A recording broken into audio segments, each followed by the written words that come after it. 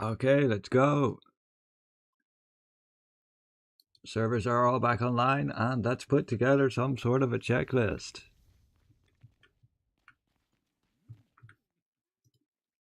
Maybe I can increase the quality of my live stream. Just wait.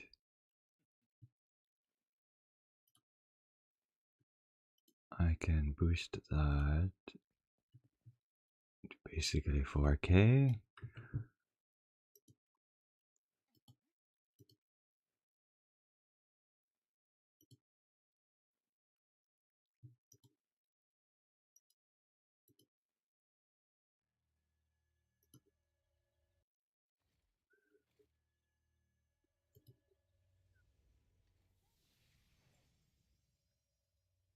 Okay, there we go.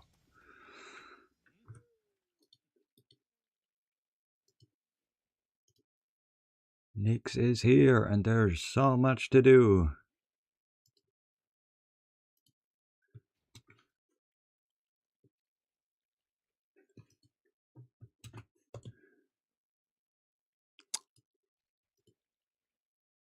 It doesn't update the thumbnail. Great.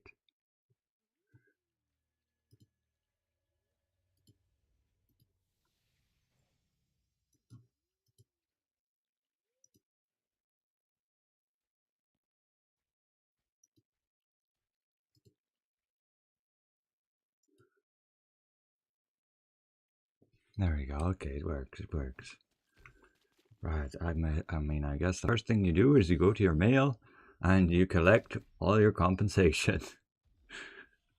So this one here is to compensate the points you've earned, the star crystals. They've changed up the trait enchant stones and the materials. They just give you these as like a, here you go. You're going to have to get these now. Your lithographs get turned into gear. You get your chaos prisms for all the other gear you had upgraded. Just compensates 264 back for each gear piece you had upgraded. I believe I had 4. We get some Da Vinci's favor just for having the sync slots unlocked, since there's no longer any sync slots, and you get back all the skill cores for all the heroic gear you had. Some ornate coins for maintenance, and then trial rewards. So let's claim all that. Ton of stuff. Now let's find out what we actually do with it. So the skill cores, these are what we had basically on the heroic equipment by default, and now we have the ability to customize those benefits. So this was just like extra health and defense, and then you also had the mana. And if we go then to, no, we have to go to the actual skill core place up here at the raid, and we should be able to adjust it just like we can with our weapons. And thus get the new skill cores. And we should be able to dissolve these ones that we don't need anymore. And that should give us a currency to actually purchase a pack to obtain new skill cores. So if we go here, we can see we can now add skill cores to like armor pieces. I can't if I have the equipment equipped. That's kind of inconvenient, but okay. But you can see these are all the available ones then for the weapons that I could put based on what I have. But if we go to dissolve them, these would give us, they only give us entropy shards. Oh well, it would have been better. I mean, yeah, they just give entropy shards then. Oh, I know what they did. You know how they nerfed the amount of entropy shards you get for your gear, yeah? Like this. We only get 9. The reason being is because they take out the skill core now. They give you the option to dissolve that, and that gives you the remaining 3. That is why they reduce the amount that you gain. So you still get your 12. So they didn't actually reduce it. So there wasn't actually a need to dissolve these before the patch, but you're going to do them anyway after the patch. So because you can't now extract the traits that may have been on it to sell them, you simply dissolve them. There's no other use here of this excess gear. They literally don't have traits, and there's no way to sell them anymore. There's no way to lithograph or seal them. That's just not a thing with heroic gear. If we select seal here, it gives you a bit of an overview, and you can see the different gear in your inventory that you can seal. Right now, nothing for me. I wonder why. Why can't you seal any of this? Okay, it's just gear that you're going to be able to lithograph. There's probably a whole bunch in my bank. But we've got to get rid of this anyway. Goodbye. Give us entropy shards. We can keep our heroic orb. I have some stats unlocked on that. And otherwise, the actual stats you had on... Where do you even see that? There's no enchanting page anymore. Okay, that's just here. But how do I adjust the heroic stats now? Stat conversion. Okay, they just added it here. You have to interact with this Mafrion's Recombiner, and then you can swap stats like this. And you can do so now with stat conversion books. But does that mean... Oh, yes. That means also basically unlocking, right? I mean, I can't see because I already have everything, and damn it, I just dissolved my remaining heroic pieces. But I wanted to check the unlocking cost. But anyway, getting these stat conversion books, you can get quite a few now for basically spending the chaos prisms that you obtained, that they gave you in the mail. You can see, where is it? There should be the scroll you can craft. Which section is it in? Why is it not listed here?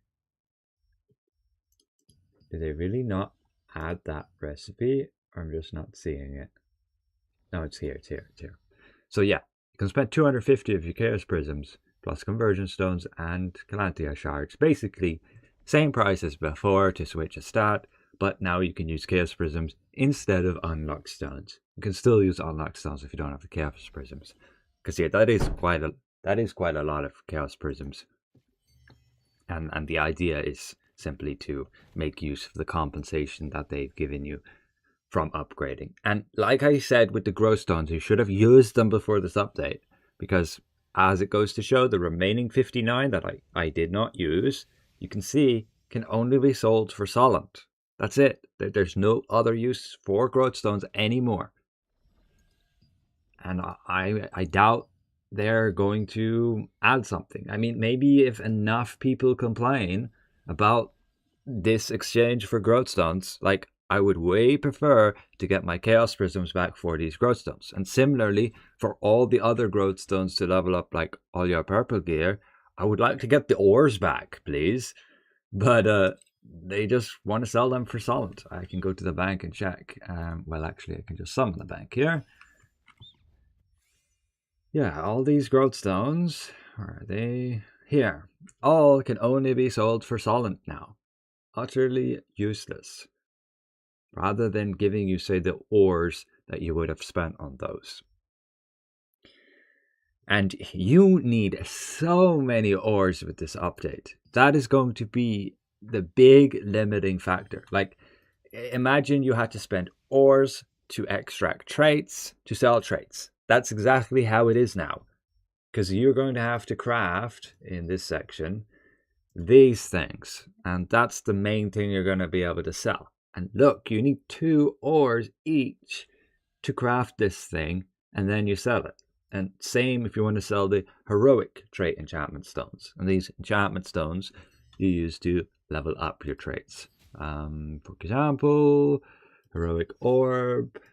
These completed. This is not completed. You simply use 1 trait enchantment stone to level it up. And that's it for the normal traits. If we want to unlock the heroic traits, you need 50 trait unlock stones, the heroic ones, and then upgrading from there will still need special traits. And that's where you have them listed on the auction house like before. You still have those heroic traits, and people of course will list them overpriced right now because yes, there's not going to be many in the market because everybody has to relist them. But I will be doing the raid later. We'll see our new drops, and there are new things such as we can see these trait fragments, and you also get for the unlock stones as well as the enchantments. You get quite a bunch actually for doing it, and there's now no difference between normal and hard, so it's really recommended if you can do both normal and hard, even nightmare. It's a huge bonus because you still get 25 unlock stones fragments and 15 of the enchantment stones, even if it's on, well, we go to difficult here. Let's confirm that. Did it change anything? No, it's still 25 and 15, even on difficult and even on nightmare. So that is massive boost if you can actually run all those difficulties. Although on nightmare, it shows you, oh, you get straight up just the enchantment stones on nightmare. You get 2 of them rather than just the fragments. So even better there. And yeah, you can drop then the cores as well. I think it's only if you beat Calanthea, you can drop these cores, just the older cores, just for people who don't have them already. And if you dissolve them all, but like, you don't really need to use these cores if you get some of the new ones, which you might want to do. But if you don't have the new ones yet, maybe you want to reslot those in. So if we go here, well, first of all, we have to unequip our heroic gear from every single loadout here. Unequip from all, unequip from all. And maybe we even have to unlock it. Yeah, that's annoying. So yeah, unlock it as well. And once that's done, you can go here, select it, and you can put back the skill core that they took out. But you have to use an imprint scroll. And then you can extract, or well, you can swap that skill core later. But maybe you want to do this if you think you need that hit point boost and the defense boost. And similarly for your, did I not unlock that? I didn't. Similarly for your accessory, you might want to go and put back that skill core so you can get that boost, which is a bit annoying, but yeah, they just want to, I guess, show you this skill core system. So what we need to try and get are the new skill cores, and well, it's going to be a gamble on what you actually get. It's here. You can spend resin cores if you get skill cores you don't want, that you can't use. And you can see all the available ones here. I made a video covering them. 6 basically for every weapon. And a bunch can drop as like tradable. So we should start seeing the auction house get populated with these. And yeah, you ultimately are going to have to look through your builds and find out what are good. And where are they listed in the auction house? Right here, skill cores. Really, nobody dropped any just yet. Surely. I mean, I guess it's a low drop chance that you actually drop one that you can sell. And even if people are doing the dungeon already, you need to be level 60. So we actually got to go through the story to level up, I guess. That's going to give us probably the fastest XP. And then you can get these skill cores, which you can then go and get lucky to get one to drop. So let's begin with that story. We go here, yep, just chapter 3, and we need to begin with this one. Let's get rid of these so they're not going to bother us. And I have not been looking at chat. Hello, guys. Is the orb's shield still unethically huge in PvP? Not so much, because now they added so many counters to shields in PvP. Like, also curse bombers are way better now in PvP because they completely ignore shield. Oh yes, there should be a coupon code that everybody can take advantage of. If you type in Nix launch, should just be that. Use it. The coupon's invalid. I think it only was valid for the KR server. That would kind of suck. Yeah, invalid.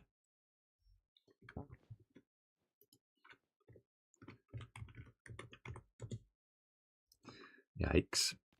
Anyway, where were we? Yeah, let's have a quick jump to the patch notes, and I'll show you what I mean with the shield changes. So they're all listed here, and these are like pretty huge.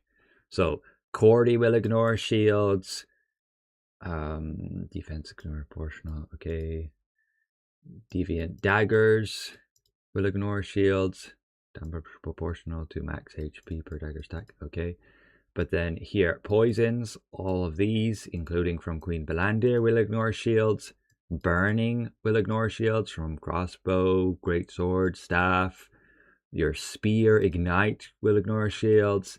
And all the wand curses will ignore shields. So you have just so much more capabilities now to flat up counter shields and just even ignore them. Like curse bombers, going to be huge. If you're against an oracle healer, you just use your curses and you don't care about their shields. It's pretty massive.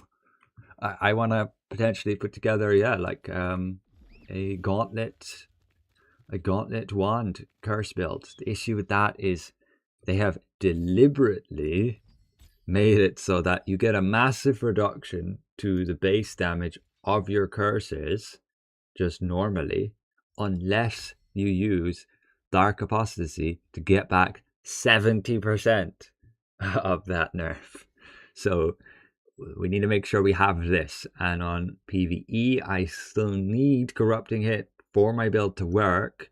So we have to nerf ourselves even a little bit more by removing some of these points. I think only 1 point here. I'll just remove this. We need this one. So we have to remove another one, but we can put it back, I believe.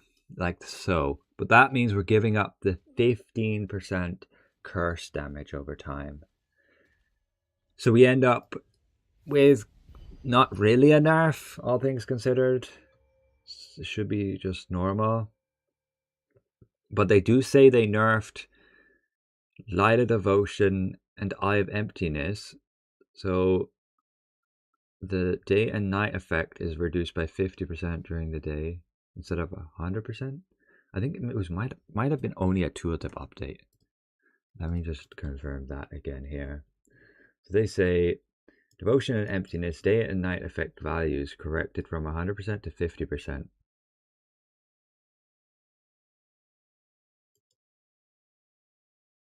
I mean, they say that only applies to Devotion and Emptiness, but it still shows it's giving us 36%. Perhaps they didn't update the tooltip. That could be worth testing, and then it might just straight up be giving us half as much. What are you guys saying? How to extract trait heroic gear? You don't. Heroic gear doesn't have traits anymore. That's just it. No traits on heroic gear. Done. You will drop. What is it? If you do your raid, where is it? If you craft, I think it's these boxes. How do you actually drop the unique traits? That's a good question. I know the older ones got converted. Like if you had a trait extract of a heroic trait, they got converted to the new ones. But how do you actually obtain the new special heroic traits? I mean, you would assume they just drop because you can no longer extract a trait. We can level up our skills. Yeah. We can level up our skills beyond level 5 now. Level 5 purple, as you can see here. We now need brilliant skill growth books. You get a bunch of those by doing your adventure codex, which we should get onto doing now. I'll just get rid of this quest. Where is that? Here. And then we can also get rid of that one. No, that's this one. This leads us to Path of Ascension, which is pretty huge for any newer players. You still need this gear. And there's also a bunch of boosts here as well, like getting some trait stones, fragments, runes. These are runes for just accessories. And there's a step 2 with a bunch of extra rewards too. So you can go through these activities. This purchase any item from the Sundries Merchant at the base. So Sundries Merchant. There's a very important thing you want to buy every single day. Cup of corn. It says character boost 50 on Xbox. 50? Why do they not have the Sundries Merchant updated here? Sundries Merchant should have these. We have to complete the appendix. So we need to buy these every day, 2 of them. And that's like huge. We can buy these. So this is something you need to do. We can work on updating our checklist. So Sundries Merchant, buy daily and weekly contract scrolls. Yeah, these count as contract scrolls, they do. So I'll just leave them there, daily and weekly. Amateur expeditions, I don't believe anything changed there. You want to get them for the contract coins. An abyss token burn. Well, that changes a bit because you can spend the abyss tokens within Nyx. So this is how you start your adventure.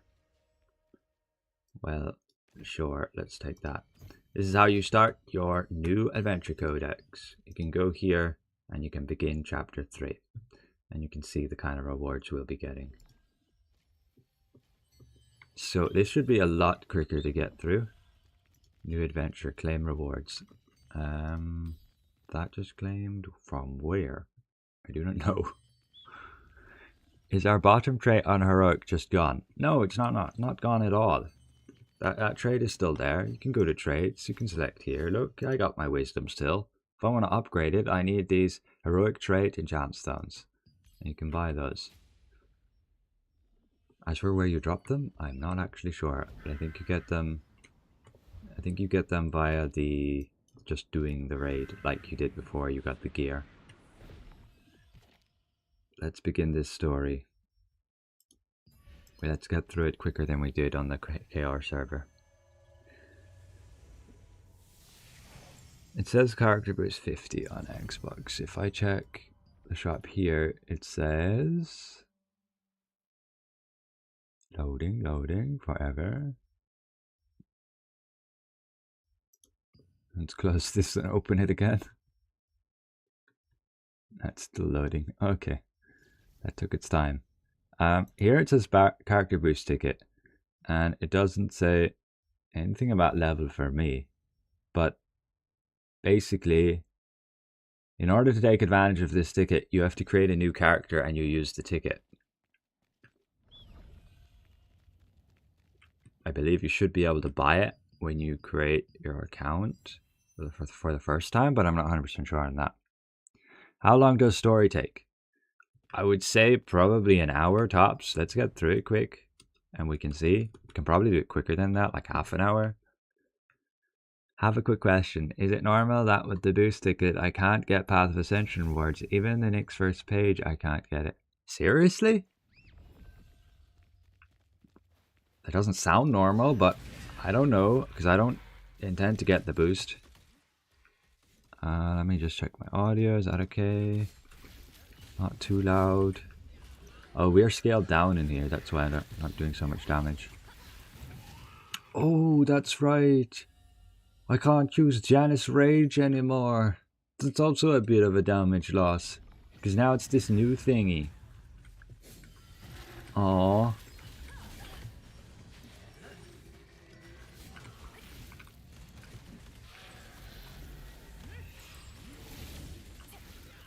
That is a bit sad. Chain skills. Yeah, okay. I don't need to use chain skills right now, I don't think.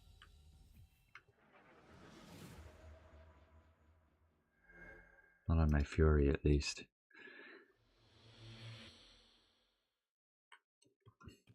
Like, you're saying you can't do anything with Path of Ascension on a boost character? That's crazy. Make sure you're actually doing what it says. The very first one is complete the Adventure Codex. Maybe you can't because it breaks something, because you don't have the Adventure Codex, or it should have auto-completed for you. Maybe that's what's going on. But that would be crazy if you can't claim it. But also, you don't necessarily need the gear. It's mainly the weapon mastery you would want from it, because you already have better gear from the boost, right? And the weapon mastery will help, even though they give you free 160. How does that not kill the guy? Hey guys, where can I start the new quest line or story? Go click Codex here and click Adventure, and then you can begin it there. You need to do chapter 3. If you haven't finished chapter 2 or something, then you're gonna have to finish that. Yeah, the first 5 pages are completed but can't get any reward. That is weird. Maybe they will fix it. Or they just straight up are like, suck it. We already boosted your character. We basically already gave you those rewards. And you simply bought the boost to save some time. Because on my Korean character, it literally only has the stuff from Path of Ascension. And I get my character to 7,000 combat power with like level 90 and level 90, level 80 mastery on both weapons. Which is pretty decent. And that's just for free. I want to... Maybe I'll put my music on. There. Hello guys.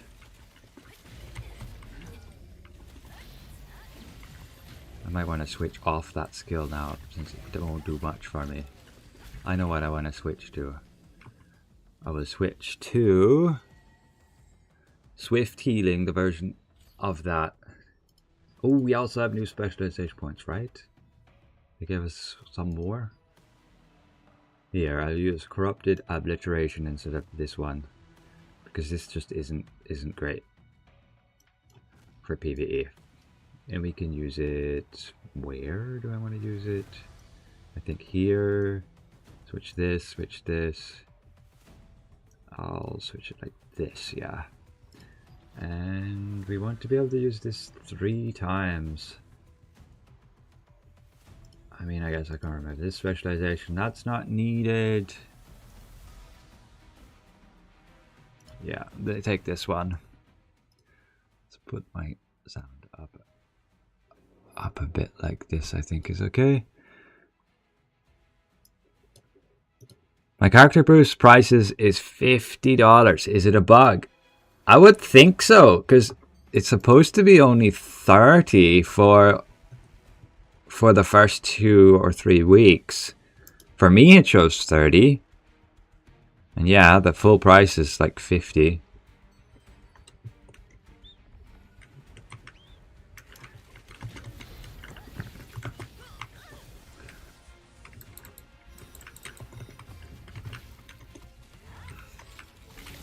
I didn't cast, really.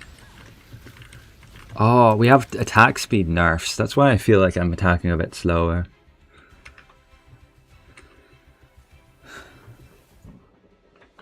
They changed up how the attributes give you attack speed, so you will noticeably attack slower.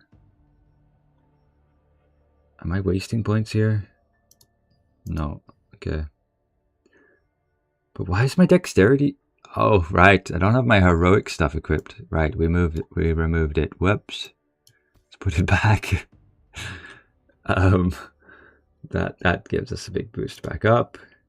And yeah, we can get over 100 points now, up to 120. Why is it not giving me the... It's not giving me the... I mean, it doesn't show that it gives me the things above 50. That's just weird. Can put 1 point in here. I may as well get 30 that. Do you think the things that I can't get reward is a bug? I would think so. Didn't you mention that they will give 3 heroic items with new patch?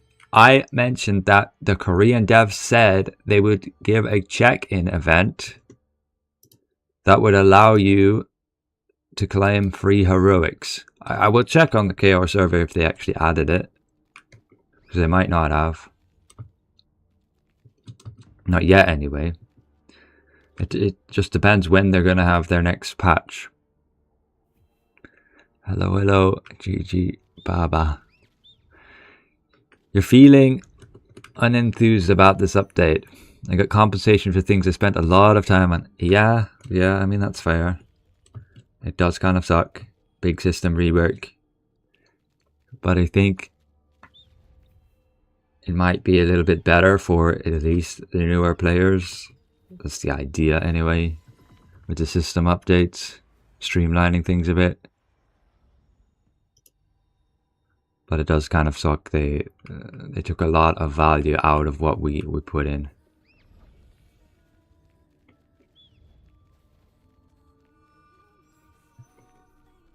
Like all the growth stones, they could have given us ores and back instead. But of course they don't want to, because they're still using the same ores.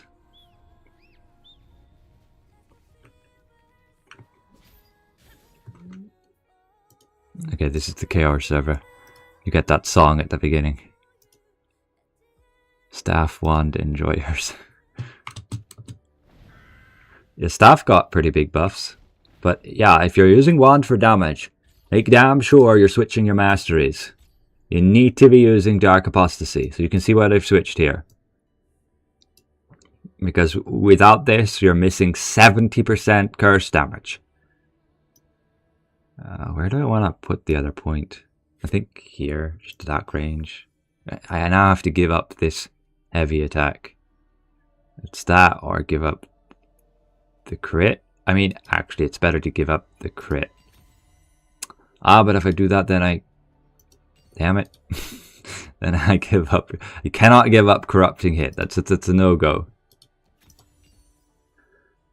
So you have to put 3 points in here, so it isn't gonna take malicious intent. So you have to give up malicious intent to take Dark Apostasy. Once you have that, you can also then use Corrupted Obliteration. This is still some decent damage. Do I have the rest of these set up? I do. We have some new passives we can get at level 60. Good for new players, lame for old ones. Yep. Yeah. It's like they still basically added tier 4, so you would think, why would they have needed to go through this whole thing? But I think the new gearing system is kind of cool. You don't have to grind growth stones and solent, but we'll see how heavy that grind is, because my expectation is that you need like one of each gear piece to basically, if I want to get level 51 equipment, I have to switch to the new gear. Why is this only 45? This was maxed out. Why is it 45 and not 50? Hey, what went wrong there? I feel scammed. Basically, it should be level 45 if it was level... Oh, it's because I had it in the sync. Right. It's level 45 because I had it in the sync, so it was technically level 0. And then the update came, and yeah.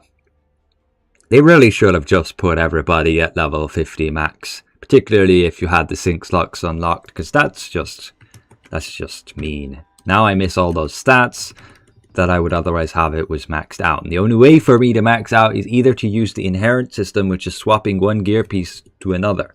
And the only way I drop higher item level gear is by having my average total item level within a category equal to what I want to be getting. Basically, if my average is... Why does this not work?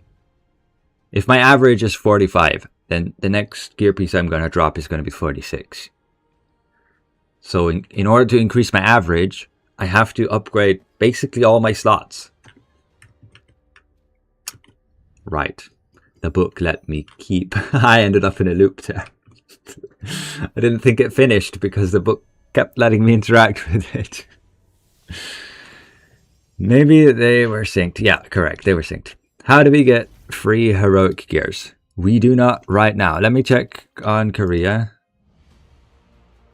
Like they said they would add it to Korea. And Korea is always ahead of global in most cases. So it might come to global next week. If I check Korea, they might not have had a patch yet because they said it would happen after the next patch. Here's the check-in event. Yeah, they don't have it yet. Korea didn't have its patch yet either. This is something else. This is like your PC cafe incentive. Anyway, we can close that. Korea, the patch is basically the same as our patch. They haven't yet had their next patch, which would have added the free heroic gear. So you can't get it yet. You can play the raid and you can get it there, but... Really? Can't skip? Uh-huh.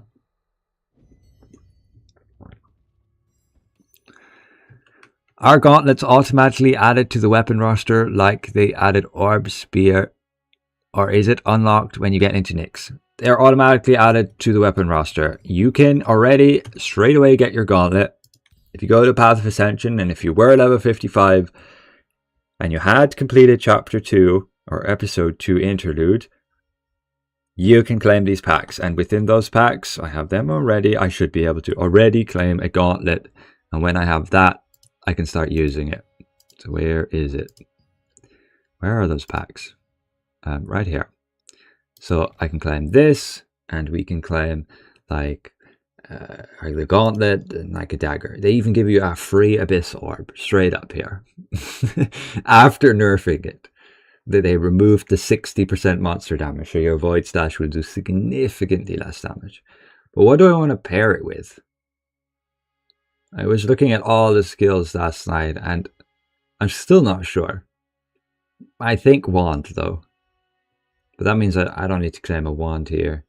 I may as well just like claim an SNS or a greatsword. Greatsword can be definitely a decent pair.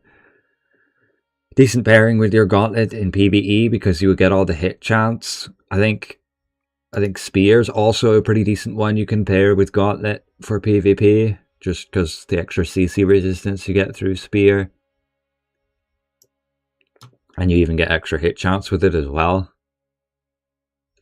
Okay, we'll just claim a spear then there and just get those two. Now I have a gauntlet. Now I can switch it and you can simply use all the skills. You need to, of course, go through upgrading all the skills. Hopefully you have the skill books, or you can simply use the swap here. I can take some skills off a setup I'm not going to be using and just use these skill conversion books. I have 25, so I have enough to do everything, which is awesome. And you will get more actually with this adventure codex as well. But let's for now just get to Nyx quickly rather than wasting time here. So I will just stay on my fury. Is the abyss orb only nerfed in PvE? Correct, only PvE. Only PvE. It's still gonna be pretty strong for PvP. No damage change there. And I was looking, as you could see in my weapons video, weapon comparison video, the Abyss Orb doesn't even have like much less base damage, much less stats than any of the new orbs, which is pretty surprising. There isn't that much of a difference between, in a lot of cases, a level 50 weapon and a level 80 weapon. But on some combos there is, like you get up to 48 attributes, which is kind of nuts. Okay, let's get to the lighthouse thingy. Just do a bit of story here. You can see we're already getting new skill books here, which is nice. And you'll be able to purchase those new skill books as well from the resistance merchants, as we'll get to show you soon.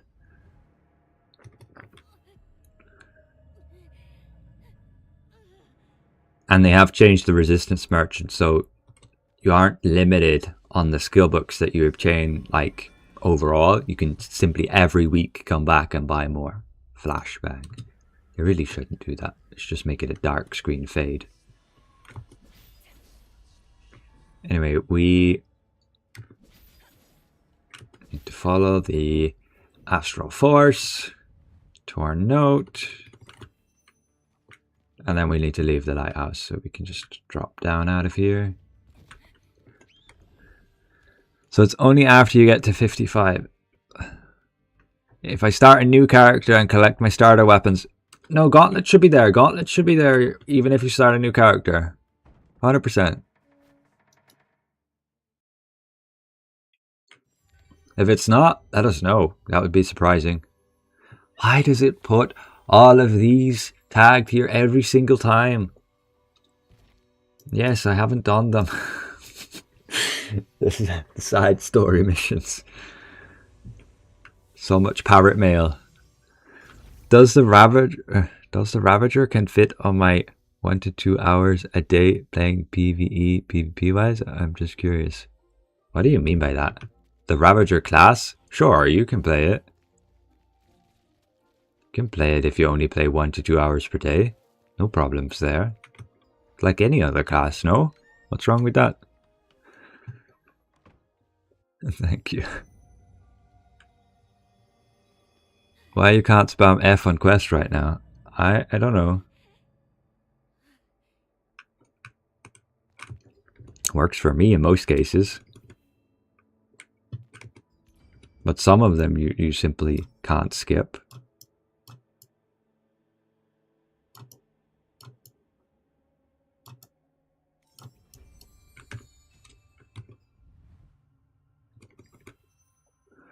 Check the wooden chest. Okay.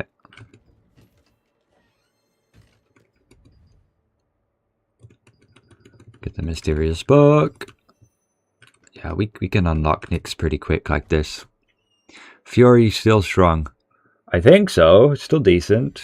But I haven't gone into DPS testing yet with regards to other weapon combos. So I have nothing to compare it much to. But just looking at the numbers, it didn't receive that many nerfs. Yes, the wand got a bit nerfed, but it's still strong.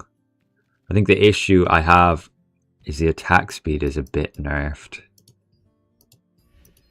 This might be a bigger contributor, but a lot of classes were nerfed with attack speed, particularly Crucifix will feel it the most, I feel. But that might make, say, Invocator a little bit stronger, because also Invocator got a lot of monster damage boosts just on staff. And then the wand nerfs are not overly felt, because again, you just need to take Dark Apostasy with your wand. You have to be using this master now if you want to be doing wand damage, which means you're giving up the ability to use your Fountain of Life, your Swift Healing, your Janus, which is actually kind of sad. I can't use the damage buff one. This also means I don't need to use these specializations. I can use those. I don't exactly need the mana. I think everything else is fine here. Like these are just not worth using in PvE. Obliterating Swamp and Slothful Cage. This have way too long cooldown for that to be worth it. But Corrupted Obliteration is decent. It does some good damage. And then Crossbow, I could consider using Quickfire now, because they did buff the damage a bit. It now has increased damage to monsters 150%. That got increased from 100%. So not that insane, but the issue is I can't really fill my rotation with skills on Fury, since I need to be taking advantage of Corrupting Hit, which requires basic attacks to trigger curses. Why we use Dark Apostasy? because of this new change, you can see the wand changes. They reduced curse base damage by 30%. And the only way to get this back is by using Dark Apostasy. This is a mistranslation. To boost it back by 70%. So net overall result should be 19% increase to your damage on your curses. But it's less than that because you give up the 15% curse damage over time here, because you can't then use this if you want to use Corrupting Hit. And you also give up some magic heavy attack here too. And then they claim to have nerfed your Devotion and Emptiness, but it doesn't look like it in game. Like they say here, they reduced it from 100% to 50%.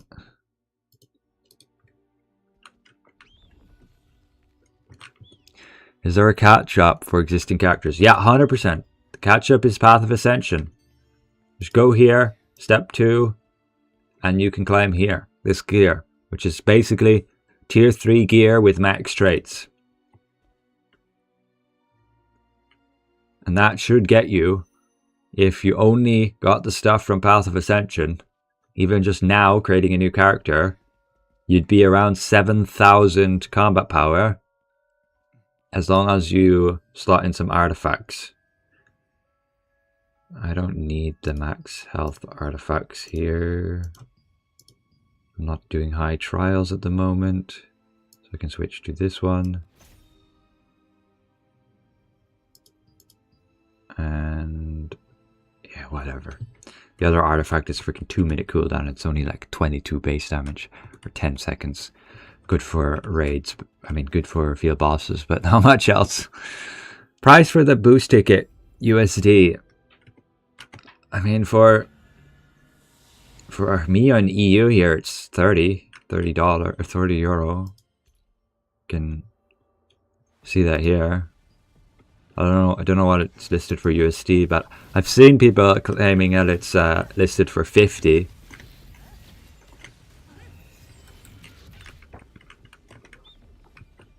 Pretty sure you just need to go on these runes quickly. I don't know if there's a combination to them.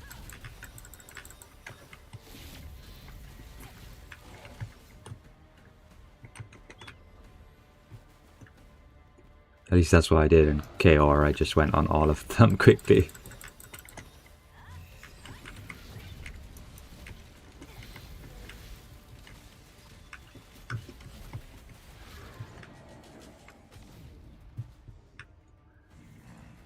You have this fight lasts unnecessarily long. You have to break every single chain, which means basically doing phase by phase.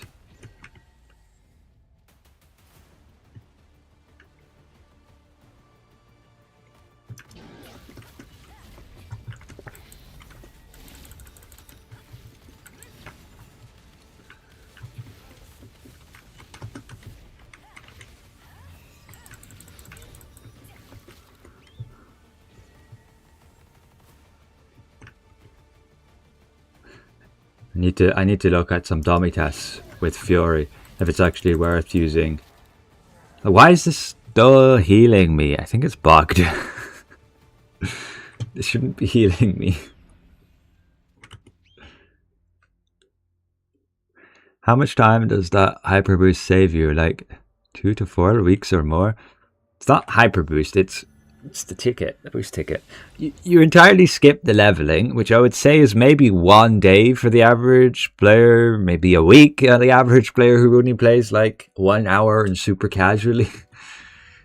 So you'll go straight to level 55 and you get level 80 runes, which would probably take you maybe a month to get 80 runes, probably less.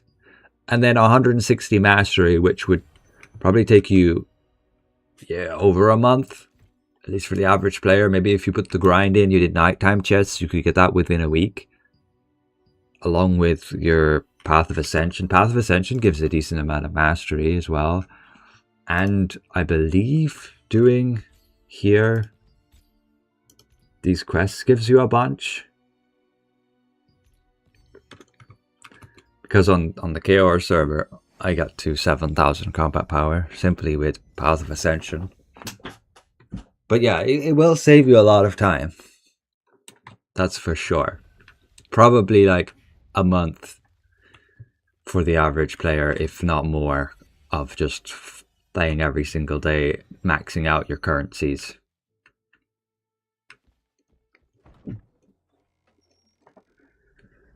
Path of Ascension gives you a level... No, it gives you a level 45 set. So it's like tier 3 gear, but level 0. But it's max traded. But if you are doing Path of Ascension and want to max out your combat power, you need to be slotting in runes to your gear. And we can eventually get runes here already for armor, creating the synergies. That's something I could do right now, spending some solent. And you can see what kind of runes we're getting. We haven't unlocked them all yet. We'll get chaos runes for them as well.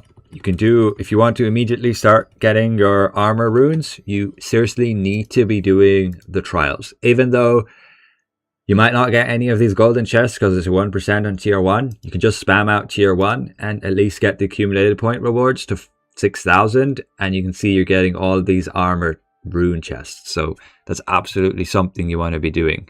If we check here, so I believe you're still going to want to do the Sundries Merchant, your Abyss Token Burn, your Contract Tokens, the Guild Merchant buying the Conversion Stones, Guild Bosses. You want to be doing like the new Guild Bosses now as well. They should be here. They should be unlocking soon when we get the milestone there. So that'll definitely be something you want to be doing. Resistance Merchant, that's still a thing. Buy what you need. I think I need to update that to buying like specific raid materials and skill books. It's like, yeah, raid, mats, skill books. There's a potential stone. It's inheritance stone or something. We'll have a look at it in a second. Arch bosses, you'll still want to do them 8 times per week. I believe it's still the same. Yeah, they basically changed the arch bosses to Wednesday and Saturday. You no longer have older arch bosses. If we look here, yeah, it's Saturday and Wednesday. So you actually only need to, I mean, you can go still to the 6 o'clock and 9 o'clock ones. So that's still 4 arch bosses per week. So that remains true here. Well, but that's not 8 anymore. That's 4. Battlegrounds Merchant, we need to update that. Do Battlegrounds for the coins. That'll still be a thing. And you'll also want to do Nyx PvP. The remnants of Nyx thingy. Nebula is gone. So this gets taken out. We can just simply remove it. The raid merchant's still a thing. Normal, hard. I'm not going to add Nightmare here, even though it would be ideal. I believe Nightmare will start getting power creeped even more, but still the mechanical complexity simply of that raid is still going to be too much for most people. Like, hard is in a decent spot. It's definitely getting power creeped, but it's fairly doable. Dimensional Trials, you still want to do, what is it, 7 per week? I mean, no. This needs to change because no longer do you get the chests. 21 T1. No, you don't need to do 21 anymore. You only need to do 14. How many points do you get? If you do 1 tier trial and you get, does it not say?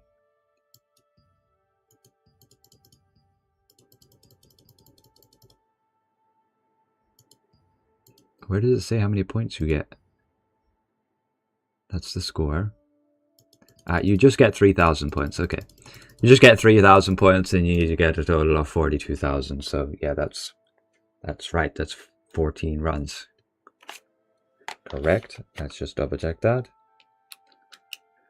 Yeah. 14 runs of trials still to get everything. And if you already have your runes high level and you're not worried about these other rewards, which you don't really have to be worried about, because these trial chests, if we check, we got a bunch here, are just giving level 50 gear. So this is not really necessary. It's not going to help you with gear progression. And sure, you can get some chaos prisms, but they have very little value now unless you get 250. So they're giving only 3 here, 3, that's really not much. Relic and Alice crystals, sure, if you need them, go for them. But I would say minimum would be to get to 6,000, which would be just doing 2 runs. 2 runs. Just have to do 2 trials. And you get 6,000, and that gives you the armor runes. These are going to be the biggest grind there. Like the most important thing to get from here. But it doesn't take long. 2 trials, easy. Super easy. 2 T1 trials. 2... I'll just update the tier 1. 10 mins each. So it's going to take 20 minutes for armor runes. Accumulated point rewards. Yeah, that's why you're doing it, so I can delete that. You're not doing trials anymore for rewards, but I do need to add here then. What can we use for the notion between the different co-op dungeons? Level 55, level 60 dungeons. Basically, you still have 2 different random queues you need to do. You go to party matchmaking here, you want to do random epic or random elite. So I guess that's what we can call it on the checklist. We just call this random elite. Right? That's what it's called, yeah. And a random epic. To me, elite would be better than epic, but okay.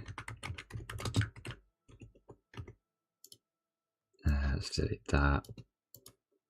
9, 10, so on. And weekly missions, yeah, that'll just be something that passively happens. It's still there, still important. They've updated weekly missions a bit, as you see here, with the fragments. The runes you get are still going to be weapon and accessory runes, unfortunately. So you really need to be doing your trials to get those extra ones. You do get some raid unlock zone fragments, which is nice. The shop item is only catch up. You mean the ticket? Yeah, it will catch you up with regards to runes and mastery, and otherwise giving you some free gear, but you're getting free gear anyway through Path of Ascension. I would say if you're serious about the game and you can dedicate like a few hours a day, within no time, like within the week, you're going to get level 55 easily and have Path of Ascension completed and caught up to pretty much the same level as this boots ticket's going to give you. So I would say if you're only focused on combat power and want to be getting into Nyx, and you don't want to spend €30, that's no problem. You're just going to take like a few days to a week to get to that similar combat power, but you won't have as much weapon mastery and you won't have as high rune levels. What's next here? Why do we not? Okay, that's hidden. We just need to go into the tower like everybody else. Hey, don't know if it has already been asked. The dropped item in Nyx disappear when you leave the area. Does it happen if you teleport to a boss event like Tevent, for example? Yes, it does. I believe so. If you leave Nyx, you lose the items. So even if you go to Tevent, it's gone. Although, I'm not 100% sure if you're pulled into the instance because you join a party where somebody's queued up to Tevent. That I haven't confirmed. We can check it out later. Ooh, I'm going to have the raid in 20 minutes. Let's get Nyx unlocked. Come on, guys. Finish yapping.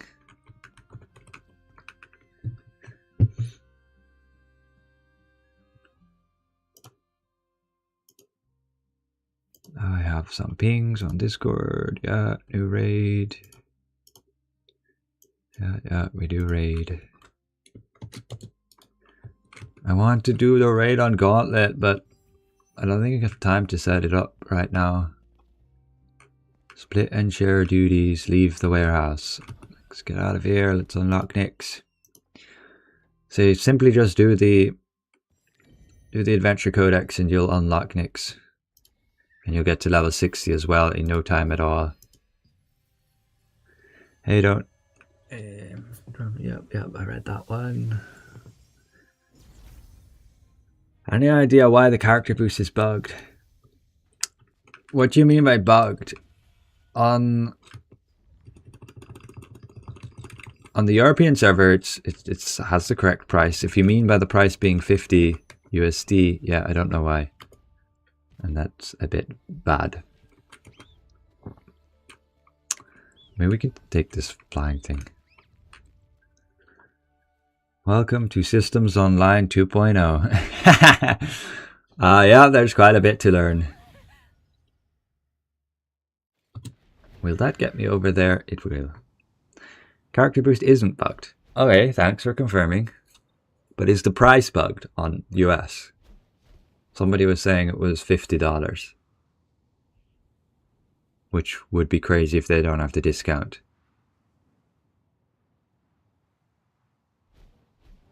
We got here, yay.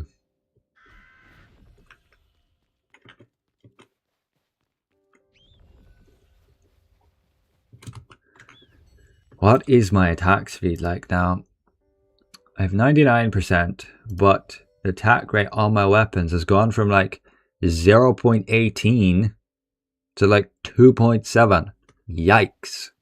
That's why you attack so much slower. Basically, I'm going to do only like 3, 4 basic attacks per second rather than like 6, 7. 12k online, nice to see that again. Alright, that's surprising, yep.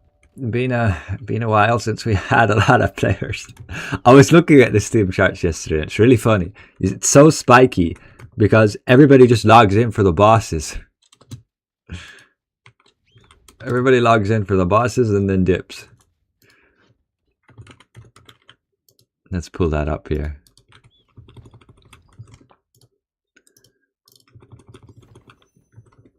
Yeah, it's actually shot up. Look here. We're up to 12k players right now. But look at this. No other game has this that I've seen. It's so spiky. Everybody logs in just for bosses. Makes total sense. Because there just was not much rewarding outside of that. The raid on Thursdays and then bosses.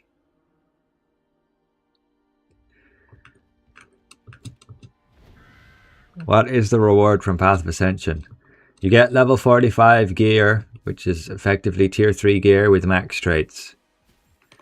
You just simply claim these 2 selection chests right here. You also get a whole bunch of weapon mastery there as well.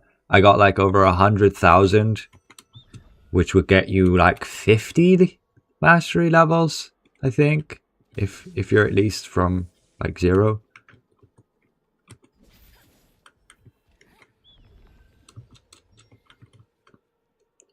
Do you think that Crucifix still be OP in PvE?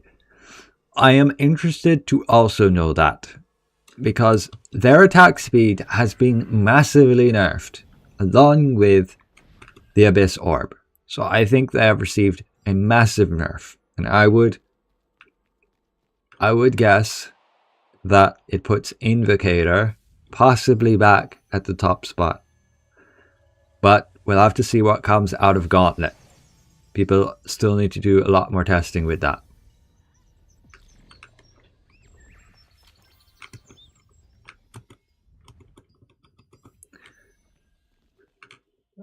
Okay, where am I going now? Oh, I just speak to her again. Him. When you first get back into the game, what's the first thing you should start working on to do you think? Should I work on getting things leveled or up, or do the main quest to get all the loot from it? If you're returning, even if you're new, just focus on Path of Ascension. Where am I going? I need to go back to Herba. Just focus on Path of Ascension. This leads you through the exact steps to learn this game's systems and will give you massive boosts. It will give you all the free gear, everything you need. So simply start with step 1 here. Start doing your adventure codex. Get to level 55 and then start doing these. And this will show you the different systems in the game and give you all those massive amounts of rewards, giving you loads of mastery, ores, trade unlocks, and so on. Just don't spend any trait unlock fragments or trait unlock stones. Simply wait until you understand what build you're going for. But yes, when you claim these gear packs, just go and pick whatever you think is decent for you for the build you want to go for. Pick the 2 weapon combos you think looks interesting. Maybe watch some guides on how those actually play and whether you think you will like the play style. But there's no harm. Like later on, it's very easy to switch weapon. You will get a lot. Like also, what's very important when you're doing a Path of Ascension, you will get the skill books and stuff. So make sure you're actually leveling up the skills for the weapon combo you choose. But if you choose a weapon combo and regret it later, you can always go and change super easily. You will get a bunch of skill conversion books, so you can swap all those skills. And the gear that the game gives you will be quickly surpassed by the new stuff that you will obtain through even simply the dungeons here. So there's no problem at all with regards to, say, regretting your choice at the beginning. Just have fun and mess around. And just don't spend like unlock stones and entropy shards and things. These are things that are valuable. So just wait until you're sure what you're doing. Let's hope tomorrow we'll see over 30k players. Yeah, we'll probably see a spike on the weekend. That's usually how it goes. It's only Thursday right now. It might go to 20k. I think 30k is maybe a bit optimistic. Some people might just not pick up the game because Ion 2 will be coming out later and they don't really want to jump into an MMORPG. It's the thing with an MMORPG, it generally requires a big time investment to get to Endgame, and if Endgame's the only thing you're excited about, then yeah, that takes a long time to get there and can be just not worth starting, which is unfortunate with these kind of games. It's not like a single player game when you join and you're immediately into the experience of the game. Versus an MMORPG, you're just thrown into leveling and learning all the complicated systems. Yo, what is the good armor runes? How do I obtain them? You'll obtain armor runes, at least from what I've seen. If you want to get them immediately, go to trials and simply do 2 trials on tier 1 and you'll get all these blue chests here. You still get 3,000 accumulated point rewards for tier 1. So yeah, 2 runs and you claim all these. And this is a whole bunch of those runes that will go for your armor pieces. And then we need to start leveling those up. So it'll be a bit of a grind. You see them right here. You select the headpiece and these are the different ones. It looks like specialized PvP ones. Some evasion there. But if you're just looking for damage, you'll generally be going for the species damage boost ones. Either against a specific type or just general species. Consider this like your general skill damage boost. 10 minutes to the raid. Orb Gauntlet. That could work, but I don't think it'd be that great. I think Orb would go better with Dagger, just because Dagger has all the boosts that simply just increase the effect of your attacks. Or go better with Greatsword, at least in PvP. And then in PvE, maybe Wand. And especially in PvP, I think Wand will be pretty huge now, since you can curse through shields. Your curses just straight up ignore shields, which is absolutely huge. Can I use gauntlets just with claw skills active? You can, kind of. I would say if that's the playstyle you want to be going with, ideally you get the gauntlet weapon mastery right up here, which basically makes it so that you take damage over time instead of losing stamina. And this allows you to maintain your Eclipse of Blood pretty much all the time as long as you're attacking, as long as you're gaining hit points. So either you have a healer or you pair it with Wand and have Vampiric, and so whenever you attack everything, you simply, generate health. Like I do here on Fury right now.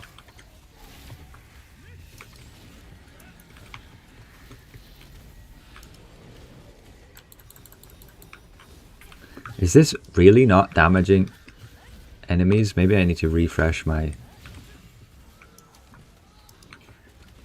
Let me check over here. Look, this is still just healing me. Why? It's supposed to be the new effect.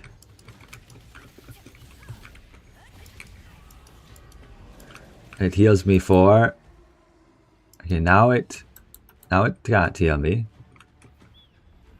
That's scuffed.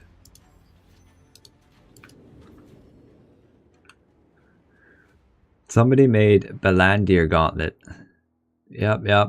I don't think Belandir Gauntlet's going to be that huge. Maybe some, like, suppressive, annoying PvP tank build. Where your goal is to just piss off people, pull them around the place. You have stats capped in missions. Yeah, you do. Look here. Stat limits. Help him clear the blocked path. Yeah, I would love to if I can actually move. Hello, game. Maybe my game crashed. Nothing's happening. Nothing works. Click anything. I clicked something. I think I clicked go home. Oh, whoops. But my game's still broken. I'll just restart it. Yeah. Alt F4. Goodbye.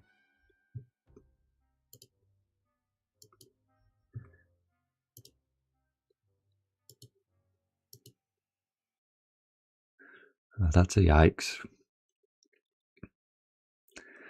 Was attack speed nerfed? Yes, it was 100% nerfed, and you will notice that. My attack speed has gone from like 0.8 to 0.27, which is like twice as slow. Okay, maybe I'm being exaggerating a little bit, but yes. Maybe Questlog didn't update the attack speed yet, and I can compare what my build was before. Where's my Fury build? I didn't update any of my builds yet. To nix. Questlog claims my attack speed would it be 0.23 with this? I think it's been updated. Yeah. Okay, this says 0.19. But this is more attack speed than I ever had on my build. Yeah, it's definitely been noticeably nerfed.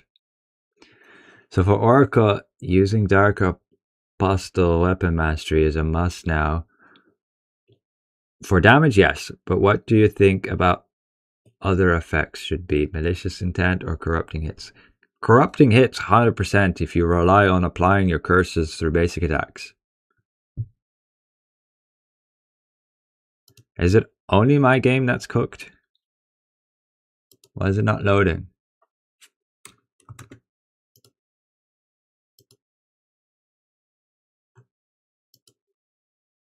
We see black screen. I see black screen too. I see black screen too.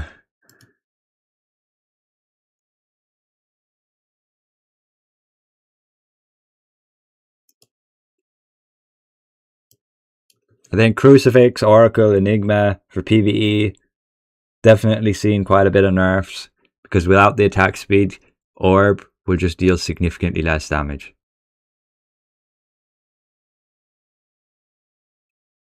especially on Crucifix. Crucifix is probably going to be the biggest impacted one.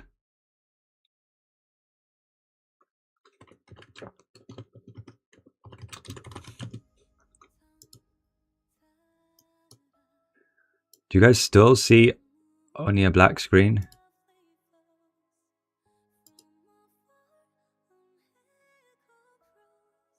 Or do you actually see the game now? Let me check. You guys see the game now. The black screen wasn't just you. It was me too. My actual game was black. I crashed out in a leveling quest.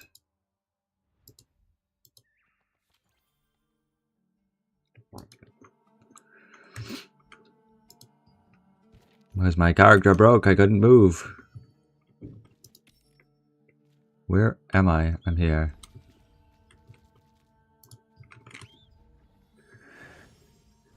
It's fixed now, you see the game. Okay, good.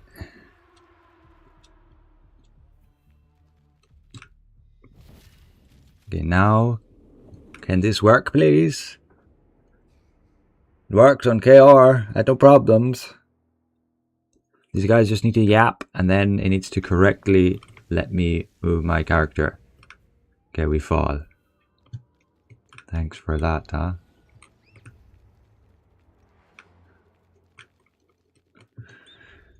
How did you activate the next quest line to get to 60? Go to the codex, go to the adventure, and just do chapter 3. Get the quest to begin. It should also be here in your manage content. It should show chapter 3 and show you what to do, where to go, who to talk to. And it should basically pop up straight away some pages.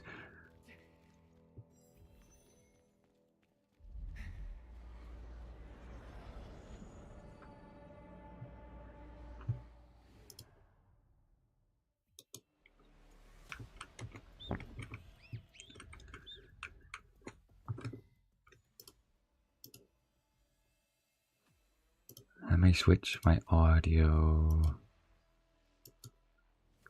to this. Whoops, we might die. Don't kill me. I was tabbed out. Ah, it still heals me. No way it's intended to heal me.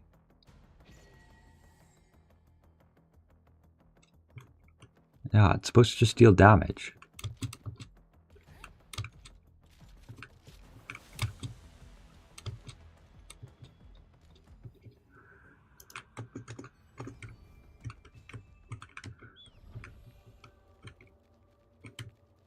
Oh, I have to speak to him first. Did this mistake on KR2. But yeah, if you're playing 1 DPS, make sure you switch your masteries to like this setup here. And you can, instead of having this, you can have Vampire Onslaught, of course, if you don't want the self-healing.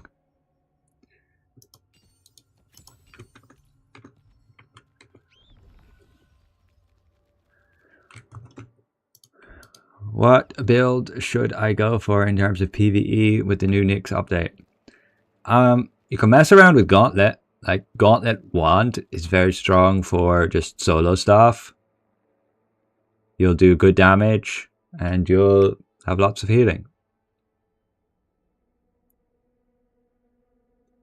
But in terms of max damage, I don't know yet. Like, it could be a Gauntlet build. It could be Invocator, which is Staff Wand. I don't think it's going to be Crucifix, and it's not really going to be Fury. Fury, the attack speed nerfs kind of hurt its ability to apply Corrupting Hit as reliably. So yeah, and there's just not great weapons for just wand DPS and crossbow DPS for PvE, like the new ones. Like you still want. Somebody did suggest switching to the heroic crossbow, and that might be worth it. And then you use like Deckman's wand simply because it has so much. It has so much more stats. and then like the new Ascended Deckman's Wand, and then you combine it with your Heroic Crossbow with the Balandir skill core.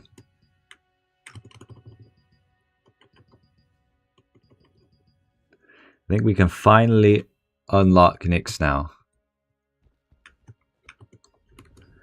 The character boost is bugged only for Xbox. Only Xbox. Okay, okay.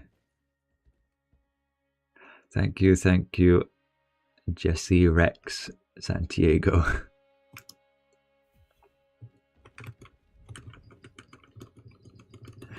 Play with Gauntlet, man. I want to see the Gauntlet. I know. Wait. Let me unlock Nyx.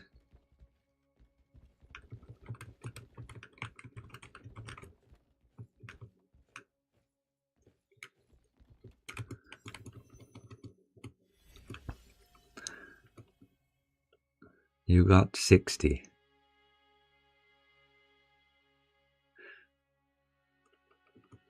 Steel Curse doesn't apply on Ascended boss. Oh yeah, most likely. I wouldn't use a curse build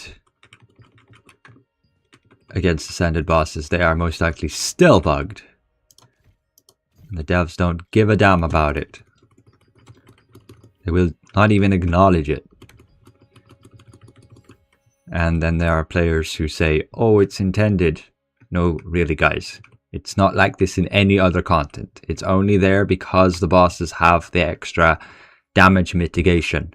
And that damage mitigation affects both your curses and then Curse Explosion. And Curse Explosion's damage is only based off your curses. And since your curses already have their damage reduced, you end up having the damage reduced twice, which should not be how it works.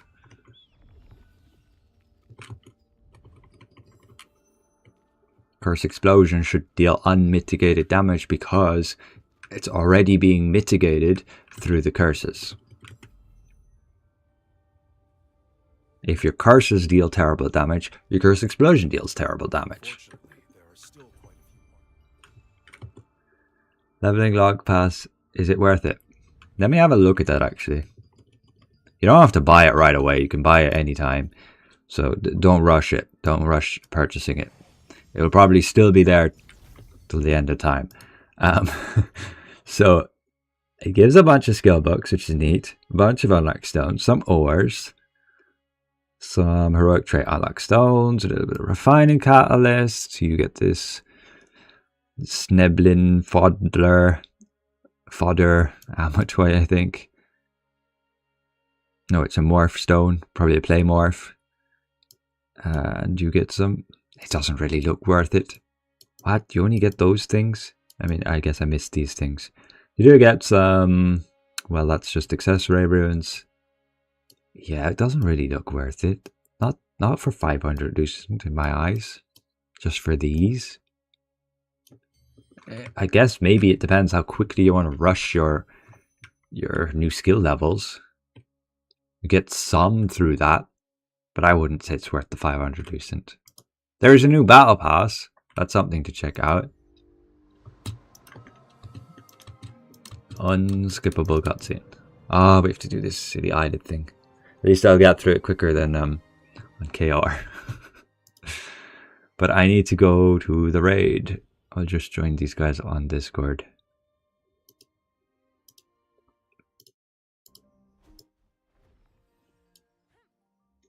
Hello, hello.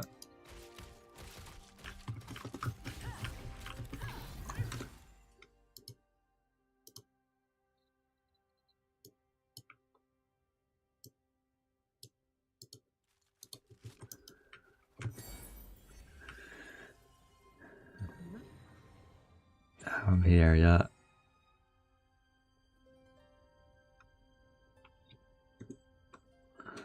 What about Oracle for DPS? Would remain top tier? I don't think so. Attack speed would have hurt it a lot. Oracle relied quite a bit on triggering Abyssal Burst. And Abyssal Burst's damage primarily comes through all the extra hit effects. And if you just don't have the attack speed to keep reliably triggering them, then your damage will suffer significantly. I don't see Oracle then remaining in the top spot.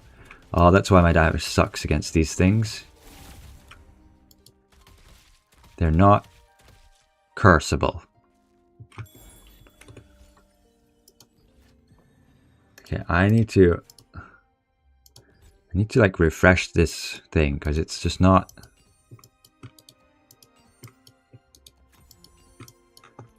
It's not letting my swift healing do damage.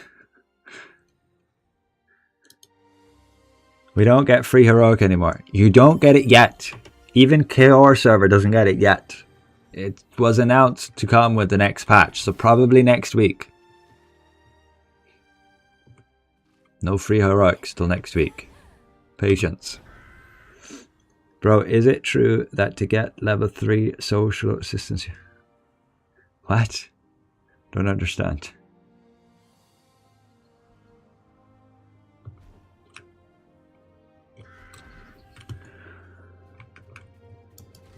I will wait for your quest log before I try to build anything. Yeah, that works. I still need to look at like all the gear. I've looked at weapons, I've looked at gear sets. I still need to look at accessories. And then I need to look at accessibility as well and compare that. How viable, like how realistic will a build be to make considering drop rates and things. Because you have these red frost items and some red frost items have a really low drop rate. And then others are just from field bosses, which are just going to be stupidly expensive for the beginning. And then of course arch boss weapons and stuff. And we also have not yet revealed the second field boss, what drops we're getting from that. There'll probably be new weapons. And we do not have revealed clearly the new arch boss weapons. But now we have data mine leaks, but that's not to that can't exactly confirm every minor detail. So I would wait right now before making any big purchases. Don't buy anything that's overpriced. Despite perhaps others saying this is the best, you should get this exact and that. Just wait a bit. We need to get through the milestone system. We need to unlock the new field boss. We need to unlock the new arch boss. But yeah, it's really a matter of how much patience you have and how much like power, how much of a power spike do you want day one. Some players who are very serious about PvP and rankings, of course, will be trying to get the best of the best right now, at this very moment. And so we'll pay overpriced for stuff just to like max out a build.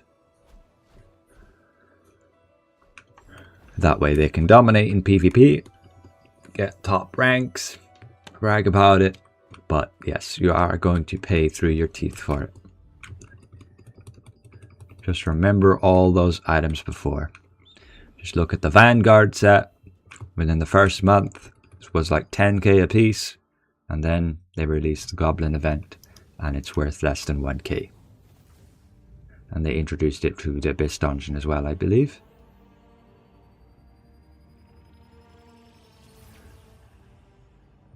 Is boost ticket bugged?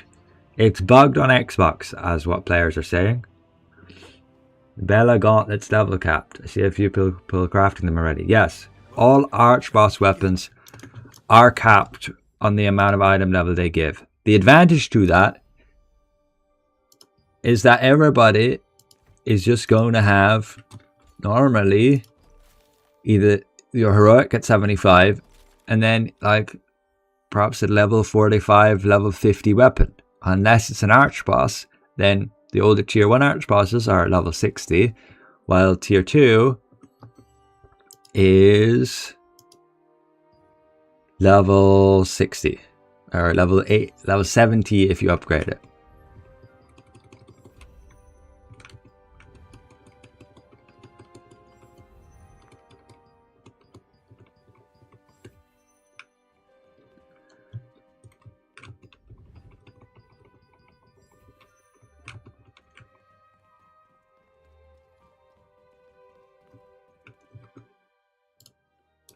That inquiry about social assistance, I think, was a bot.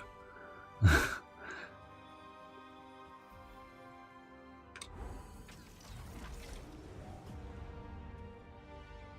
ship reminds me of the pirate spaceship trial. It never went to... Yeah. Yeah, the Moon Dancer. 50k for Bella Gauntlet, lol. Yeah, that's not gonna stay there. The Blandia Gauntlet's not that great. For PvP, maybe it's okay. You can see here with the skill core, simply just pulls targets within the radius, ignores targets evasion on that pull.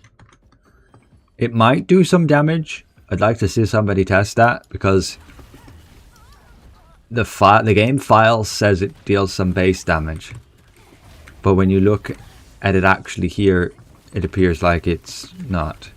Tooltip doesn't say it deals any damage, but it just says it ignores evasion.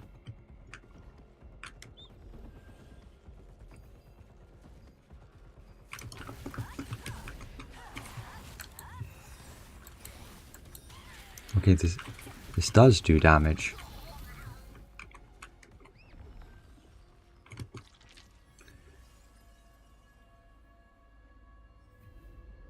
Good for spinner, maybe. Yeah, true. That could be viable. Cordy Gauntlet. Pull everybody in. Straight up ignoring the evasion on that pull. At least that's how it seems it might be. Needs to be tested though. Wouldn't make any big investments without making sure you understand how it works.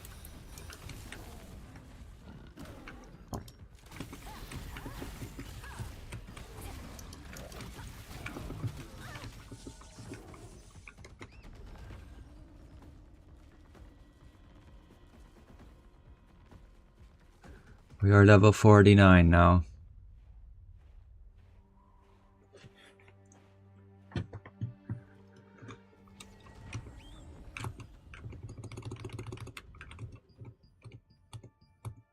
If you spam too hard, you have to go through the dialogue again.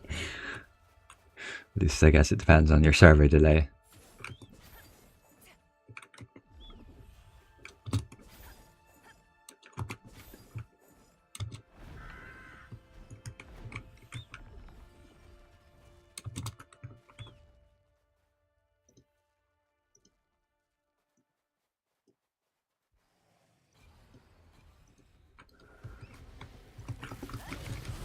Me being tabbed out. Like, look, why does it show the heal icon on my... It's bugged. It still heals me as well. Nick's launch coupon code. It's not working for me. Look, I'll put that in here.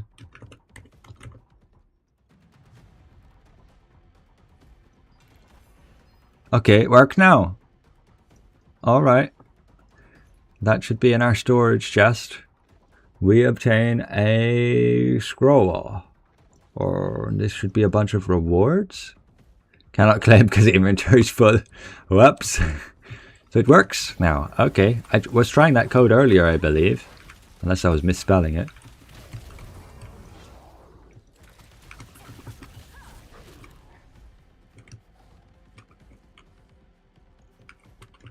Hi, returning player with... Me looking at the chat and not looking where I'm going.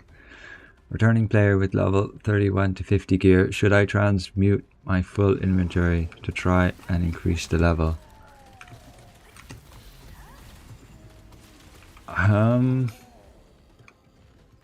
No, go to Path of Ascension and just claim these boxes. You get 45. I wouldn't waste your Solent right now on transmuting, as long as you still have the inventory space to store stuff, because you'll want to spend that Solent on either new gear pieces, unlocks, and trait enchantments, and also skill books. Skills will take a massive amount of Solent. They're more important than the materials transmutation, which will give you such a tiny chance to give you up to level 8 here. Like, look at all this stuff. It's 0.1%. You add up just these few drops and it's like 1% total. 1 in every 100 transmutations might give you a level 80 gear piece. So it's just not worth that. Not worth the solid cost right now. Wait until later till you grind. Are they do any Twitch drops or codes for launch? Not that I've seen. They haven't done Twitch drops in a while.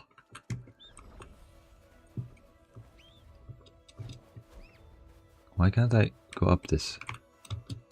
There we go, I jumped. If I look on their website, global website, yeah, they only have the patch notes listed. They would usually list Twitch drops here, but I haven't seen any Twitch drops. You can check Twitch. If people have drops in the title of their streams, then yeah, there are drops. Probably, unless they're scamming you. How can I change it to a different weapon if I don't like the one I chose? You're gonna have to get a drop of a new weapon. And then there is the ability to switch skills by swapping right here. You should have a bunch of those swap scrolls through your adventure codex.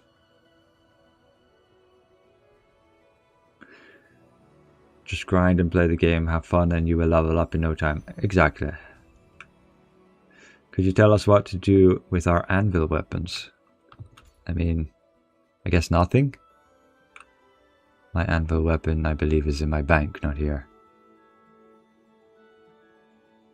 Actually, no. I know what I did. I extracted the core from my anvil weapon. And then I can put that core on my heroic weapon if I wanted to.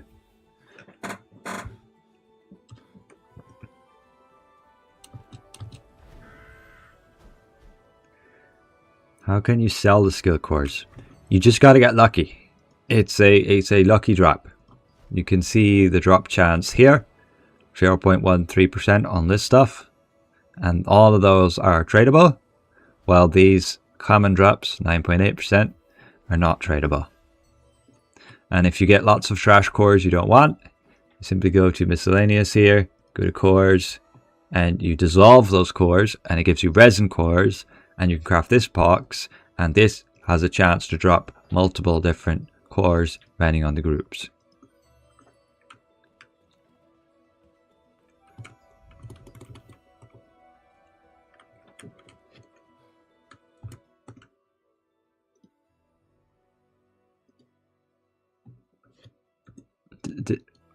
Did everybody level to 60 yet?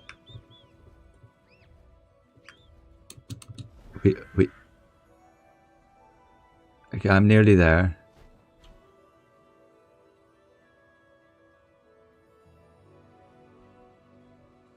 Okay, I probably just need one more minute and I'll have it all done.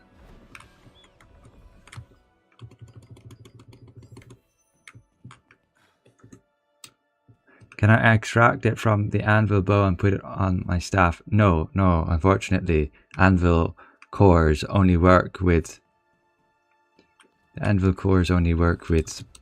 specific weapon that it came from.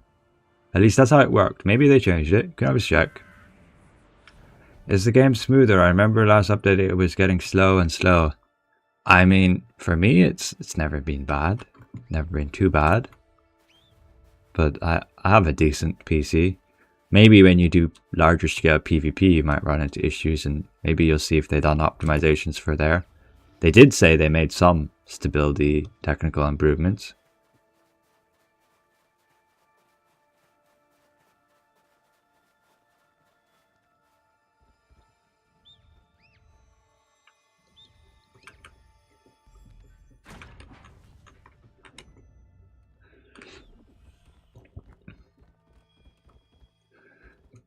You wanted to play this morning before work, but servers were not up on time. Yeah, they definitely had a long maintenance. Longer than KR, that's for sure. KR literally had 4 hours and that was it. We had like 10. More.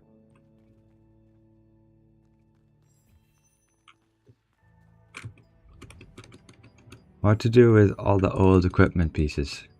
Right now, don't do anything with them. Make sure you're spending your solent on upgrading skills. And later, you literally just use them in the material transmutation, or you dissolve them.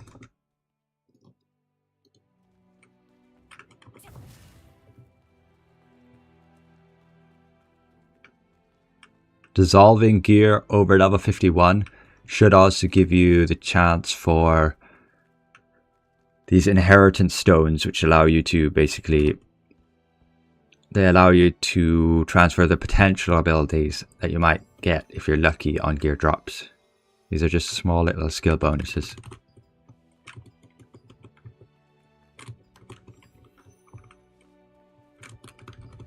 What's the button to pull up the menu to upgrade?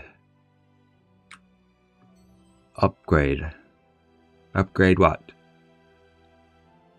You click on traits to upgrade and unlock traits, but actually upgrading gear doesn't go through a menu anymore. Simply, depending on your average gear level, you will drop, when you obtain new gear, a chance that it's higher than what you currently have. That's it. And then you get this higher than what you have drop. And then it still needs to be tested, but you might need to actually equip that higher than what you had before drop, so that after that, when you drop another piece again, it can be higher again than what you currently have. And eventually, you will start dropping max level 80 gear, just because you have gone through that progression.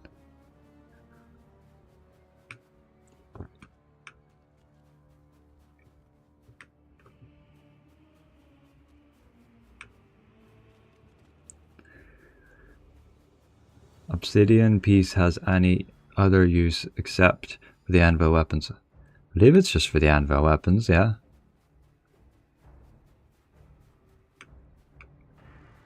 No way I have to talk to this dude, what? How does the dude see me? I'm in the bush. Come on.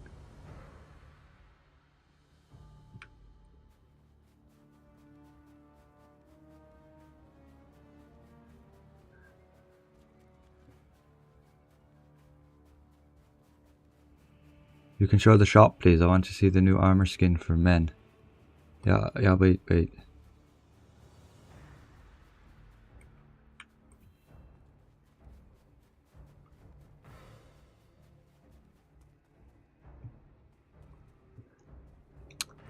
Why does this dude be so slow? And now I get seen. Seriously, I was not in... The dude just spawned there.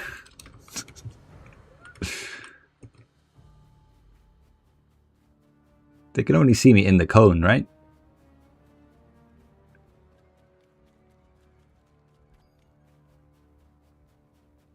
If you go in the bushes, they shouldn't see you, even if you're in the cone.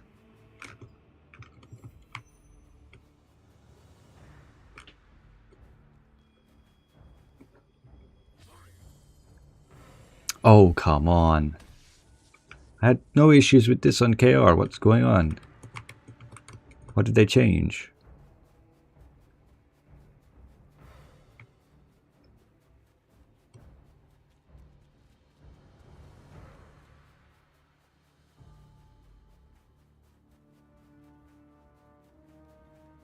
Move it, cart merchant.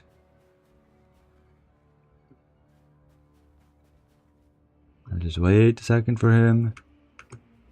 Shouldn't be able to see me in here.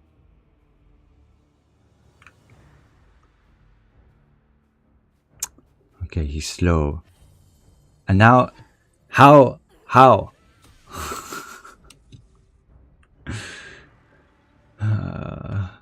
Why do they see you before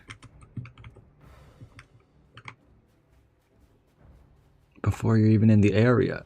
It's not like this again. What? Excuse me?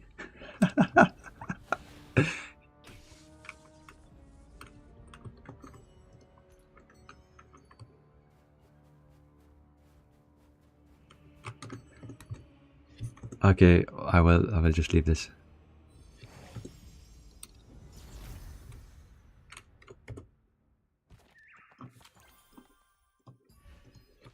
I'm coming, yeah, I just said I would leave my quest.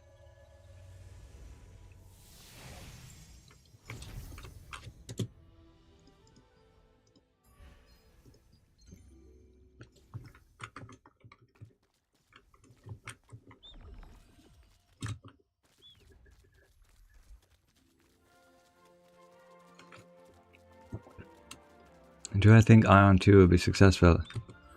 I think it will be pretty successful, at least for launch. I think there'll be a lot of hype, people will play it. It's simply a free to play game. It does cost you nothing to check it out. As for how much longevity it will have, no idea.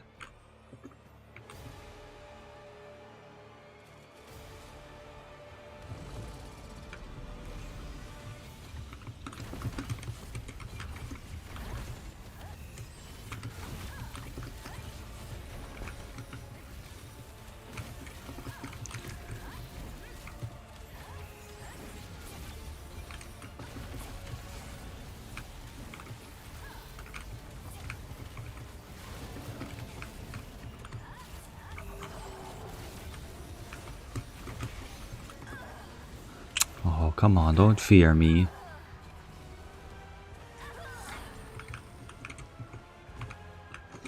This guy walked into me. Great thing.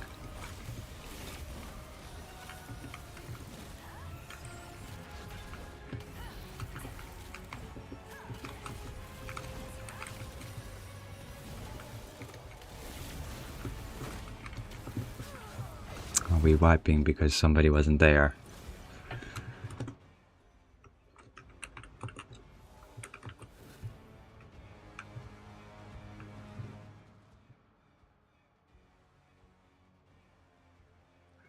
Make sure my sound's not too loud.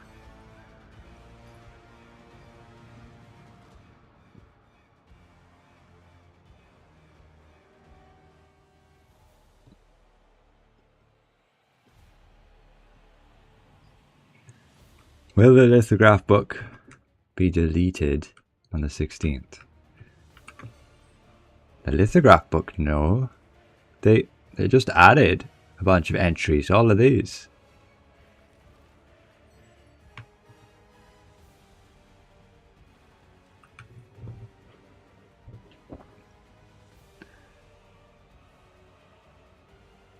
There's no free heroics yet. These were only just announced by the Korean devs the other day, and they said it would come with the next patch.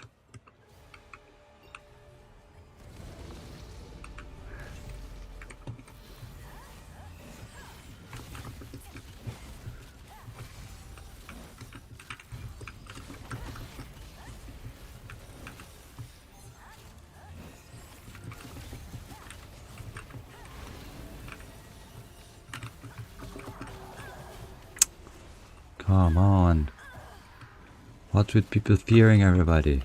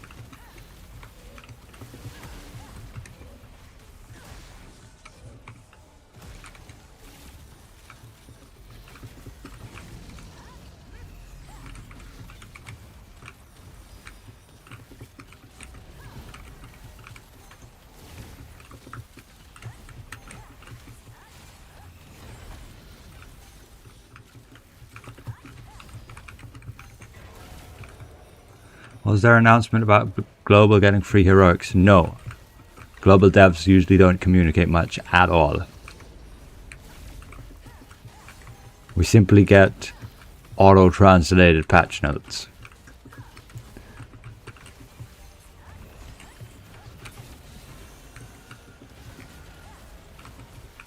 And even our expansion announcement videos are all in Korean.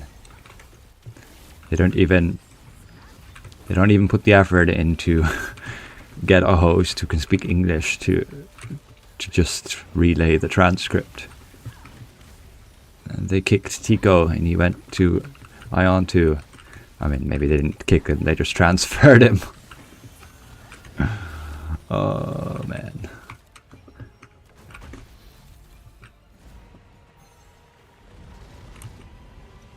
But now here we get these fragments.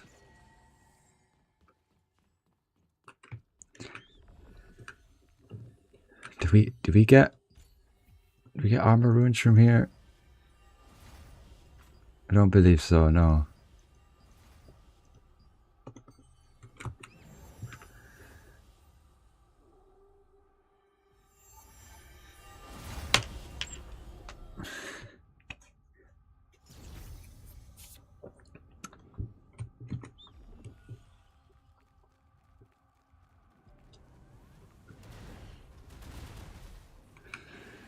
Please show your skills with your hot level. What? Take a picture for my PvE, thank you. No spring English. I haven't updated anything. I'm still using basically what I did before. And I definitely have to make some changes.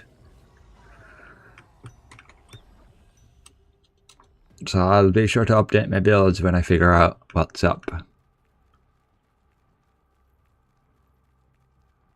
Right now I just do this scuffed build here.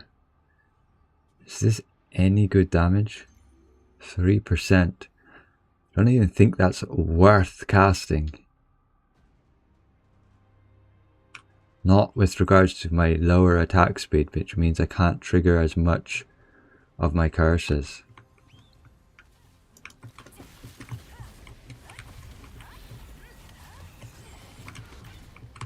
%3 is not really worth it.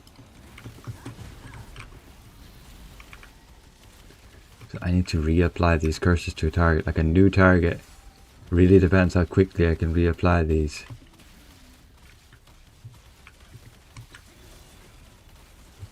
It's still pretty quick to apply the curses.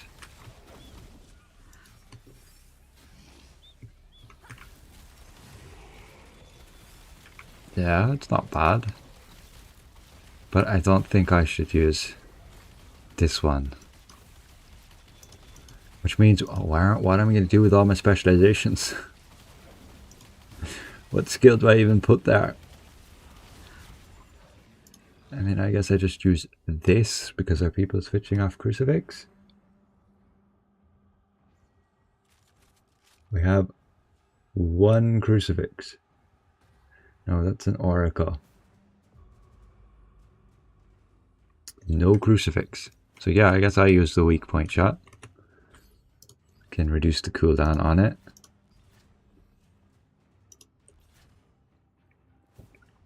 And then what do I want to do? I can just take this. I can take this. I can take this. All kind of pointless.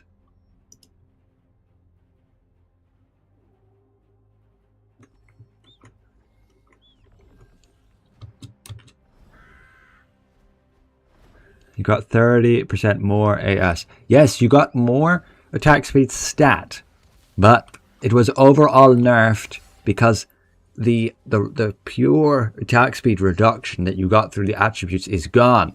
Instead, it gives a little bit of it gives a little bit of attack speed. If we just switch the dexterity, click apply, then stat change.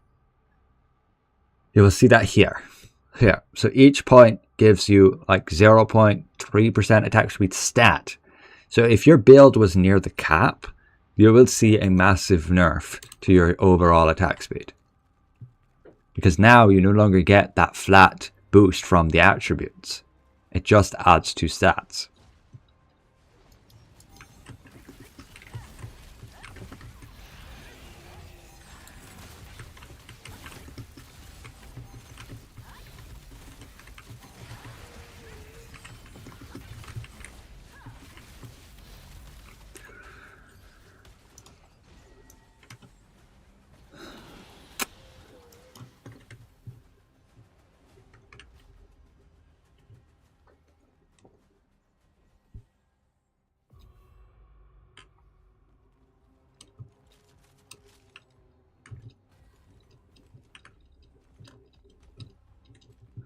Feel sorry for your friend on Discord that bought veiled gloves recently. Probably wasn't such a great idea.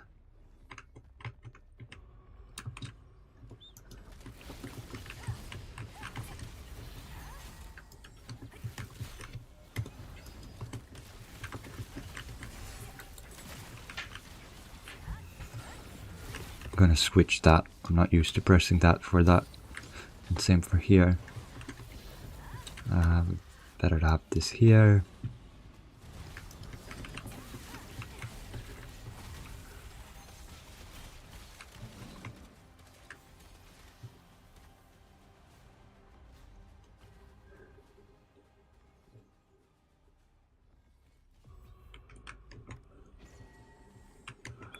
Yep, the best in stock cloak is much more easily obtainable now. Just have to play a bunch of dungeons.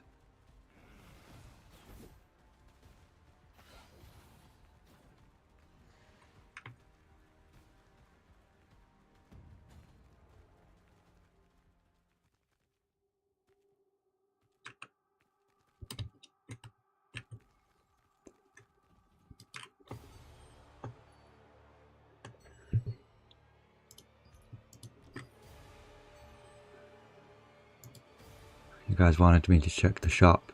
This is the new outfit.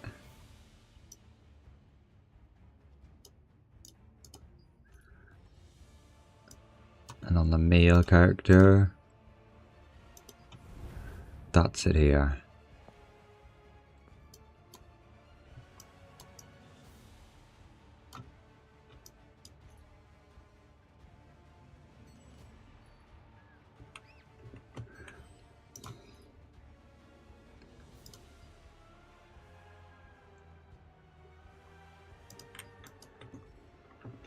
Why doing raid? Because this is the time slot that we always do the raid with this group. And it's worth doing the raid for the materials. You can sell them then as well. I mean, mine don't fit in the inventory. Right here. Need to make some space. Wait, I actually have Da Vinci's favor now. I can throw him in the storage. Not during battle.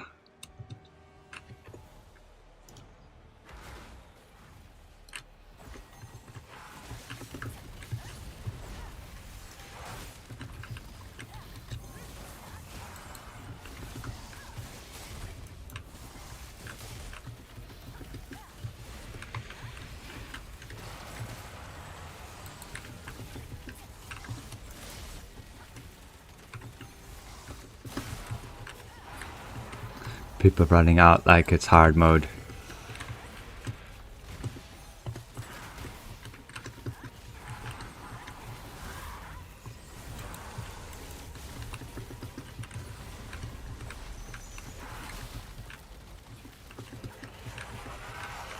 We will do hard mode after this. I definitely have lost damage on my build. Quite a lot.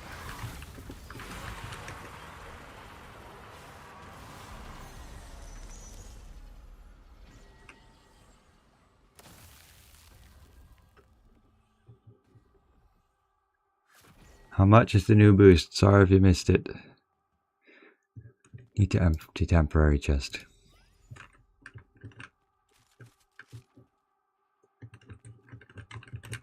I'm not in battle.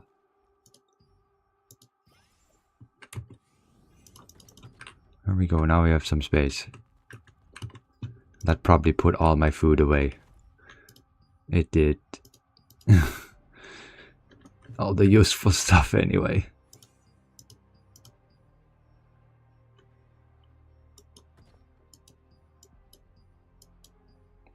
Okay, no wait, I still have that. Okay, good. How much is the new boost? Sorry if you missed it. You mean the ticket or the Path of Ascension? The ticket will get you to about 7.4 combat power with 1000 or with 160 mastery on 2 weapons and level 80 runes, versus if you just do Path of Ascension, you'll get to about 7k combat power. And you'll probably have around level 90 weapon mastery, but runes will just be beginning. Probably be around level 30, based on what you get already through Path of Ascension. So it's not like the difference is huge. I'd say that the ticket is only good if you want to get into Nyx day 1, like you want to rush it, as you skip the entire leveling.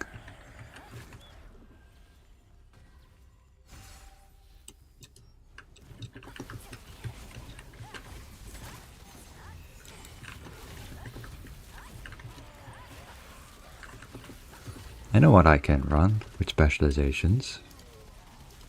I need that. This one. I don't need this. I can take this. But then I have to run. No, that doesn't work. I have to be bound, collision, or sleep, or stun. I mean, take that anyway. Maybe somebody else applies it. And I could use a trap, but I don't have room. I mean, I could ditch Nimble Leap, but I don't want to.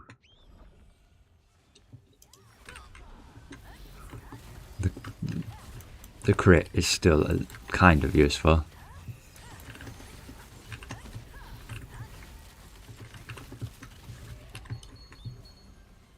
I hope you're well, do. We already know what the PvE DPS meta... No, we do not. We do not. Do not know what the PvE meta would be. That will take some time. People need to do testing. There have been some big changes, particularly with attack speed, orb nerf.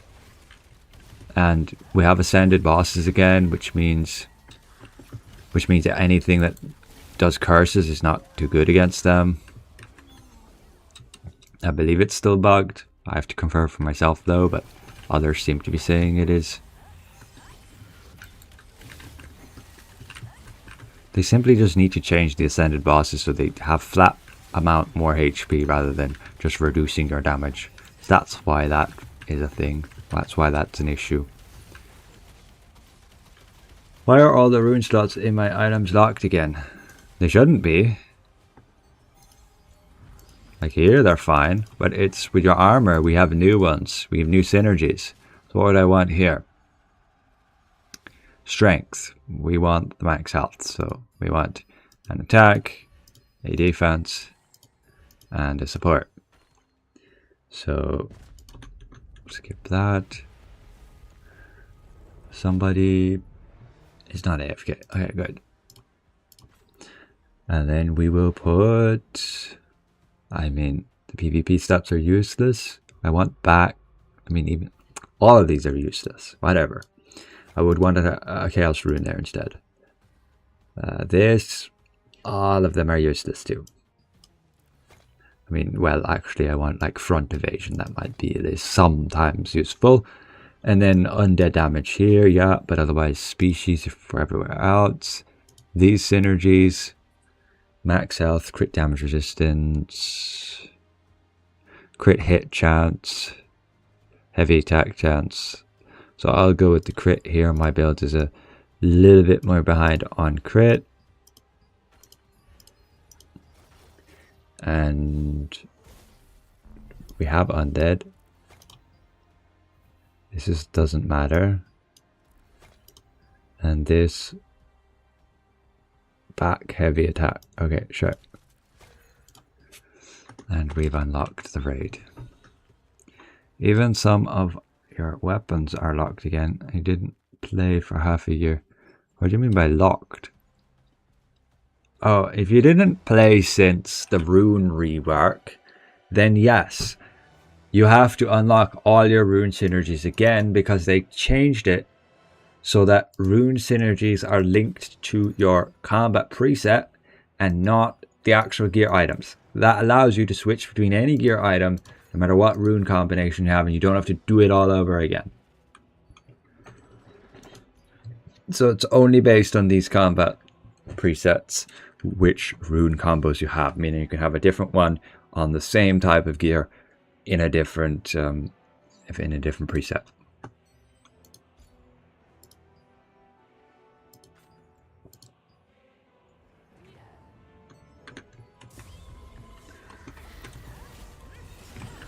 Oh, the attack speed on that ability feels so slow.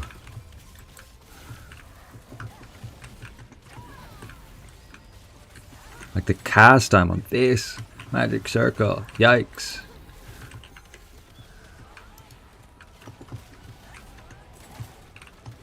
And I still don't deal any damage to these.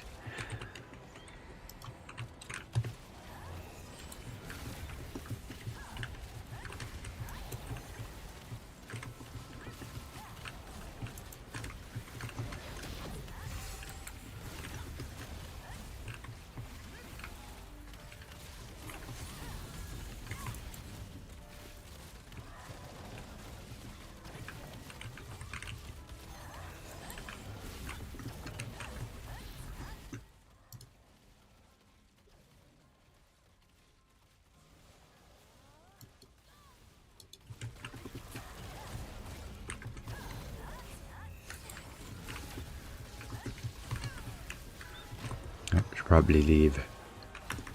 I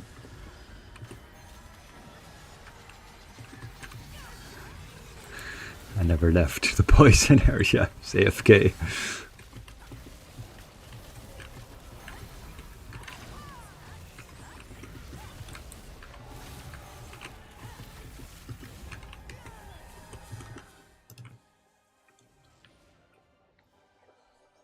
Where are the names of the classes? You can see the name of the gauntlet classes if you actually click on the profile thing. You click here, it will show it up. If I switch to Gauntlet Wand, you can see that is... Well, it doesn't show here. On the Korean server, it showed. So yeah, they don't actually show them.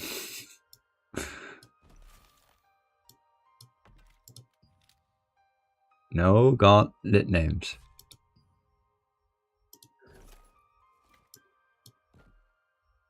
They have them on KR. So I guess I didn't put them here.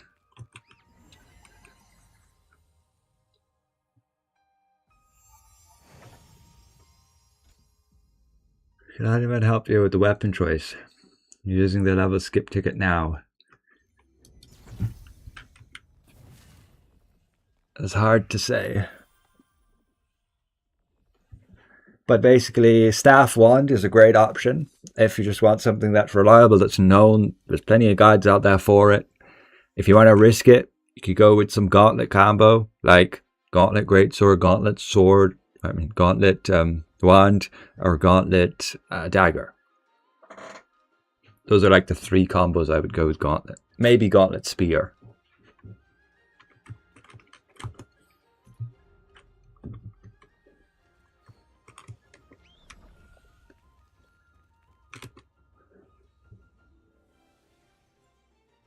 Oh, you can buy 12 of these. That's good. This one is still here. Oh, what did we get?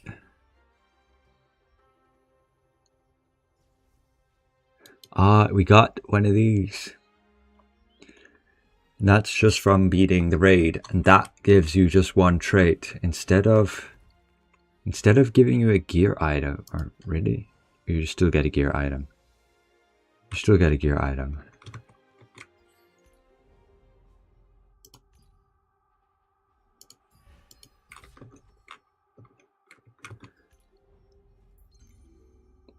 If I look here. Yeah, okay, so you get one of those here. If you kill Galantia, you get one of these guaranteed trait chests. So this is where you can get those high value ones. We'll open ours, see what we get. And we just got a normal trait and chance though. But you can get the special ones that can go for a lot here on the auction. Can I show how to set up and use skills in combination using the shortcut? Oh, wait. So you have to use the chain skill thing. So first you need to make sure you check in the shortcuts. What's going to be your chain skill key? If I put this on I don't even know what I want to put this on. You want it to be a button that you're going to spam.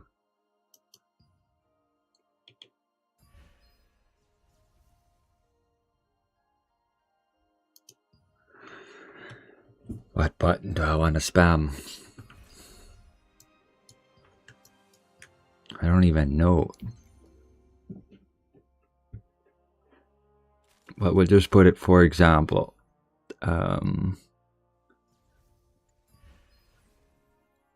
not this one. Like this. Then you go here, you find your skill like this, and this is like my main skill. Then I could have this one, this one, this one, and this one. I think this would work. And then if I go to a dummy, am I using dark apostasy for curses? Yes, 100%. If you don't use it, you're doing no damage. Here, dark apostasy, this is what I would change my masteries to. If you want to do extra damage without the healing, then you go with this here instead of this.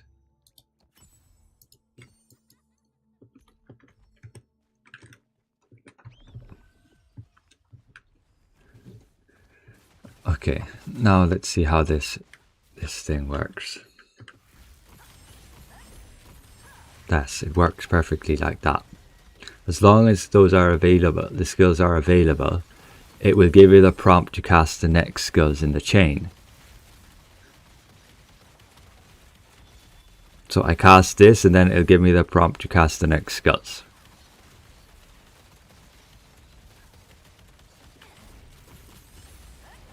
Just like that. I click my Q, which is the first skill in the chain, and then I just click my full stop button there, and that allows me to cast the other skills as long as they're available. Like this again. And that doesn't cast my witching hour because it's not available. But the next combo is like this, and it will cast my witching hour.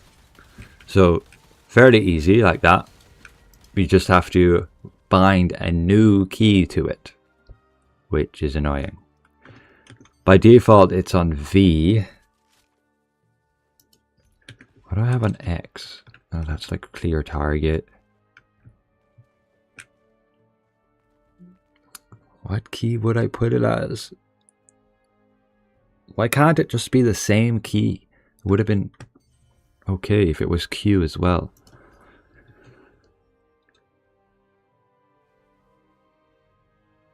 If I change it to right click, I will have issues. I will have issues clearing target because I used that to clear target. But maybe I don't need to clear target, and I'll put it on right click now for now. I think I will have issues because if I don't clear target, I can't stop attacking, and there's certain mechanics in dungeons which really screw you up. But I should just have a different button for clear target.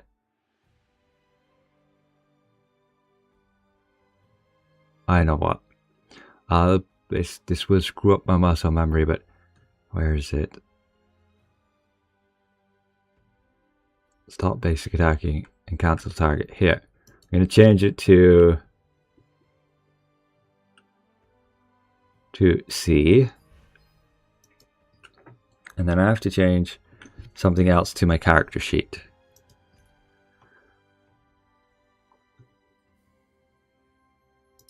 UI, character info. I'm going to put this on. Do I use O for anything? O for settings, but I never use that shortcut. So now I have to remember that O is my character sheet. So now I can use the change skills just with right click, which is cool. So I can use my combo. Change skills are only for combos.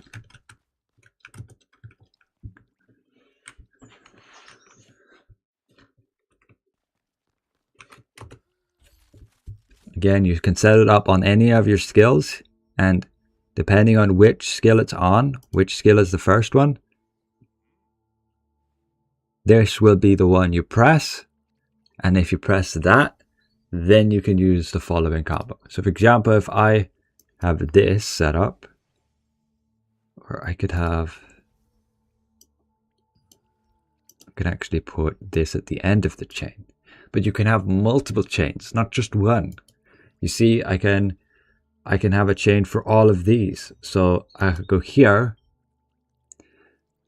and actually, can I not? What is this? Did it just automatically give me that chain? Hello? That's not cool.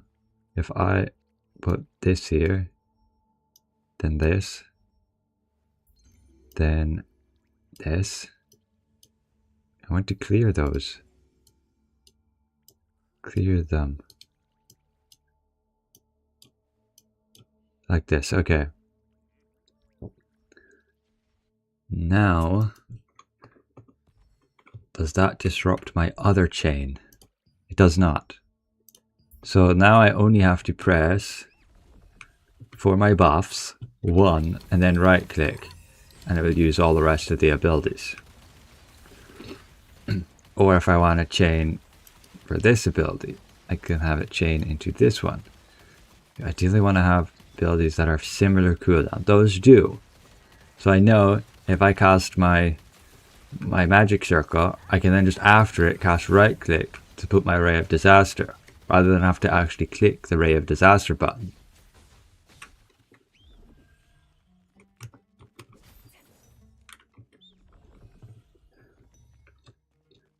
I will still need, and then what happens if I switch like this? Is it smart to adjust? It is. It follows. It's not dependent on which slot it was in. It will always stick to this combo regardless where you move those abilities then.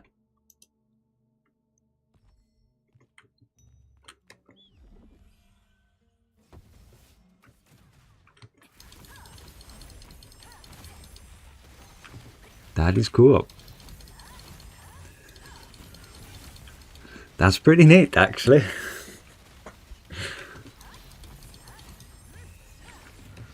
But it'll be a lot of spamming right click for me.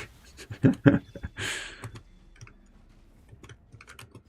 it definitely makes it a lot easier and a lot simpler. Guys, your basic graphic settings, not saving to. My graphic settings are like this. I haven't tried to change them, but they haven't changed from what I had them at.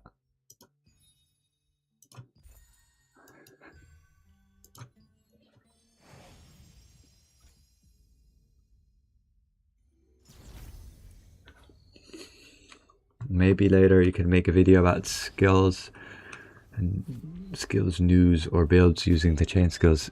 Yeah, we can look into the usability of it, but it seems fairly straightforward. You can have a chain skill on every single skill if you want. It is very useful.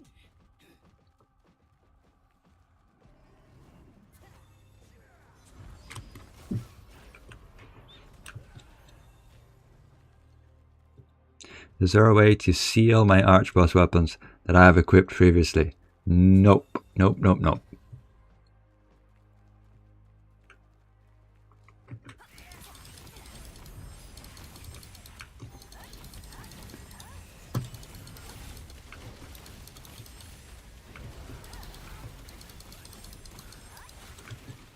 It is also smart, kind of.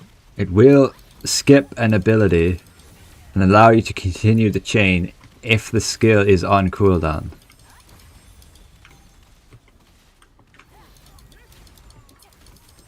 Or just not available.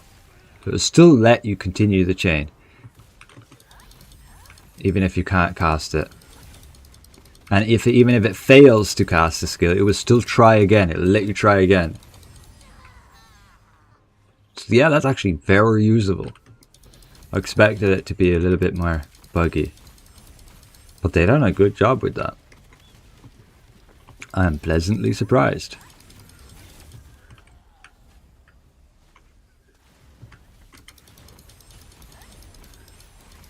but it does make combat very much spam one button if you have your rotation set up. You can probably even use it in PvP to a pretty decent effect. But I'm interested to see if there is a damage loss in terms of attack rate versus other, let's say you just spam it out yourself. Because there might be a damage loss.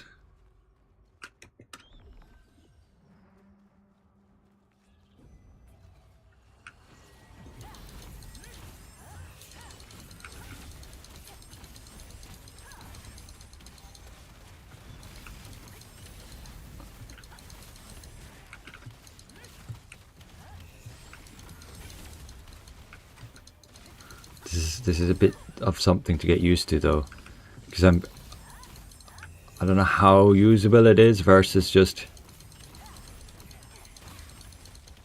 I'm used to casting my skills whenever they show up, and if the cooldown's a bit different, pretty much I shouldn't cast Enchanting Charm before Valorous Bar is off cooldown anyway, because the duration is more than long enough of the buff. And then the cooldown matches these other two, so I should just stick to that chain anyway.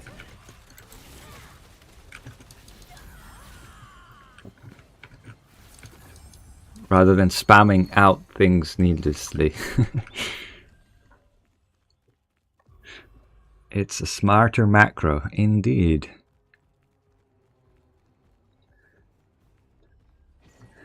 What would I do with all my old gear in the box that I've been saving?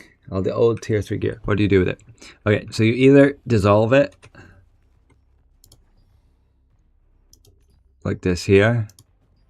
And you get dust, which can be useful.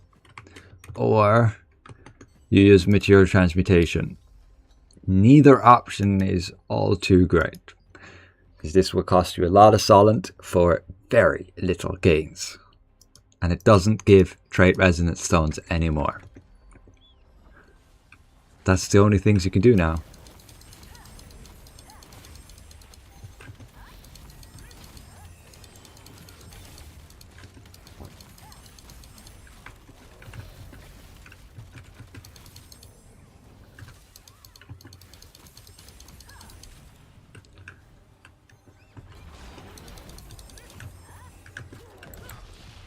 Really?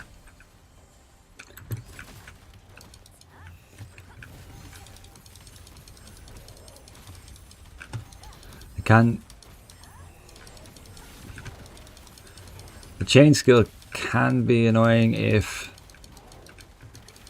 you get interrupted, if you have to play a mechanic. That's why I don't think it's going to be very useful for PvP. You will be getting interrupted quite a lot, and the chain just doesn't work.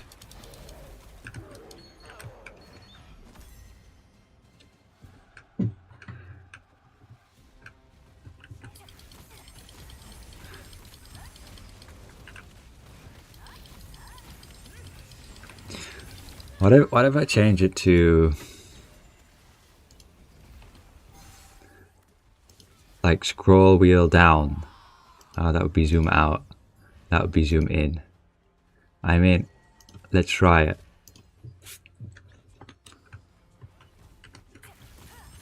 Yeah, I can simply just scroll my wheel.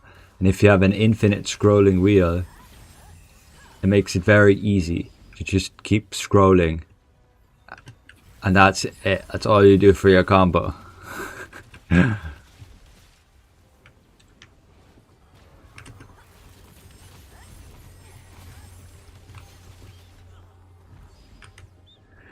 Where you level up gear, weapons, armor, etc.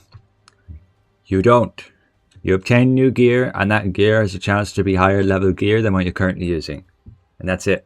And if you equip, I mean, I have to still confirm that, but it could be that you have to equip the new higher level gear to then be able to drop higher level gear than that again.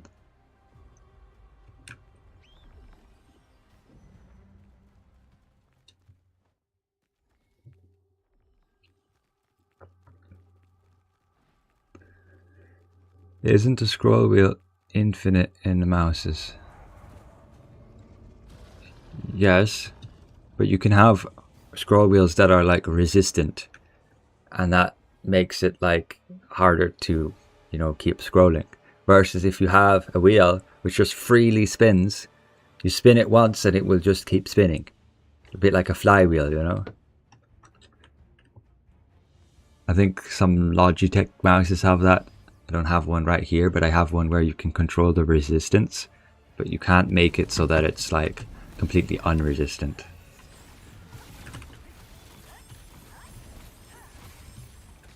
Or you just set up a turbo button, which basically just spams the button as you hold it down.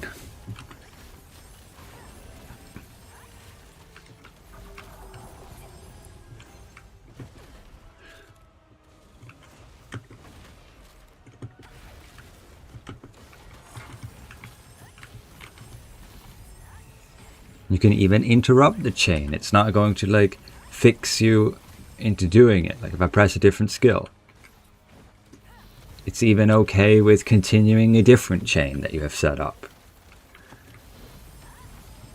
So now I can play my whole rotation just with 2 different buttons. I could probably put, no, I can't put my entire rotation on it because you can only have so many skills in a chain. But yeah, this makes it crazy easy.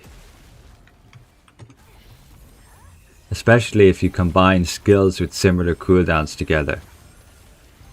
But I have a feeling it might be a little bit slower, but it could just be me getting used to the new attack speeds that is a bit slower. And I really just gotta wait till my skills are off cooldown before starting a chain. Otherwise it won't do it perfectly, but it's like that anyway when you're doing the skills for real. Why did that move me?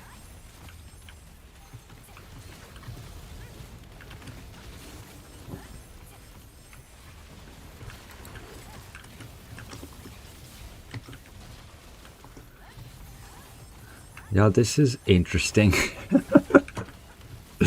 No. That was my fault. I stood next to the dude.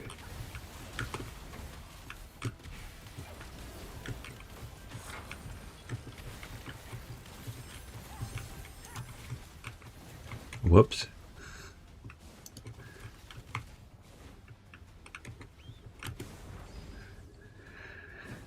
So you're not just good in making videos, you're good at technical support too. What?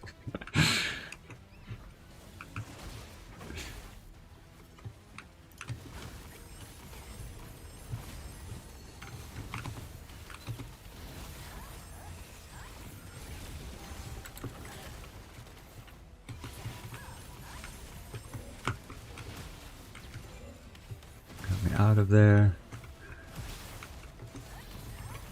Well, let's free some people.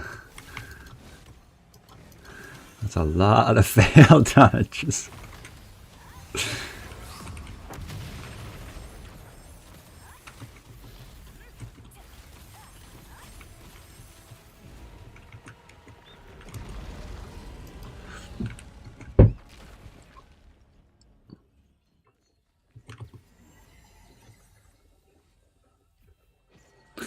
So Fury is very easy to play with the chain skills. Just make one chain skill based on what we have here, starting with enchanting time, these 4, and then another chain skill with these 5, these 6 skills. And that's it. You're sorted. You'll use then your weak point shot whenever available when the boss does his thing. And then you can have the nimble leap. You can interweave that. You can cast it just before you cast like Touch of Despair so that you gain the crit damage. So when you apply a curse, there's a chance that it crits. And if it does crit, it would gain the crit damage boost from the nimble leap. That's why I use nimble leap, and I don't really see much better alternative. The problem with Fury and the way I play it here is you need some time to basic attack. So you can't just fill your entire rotation with actual skills. You need to be able to basic attack sometimes. And that's to trigger Corrupting Hit. And again, very important with this update, change the wand masteries. Make sure you're using Dark Apostasy. This gives the 70% base boost to your curse damage, because we did receive a damage nerf outside of that, and that Dark Apostasy then compensates for that nerf.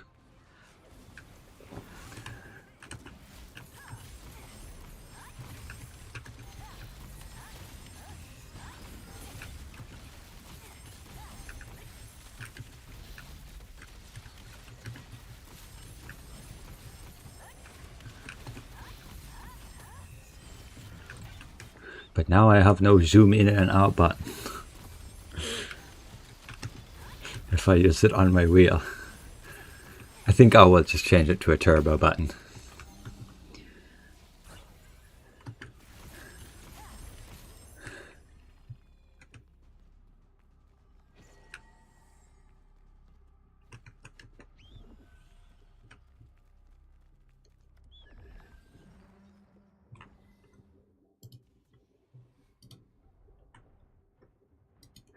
I'm sorry, I didn't catch that. What do you need to change as invos? Go here to the wand masteries and change it so that you have Dark Apostasy. You can see what I've done here. I've removed this point, and as long as you have the rest of these points, you're able to have Dark Apostasy here. And you have to have this one, and give up Malicious Intent. Unless on Invocator you play with Dark Explosion. On Invocator, if you play with this one, where you don't remove your curses, which I think a lot of Invocator builds do use, then you can run with still Malicious Intent and give up Corrupting Hit. If you give up Corrupting Hit, also make sure you're using your Decaying Touch instead, because that's simply just a better dot than what you get with Magic Circle. I use Magic Circle because I can trigger Decaying Touch with the Corrupting Hit, and that's really important for Fury here, where I'm using Curse Explosion, where my curses get removed. So yes, on Invocator, use Decaying Touch, use Dark Explosion, and switch your masteries to exactly like this, so you have Dark Apostasy. And you can switch these here. I like remove this one and put it back, and then you have Vampiric Onslaught. You have no self heals, but you have a little bit more damage. And then when I want to switch it back, I simply remove that, put it back, and now I have my self heals again. I don't really trust my healers, sorry. And I don't think we do have a dedicated healer here, Elvin. But, you know, it's better safe than sorry. It's not like we need maximum damage right here, right now, so no harm with a bit of extra survivability.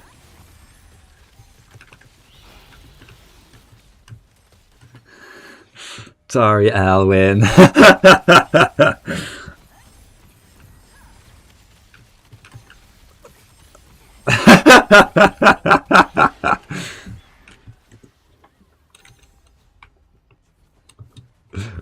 You did there, to be fair. Yes, you did. Thank you. I was AFK last bus, yes. Thank you.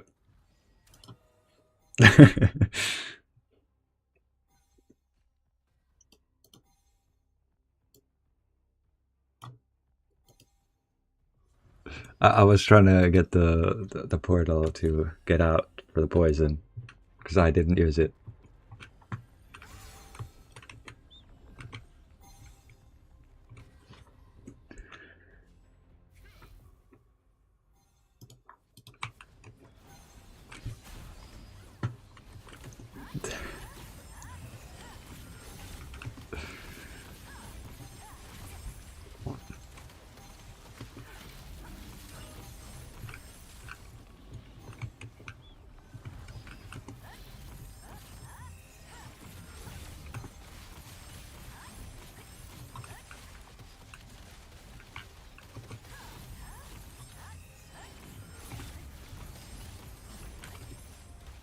Yeah, chain skills are actually pretty huge. I recommend the mouse wheel.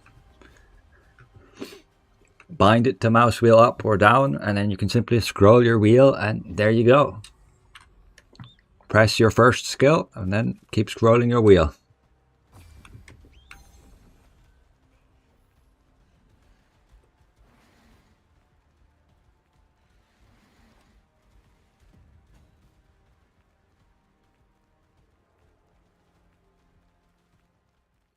Unless, I want to check something. Maybe one of you can.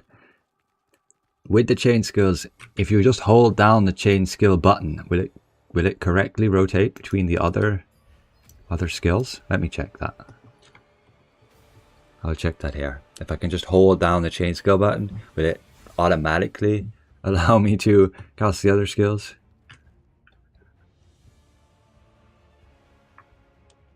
In one of my vids, I mentioned free heroic gear. Is that solely KR, or they will be coming to global as well? That's currently not on the KR server either. The devs announced that it would be coming next patch. It's very likely it comes to global too. They pretty much copy and paste the patches, so you can probably expect that. What are people doing here?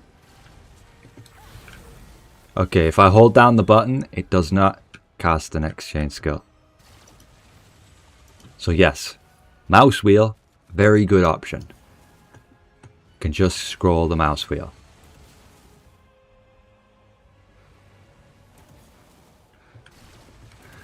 Oh, I hit the boss. So just getting the stack. Okay.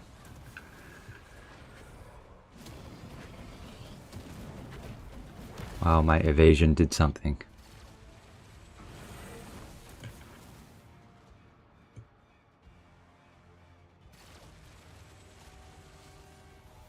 I'm out of combat actually. I don't need to die.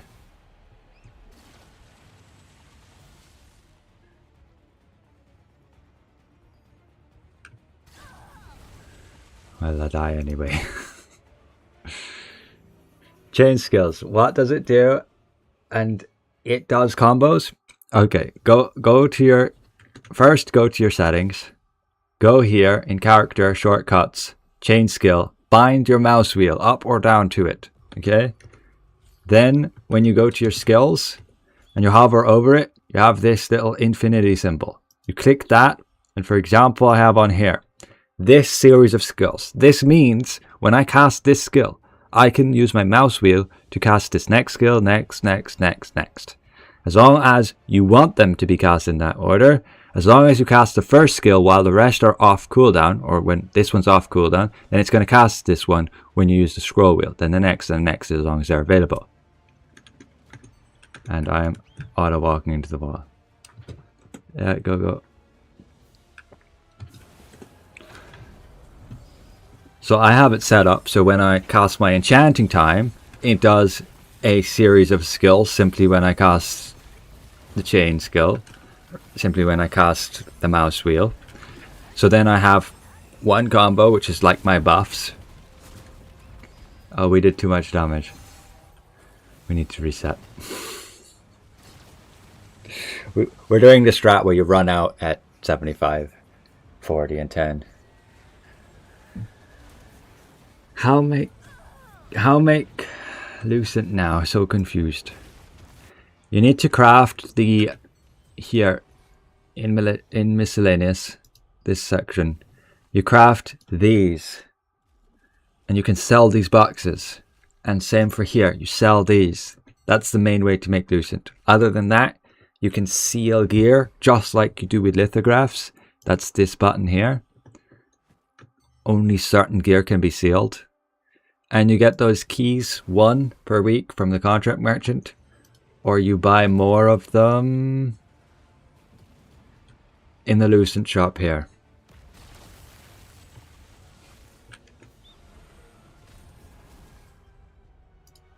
I don't know what happened there. What's the mechanics for this boss? Sorry for asking. We've wiped to some bugs and we wiped because we didn't run out of the circle. But this is just a hard mode raid. It's easy. We do it every week. The mechanics for it, well, they can be a bit complicated if you're here the first time. I would recommend watching a mechanics guide for the raid. You can do normal blind, no problem. Go in there and you'll see what other people do and you just copy them. Hard mode, that's a bit of a step up. I recommend watching a guide. There are extra mechanics you need to know. For example, this one will put the stacks link you, and you can see what we're doing in this strategy will be to run out before he gives us the stack which would link us, requiring us to do a certain mechanic. other than that, if we move out at the correct timing, 75, 40, and 10, we don't have to do any extra mechanics until we get to the next one. So here, we're going to get to 75, we move out. We need to make sure the boss actually gets to 75. The other team does the same. That way, when he does this area, he doesn't apply the debuff to people. So nobody gets linked. Nobody has to cleanse that debuff. And then we can go in again. I may as well wait till this area is done. And now we deal damage down to 40%. While ice will have to break a shield at 50%. Oh, that's a lot of damage.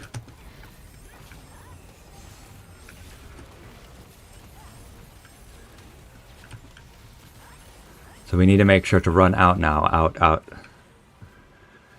Because he will, again, I will apply that debuff and you'll die if you don't cleanse it. And there's been issues with cleansing. And if you're out of sync with the bosses, then it's really annoying. Oh, I need to run.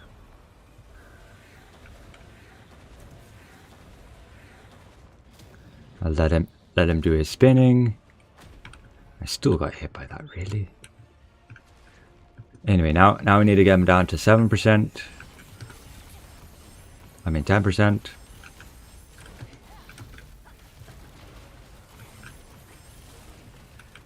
And we run out.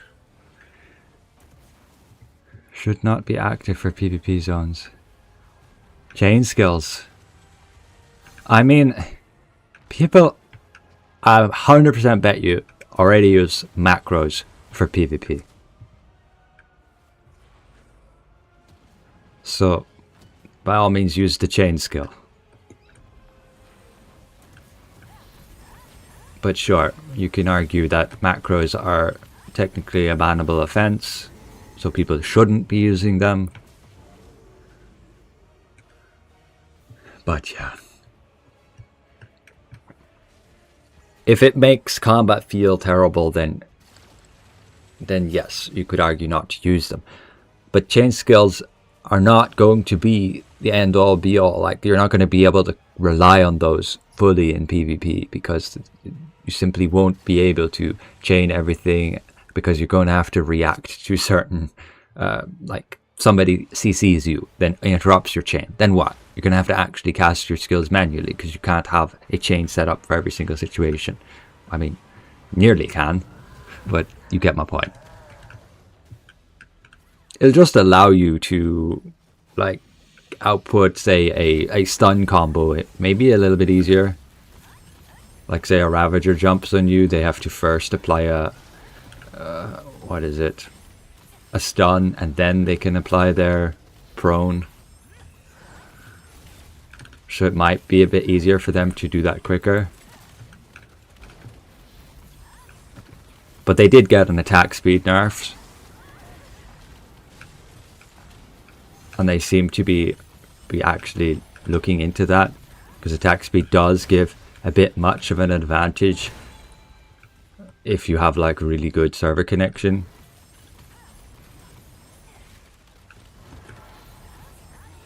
Oh great, I used the bank thing and it threw all my consumables in the bank, so I don't have any remedy.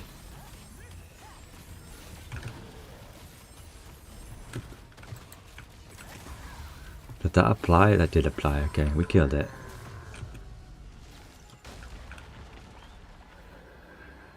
You can literally do a macro for 2 keybinds now to activate all skills. Correct. That's what I have set up. But you still have situational skills which you can't rely on a chain to use. For example, weak point shot here. And nimble leap, actually, I could throw in the chain. But yeah, Fury, I just have this chain and this chain, and that simply allows me to cast the majority of my skills with scroll wheel. I just press enchanting time, and then I have the chain skill keybind on scroll wheel to cast the rest. And the same for Touch of Despair.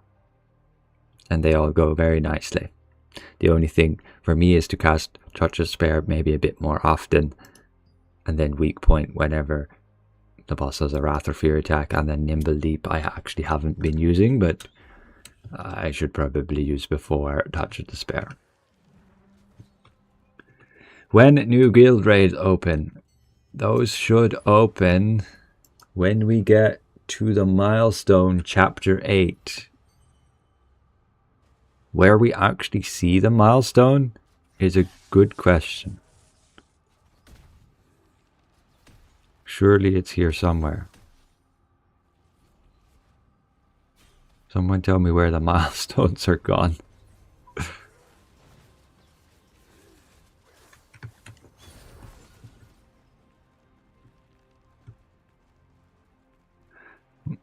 Those works for those that don't have fingers. Yes.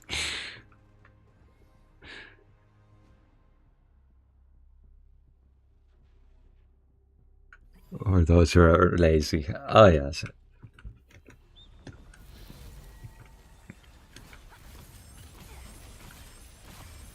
I'm sure it helps a lot on controller.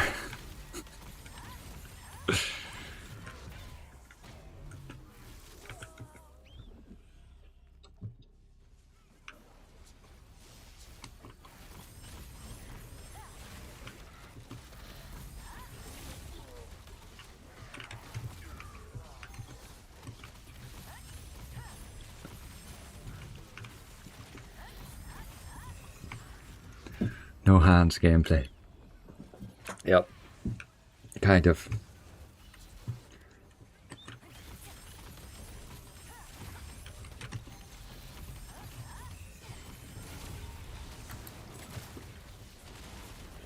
Too early dodge. Hey, what should I first? I'm very new, but I just got the ticket boost. What you should do if you have the ticket boost is go to the codex and begin chapter 3 here. Go through chapter 3. You will unlock Nyx. Once you have Nyx unlocked, there's a bunch of stuff you can do there. I still need to do it. After this raid I will. And that's such things as contract, getting your purification points, which don't show for me unless I'm in Nyx, I think. Or I haven't unlocked it yet.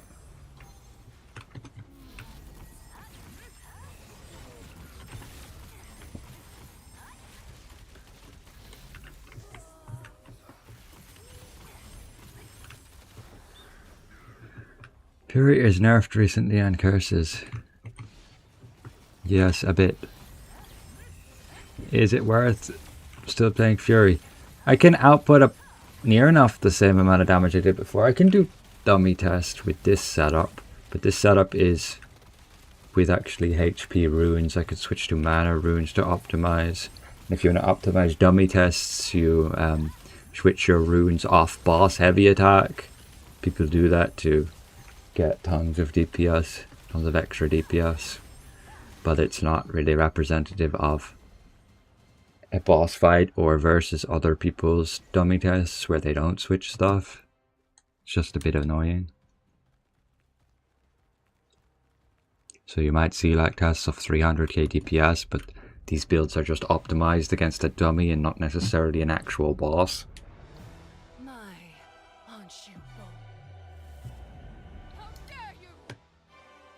Leaving veiled gloves as level 50 is a serious crime.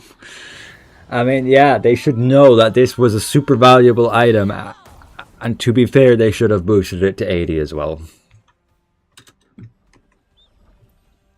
Maybe if enough people complain about it, they will. Because they do seem to listen somewhat, even though we are the English community and the devs are primarily Korean.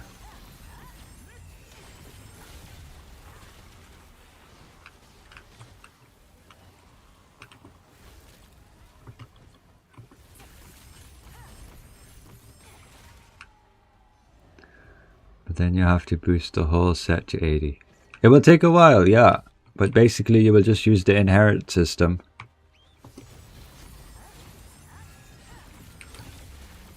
To boost it. Like any gear you get now, you will get gear that says max 80 And that simply means that's the maximum item level you can get. But when you obtain it, it's probably going to be just 51.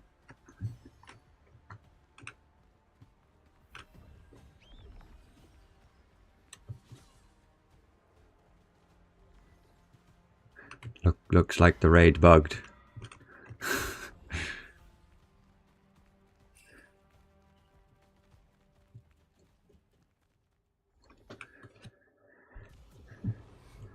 How long it takes to finish the new content? You mean the leveling to 60 with the adventure codex? Probably takes like an hour or two. Is the character boost worth getting for a returning player since T1? If you get the character boost, you start over. Even if you played in T1, your character's already level 50. You don't have much more to do to get to 60. But you're going to be very behind on mastery, on runes. So you could consider it. But take note of this. The character boost gets you to about 7.4k combat power. While if you just complete Path of Ascension here with all the free gear and boosts, along with the new Adventure Codex rewards, you're going to get to about 7,000 combat power. So like only 400 difference. But your mastery will be a bit behind. Like from the ticket you buy here, your mastery will go to 160.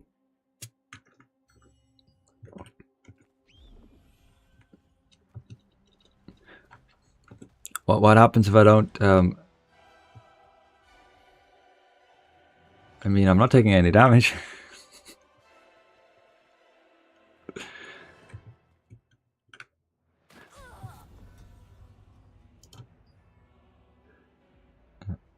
Okay.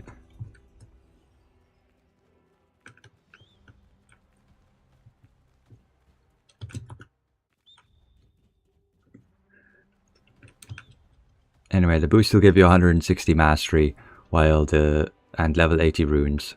While if you just go through Path of Ascension, you'll probably get around level 90 mastery, and your runes will be pretty low, like 20, 30. And those will ultimately save you quite a few weeks of grinding.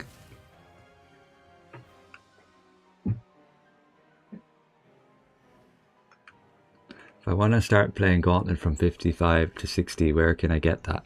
Go to Path of Ascension, claim these packs. You can claim a free gauntlet from this pack.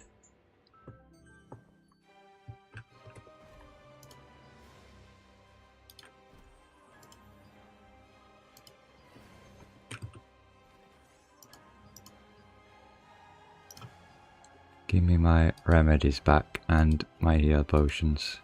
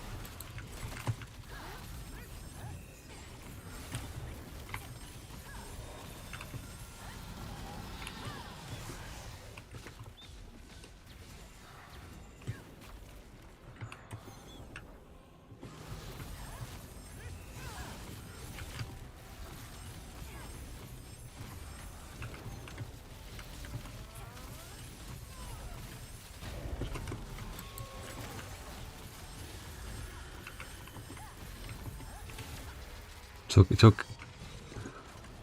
okay, we only get one. Oh, we get two sets, okay.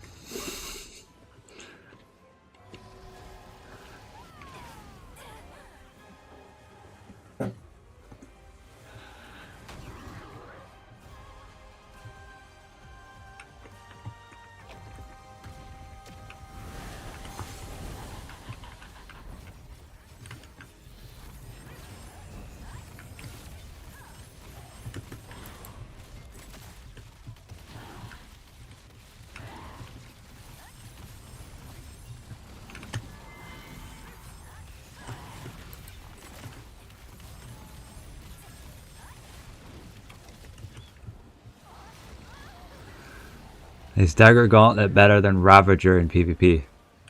I don't know. I think Ravager would still have the advantage. Ravager would still have the advantage of probably faster kill time. But that's to be tested.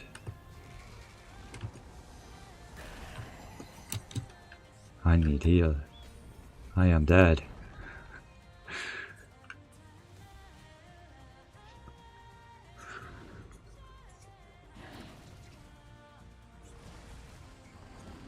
How do you level weapons? You mean level up everything? To level up anything, you have to just obtain new gear. And the gear you obtain will be higher level than what you have. As long as it's not above the max.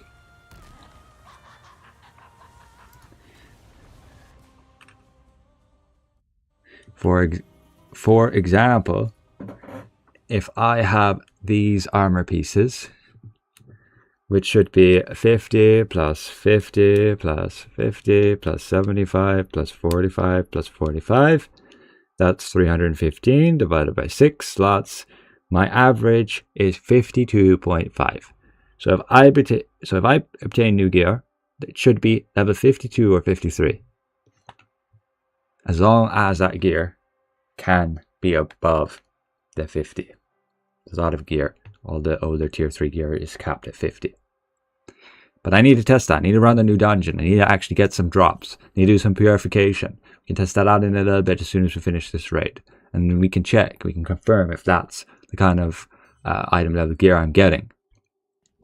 And then to get higher level gear than that again, you simply have to get this higher level gear and increase this average of your gear. And as you increase the average, you get higher item level drops.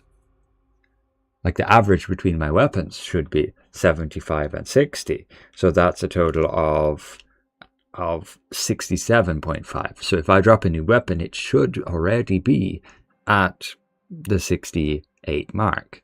Unless there may be a catch that arch boss item level, heroic item level, doesn't count to that watermark.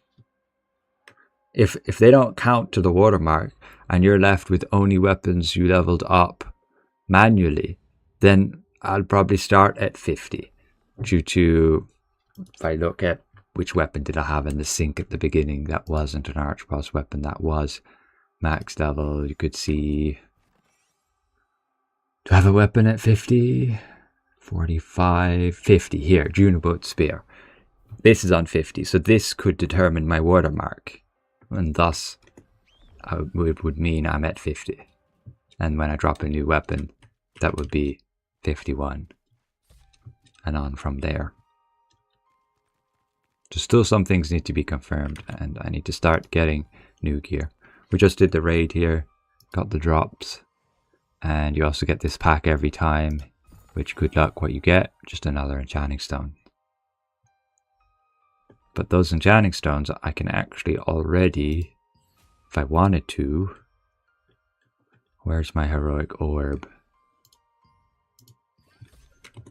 Just to show you for an example. Yep, thank you for the raid, guys.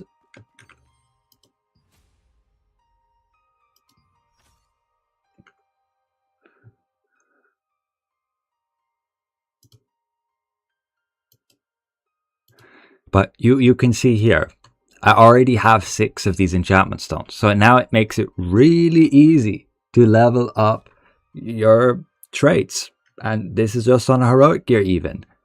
I never had to buy any of those enchanting stones. I just did hard mode and normal mode. And I have 6 of these trait enchantment stones. This is versus me buying traits to level this up, or getting super lucky at the right gear drop to get the trait. Now it's just generalized enchanting stones that you can use to level up any trait here. So this is absolutely huge. And if I want to swap one of these traits to a different one, this will cost me some trait unlock stones and some conversion stones, but significantly less than before, I think so. And to get those trait unlock stones, I have to go here and craft them. And that only costs me 1 Calantia shard and 20 of these trait unlock fragments, which you already have over 150 just by playing normal and hard mode of the raid.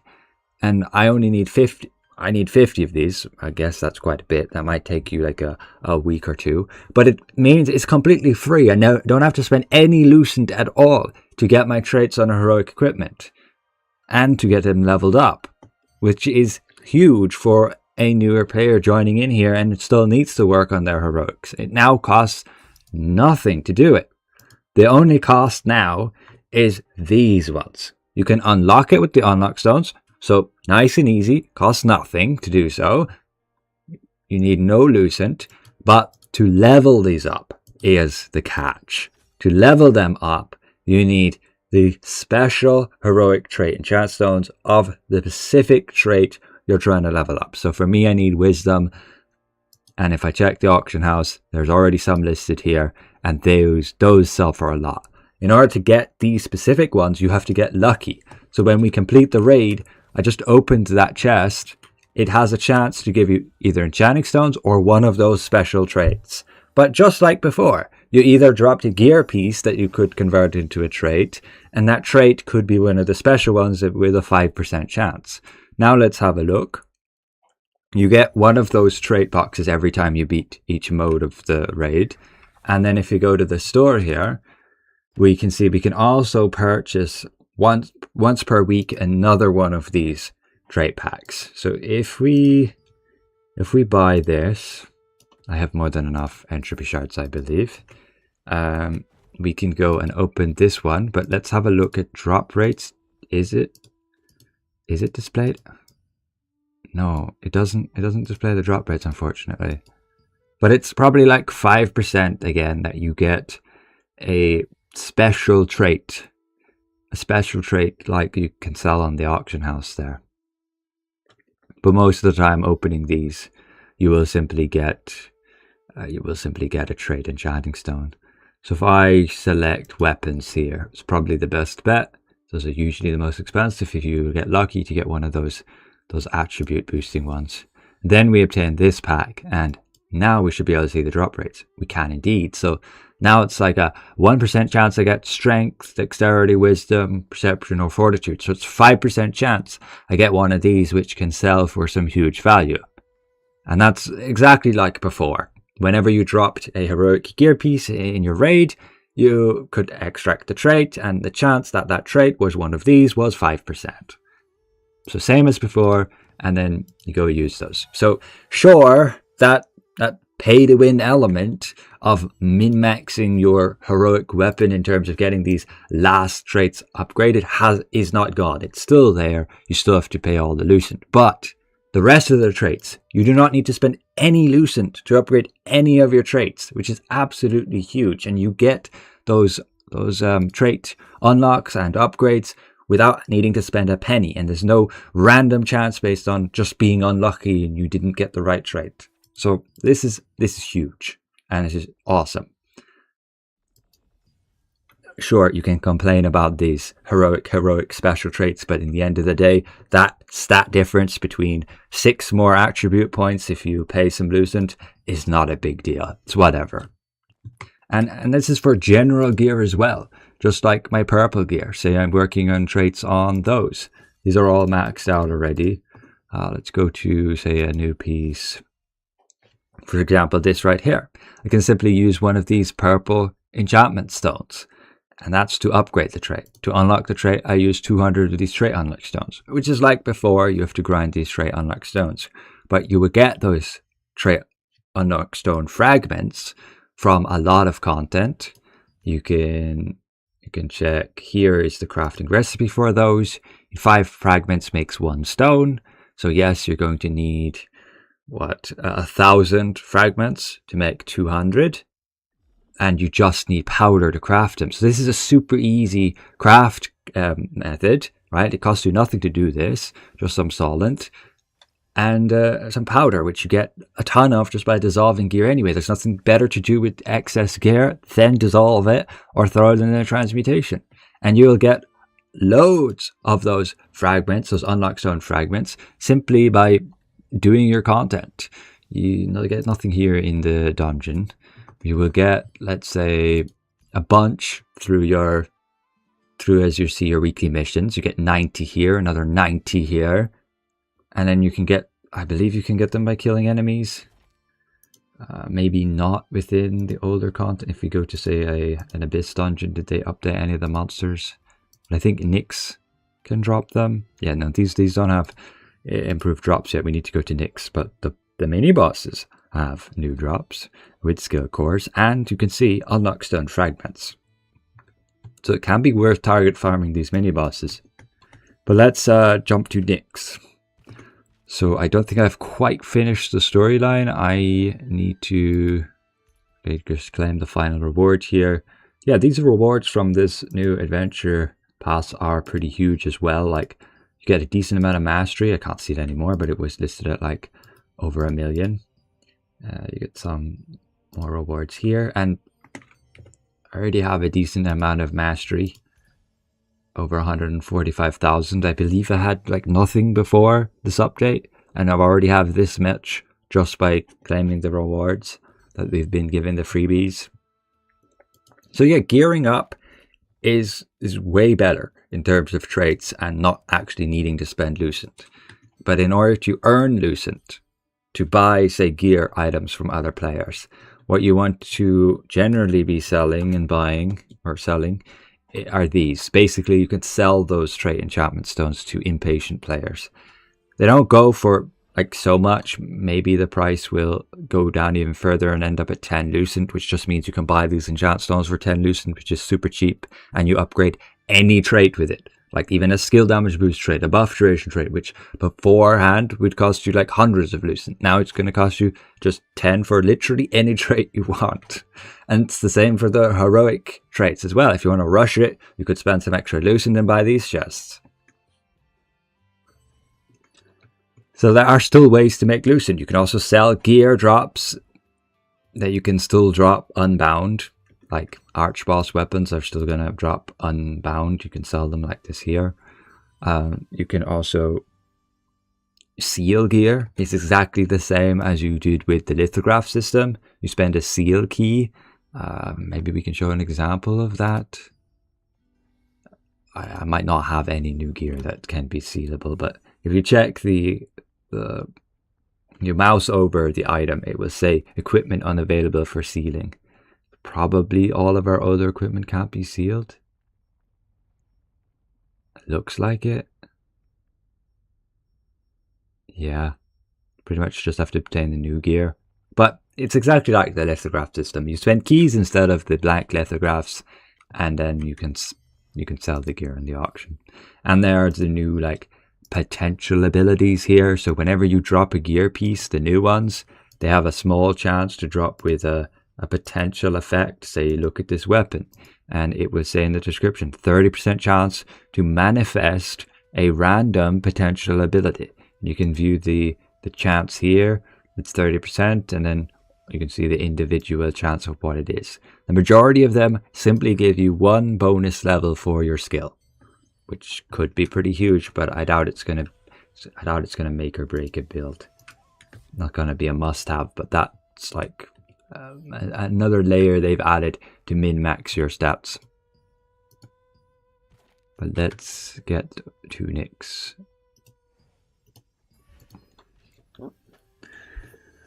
What server am I in? I believe I'm in Fearless. Here, I'm in Fearless, Europe.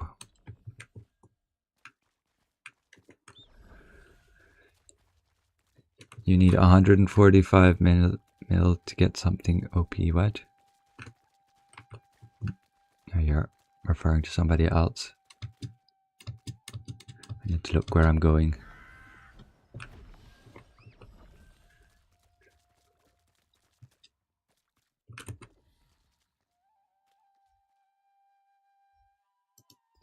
Let's go to Nyx. If you come back after a long absence with a full inventory of old gear, what do you recommend doing with that stuff? You either dissolve it or you throw it in the material transmutation. They added Cordy Greatsword with the skin. Oh yeah, let's have a look at the loyalty point store. So if you do buy Lucent, which I have never bought any, you'll get loyalty points. And they have actually updated the store like they did for Korea. You can buy this whale, 20,000 of these loyalty points. It's a cool glide morph, not a swim morph. And you get these cool, fancy visual effect archboss weapons. Skins. They're just skins. So you have them for all the weapons. These are just the Delos Noah ones, because that's what Delos Noah drops. Whoops. Where were we? And we also have this Delos Noah spear. And then, yes, we have the Delos Noah gauntlets, along with the giant Cordy Greatsword, which looks awesome. It's actually kind of unique because you can see the other Cordy weapons have this green effect, along with the crossbow and also the orb. So the Greatsword does stand out as unique.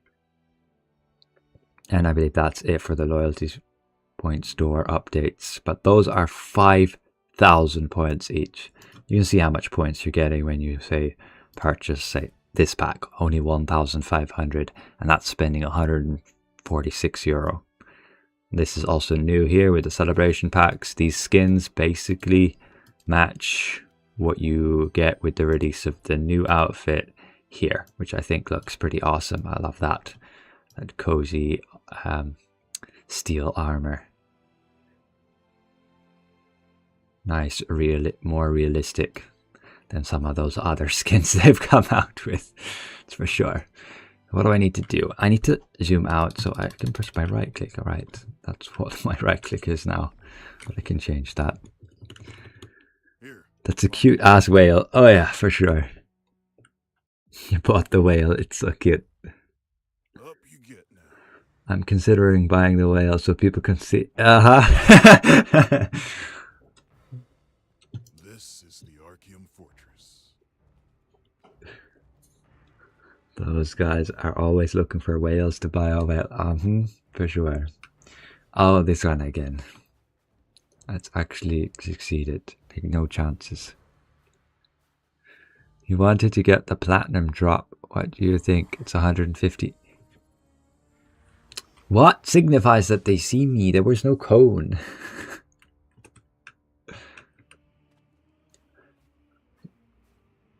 Is it worth getting? I mean, as a person who's never spent a penny on this game and doesn't intend to, it's really up to you whether you want to spend your money on it or not. It really depends how much disposable income you have, how much you would otherwise spend on hobbies anyway. I prefer to save mine for other things. I have a house to build.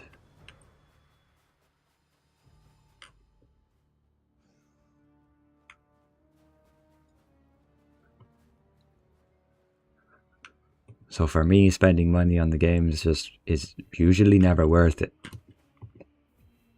Ultimately, it's just pixels on the screen, and it's not worth an investment other than for your fun.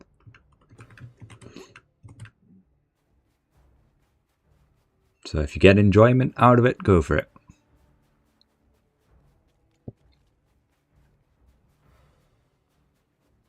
I think these bushes don't render for the mobs either.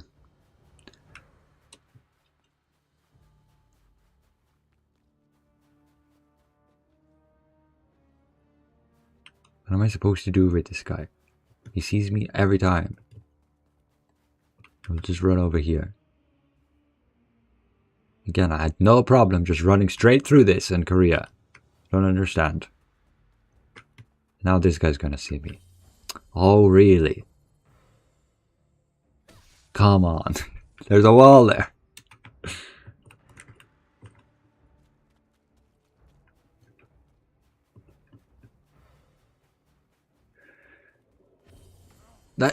Look. What? Excuse me?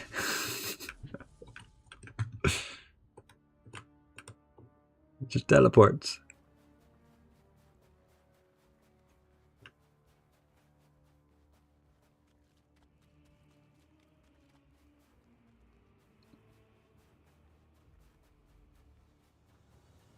So yeah, get this buff here. Hides in the bushes to remain undetected by enemies. You will get this in the PvP thing as well. But if they join the bush, they'll see you. So he shouldn't see me. And he still shouldn't see me. Yay. We progressed.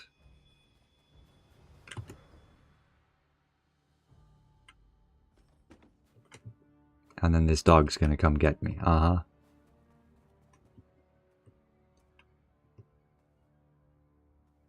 What is he doing? Do I just have to go around them or can I go in between them? Fine, fine, I'll go around. And then apparently there's this guy. Hello? Maybe it's because I have my character limit set on low. Put that on high.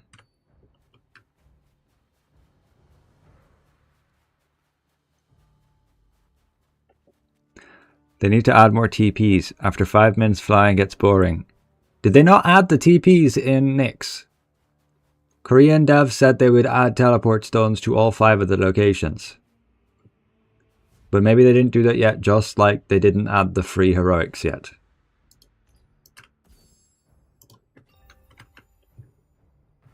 I can whip up the Korean patch notes and show you. Oh, I have so many pings on Discord.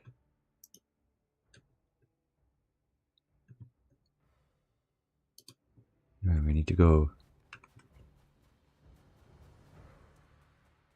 Look, apparently there are guys there now. But we should be able to just run across here if we're not too slow. Yeah, maybe the guys just did not render.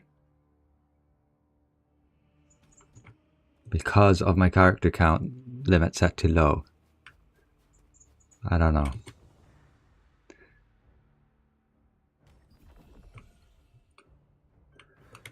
Move onto the bridge. I'm a guard now. I should be able to walk past everything, right?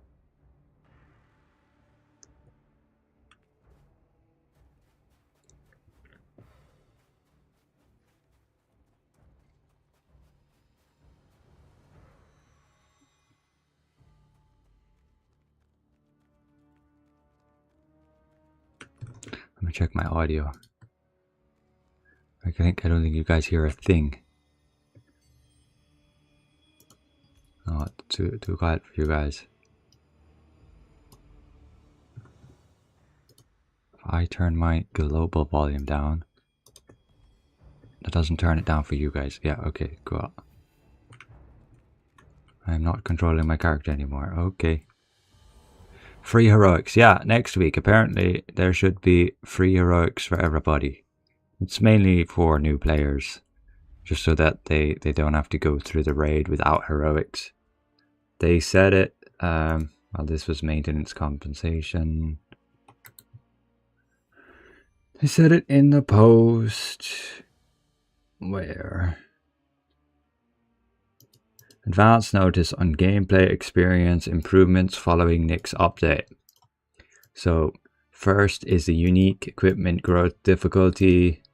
So the improvements, they'll be adding a crafting recipe to exchange unlock stones and trait stones for unique opening stones, heroic opening stones. So basically, your normal unlock stones, your normal unlock stones can be traded for the heroic unlock stones.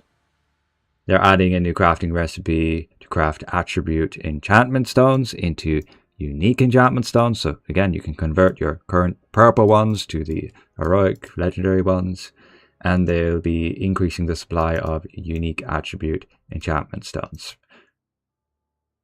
Additionally, right here, attendance reward. Heroic weapon, heroic armor, heroic accessory provided as an attendance reward. And through this, they plan to alleviate the burden of growth for new and returning players and support existing adventurers in leveling up their heroic equipment more smoothly. With that, they will also update the Abyss point consumption in Nyx, along with adding the teleport points. So there'll be one more teleport stone, or there'll be one teleport stone in each of the 5 regions. And this will be, I mean, it says the following changes will be applied first during the temporary maintenance on June 25. But I did just log into the Korean server. I can log in again, and okay, that doesn't say they are adding the check-in event for the free heroics, just adding the teleport stones. We can have a quick look at that. But let's continue quick with this. Is that free heroic gear will be fully traded? Highly unlikely. But it's already like a big boost to get a straight up heroic that is then item level 75, because there's no leveling up heroics anymore. If you obtain an heroic, that's it, boom, it's level 75. And then trading it out is really easy. Just play the raid once and you already get six upgrades for your traits. And then you can spend the materials to craft some unlock stones.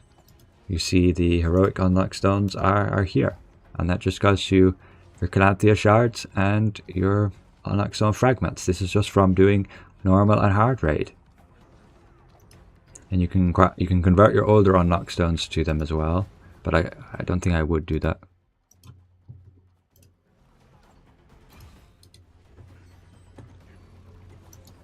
Anyway, let's help this guy.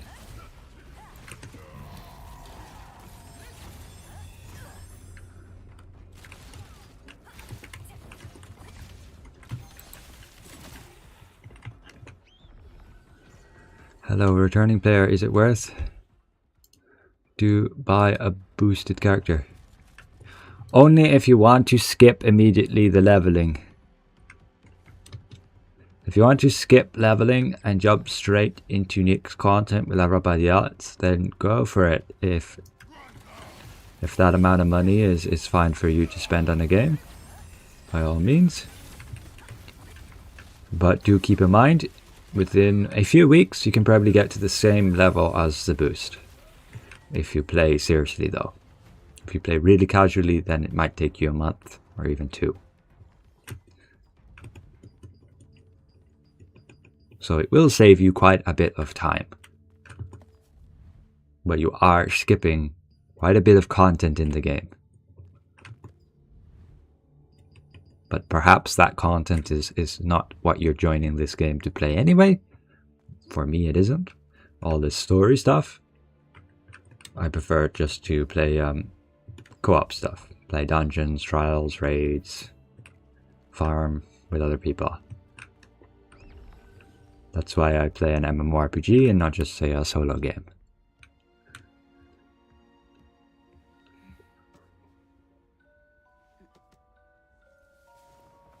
You have 5,200 CP character dagger spear. Okay, you can immediately boost that 5,000 to at least 6,000 up to 7,000 if you just claim the rewards from Path of Ascension.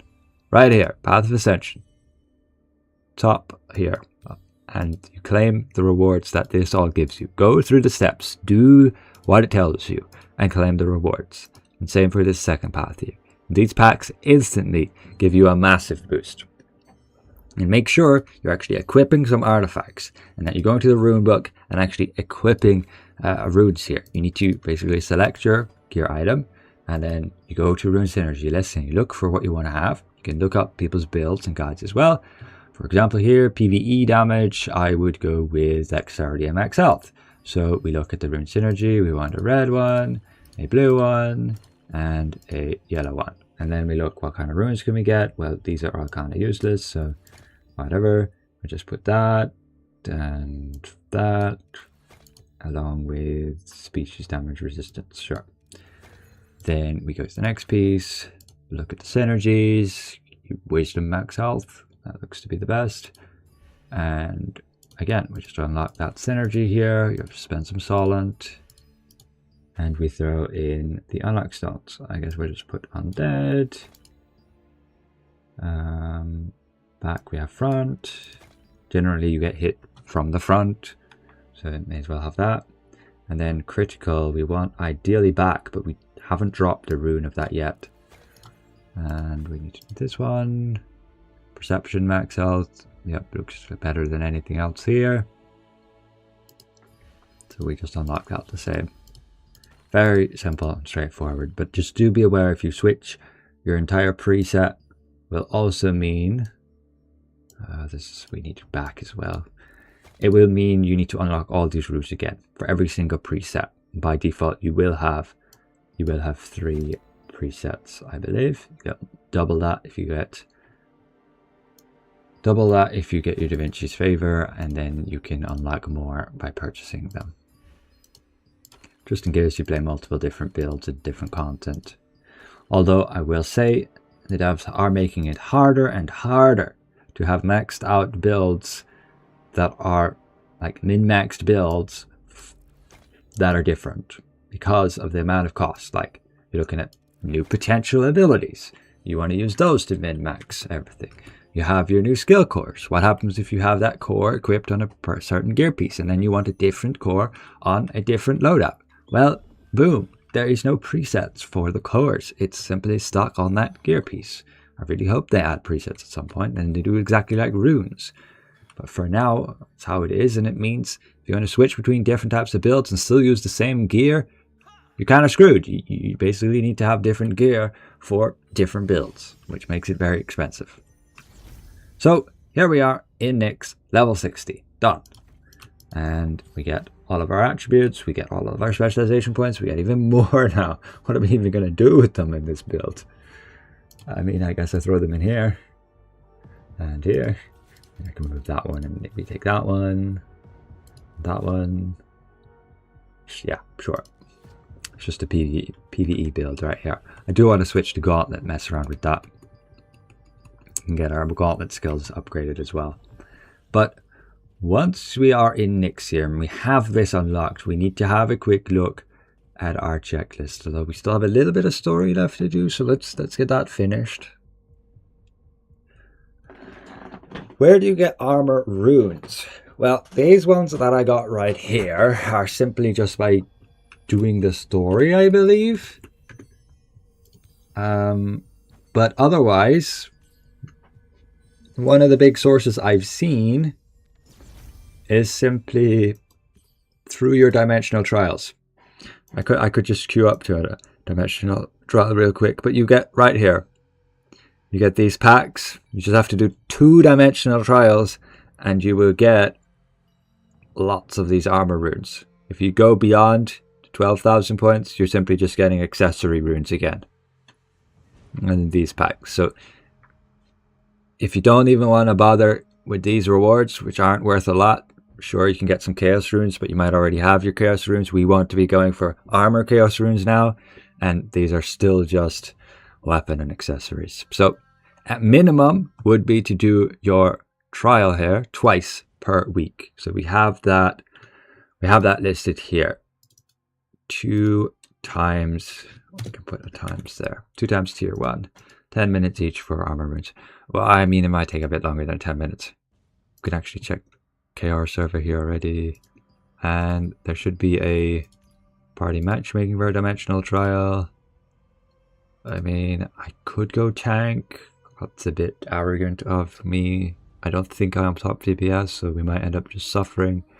I'll just go DPS for now, but look at that wait time. I want to switch to a Gauntlet build. Then I can go DPS and tank, because Gauntlet has true threat capabilities. And there's real potential to make such an annoying PvP tank build, because you have the skill, which is, unlike Sword and Shield, way bigger area, and that's your taunt. This distance, you get up to like 15 meters, and it should be able to apply the taunt to all targets. And that means they're only able to attack you for the duration. You apply that weakened taunt to targets within 2.58 times the attack range for 9 seconds. That probably gets decreased by debuff duration, but possibly increased by your buff duration. I don't know. I think it's a debuff, so it doesn't get increased by buff duration. It just gets decreased by the enemy's debuff duration. But ultimately, you can force people to attack you, and this is a massive area. Unlike Sword and Shield's Provoking Roar is really tiny. It's 3 meters. So you can be an absolute pain if all of a sudden you just jump nearby enemies, don't even have to be that close to them, and they're forced to target you if they fail that weaken roll. And then you just have to build a seriously tanky build, and they can't kill you. And you keep spamming that, and they're a bit screwed. Will I create a gauntlet build? Yep, I will create a gauntlet build. I'll do some messing around with it. I'll probably switch off my Fury, despite it being a really comfy build. But yeah, gauntlet seems like a bunch of fun. I just need to still mess around with it more, do testing, figure out what works.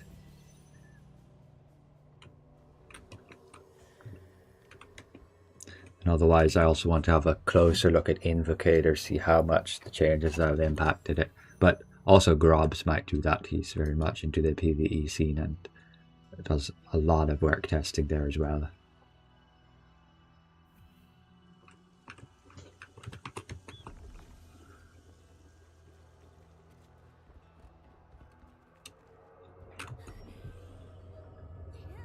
What are we actually doing here? Did we not finish the...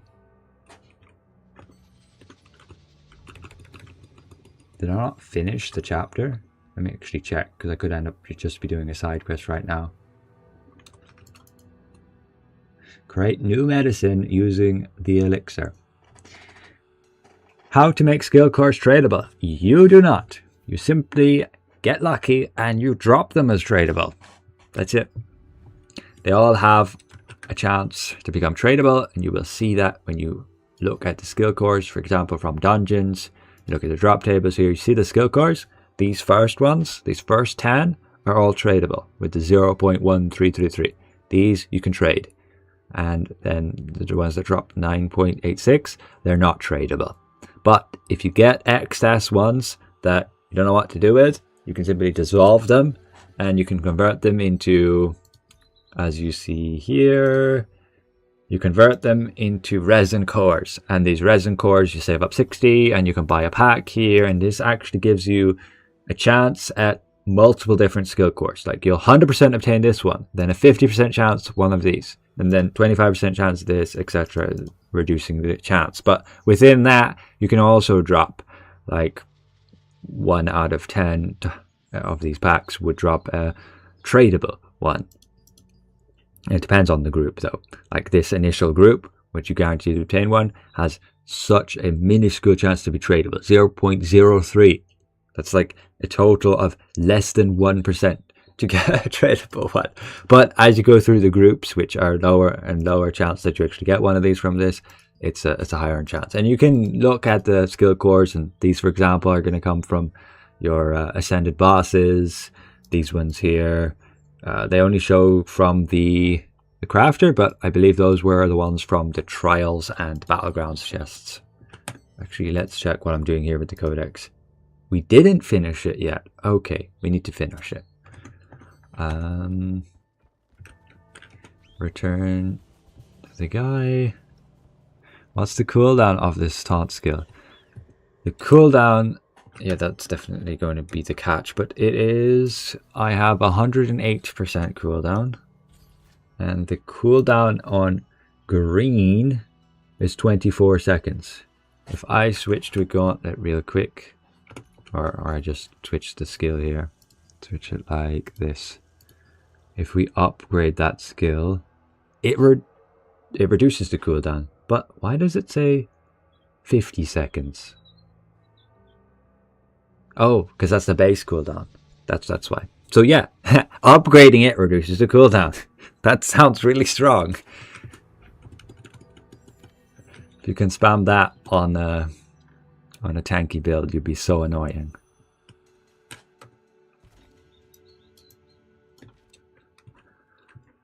Where do we need to go? Oh, it's just here.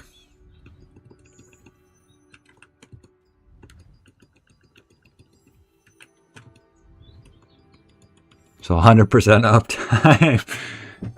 Maybe if you check quest log, you can create skill builds here. Create a build. Was I missing one? Yeah, gauntlet here. Taunt 30. It shows 32 seconds. So 32 by what's the formula? 1 over 1 plus, if I have 1.2, so that's 120%. You get the cooldown down to 14 seconds, like 14.5 seconds is the lowest you get it to, and 9 second duration. So yeah, you can get not 100% uptime, because it's also going to be reduced. The duration, the 9-second duration, is going to be reduced by enemies' debuff duration, and most people take those as traits. But if you use a Tevant orb, if you have that effect on the target, then that would last longer.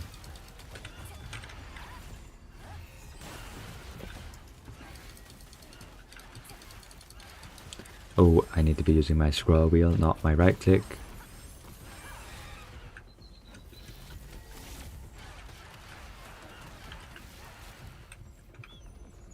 Oh, I remember doing this one. What does it mean, can set as chain skills? I believe that means this here. So you can see I have on my Touch of Despair, when I cast this, I have these set up as the chain skills, which means I can use my chain skill shortcut to simply spam it, and it will automatically cast the rest of these. I also have it here on Enchanting Time, so I just cast Enchanting Time with 1, and then it would automatically cast these 3. And that's set up here in keybinds shortcuts down the bottom, chain skill.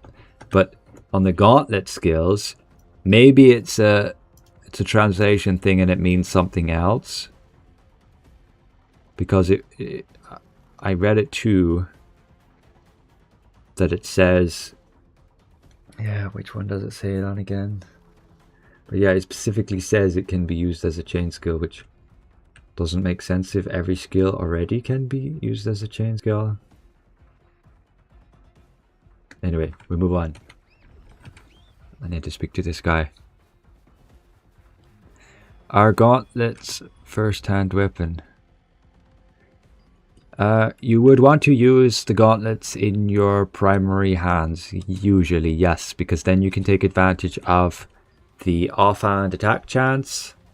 I mean, maybe it still works if it's not your primary weapon, but basically you gain shield block chance if you have them as your primary weapon while in the standard stance, and then if you activate the claws, then that shield block chance gets converted to offhand attack chance. So offhand attack chance means your attacks and skills have a chance to trigger twice. So it's exactly the same how crossbow works.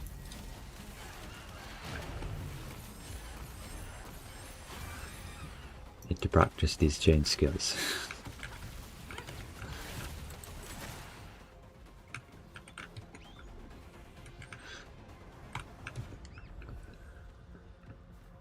Do I know any dagger gauntlet build? Not right now, not right now. I haven't done any testing on that yet.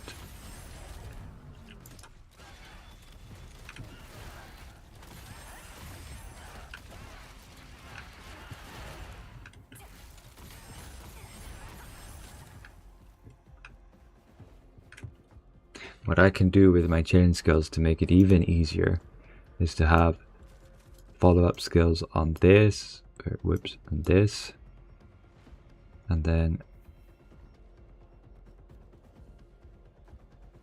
if I casted this, I can have this set up.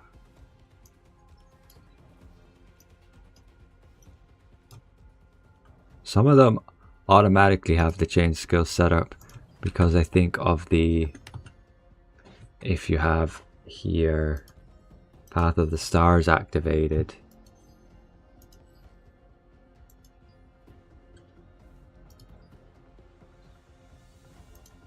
Don't give me card recommendations, thanks. I want to be able to do it myself. This is maxed. This is maxed. Don't need this. We can take this. That gives us then the 100 points. But when you tooltip over it, it doesn't show that I have the 90 or that I have the 80, that I have the 100, even the 70. So maybe it's bugged.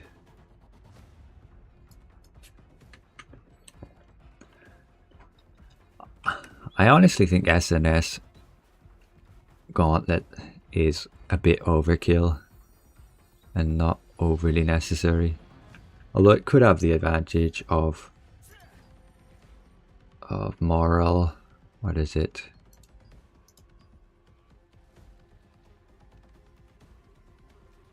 This one right here, moral boost. Decreases cooldowns for attack control and mobility skills.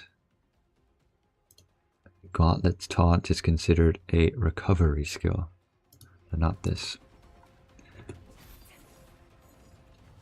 But there's a lot of like anti-synergy, as in like Bastion doesn't work with say the Gauntlet's use of basically the same skill. Counter Barrier doesn't work with basically Gauntlet's the same type of skill. But sure, you can use it for the passives, masteries, extra defense you'll get through Sword and Shield.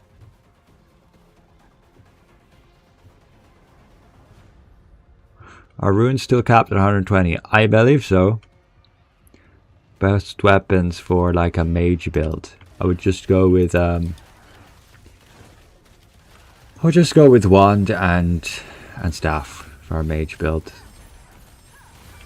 Very reliable.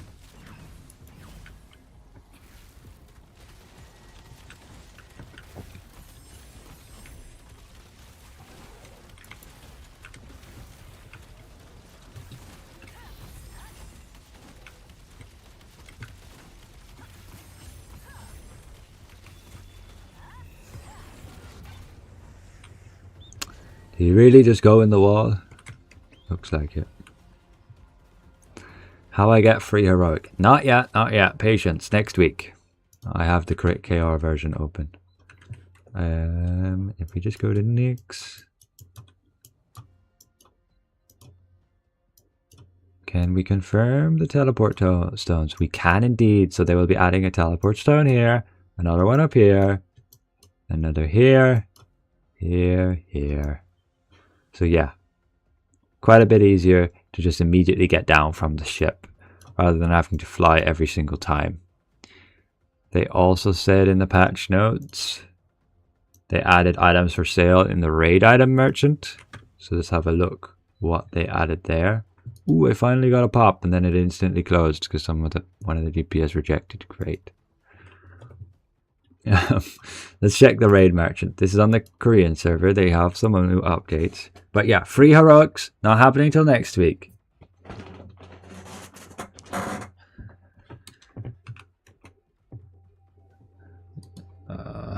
My game might be a little bit laggy just because I have two open on top of streaming. And it's hot here. Freaking roasting. Do we sell the growth stones? You sell them for Solent. Yeah, they're worth nothing. But you can always... I would just wait. Maybe enough people complain that they don't like growth stones being worthless that they allow for you to exchange it for like ores. If we look here in the heroic shop, what did they add? This is on the Korean server. Supposedly they added something. To me it looks like they didn't. What's with people rejecting the queue? We finally got one. This is just for the dimensional trial. The reason you'd run this. Oh, ha! I'm at the last boss. How nice. People can't do this or what? I mean, I guess the guy's level 60. Maybe you need a bunch more damage. Or people just don't know mechs. I used to not need to play mechs with this one. Not on tier 1.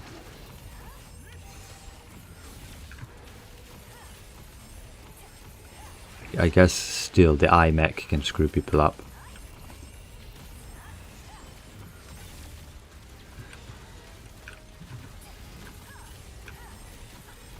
But yeah, he probably does more damage, has more hit points. We're not melting him as fast.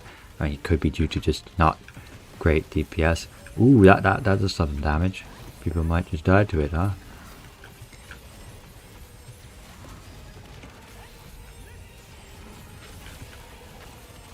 No, don't fear me, please. And we need to reveal the zombies. Go, go, go. Revealed one of them. We got our safety circle. We have a healer. I don't have enough range, unfortunately, on my crossbow. But he has damage resistance anyway.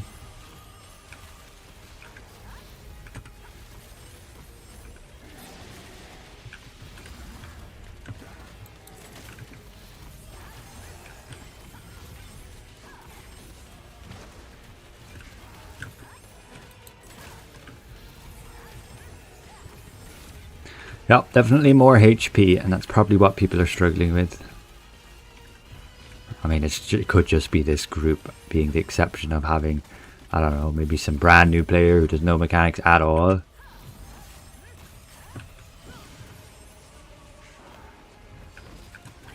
But this dungeon's been out for a long time.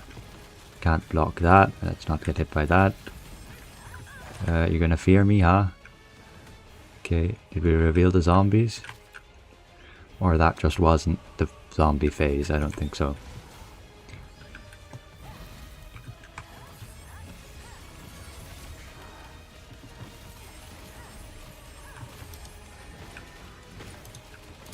This is where I need my button to not look.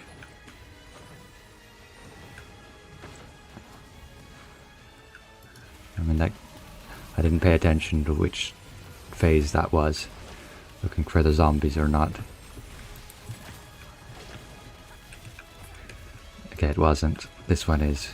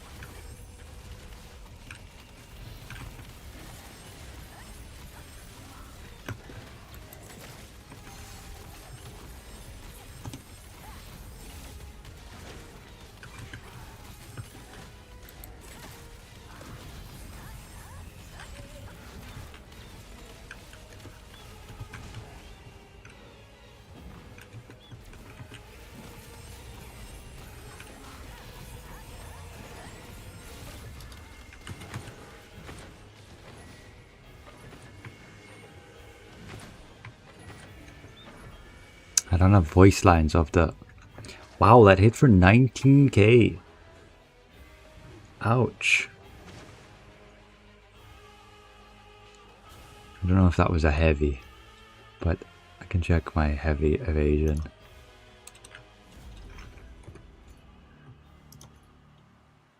I'm not in the negative, so I should be good. What did I need to do? I needed to change my keybind so I could actually unselect. Here, I can probably cancel target. And we've gotten rid of our zoom out. So I can't change my zoom. Basically, I put my you can see here the chain scale on scroll wheel, so you can just use the scroll wheel rather than spamming one button all the time. You just scroll the scroll wheel. Okay, zoom out is on C now.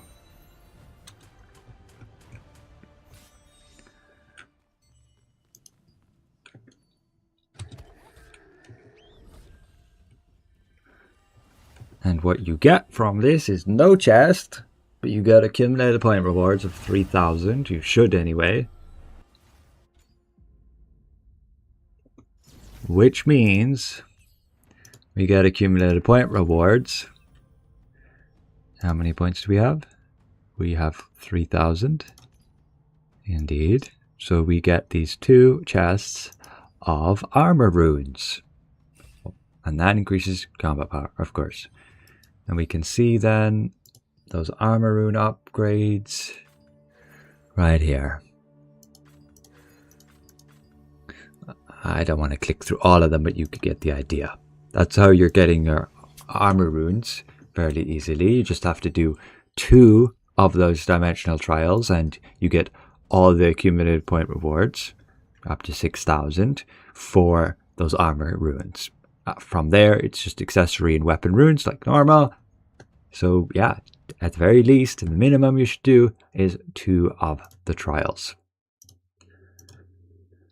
And then random epic. How many of those do we need to do? Let's also just increase the time on this to 15 minutes each. So that's like 30 minutes of your time to do that.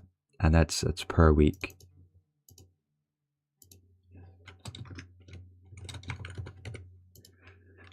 What else do I want to update? Raid merchant. What do you actually want to buy from there? Do you still want to buy the chaos prisms? I guess so. They are still useful. Chaos prisms. Yeah, use chaos prisms here for trait enchant stones. And again, you can...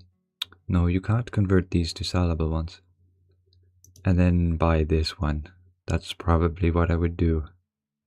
Buy these every week. The chaos prisms, the enchant stones. Buy chaos prisms, enchants, and pack. And trade pack.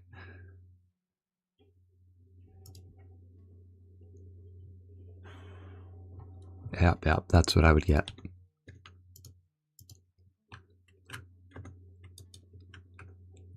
Oh dear, what happened? Game broke. Okay. What server is this?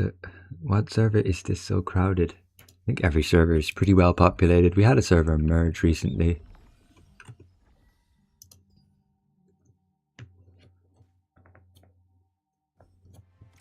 You go from work spreadsheets to gaming spreadsheets. Sorry.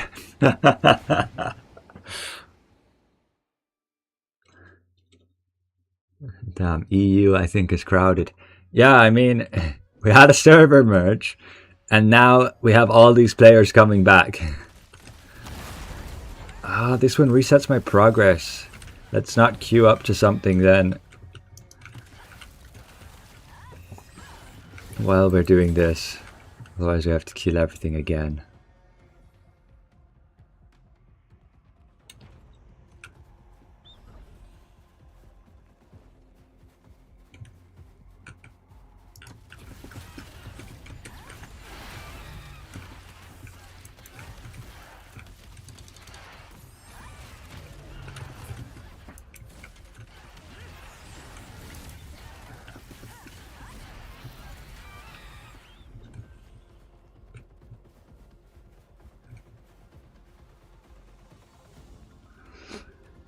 I need to fly over, right? Go, go, go. Alright, to speak to him again.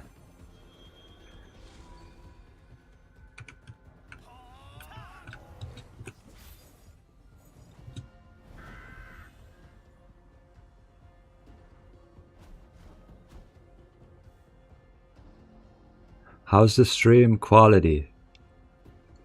I have 30,000 bitrate. And YouTube's telling me it's higher than recommended.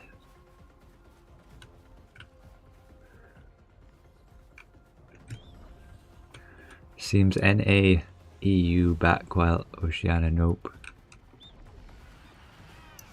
Okay, okay.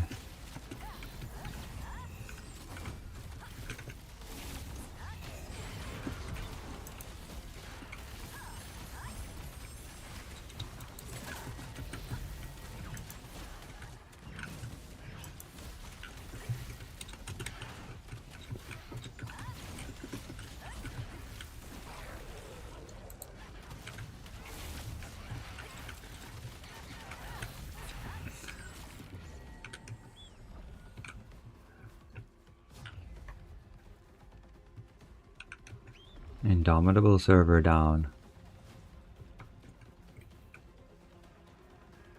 Wanna back to the game, but your server is dead. Which server you play on? I think one of the biggest issues people would have returning is if you were in South America. Now you have to play on North America. So connection's gonna be worse than before. Hey Aragon, I just hopped on my Fury alt. I noticed my damage feels way lower than before. Okay, quick fix. If you haven't done so already, make sure you are equipping Dark Apostasy. This gives you the 70% curse damage boost. Recent patch, or just this patch, they nerfed the base damage from your curse skills. You can see down by 30%, which is a huge nerf, but to get most of that back and even a bit more of a buff is to equip that Dark Apostasy, the Dark Apostasy Mastery. You have to have this one. So just switch your masteries like I have here. You need to like unequip this one, so that you have these three for Dark Apostasy and these three for Corrupting Hit. Because without that, yes, you will notice a significant nerf. But you will also notice a bit of a nerf because of attack speed. Attack speed has been reduced. Not the attack speed stat. You will actually notice that your attack speed stat is higher than before. This here. For me, I believe I am scaled down. Yes, right now I'm scaled down. The game has forcibly reduced my stats. But you will notice your attack speed is higher than you had it before if you were paying attention. And that's because of the rework they've made to the attributes. The attributes used to give, as we can see via the patch notes. Where do I have that listed? They've changed it. Where? They basically changed it. It no longer gives base attack speed, but it gives percentage attack speed. Let's see if I just 0.3. Did they really not? Maybe they didn't list the finer details here.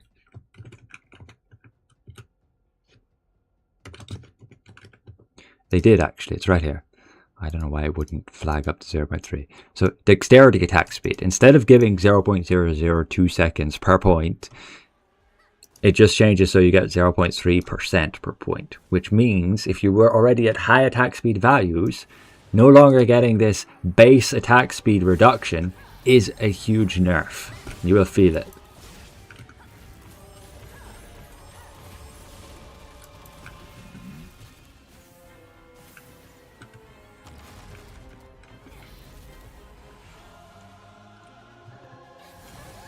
What did I need to do in this one? I just needed to go to the glowy area that was green.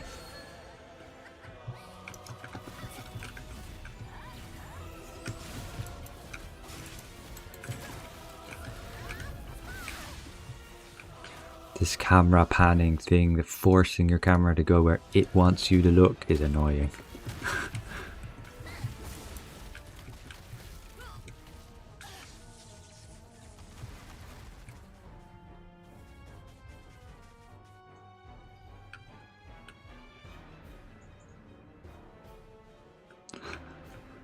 But we killed it, right? Don't know where to put the mechanical parts. What? You're doing the codex right now. I need to do a Codex Adventure 3 Part 6, the appendix. The mechanical parts? What do you mean? What exactly do you need to do? Maybe you're hung up on the one where you just need to hold left click when it shows the purple gear icon.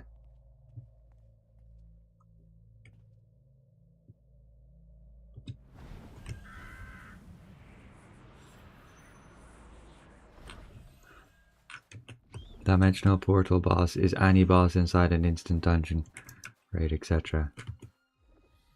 Asked before, new player, could you tell me what is a dimensional portal boss? Yeah, okay, so you just go matchmake here, matchmake random elite, and you will get it. A dimensional is a co-op dungeon or a trial, usually. So go to party matchmaking, queue up to this, and then you'll get one. You can kill it.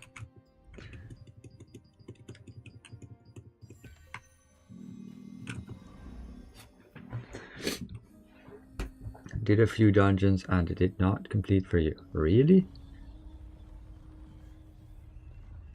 Did you make sure to do it on random?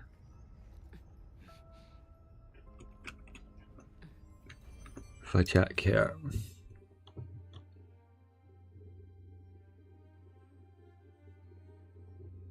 Like here. Defeat boss monsters in dimensional portal any type. It should mean you do a random queue.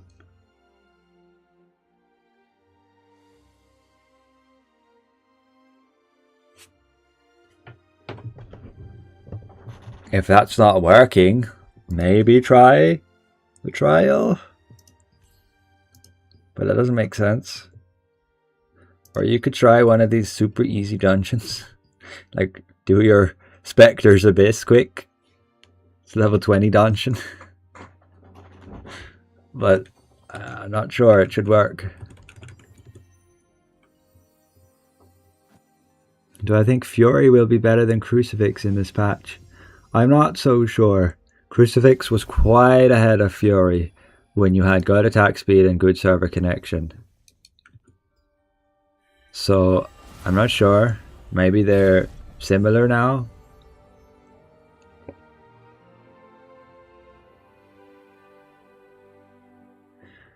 By the way, I see you've already started using the combat skill prompt.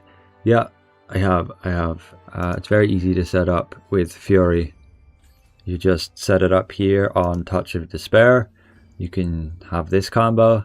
So when you cast your Touch of Despair, then you can just cast your chain skill key to cast each of these. I put it on mouse wheel, so you just keep scrolling your mouse wheel and it will cast all of these. And then I have the other one on this chain, so that when I cast Enchanting Time, it will cast these other two with the mouse wheel. And that's because they all have similar cooldowns, and so you just wait till they're basically off cooldown and then you can cast them all. Very simple. I just have to get used to the muscle memory of it. I'm still more used to practicing spamming the skills manually, like a piano.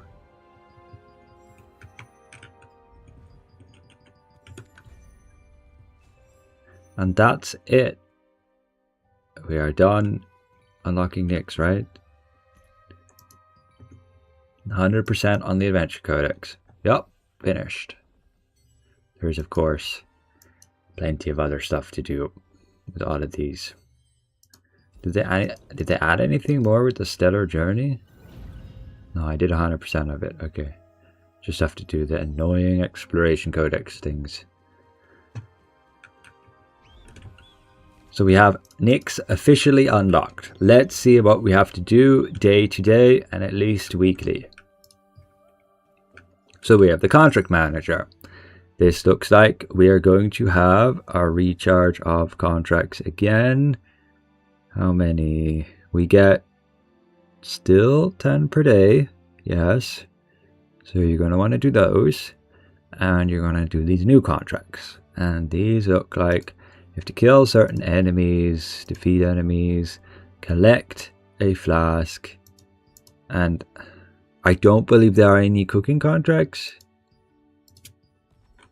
Maybe they'll add them later. There is an oven here. But there's no guy standing around with like cooking contracts. This is your contract coin merchant. You will want to buy every week the seal key. So let's see. We have resistance contracts. You need to do 70 per week. That doesn't change. You can definitely do them pretty quick if you have Da Vinci's favor, because then you only have to do 5 quests per day, basically. Contract coin merchant. So, what do we actually want to buy here? Let me close this. I will just close the KR version so it doesn't hurt my performance. Here, what do we want to buy? Every week, the trait enchant stones, trait unlock stones, and these ones too. So what does that total to? It's 1,430. That's not even all of them. You can get 70. That's 700 coins for all of these. Yeah. But I would recommend getting them if you can. Might not have enough contract coins to actually purchase everything. Oh, but wait. The new contracts give us increased contract coins. So you probably can buy everything. Let's assume you can buy everything. So we'll just write that down. Buy your trait unlocks, enchants, seal, key, and your refining catalyst.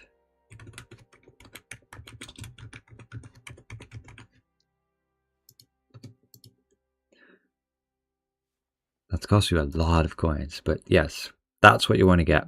The other things seem to stay the same. The pouches don't look like they have any updates. This is basically no gear, and this one here as well.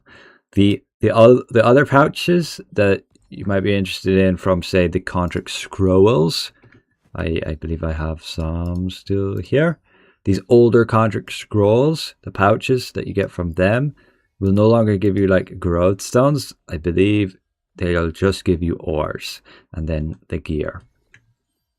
They're not really worth doing unless you're missing these contract coins. There are new contract scrolls you'll want to do in Nyx, and we'll get to that. So yes, you will still want to do your contracts every day from this guy. Let's claim like the collect ones.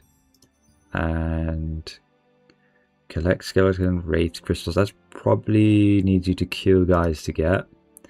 Defeat sneblins, collect tears. Okay. Oh, but this one's also. Oh, I didn't see. This is 11, not 1. This is going to require you to kill things too. This is a Black Sword company, so we ideally want to get contracts that are going to be located within the same area. Let's refresh. We basically want to find out what is the best combination of contracts you can get that can be done in the quickest time. None of these seem to match with the other one we claimed. Damn it.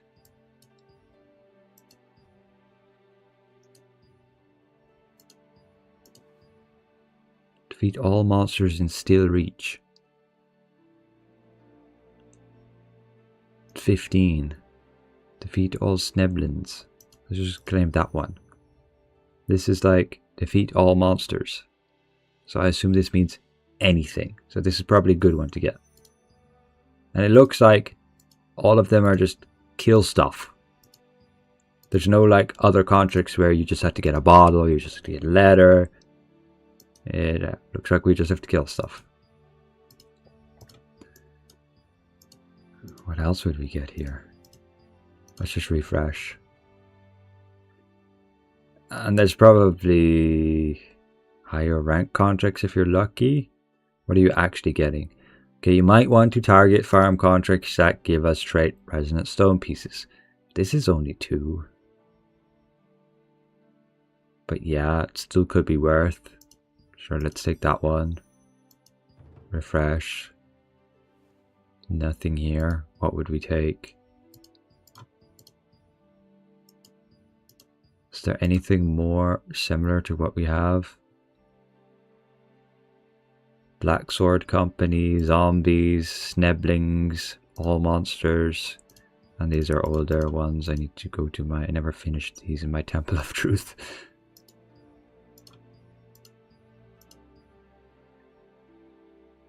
Frozen molars. I mean, whatever. We'll just take this one.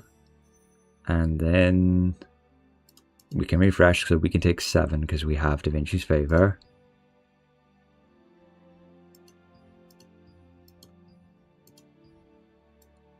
But yeah, we're really trying to find ones that go well together. What do we have? Black Company, pythons, zombies, sneblings. I don't see any here that match it, but then it's just about location, whether you're having enemies that are still nearby, so you really don't want to be having to run around everywhere so much. I mean, I'll just take this, but this actually could be like the mini boss, which could be terrible to take. And again, you could just try to go for these trait resonant stone pieces being the best. Could you explain now what's with those skill cores from equipment? What we had, how do we put them back? Okay, so you're going to have these wings of bulwark and dark wings of power.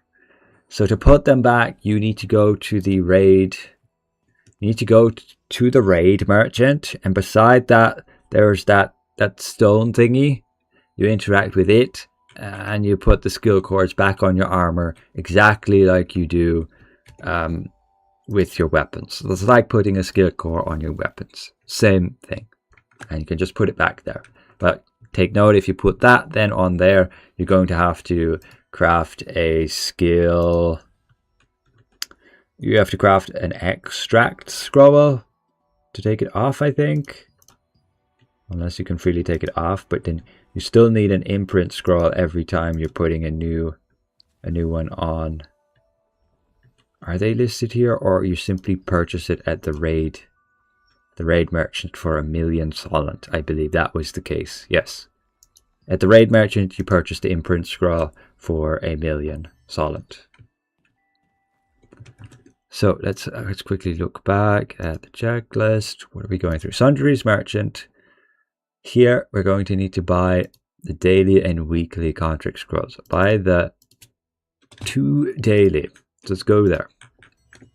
So these new contract scrolls are really important within Nyx. They will give you the new currency, the Flames of Purification, which you will need to actually obtain new Nyx gear outside of drops from dungeons and some chests.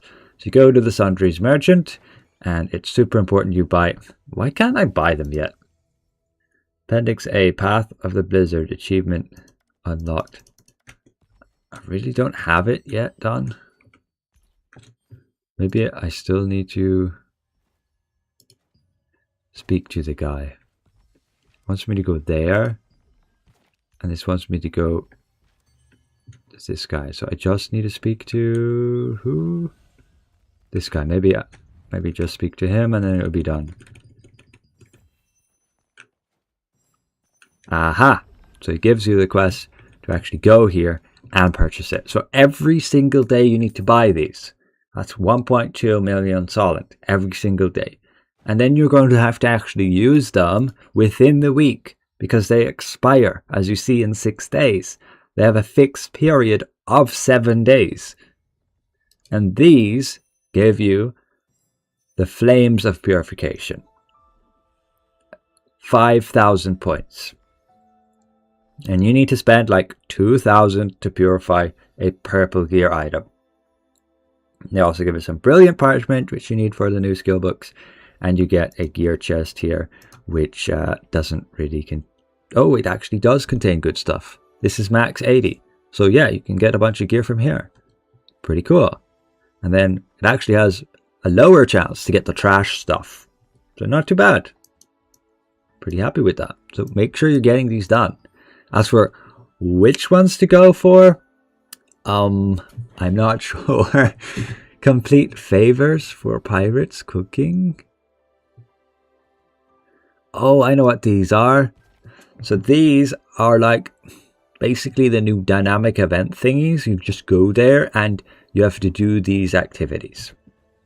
And some of these can be like puzzles and stuff.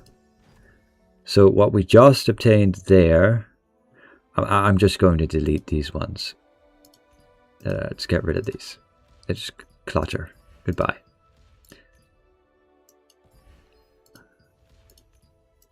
I don't want to go back to my Temple of Truth anyway. Okay, so we just have to complete 2 of the following of these. We can just accept this one for now, but I'm sure there will be some perfect ones to go for that you can refresh the scrolls over and over. But yeah, super important you buy these every single day.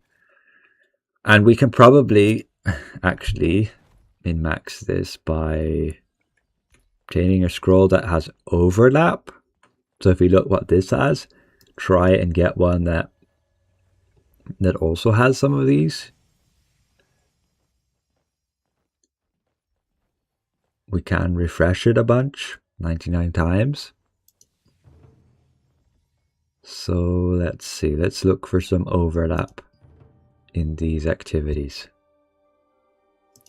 But it might be smart and not allow you to have overlap.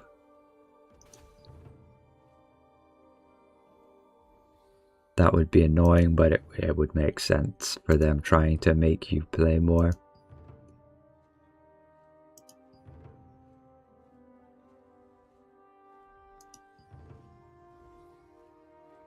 Yeah, I don't think I'm getting any overlap with it. I'm just cycling between what looks like basically the same ones.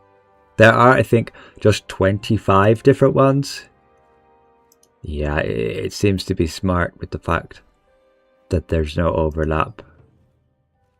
But correct me if I'm wrong. I'm not seeing any. That's a pity, but oh well. We'll just take this. How to use seal key. I got a brooch from a new dungeon that, but I can seal it. You will see if you can seal it by looking at the tooltip. Here, for example, it says equipment unavailable for sealing. That means you simply can't seal it. You can't lithograph it. Basically, I say lithograph it because that's basically what the new system is. I need to get rid of these again. Why do they keep showing up? Go away. I think they will just pop up every single time I go to a new instance. Just need to get them done at some point.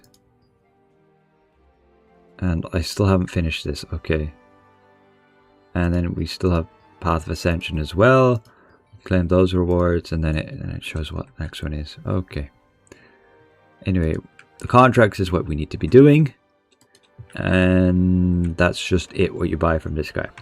Now there's your storage. Oh wait, there is also this one, which I don't actually know what you do with. I don't know if it's worth getting. Why does it show the tooltip of that?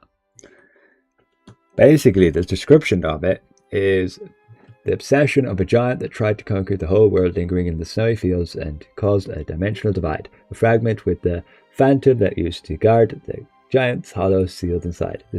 It helps enter and navigate Tumgear Hollow from its entrance without getting lost.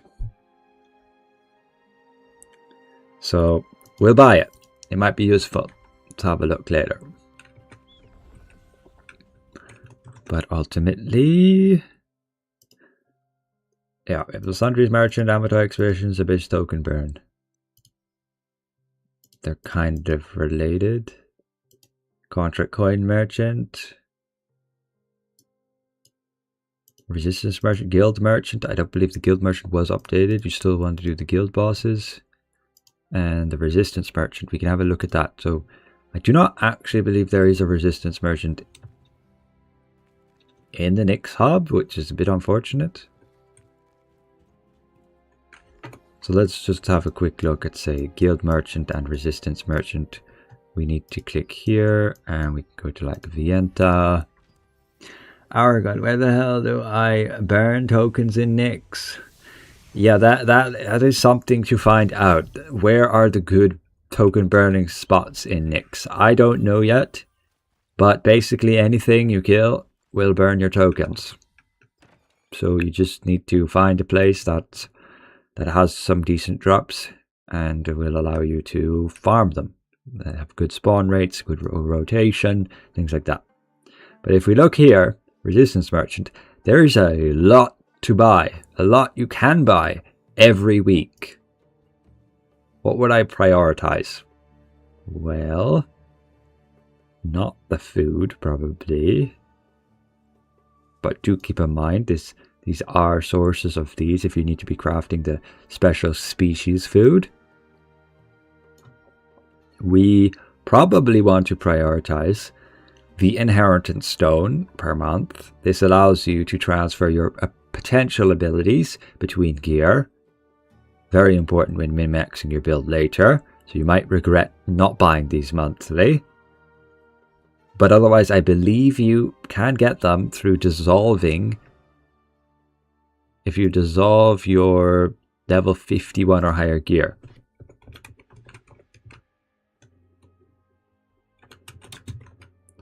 Here, yeah. Dissolving item level 51 plus gear.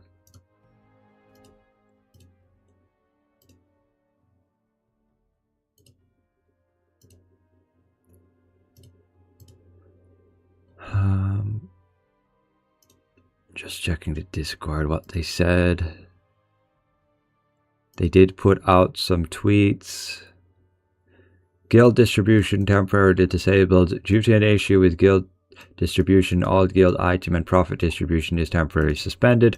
All existing and new guild chest items and profits will be temporarily hidden. Bids on guild chest items will be retained as is. Winning bidders will receive items after the issue is fixed. Guild items posted on the auction house can be purchased. Profits will become available to the guild after the issue is fixed. I assume there was probably some kind of exploit that people were able to take advantage of, and so they go to these measures. I am not aware. I haven't been reading through all the channels for that, but yeah, wouldn't surprise me at all if something like that happened. The other announcement was this right here with the guild update, guild distribution fix. We've identified a fix. To apply it, they'll temporarily be unavailable starting June 25. It'll last approximately 30 minutes. What? Oh, just the related features will be temporarily unavailable. Okay. Once complete, guild chest items and profits will be visible again. And all right. So just be aware of that if you're part of the guild management, I guess.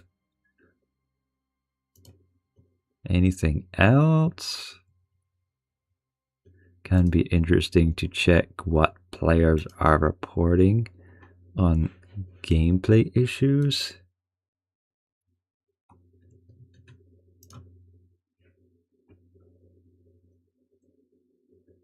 People reporting about gauntlet skills, missing glowy effects, more skill issues. Delos Noah daggers and other boss weapons missing from auction listings. I mean, this was recent, okay? But if I check the auction house, I can see the Delos Noah weapons. There's no problem there.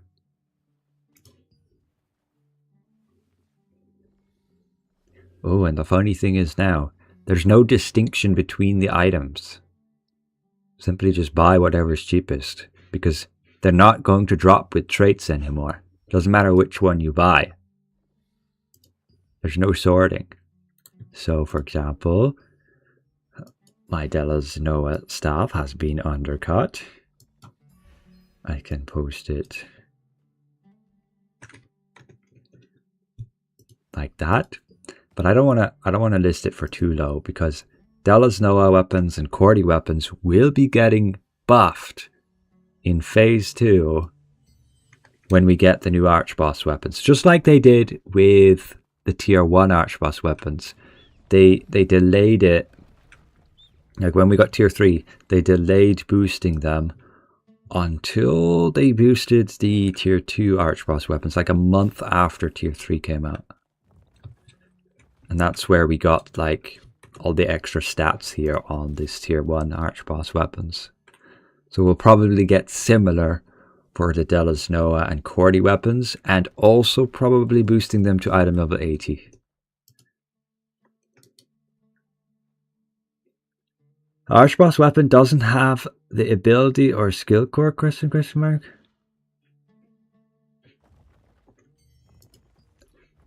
It should, but maybe you're confused by the tooltip.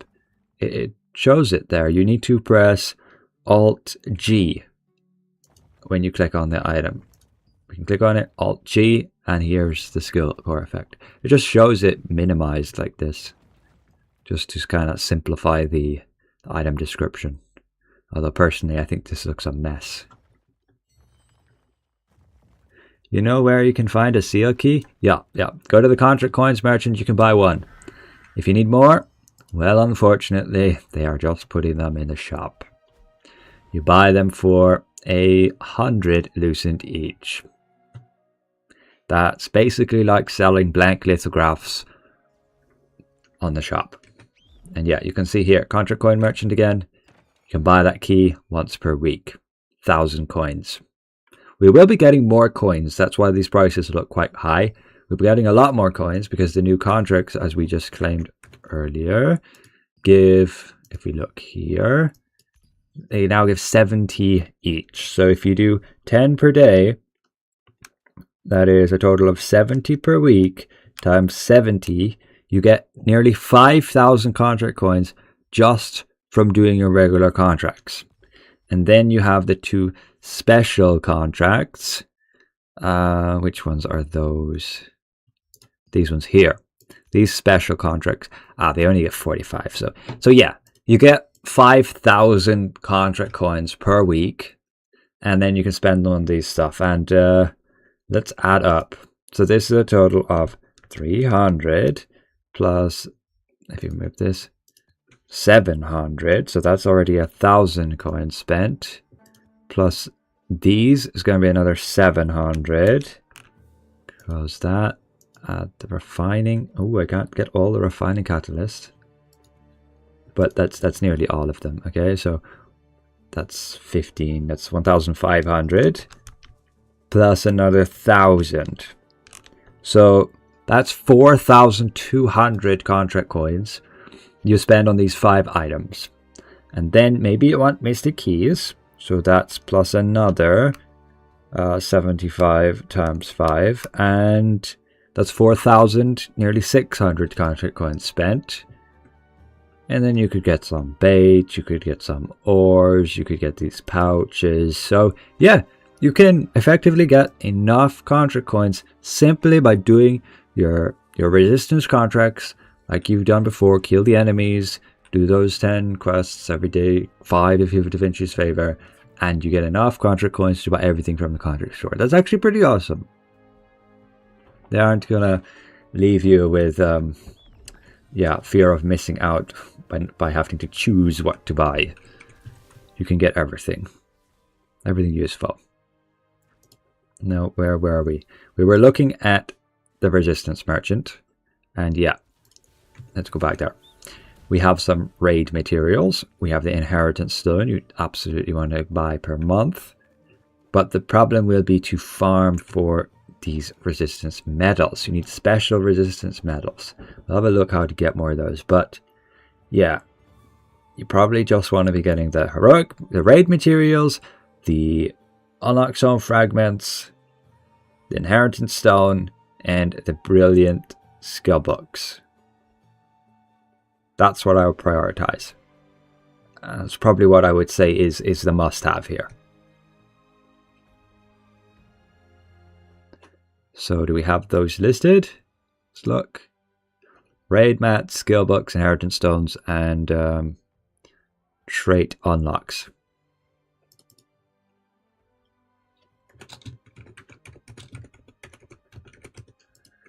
Yeah, okay. Arch bosses, again, you can do 4 per week. Technically, you can only get participation rewards for 2 per week, as we can see here. They're on Saturdays and Wednesdays now, don't get caught out. So that's it. And you still have the 2 different time slots to compensate for the condensing of the American region. But that means you can get a participation reward when you go to one arch boss. The second one won't give you a participation reward, but it'll still allow you to get drops. So you may as well go to both if you can. And really doesn't take long. Although they might last a bit longer now that they are level 60. I believe they're level 60. Yeah, they're level 60. They even show it there. And they have some new drops. Not really in terms of gear. Oh, well, Delta's now, it doesn't have any new drops. Not anything. Yikes. But I mean, the weapons are good. And they will be getting buffed, like we said. But yeah, no new arch boss just yet. We're going to have to wait till next month for that. So I would not spend much Lucent on anything right now. Simply wait for those new arch boss weapons. We have seen data mined leaks of their skill bonuses, but we may as well wait and make sure before that's revealed. You can always just save on to Lucent. As for the Battlegrounds merch, let's have a look at that and look at, well, actually, wait. Resistance merchant, we need to look at how you're actually getting resistance medals. Are you going to be able to get them outside of the activities with the dynamic events here? Let's go back to Nyx. I have Queen Valandir staff. Is it worth upgrading or is it useless now? Queen Valandir staff. Unfortunately, Queen Valandir staff was never that great in PvE, but in PvP it definitely has some use cases, at least if players are clumped up. The issue is players are not going to be that clumped up in the new PvP that you will play. So I don't really think Queen Valandir staff is that great, and it may just not be worth. And we got a Unreal Engine crash. Okay. It didn't like me going from Vienta to Nyx. Let's boot up the game again. When is the attendance for heroics? When is attendance for heroics? Next week. The Korean devs said here that they would be adding those, but they did not say it would be this week. Thursday patch for them only brought the teleport stones.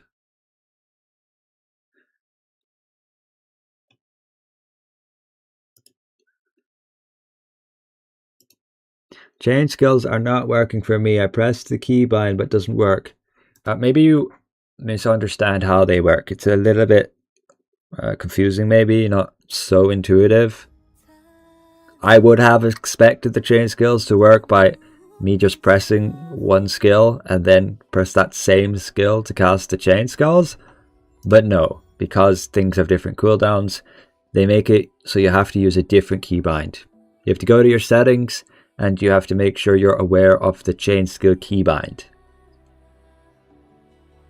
I will show you quickly as soon as I get back into the game. I was just looking for a to-do list and see this slide. Thanks, my dude. Yeah, I'm working on that right now and also going through everything, and I'll make a video covering everything in short, in brief, concise later. But we are now at the battleground stage here. You want to look at that merchant, but we need to also check how we are getting the resistance merchant raid medals. If I check the arch bosses, do they still give raid medals as a participation reward? They do indeed. You will get them there. So I can leave that in that category. As for here, we have these special event thingies. we look at the drops, we're getting these Stygian pigments. You will use those to craft some pretty interesting scrolls, but then you drop this gear and nothing else. So how are we supposed to get resistance medals? I think just by going to these field bosses. You get the participation reward and you get those medals. You can also go to the older dynamic events. Let's close that. Open, please. And yeah, you can get resistance medals. And also doing some of your exploration codex will get resistance medals. But yeah, it's not like the end of the world if you aren't getting those. I guess I will include field bosses here as well, because those are important now with the new drops, the ascended versions. Are there still the older field bosses? Are they all ascended? Yeah, there's still the ascended excavator. You really want to be going to the Nyx ascended ones. But yeah, you still have the 5 slots per day. 1, 2, 3, 4. Why is that only 4? Oh, right. It's 4 plus Archboss? No, yeah, right.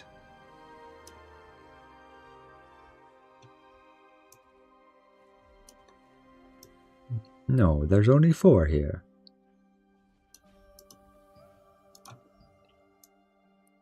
I can see the full calendar, right? Yeah. There are only 4 field bosses. Which time slot did they get rid of? 22:00, 12 o'clock, 3 o'clock. Where's the 6 o'clock? There's no field boss at 6 or 7. The Archboss time is 6. Usually we would have a field boss then. Archboss is Saturday. Do we really only have 4 field bosses now per day?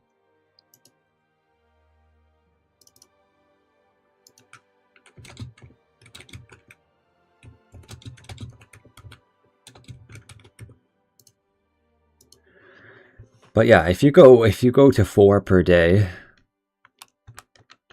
that's 28 per week. I mean, not everybody's realistically going to be able to do that. That is a whopping 84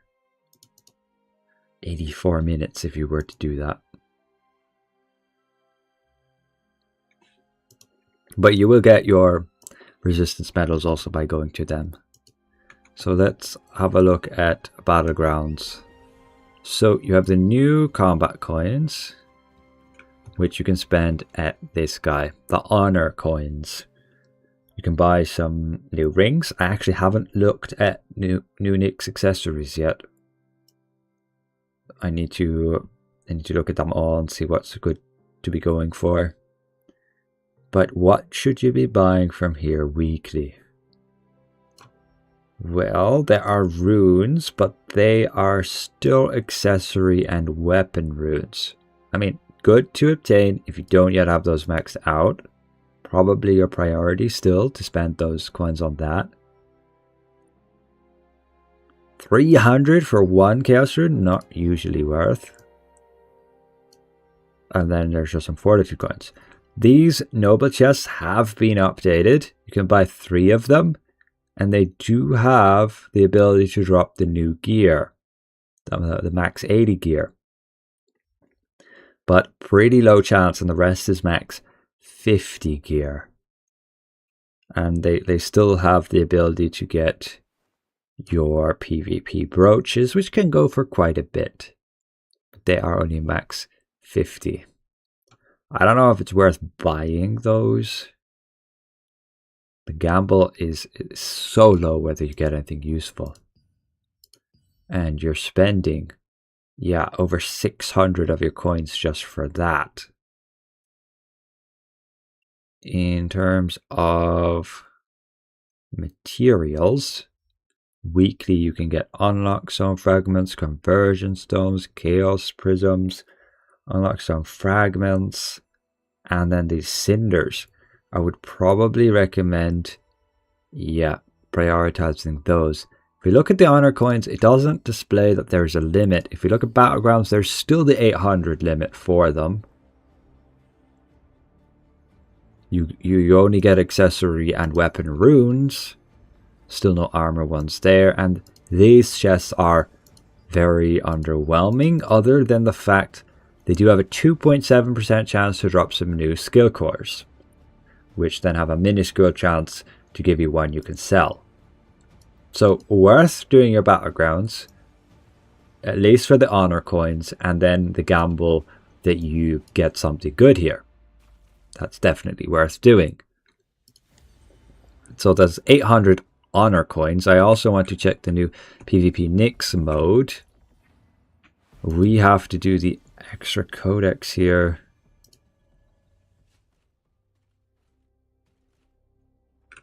Okay, so we just have to finish the remaining thing. You complete the contract. Complete the contract through the Allied Resistance Forces. I guess we have to do this then. And that would, so we can finish this appendix before we unlock the PvP. And then we can look more into what we need to be doing. How am I liking the update so far? It's new, it's fun, it's interesting that there's lots of different systems and ways to upgrade your character. And I love particularly the change they did to the trait system. It is way more friendly in terms of upgrading traits. Like, you don't have to actually spend any lucent to buy your trait upgrades. You simply play like the raid here, and I got 6 of these heroic trait enchantment stones, and you use those enchantment stones to upgrade the traits rather than actual item drops. That means it's way quicker and costs no lucent to upgrade your traits, and this is for heroic stuff and also for your regular stuff. So it's great. This is a huge improvement with the trait system. As for gearing up, I feel people are going to get maybe more hung up on that than it's worth. Basically, to gear up, you need to drop items. You just need to get more gear. And every time you obtain more gear, that just makes it so that you can obtain new gear that can also be more powerful. You obtain more and more and more gear, and eventually you'll be at the maximum 80. But I feel this is going to take longer than people hope. But also, I feel the benefit of getting up to 80 gear is not that much of a requirement. The difference between level 50 and 80 gear isn't that massive that you have to be overly concerned, and just take your time with it. It's going to probably take us months to actually hit level 80 gear. I fully expect that. But the thing is, you're not, say, chasing growth stones. You're not chasing rare drops with exclusive traits. You're simply doing all your content possible, getting any trash gear. And no matter how trash that gear is, as long as it can go up to max 80, it's going to help you obtain better and better level gear. And the more gear you obtain, the higher the gear, your next gear that you obtain. And that's the simple system. And I think it's great. And you don't have to worry then about growth stones or anything. But I think some people are going to start complaining about it when it takes too long. But I think people need to have patience, and ultimately the difference between 50 and 80 is not that huge that you should be overly concerned. But let's get this codex done. Where do I need to go? I need to complete a resistance contract. So I need to complete one of these. So let's clear this up so we can actually see what we need to be doing. We just need to get one of these done, right? Ugh, they keep adding all of these. Why?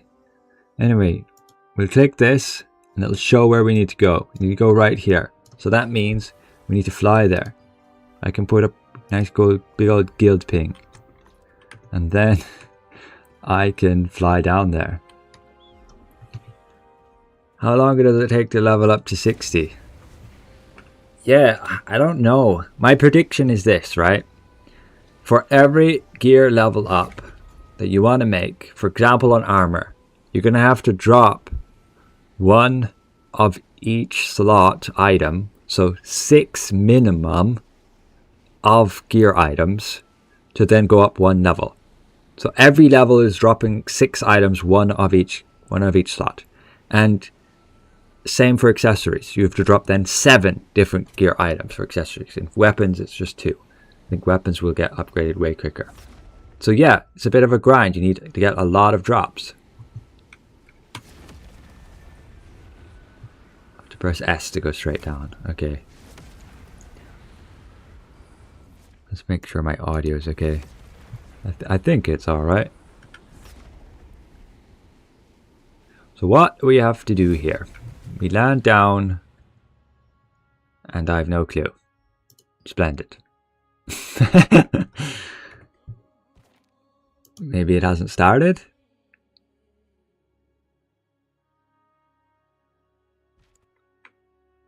Need to make some dishes.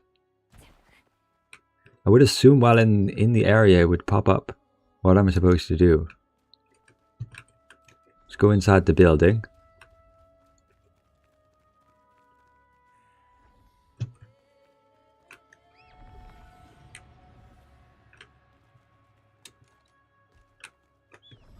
It says something about preparing dishes. Well, I guess we kill some guys.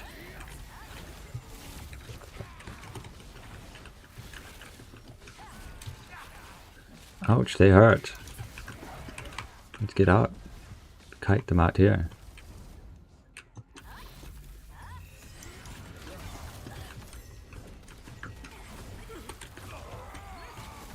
I need to not worry about the chain skills, because I know how to spam my skills better without the chain skills. No, don't kill me. I think I just pulled a whole load of other guys. Whoops. That's what killed me. Yikes. And how do you see if the contract you have is a party contract? Perhaps these are.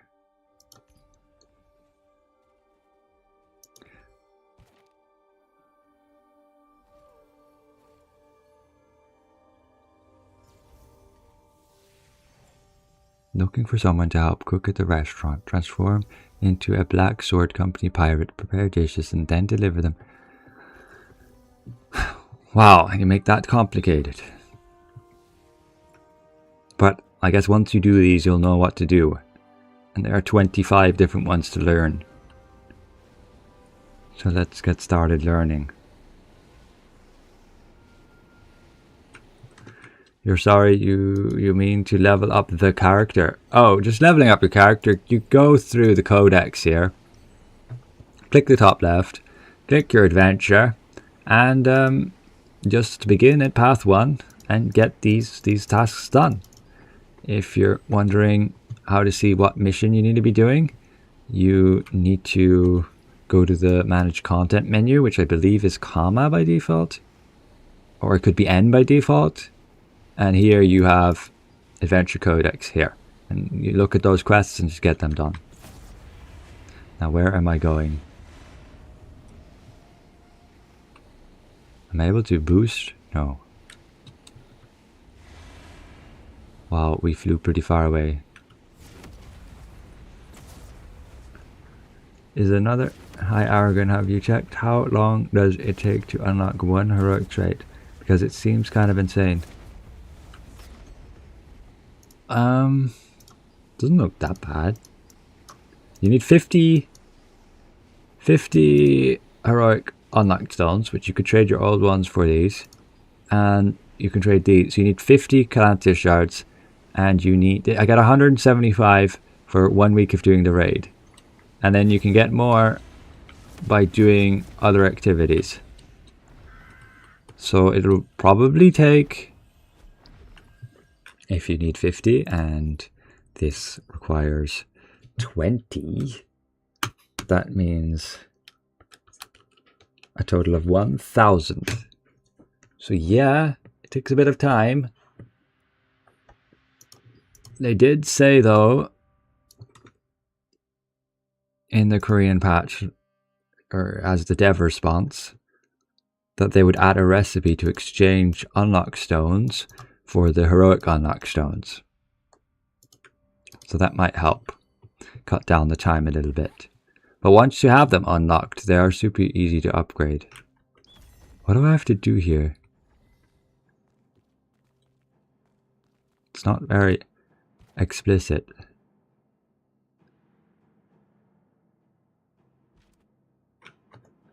How do I transform into a guy?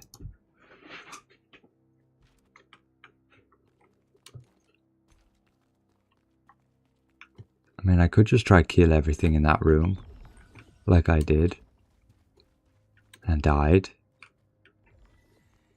Just have to go a bit slower. What I don't get is why I don't do so much damage to them. Okay, these guys I did fine. Why did I struggle against them earlier? Maybe because they were just spamming me with CC abilities.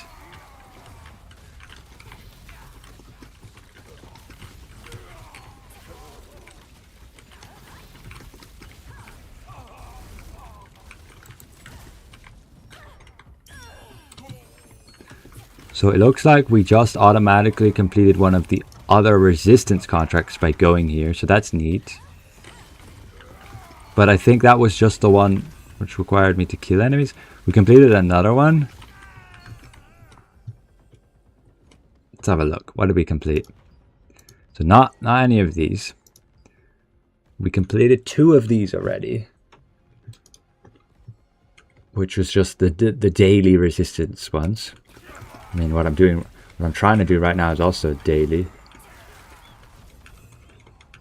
And yeah, while we are here, we are also burning tokens.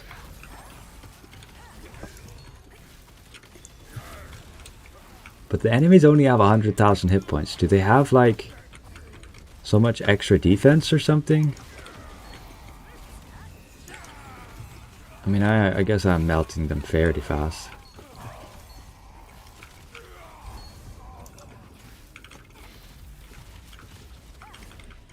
So you don't necessarily need a party for this. But what am I supposed to do with the cooking? Transform into a guy and go cooking something. Maybe there's like a entry point to interact with, and these guys keep spawning really quick. I think I just need to look around a bit more.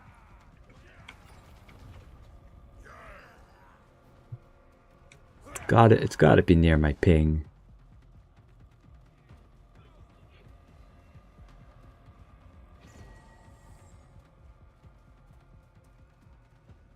But if you can't do this one, we can just go to a different one, because there's a lot on the list. Somebody know how to do this one?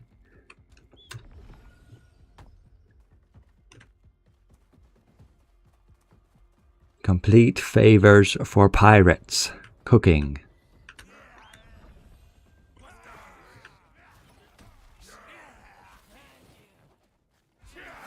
Oh. There looks like an entrance here somewhere. Let's go there. Maybe it's under the map or in it. What's with the 2-player thing? I'm guessing it recommends 2 players here. I mean, does this actually do anything?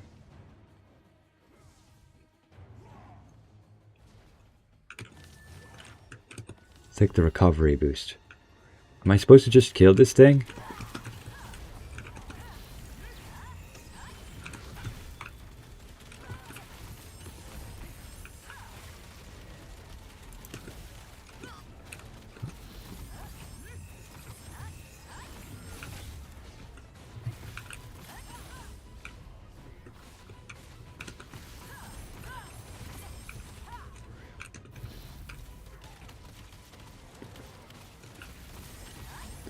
Just quite a bit of hit points.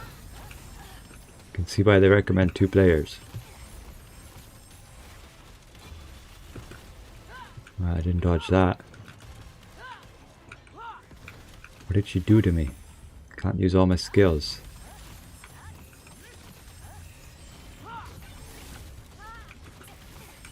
Oh, I walked into that trap. That's not good. Yeah, it doesn't do much.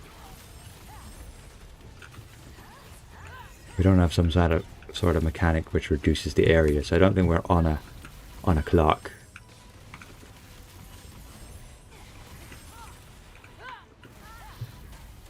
It's funny because her orb mechanic is just like a different game I play.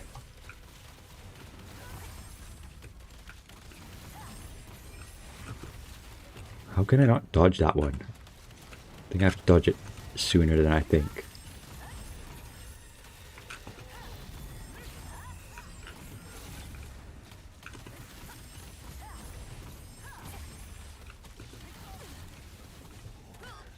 Get me out of there.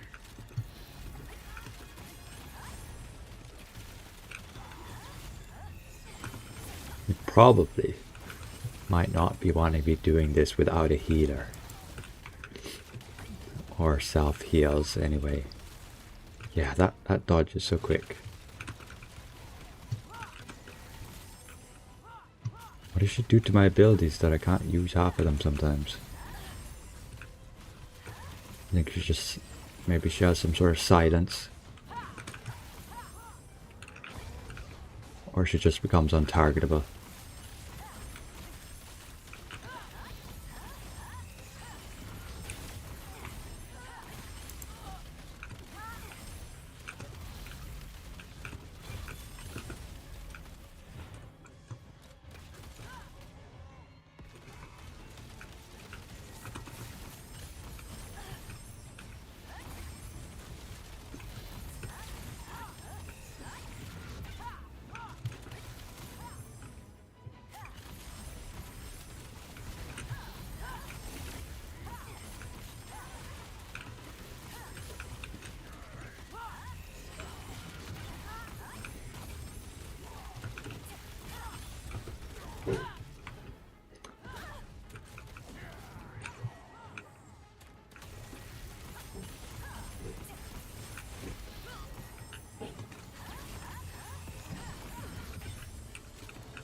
Uh-oh.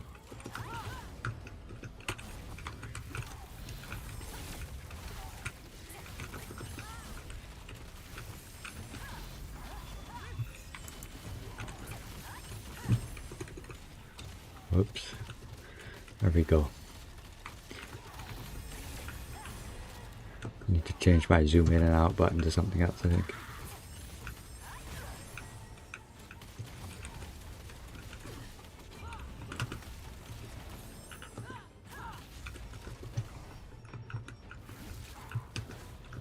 I think it's just because she teleports.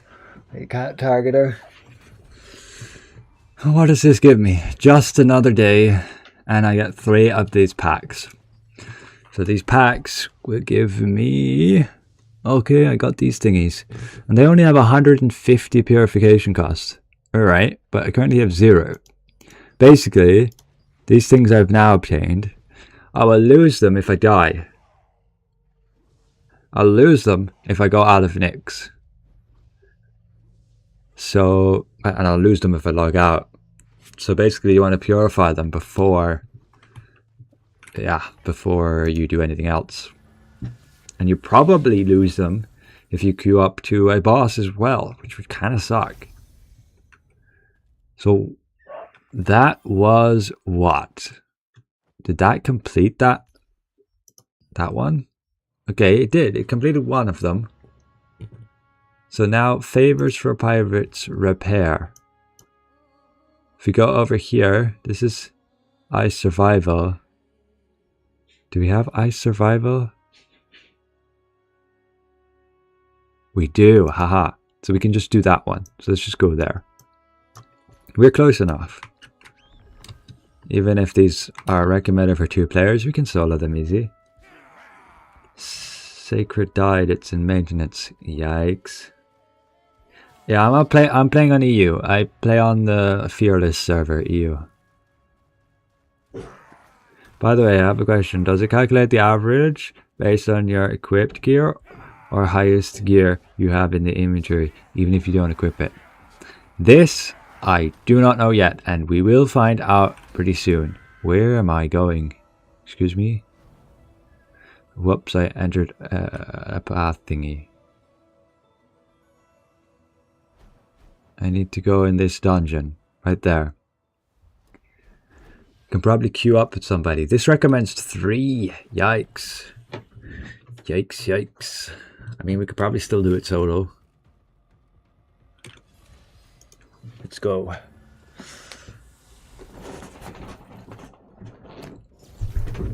What does it say? Starts in 20 seconds. Survive on the cracking ice pans. Oh, this is the one from the trailer. Maybe I can't do it with 3 people if there's like a requirement for how many you need to collect within a certain time. Oh man. Look, yeah, collect 150 on top of the cracking ice path. Yeah, but where are they? Where am I supposed to jump? Hello? Down there, really? Okay.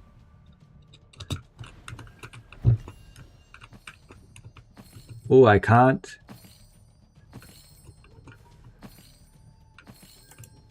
I can't use skills.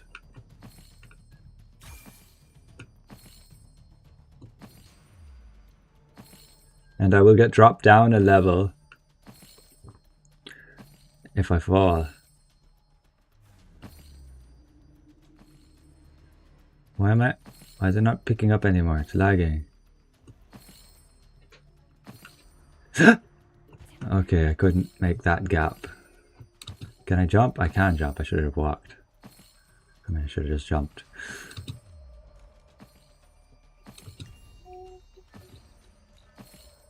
I just assumed I could make that gap.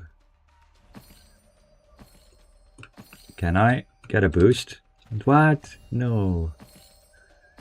Randomized panel is destroyed every 1 second. I probably should have fallen there. Oh, these whirlpools they're on the map here. They're just really hard to see. It's only if I walk into them if there's an issue. Well, we have to go down. We don't take fall damage, okay. To get 150, damn it. I think I'm on the last level. I have to get so many here. And it's gonna smash the whole row. I don't know. This is recommended for 3 players, by the way, so yeah. And if I die, what happens? Oh, it doesn't. Okay.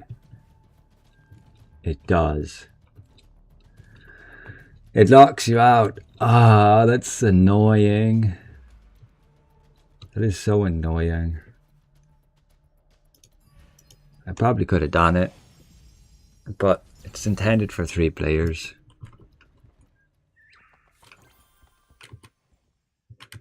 Can I get some NPC to join me? No, I probably have to talk with people, huh? Somebody come join me.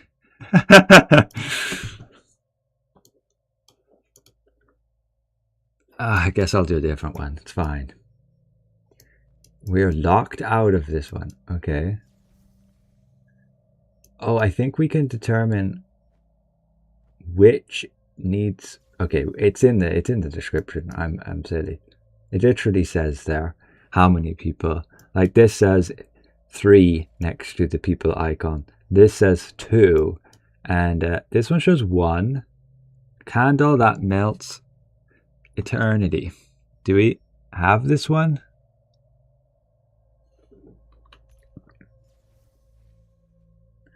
Doesn't look like it. I mean, this is probably an easy one to do. It's only green. But do we have one we can do nearby? Wasn't there one up here? How do you change skills? What button? Go to shortcuts, settings, shortcuts, character, bottom, change skill. I change it to mouse wheel. Makes it nice and easy. Then, when you go to your skills here and you select a skill, you can add the skills here by dragging and dropping like this is easy. And then once you have it in the series and you press, say, Q for this skill, for me, I can then press scroll wheel and it will cast the rest of the skills as long as they're available. Same for, say, this one. I cast one and then I can scroll wheel and cast the rest of these.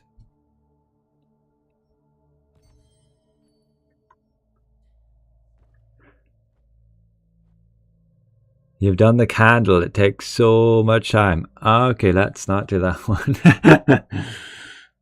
What's Tree of Spirits? This is pretty easy.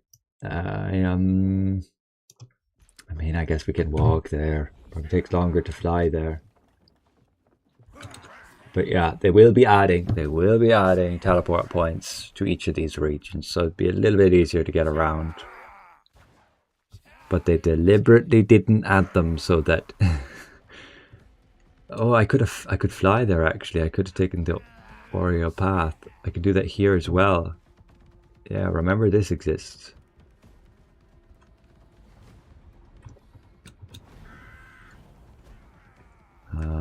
That put me out of it. Great. If you take hands off, it will automatically fly you. And then we go to this one, take our hands off the keyboard, see where it brings us. Even if you run out of stamina, I mean, you can't run out of stamina. Oh, it's just going to bring me here. And then what? I'm stuck here because there's no way back. Splendid. Am I also in a PvP area? I could be.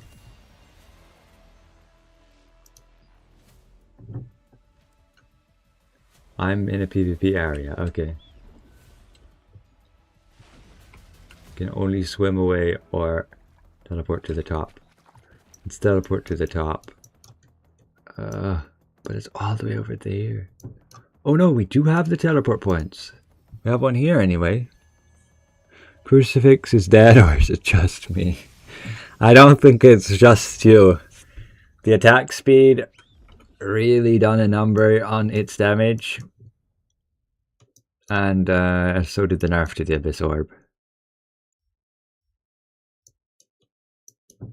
Where did the one I wanted to go go?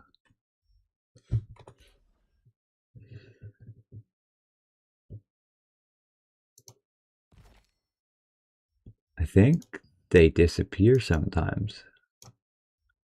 We can go here to the ritual cauldron. I think they have a limited time. Come on, boost me up.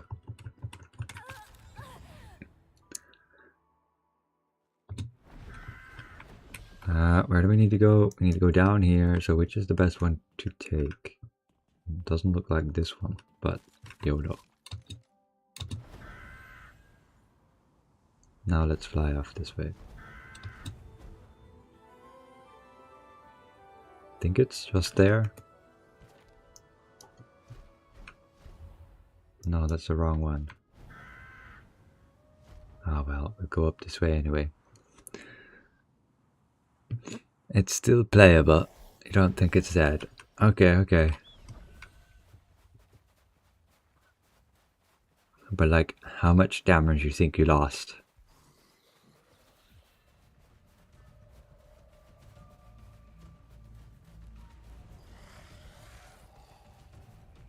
Oh, this is another PvP area.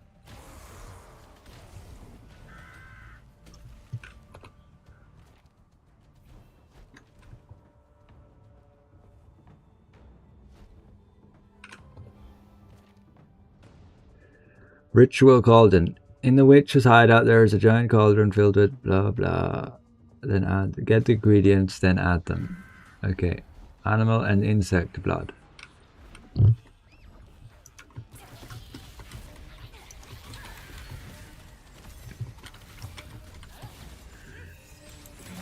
we get anything from these guys? We do, okay. And do we have any food?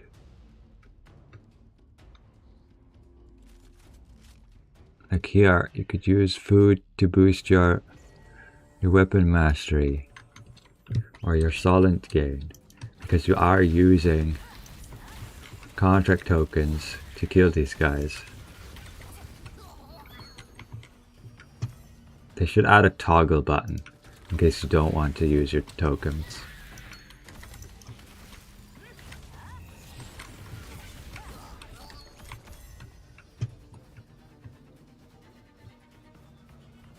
I personally don't really mind.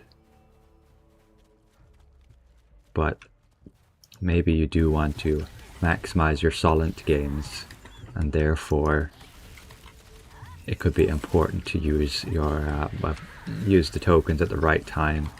Even if you're new and you don't have maxed weapon mastery, you also want to make sure you're using those tokens when you stack them on top of some food, when you're using, say, a black anvil weapon, and you get a group and you can farm efficiently so that you can kill as many mobs as you can within a certain time period. I don't know. They could just get rid of all of those mastery bonuses, and then boom, nobody cares. But it's just the fact they have those mastery bonuses, they have those solent bonuses that are temporary, means people are going to be worried about wasting their time, about wasting those tokens, not being as efficient.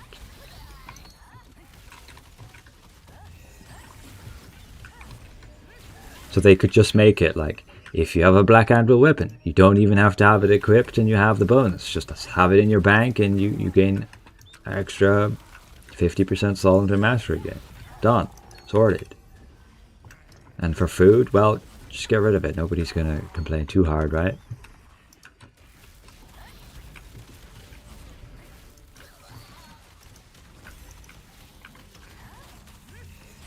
You're struggling in Hall of Illusion. There will be a reason for that. Beyond your nerfs or buffs or whatever. That's because the Hall of Illusion is now level 60. So they simply have more hit points. They deal more damage. So that will definitely be a contributing factor to feeling like that.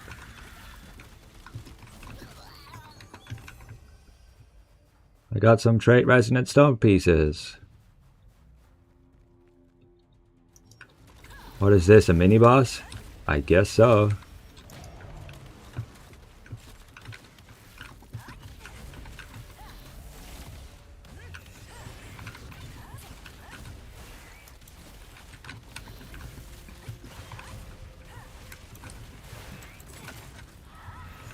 And she's dead.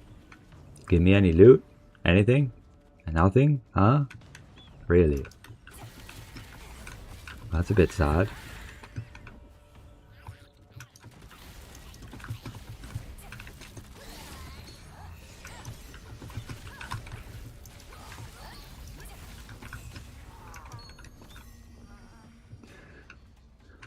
Oh, splendid. I was supposed to connect everything and then kill her.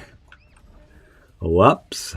Now I have to wait till she respawns. I mean, maybe she respawns in the other areas, or is it really only that spot? Oh, wait, up here. Maybe there's multiple of her, huh? I'll help this guy. Maybe that's why she doesn't drop a reward, because she's simply there for the quest. Please tell me that counted. Okay, it did. Will I get this too? I did! And that gives me the reward. And that gives me the 5,000 points that I can use right here. That doesn't look like there's a timer on it. The max is 50,000, so why wouldn't I just keep it in my inventory until I want to use it? Even after reinstalling, I get error. Any ideas? Sorry, I'm not sure. Maybe check your drivers. Yeah, check your drivers, I guess. And just search that code online as well. See if you get any answers for what it might mean. Personally, I had no issues.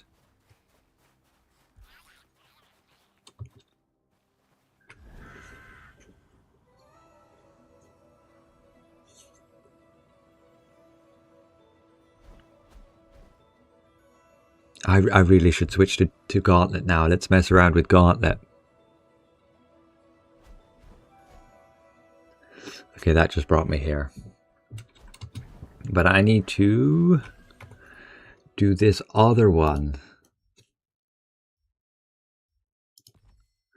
Ritual Frost. But let's show you, right? So I can go to one of these armillary spheres. Since I now have... Ooh, let's not die. That's not a good idea. Get me out of there. If you die, you lose all your drops. Well, it's just these. It's whatever. I didn't have much on the line. But these...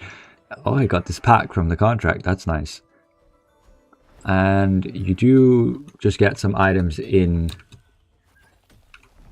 This was just going to bring me back to that PvP island. What if I don't want to go there? How do I get up? Oh, right. I can go to this thing. Get me over there. Can't even do Hall of Illusion Nightmare with my Invo. Really? It's that difficult?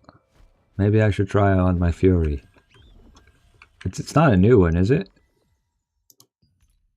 No. No, right? It's just these guys. Murdoch and Mulgrass. But they are buffed to level 60.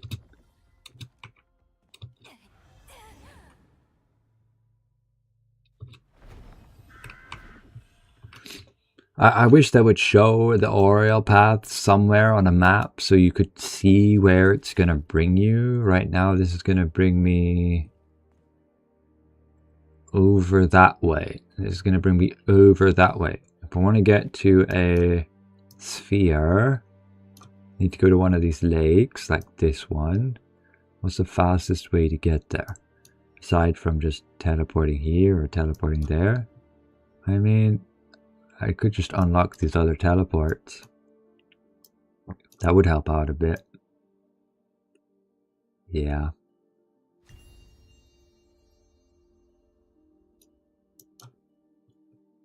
Yeah, let's just YOLO and see. We can always teleport if this doesn't bring us to anywhere good.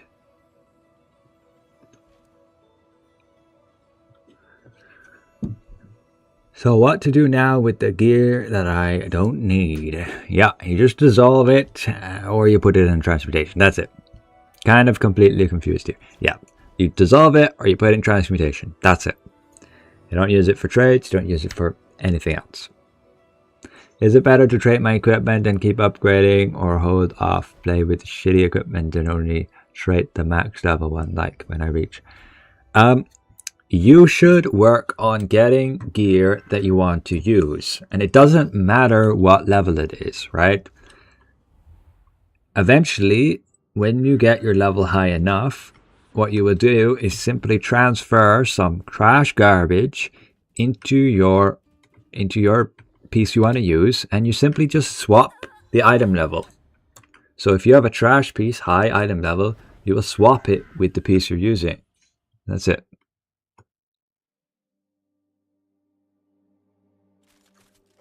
What is my combo as Fury? I can show you quick.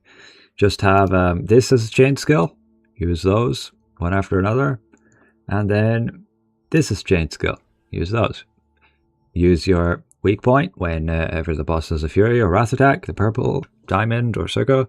And use Nimble Leap before you cast your Touch of Despair. That's it. Dead simple.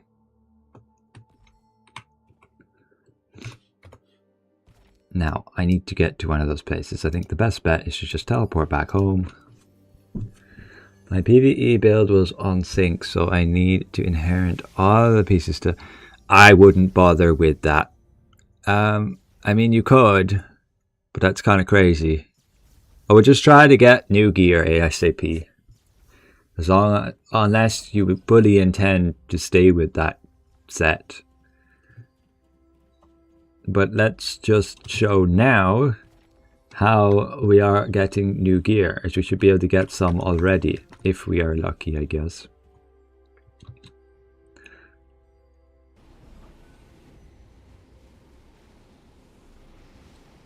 Is that orb on the very tippity top here? I think it is.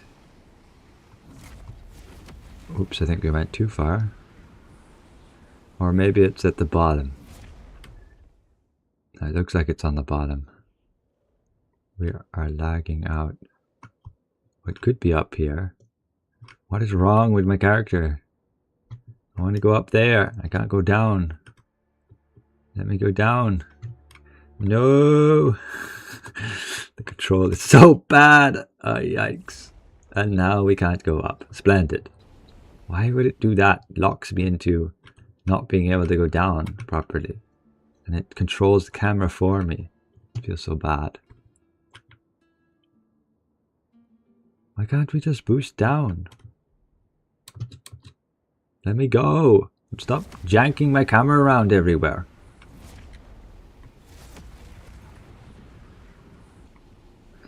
How do we get inside this building? Wow, this camera pull is so annoying. I totally think it's designed for consoles, but it feels terrible when you fly and glide on PC.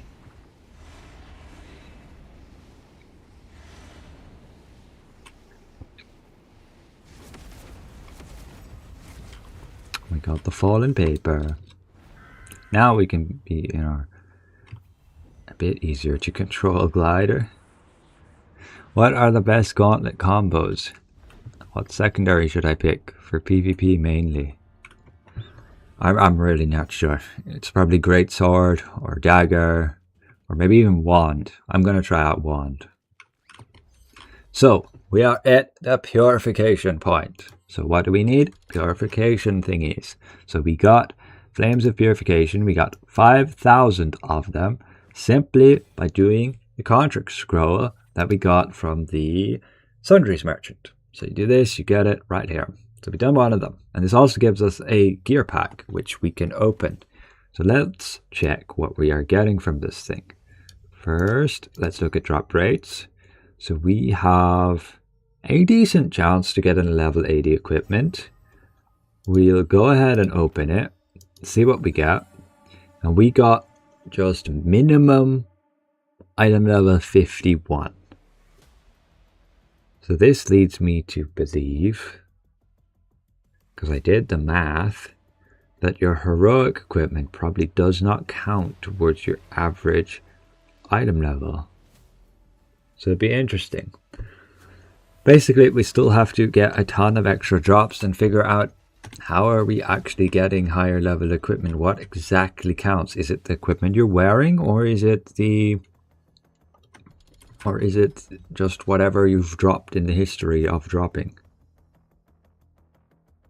It might just be what you've dropped historically.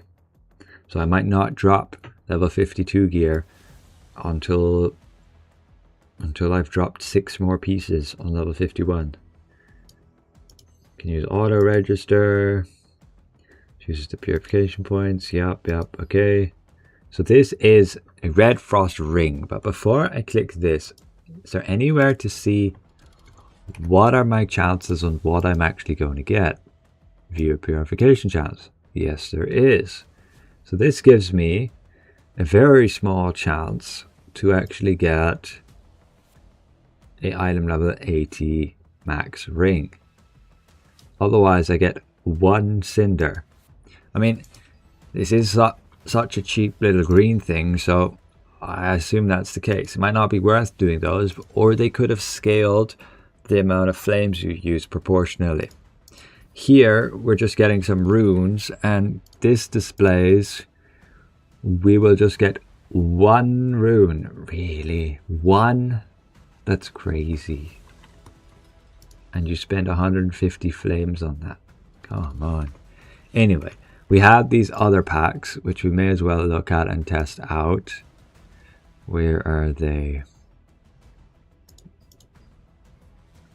We got these packs from just doing the event. These. We can open them. And let's see what we get. We did not get any purple stuff. 1 blue and 2 greens. There's some chaos runes there. Yeah, okay. So now we have to decide, are we going to purify these or lose them if we log out or go somewhere else? Damn, the chance on these is insanely low for any good stuff. But it's green. Maybe blue is better. Yeah, this is definitely better. Let's open the blue one. Let's see what we get. 750. Let's purify. Here we go. We got this shitty orb. But interestingly, it's item level 49.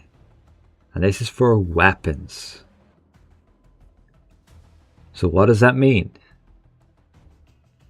That means it's looking at the item level, not of my heroic, not of my archboss, but it's looking at the item level watermark of what?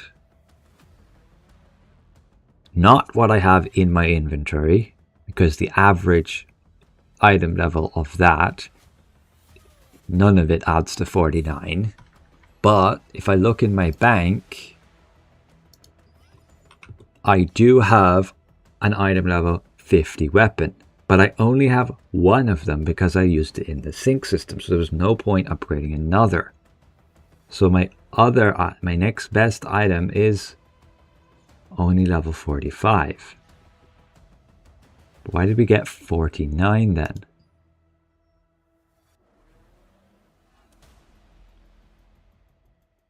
That doesn't make a lot of sense, but it's within the range of 45 to 50. Oh, wait. We have this orb which is 48. So now we got a 49. Because the average between 48 and 50 is 49. I'm guessing that's how it is.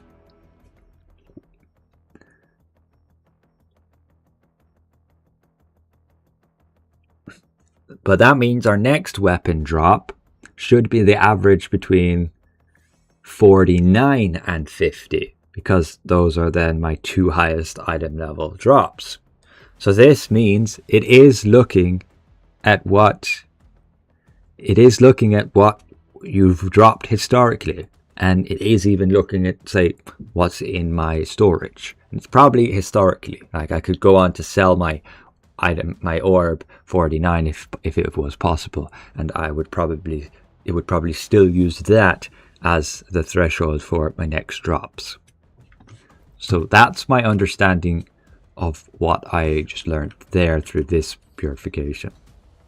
And I'm not sure it's worth purifying this green stuff. Better off blue and purple. But they're definitely harder to get. And there's even a tier above that again. If we go back here, you can look at the PvP, which I really should unlock.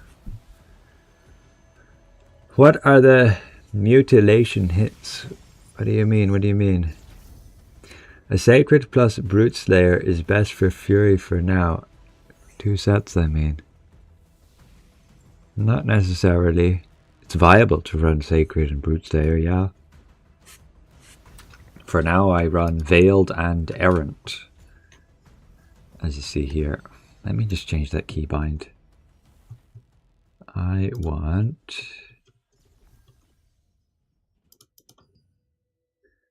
this. I mean, this can be this, and then I can have my character sheet back on C. Okay, cool. What are mutilation? It's for the new level 60 dagger passive. Level 60 dagger passive. Oh, right. I think that's mastery. Dagger.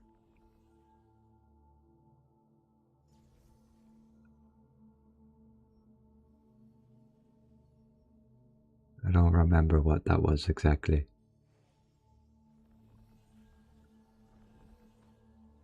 What you can also check if you're unsure what a skill is, make sure to check the skill cores, because the skill cores introduce a bunch of new names for weapons.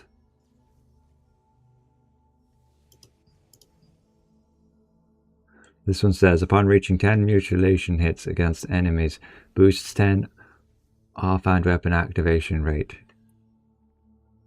But surely this wouldn't be related to a skill core.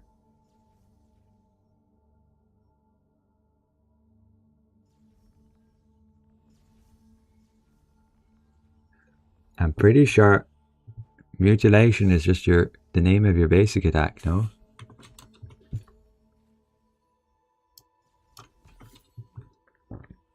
Yeah, look, it's the name of your basic attack. So if you reach 10 basic attacks, then you get that benefit.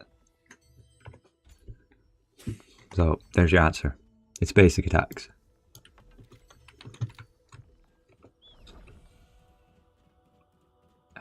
Where are we? We need to unlock this new PvP Remnants of Nyx. So we need to do this extra thing, which means we still need to do this chapter codex thing, which is where? That's here, okay? Let's get those done. We need to speak back to the guys.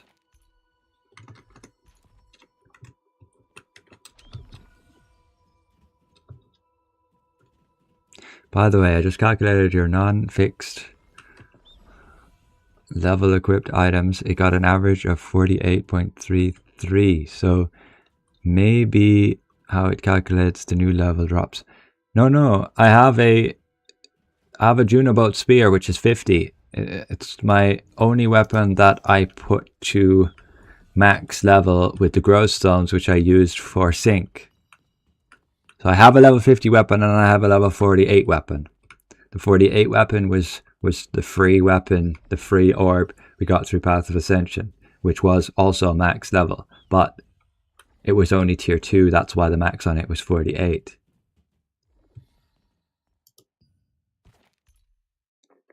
So it makes sense the average...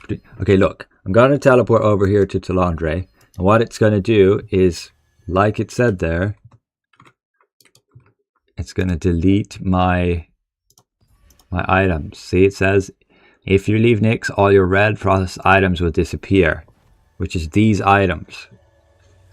Is there a way to craft the old resonance stones?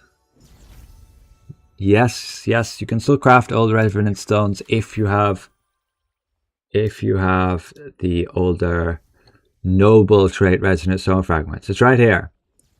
Still costs you the same. But if you do that, you have to trade 6 of these. The exchange is limited. You trade 5 of them for a new one, and it's limited at 100. Just character limit. You can do it as long as you have the solent and ores available.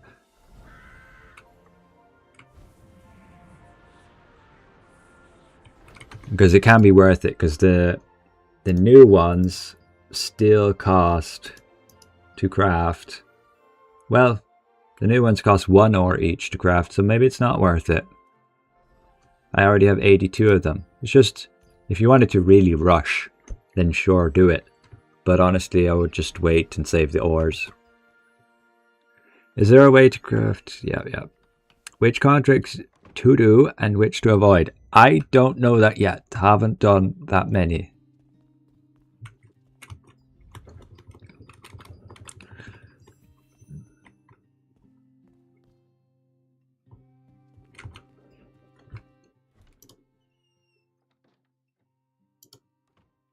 There's another ping.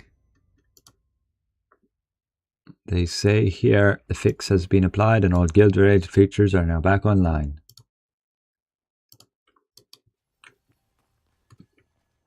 And where do I have to go here? Over there. Do you know what an item with an inheritable potential ability looks like? I would assume it's in the description of the item, and you just have to pay close attention to it.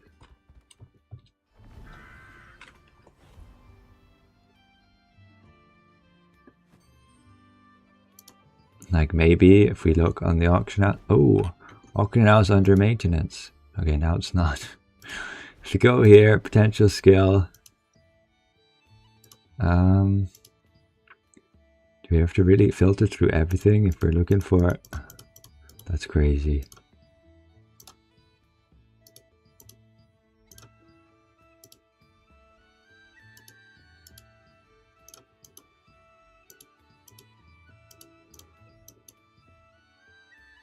Do these have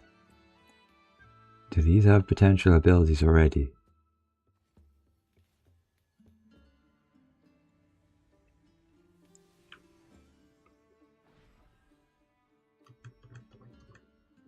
I don't think so. No, right?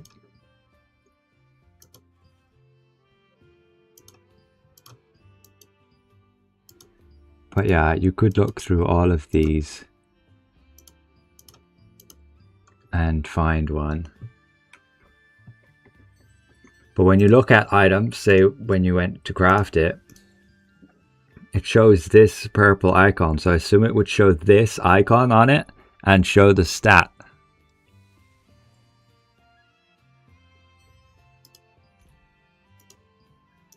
Yeah, when I click here, I mean this, and I click armor, the likelihood of somebody already having this particular skill is so low.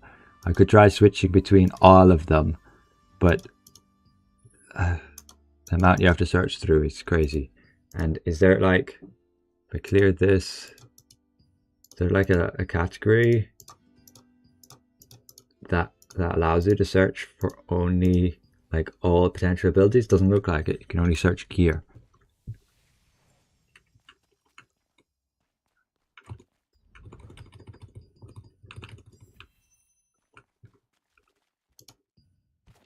To speak to so many people.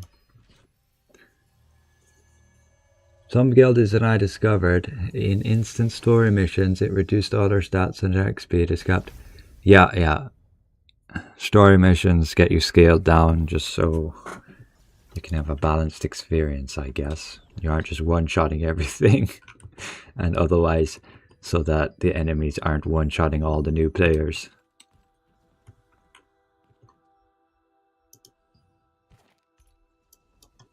So we have to go here.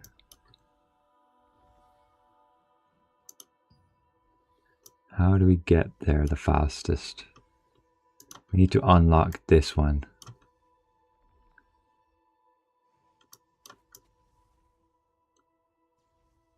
I mean, we just fly there, I guess. Let's just add a guild pin and fly there. Do I think it's harder to get Lucent, or is it easier? I think it's harder to get Lucent, but in the same way, Lucent isn't that important for getting traits. So like before, we would trade Lucent to buy and sell traits between each other to gear up. Now you pretty much do not need to spend any Lucent to get your traits upgraded, even to get them undocked. So making Lucent isn't as important before, but I definitely say it is harder. If that's your main goal, to get Lucent, yeah, it's not as easy as before. Because everything's either cheap or you just have to get super lucky at gear drops.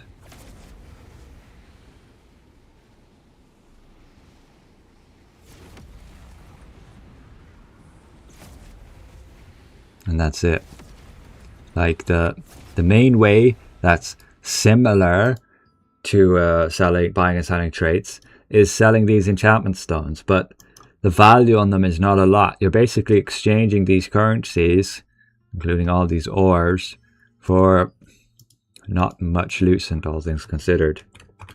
You can see this, you type refined and you find these. Now, these are already selling for 89 Lucent. That's actually not bad at all, but they were earlier at like 20 Lucent, so maybe somebody just jacked up all the prices. I don't know. And then you can sell the heroic ones too. And then eventually maybe they will introduce this where you can sell the unlock stones. This might be pretty huge. But the system's designed so that this isn't a requirement. You don't need to buy, it isn't required to buy these to progress your gear. It's not like you have to buy skill damage boost traits anymore. There's no specific trait that is exclusively higher value than other traits. There's none of this disparity other than these special heroic traits, but they're whatever. don't really bother about maxing those out anyway. It's not the end of the world. Maybe if you're on some very specific min-max PvP build, but still the difference is not going to be that big that it overly matters. Anyway, you'll be moved to the Tagir Hollow Dungeon by consuming 1 Ruins of Phantom Stone. So this is a daily item I purchased, the Ruins of Phantom Stone. So this may, depending on the outcome of what we get here, be ideal to purchase. So you need to get buy to daily,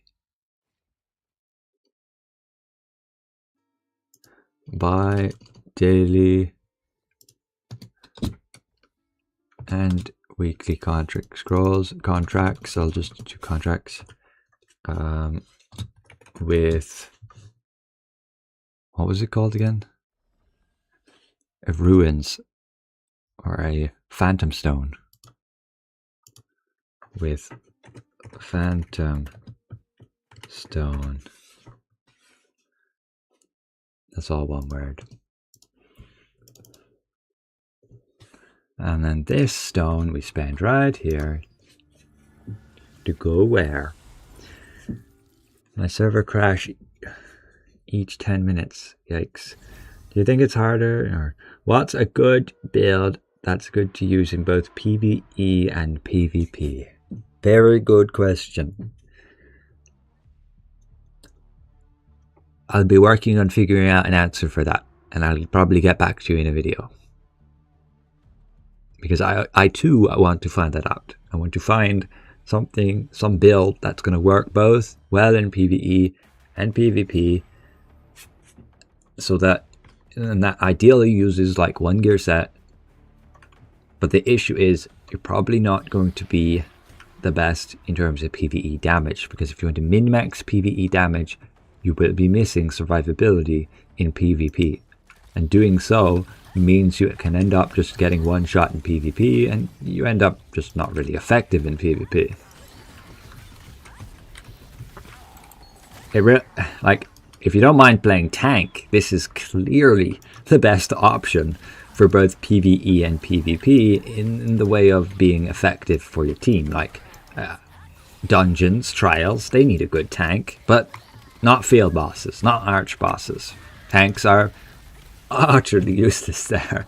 I mean, they're not useless. People still like to have a good tank, but they're not going to like get good contribution. As a solo player, at least, you're not going to get drops. And so yeah, there's no incentive to play healer or tank in field bosses or arch bosses, unless you're playing with a good group who are going to, say, divide drops amongst you, divide the profits of the drops between you. Or maybe in a whole guild which does that. I was in a guild at the beginning, and they would simply just sell the majority of the drops and hand out the lucent, divide the lucent between the guild members. At least the ones who partook in said event. You could see it as well. That's, I think, one of the best guild systems. You just sell pretty much every drop, and that way everybody gets a split then of the lucent that it sells for, and then they can use that lucent to buy what they want. But it's not as efficient, because you then are losing lucent due to the auction house cut, versus, say, giving the item to somebody who needs it, rather than them having to save up and then buy it themselves. But it's the most fair system.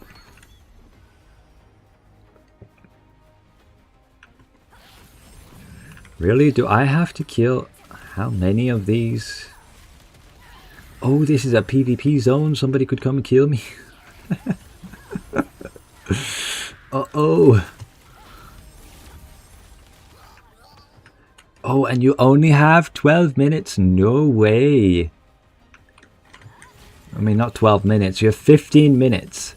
And you can only come here once per day from this stone. Or once per stone. You can probably save those stones. It doesn't look like there's a timer on them. And then use them all in one go. But that's kind of crazy. Okay, this is a bit of a new system. And you probably want to come in here with a group so you're actually efficiently farming this. What I'm doing is probably a big waste, farming one mob at a time.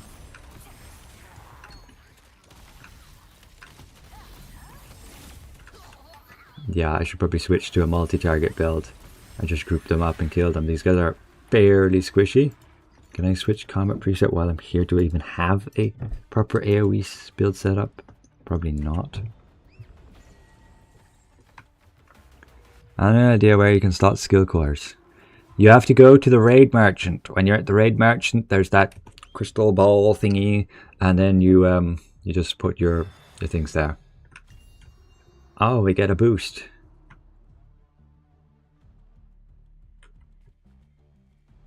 What do I want? I want this.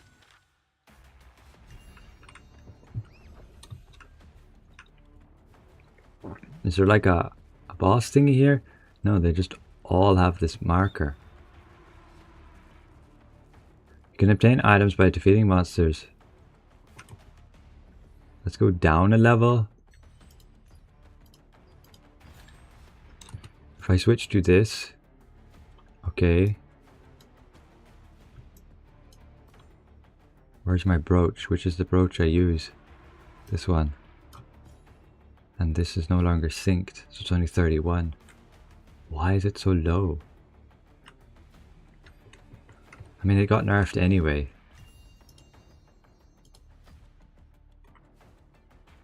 No, I can't summon Celia.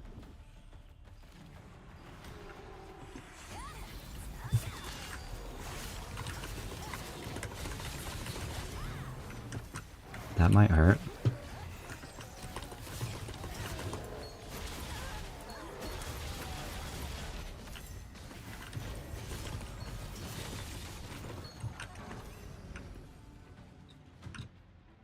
I have to kill 30 of these guys as well.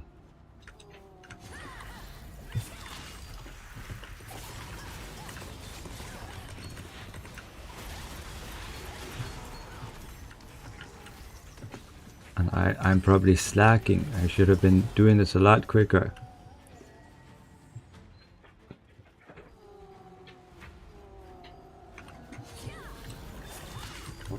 Again, you can effectively only go here once per day, it seems.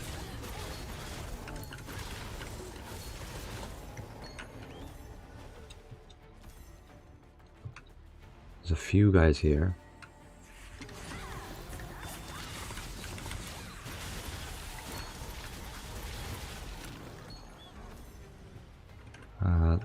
There's a wall here. Can't get through it.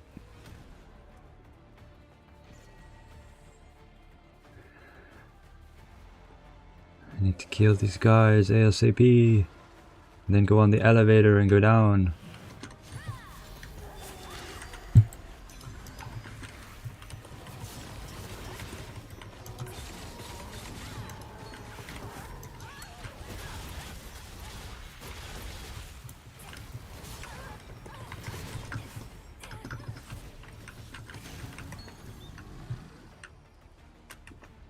Four more guys.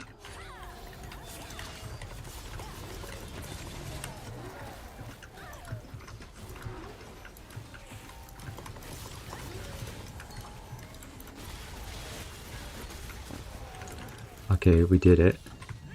Let's go to the elevator, or let's get our chest. Gimme, gimme, gimme. Skill core, ruined scroll chest. What the hell is this? Look. What is that? I don't even know what that does. Oh, it gives us a buff. It gives us the effect as if we have the skill core. Now that sounds cool.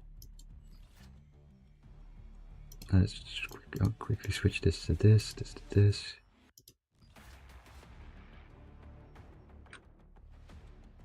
I have Phoenix Barrage, but on G, okay.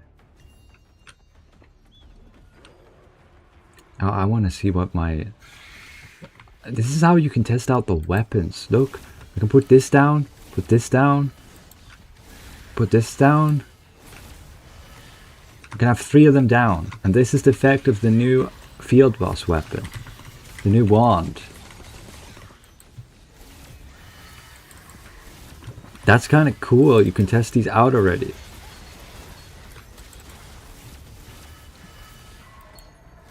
This puts Ray of Disaster between you and 3 like conduit thingies as long as you spam it. Okay, that's cool. I already have Tevent, so that was a bit of a waste of a skill core.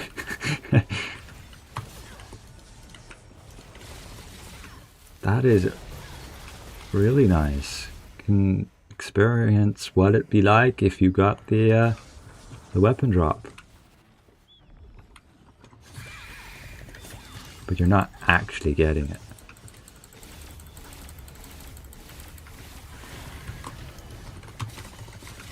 So just spam them down and then the enemies will get all the damage from those lasers.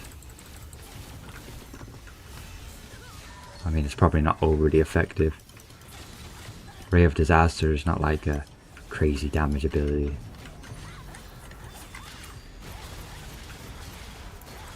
And it's kind of a waste of time with me putting it down, I think. It doesn't even do any damage, what? Anyway, I only have 5 minutes left in here. I have to kill 40 of these guys. I don't know what my reward is at the end. I guess it depends how far I get.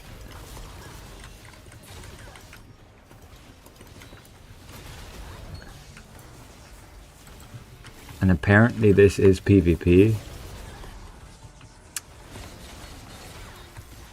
Like, I'm flagged for PvP right now.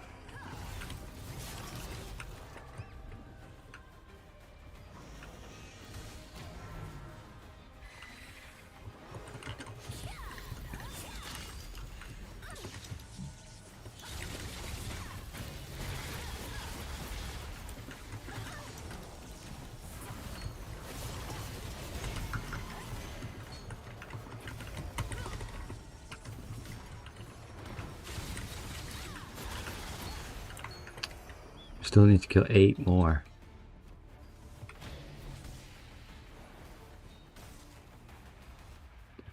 Come on, guys, move it.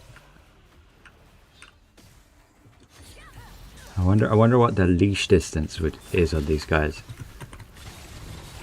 If you can avoid their damage, it could be worth just kiting a ton of them.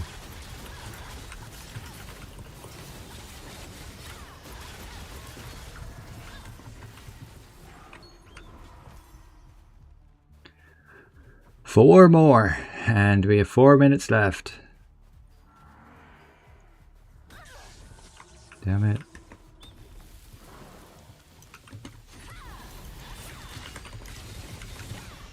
Come on, guys, you're so slow. Group up.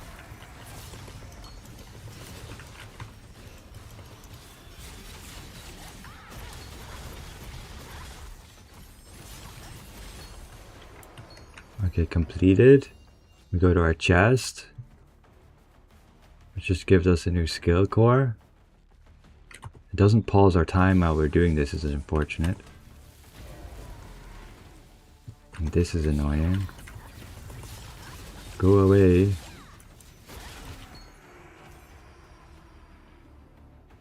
We open it and we get Crimson Torrent. I don't know what that is. I think these are all names of skill cores for Spear that I don't know. Don't remember the names of them.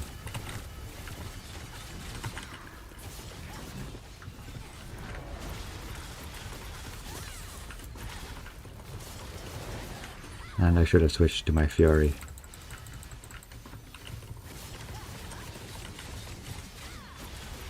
I mean, maybe not. Wouldn't have gotten through that AoE phase as quick.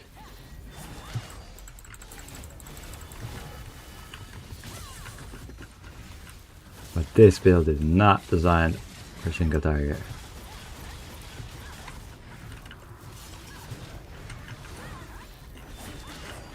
This guy would be dead on my Fury build in 1 rotation, 2 rotations.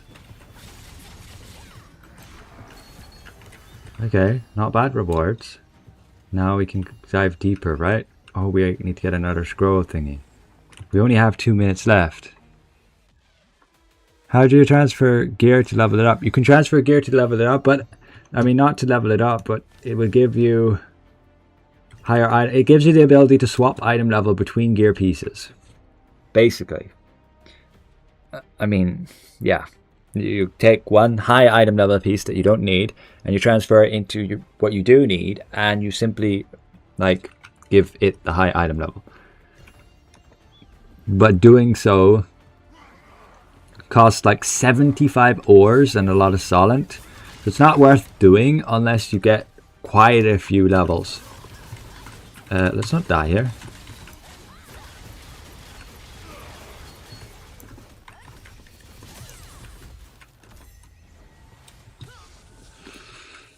Yup, okay, CC me.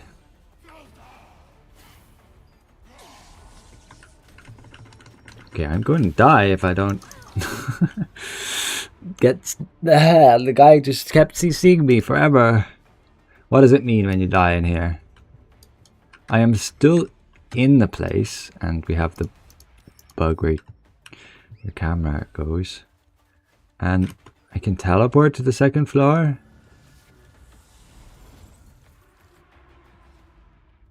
Do you have to escape, or can... I'm pretty sure if the timer runs out... No, I'm trying to complete these objectives within the timer. But I went in here not knowing that, so I faffed around a bit and wasted time. And I think when the timer runs out, that's just it. You're put out and you get maybe a reward, or the reward is supposed to be just the drops from these mobs. I'm not sure. We'll have to see. We'll see now. Okay, now it shows I have another 10 minutes. But I no longer... it says the event has come to an end, so there's not much point me being here.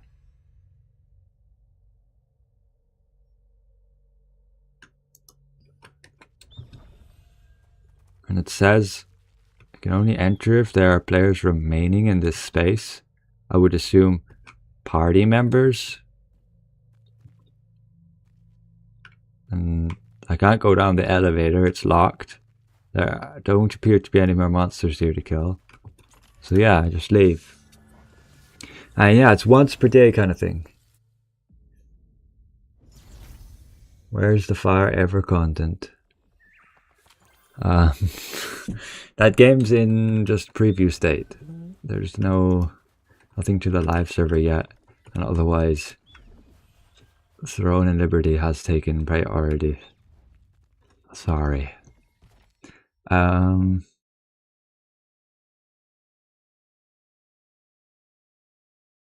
We are done with that then.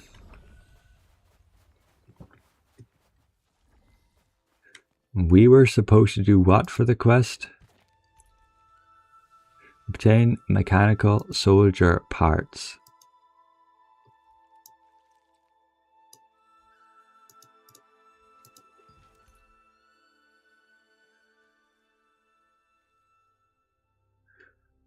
Did we fail to do that then?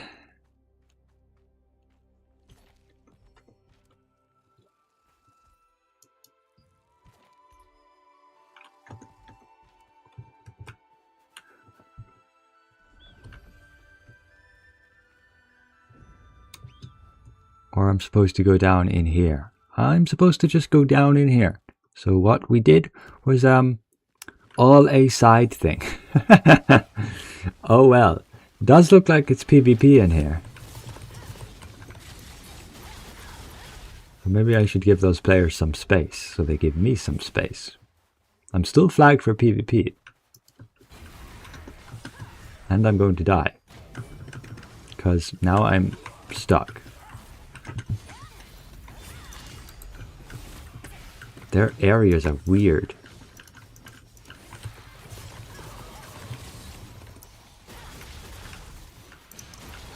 They certainly have some new attacks.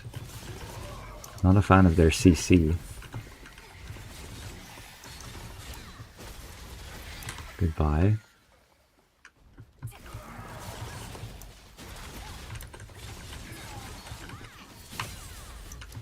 Now my inventory is full. Why is my inventory full? Full of what?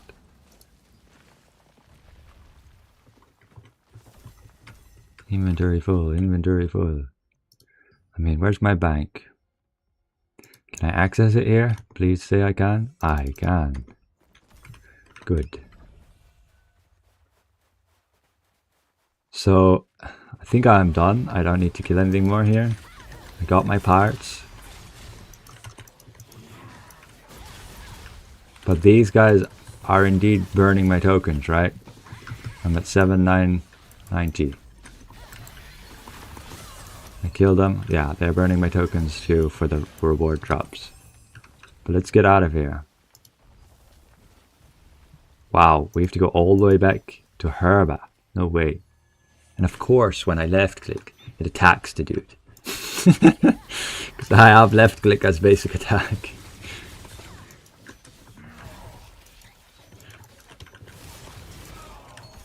Oh, come on. Let's just switch weapon to spear main hand. Now, let me get out of here.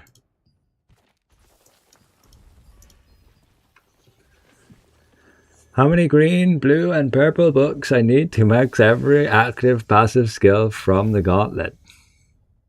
You can put it like this. Expect to use up to 50 skill books per level, per grade.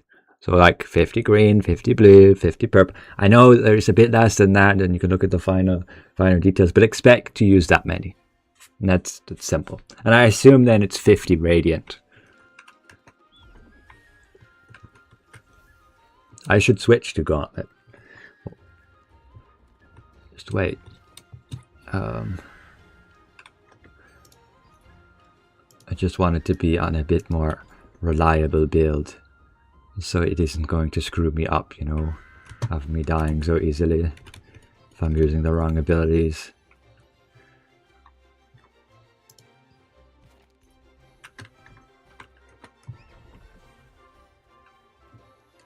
I still need to experiment with Gauntlet, figure out what I should actually be using. Do we know if we are getting the heroic weapons like Korea or not? Korea doesn't have those heroic weapons yet. They haven't been added since they haven't had a... I mean, they've had a small patch, but they haven't had a proper patch yet. So they're not on Korea yet. So we'll know probably on Monday, and maybe Tuesday when it comes out. And then we'll probably get ours next week as well. Unless the global devs are deciding not to give that to us.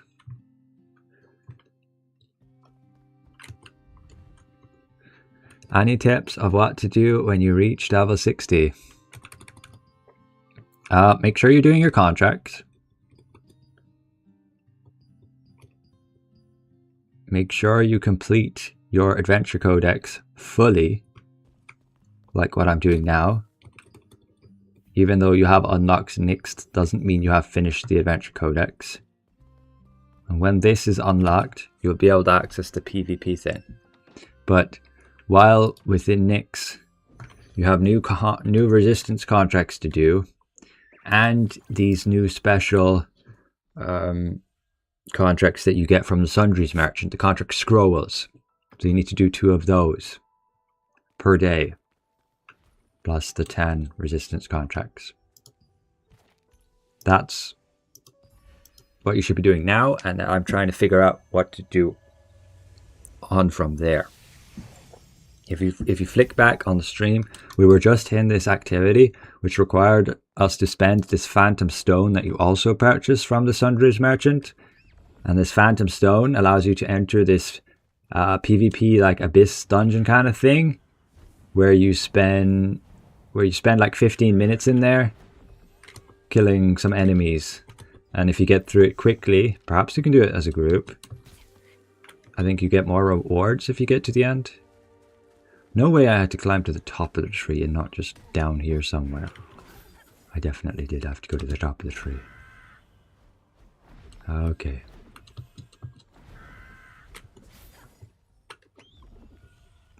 Where am I supposed to go? Whatever. We'll go up the stairs. And now, I think we need to speak to that dude.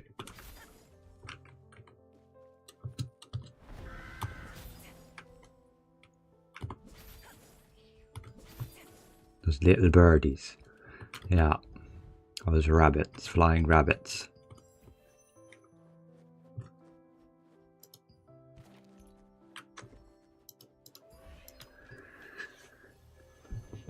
Have a great day. I'm gonna go complete the codex now. Yeah, good luck. Haven't touched this game in 150 days. Is it worth to go back? I mean, if you think you'll have fun, by all means try it out. It's free. Do you think gauntlets and SNS would work as a tank? I think gauntlet SNS as tank is a bit overkill. It will totally work. But just be aware there is some skills which will not work between them. Like Gauntlet has its own counter barrier that will not stack with SNS's counter barrier. Gauntlet has its own Bastion of Health, which will not stack with SNS's.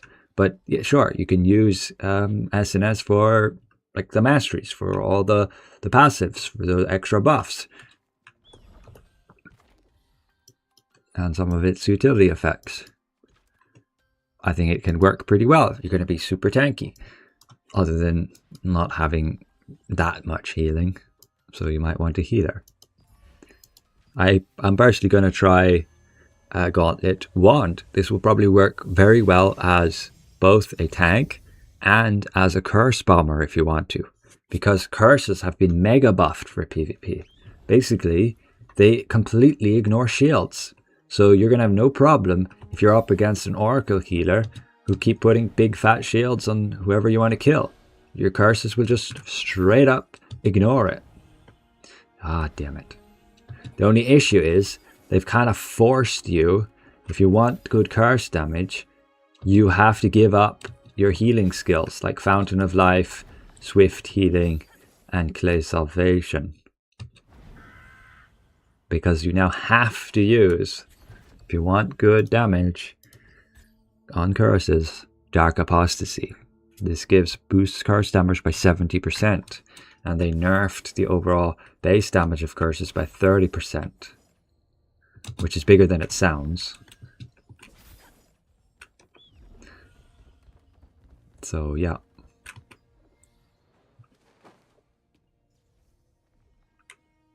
But you still have vampiric.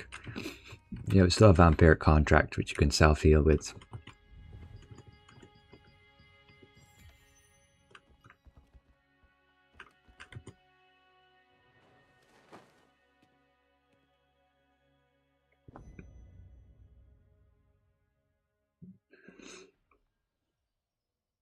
It's about 1k books per grade for all skills. You mean for Radiant? Ah, wait, really? Let me have a look. 66 books, okay?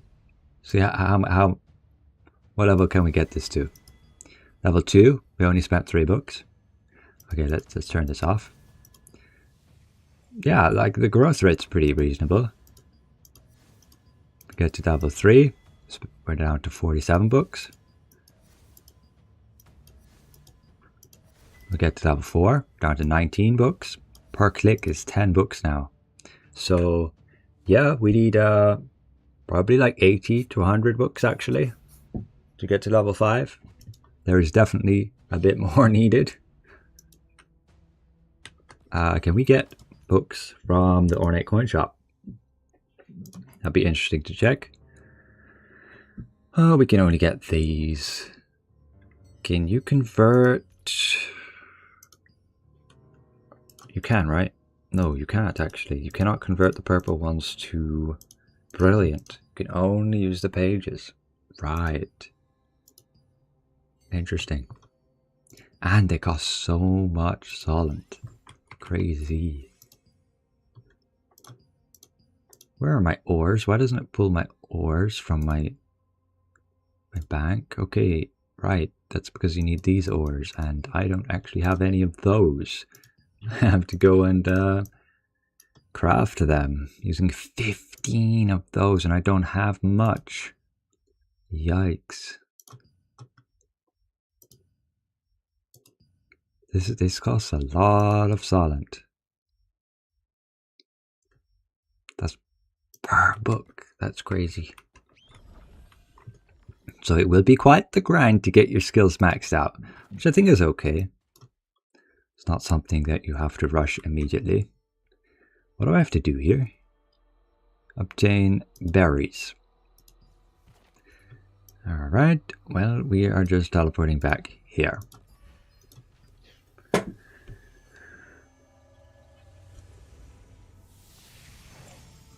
What do I think about gauntlets and GS? I think it goes really pretty well together. Like, gauntlet's not a super synergistic weapon, meaning it's not going to have some crazy combo, at least from what I've seen, like Orb and Crossbow had. So it's more of a I could say crude weapon. It's just like, it's got its abilities. Those abilities do damage, and that's about it. So if you're looking at damage. And so if you're looking at a Gauntlet GS, basically you'll use the fat damage skills on Gauntlet and you'll use the fat damage skills on Greatsword. But in terms of PvP, they have pretty decent synergy because you're going to get lots of hit points through Greatsword along with survivability and hit chance.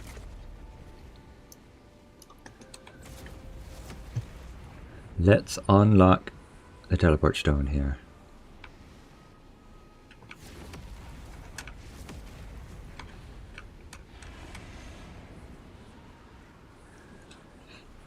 If I want to run gauntlets with wand, which weapons do I focus on? Do I use all my buffs on the gauntlet claws?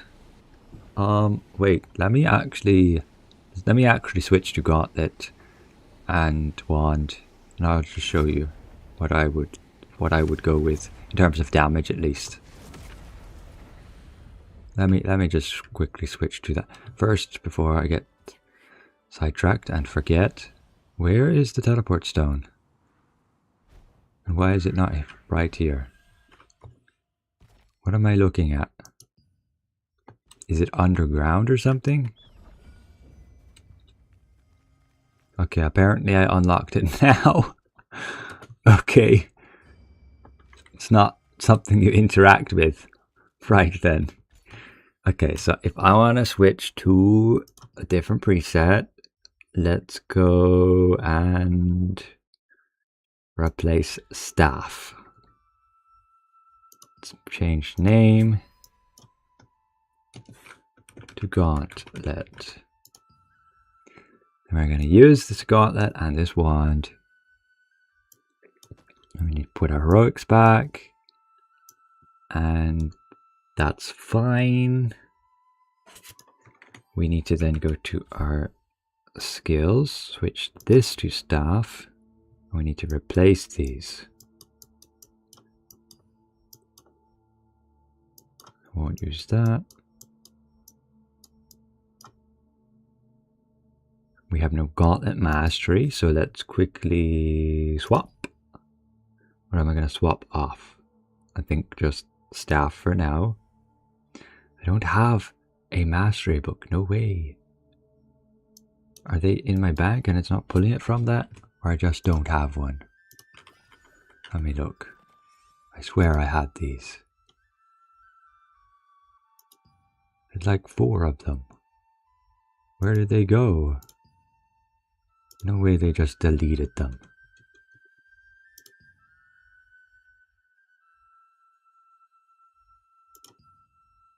Well, it's that, or I'm getting it from the Lucent shop, which I don't even think I have enough Lucent for that until I sell something. Yikes.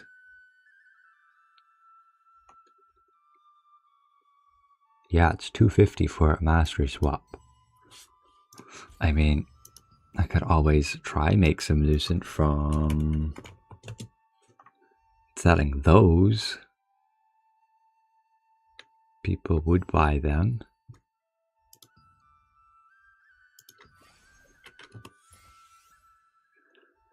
What do we need for that? So we can craft them here. Why do we not have trait? We don't have those, but we do have these. Okay, I'll just craft one of these. Oh, it's 5 ores. How much are these? They're only 2. No way. People actually gonna buy them?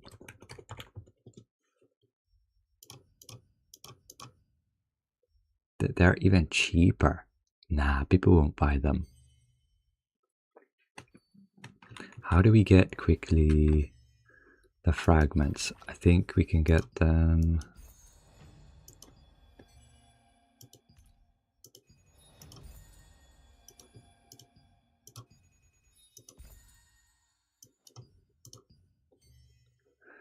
When are they gonna give us free heroics? Next week, next week. Where and what to farm in Nick's best spots? Don't know yet, unfortunately. Oh, they just made a tweet about server stability. We are aware of server stability issues impacting some servers. Our team is actively investigating the cause and working to resolve it as quickly as possible. Thank you for your patience, and we'll continue to share updates as they become available. You mean players are not able to even launch the game? Yikes. You can buy the new book to level your skills from their resistance merchant. It's weekly. Yep, you can. I know that. I know that much. But let's quickly switch to some skills. So this is a must-have. So I'm going to go with Gauntlet Wand.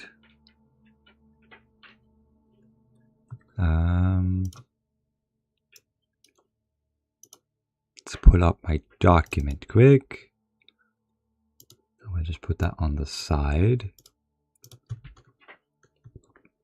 And I can see what I want to be going for. So after image is just a teleport. I mean, I guess I go for that teleport. It will help me close the gap. That means we take mobility strike. Absorbing grasp, we don't need. It's just a pull. Vampirism, we don't need. It just heals, and we have vampire contract, so no problem there. Critical hit is Bloodstorm. This is definitely what we want to take. So let's take critical hit. Where's that one? Looks like this. Then we also want, well, I mean, Explosive Fury is okay. The problem with it is you cannot cast it when Eclipse of Blood is active. But I'll put it here for now. Then we have Blood Spiral, jumping to the target location, dealing a bunch of damage. Yep, seems like decent damage output with 5 times to targets within a 5-meter radius, and that is your Earthquake. Then we have Brilliant Moonlight. This is your counter barrier one with the threat boost. We don't need that here. We have Trance with Pain Harvest. It gives you your cleanse ability. We don't need that here for damage. Fortifying Shell. This is the ability that does not stack with Stalwart Bastion or a Camouflage Cloak. We don't need that either for damage. One Punch gives us Blood Explosion. We do want this one indeed. This is like our kind of Curse Explosion for bleed stacks. And that's it. Just those 6 gauntlet skills. I don't really see me taking anything else. So that leaves us with Ray of Disaster still. Yeah, there's not much point taking any of the others in terms of damage. Then we look at our passive skills. So just increasing max health and stamina. We don't necessarily need that. Maybe the stamina would be useful. Applies a weaken. Smashdown applies weaken, decreasing skill damage resistance. This could be useful, but we'll come back to that. When hit, has a 20% chance to increase block chance. This can be useful for, say, converting to offhand attack chance. That block chance is equivalent of offhand attack chance. But let's look at more important ones. Hardening. When block is active, this just gives us endurance or damage reduction, so not helpful for damage. 50% chance to overwhelm, just can apply a stun, very good for PvP, but not what we need here. Same for the aggro, we're not playing as a tank right now, and this increases damage, so this is what we do need. And then this applies base attack and it gives us damage. So we are left with the one that would give us block chance to be the remaining one. I mean, it's that or unpredictability. What do they look like when maxed out? Unpredictability is going to give 96 reduction to skill damage resistance, which is kind of huge. But where do we get smash down? This on combo strikes applies a deep, and combo strikes is what exactly?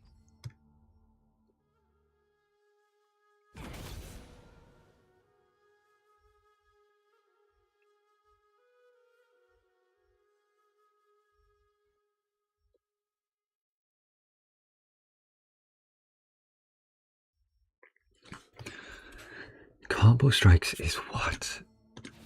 Deactivate that. Oh, we should take our chain skill, chain strike.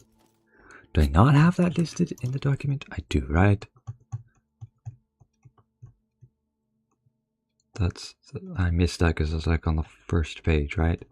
That gives us consecutive claws. Yes, we do want that. We do want that. We'll take that instead of Ray of Disaster here on this setup. Right. But is this our combo attack? We want to look for smash down. What is our smash down? This gives us the smash down. Okay. And the third hit of consecutive blows. Okay. I think we take that then. We take the ability to reduce the target's skill damage resistance rather than just a little bit of extra block chance. I mean, that block chance converts again to offhand attack chance, which relates then to extra damage because offhand attack chance equates to the chance to get double hits. And that at max is like 2.4% on purple, which then is 24% offhand attack chance. It's quite a bit, but to be fair, Gauntlet already has a lot and the bonus is multiplicative. So not as big as you might expect. Combo Strike is basically tank version of Claws. No. It's Chain Strike. Yeah, it's Chain Strike. It's this one here.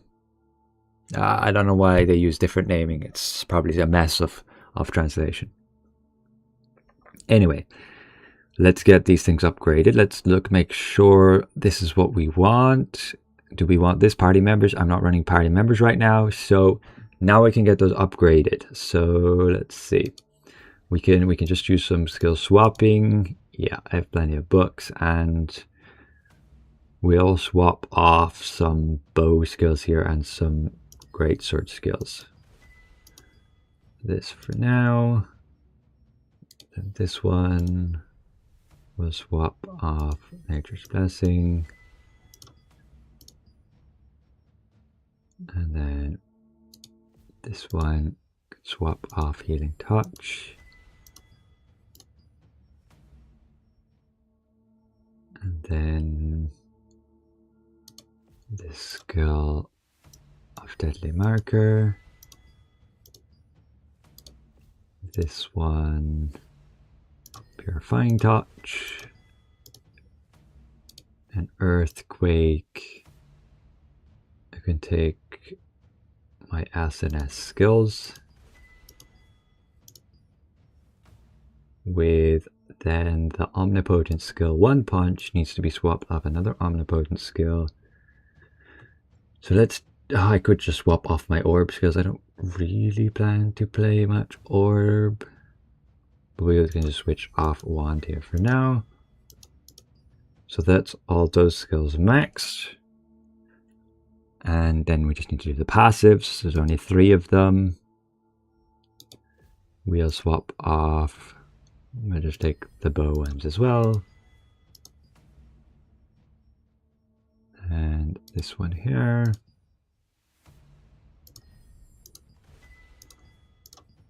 And the bloody claws from this one. So then, let's make sure, do we actually want these passives? I believe so. And the only option would be to take this one instead of, maybe we would take it instead of Wraith's Beacon. We'll give it a shot. We'll do it. There we go. And swap that. There we go. Didn't use many scrolls at all. Now we just need to get mastery. That's actually a bit of an issue. We could either level it up with a bunch here. It can potentially give me quite a few levels. Let's see how many levels we would get. This mastery is just pretty much all from today, I think. I don't know how much I had before. This is going to get us to like level 90. Which I guess I may as well do anyway.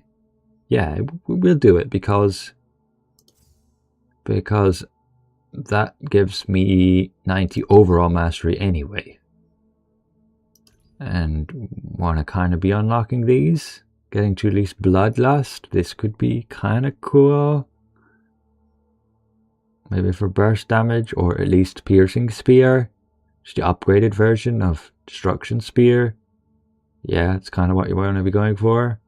I have to get another 256 mastery levels.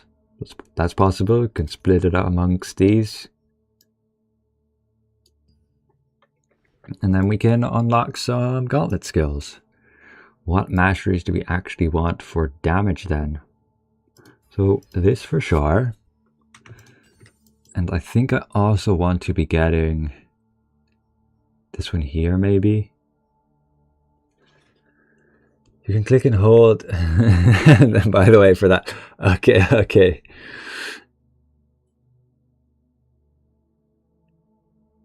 I didn't realize. Let's just unlock this one as well. These are kind of the core ones to unlock. Doubles the amount of stacks gained when breakthrough triggers. That's actually pretty good. Breakthrough is again the one that gives us block chance, which equates to offhand attack chance. We'll take this one. Attack speed weaken chance. What's in here? Melee hit, melee critical. Not so important. Cooldown speed, that's pretty good. 3%. We can take that, but what are we getting here?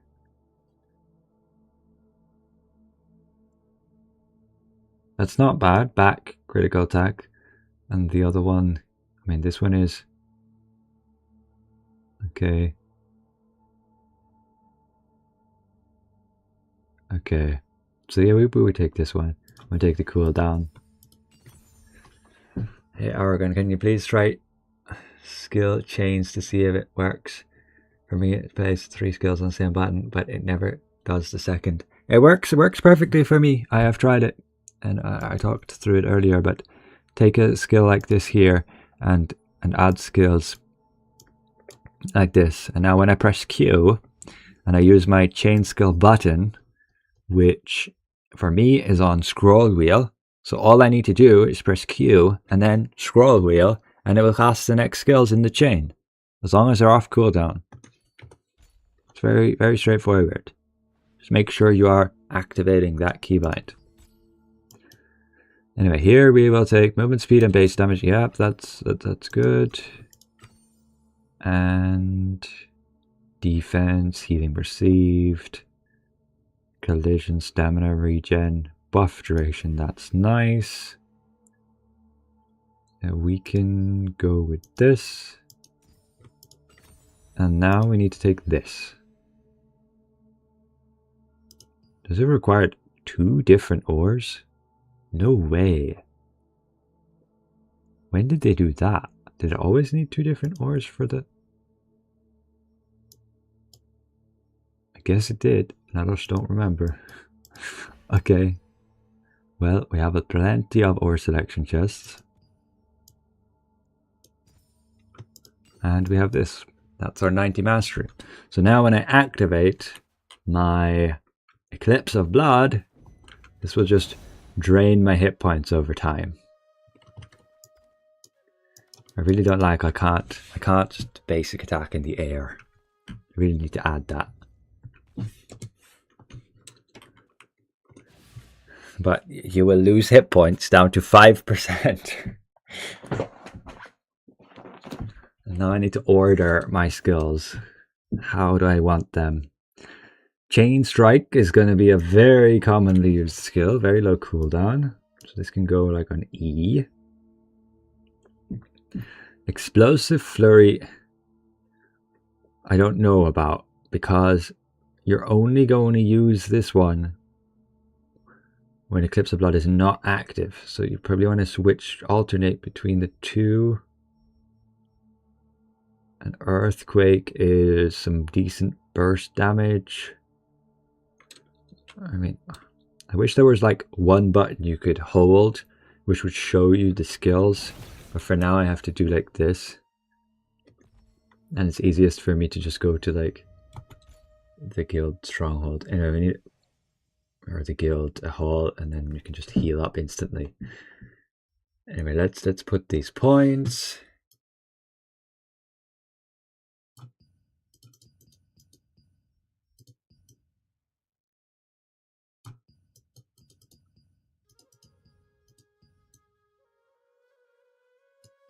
All just dexterity, wisdom, perception. That's what you do for PvE. Gives you the highest max damage. We're at 949 with just these gauntlets. Pretty big.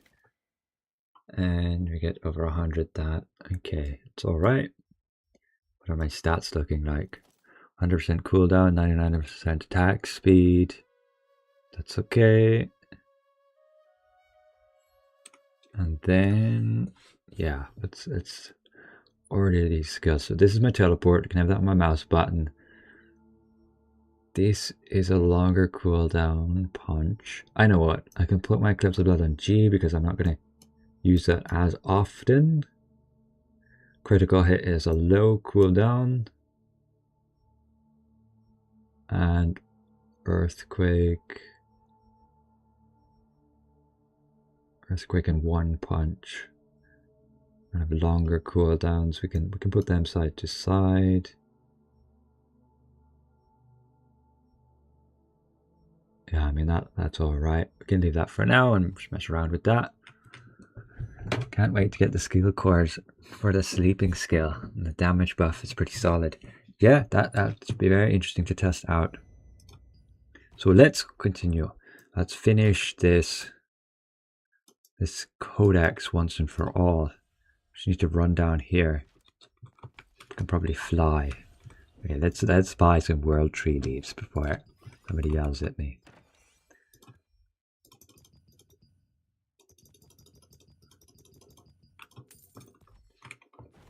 And we can get ourselves healed back up. Where are they? There.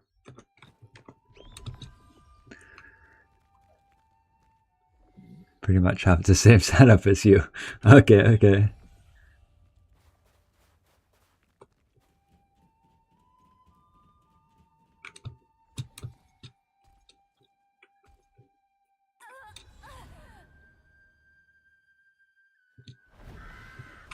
Wait, do I have the runes set up on this build? I do.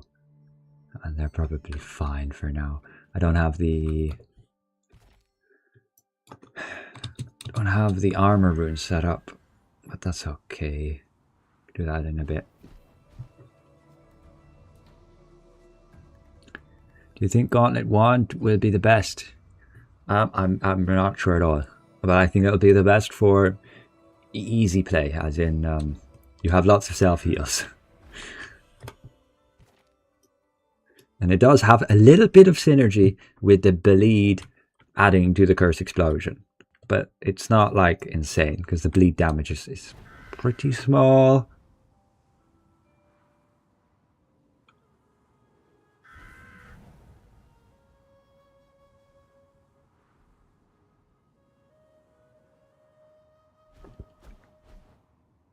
An AoE build with gauntlets where you grab everybody and curse bomb is probably going to go crazy too. Oh yeah, good point. That's what I could mess around with. That's funny one. The where is it? The sweep. I'll put this here for now.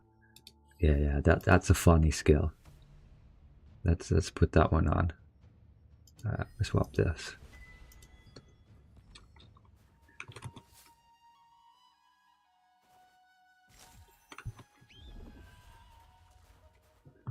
Really, that's all we had to do. Now we have to go all the way back here. Ah, come on.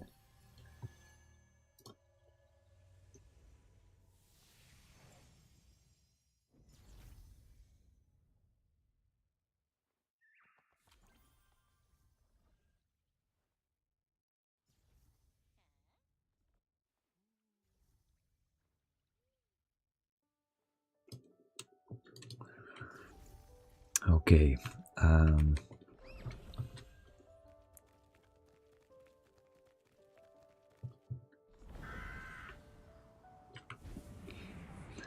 Gonna speak back to the guy. Maybe it's finished. I am thinking about playing Wand and Gauntlet. Is that possible? Yeah, absolutely. That's what I'm doing right now. You can feel free to copy my skills, but I haven't really done much testing with it. So I don't know exactly what's best. But this looks pretty solid here. These other skills are either like defense skills or might not work so well in the combo. And I am messing with sweep. Otherwise I would probably have explosive flurry. But explosive flurry is a bit annoying. You have to deactivate your claws.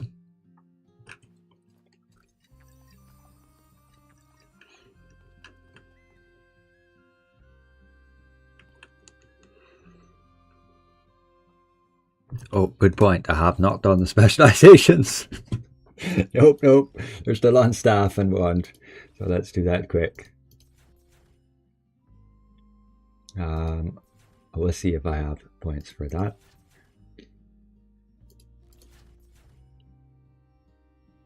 Oh right, we haven't got karmic. That is an option to also use, but it's not massive. And it only boosts curse, not say bleed. We don't need that. That's it, right? For the wand ones. For the gauntlet, increase damage, bleed duration. Do we need cooldown reduction? Maybe. Teleport. Can fear targets, could be very useful for mobs. Decrease skill cooldown, why not? Increase range, why not? Sweep. I'm gonna run out of specialization points. Binds targets. I mean, that's good, but this is just increases attack range. Sure, we can mess with that. Eclipse of Blood, decreases stamina cost. We don't need that. We don't need the cooldown reduction. Critical hit, 800% defense. Aggro, no. Skill damage, yeah. I mean, sure. Last boost damage by 50. Okay, we run out of specializations. I mean, we can remove that. We'll keep that for now. For like mobs. What can we give up? We can give up that. We can give up. We can give up the fear, but I really want to mess with it. We could give up all of these basically. I want to keep the attack range for now, but earthquake damage, increasing movement speed, decreasing skill cooldown by 20% could be good. And then one punch. With skill damage, you kind of want that. What can we give up for that? I mean, one punch is already very low cooldown. We could give up this because Dodge and Spare is already 14 seconds, so that only adds like 1 second. Take the damage one there, and has a chance to apply collision push and stunning enemies. Okay, we don't need that then. And we're left with 3 points we can put here. Perfect. I mean, not so perfect, but that's doable. That can work.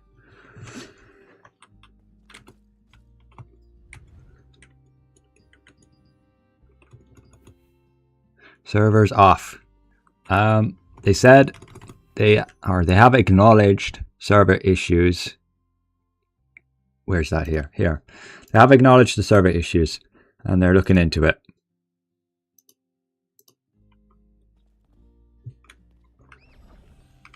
My attack speed is so low now, lol. I lost like 40% DPS. Yeah, it's because of the change they made to the attributes, and they do it on purpose. They do it so that you don't benefit that much from attack speed. At least that's what the Korean devs said. They said it was getting a bit too much. People were getting unintended amounts of attack speed. So they changed the attribute dexterity. So instead of giving like a flat amount of attack speed reduction, it just gives the attack speed stat, which means if you are near the cap, you will see a massive loss in attack speed. So that's why. Am I finally done the codex completely?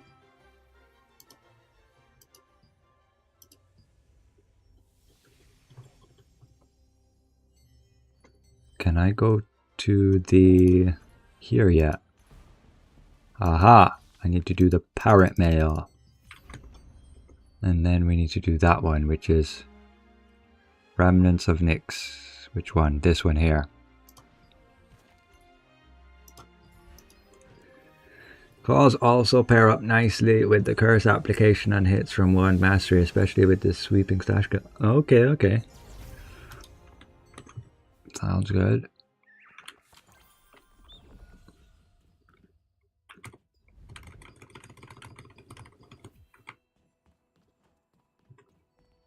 Now we have to go to this next person. Okay, they're right beside me. Great. And then this guy. And we get teleported where? Evasion build.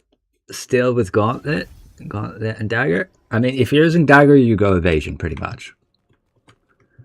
But you can always go Endurance, and Gauntlet does have like a natural affinity towards Endurance because it has a passive here which can give you a bunch of Endurance. But other than that, you do have like this increasing evasion against all target, against all attack types. So it can work either way. What am I supposed to do here? I'm supposed to just kill them, huh?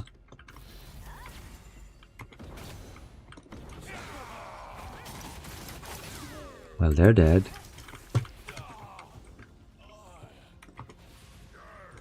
Oops, I deactivated it.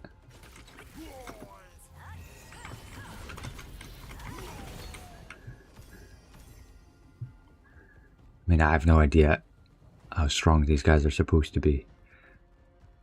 So let's deactivate it before we die. Where am I supposed to go? Move outside the structure. Okay, now the door is open. So this is supposed to teach us a little bit about the PvP mode before we get into it. Go up the stairs and activate the escape port activation device and open the escape port. So the door will open in 30 seconds. So we gotta kill some guys before then, or we just gotta sit here and wait. We can hide in the bushes so nobody can see you.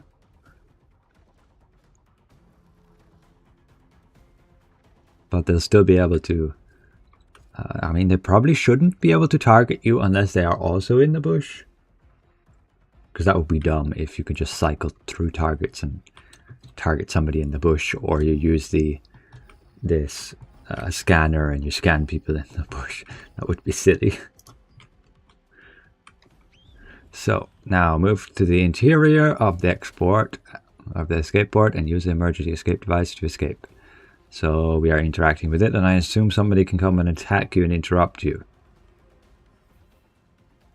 And then we escape. Do you have the checklist? Can you please post it, please? I have not finished it yet because I'm still working on it. We have this here.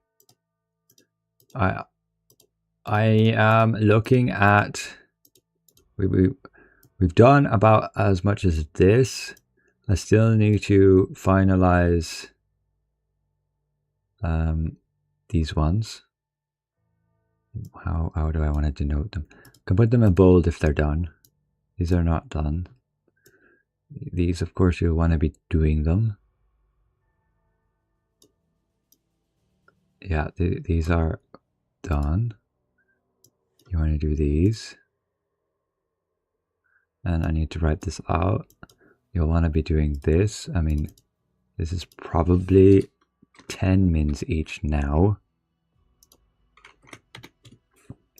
You want to do Gate of Infinity still. You want to do Tatel's Tower, weekly missions. But basically the new things that have been added are... Well, I need to actually add that here. Nix contracts. I mean, what are they actually called? They are... I mean, they're just called like resistance contracts, right?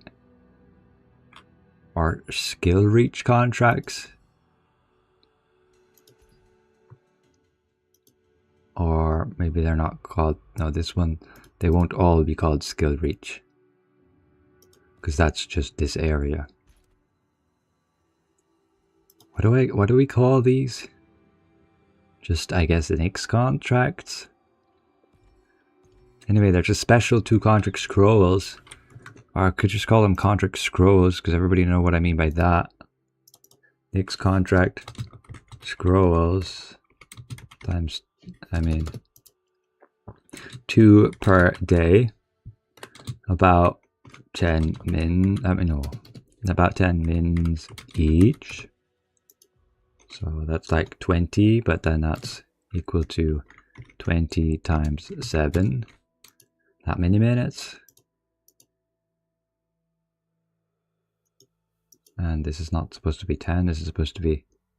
I mean, yeah, okay, so no, you're not going to blast through that many. That's going to be like 10 mins each. So that's like 10 times 7 as well. Whoops, I need to put an equal sign before that. That's quite a long time. Because yeah, these new resistance contracts that you want to do, you have to go out and kill enemies for every single one, basically. I need to look at the guild merchant. I believe nothing has changed, but I haven't actually checked. Now it tells me to purify, so I guess I'll do that. It costs me nothing, okay. And this gives me... Wow. Well, at least it's one rune. At least it's an armor rune. And then we leave. And that's it. They teach you so much. Anyone know how to use the new wand with Touch of Chaos? Yeah, I don't know what this Touch of Chaos is. Somebody has it? Let me look. Go to weapons, wands. Which one was it called again?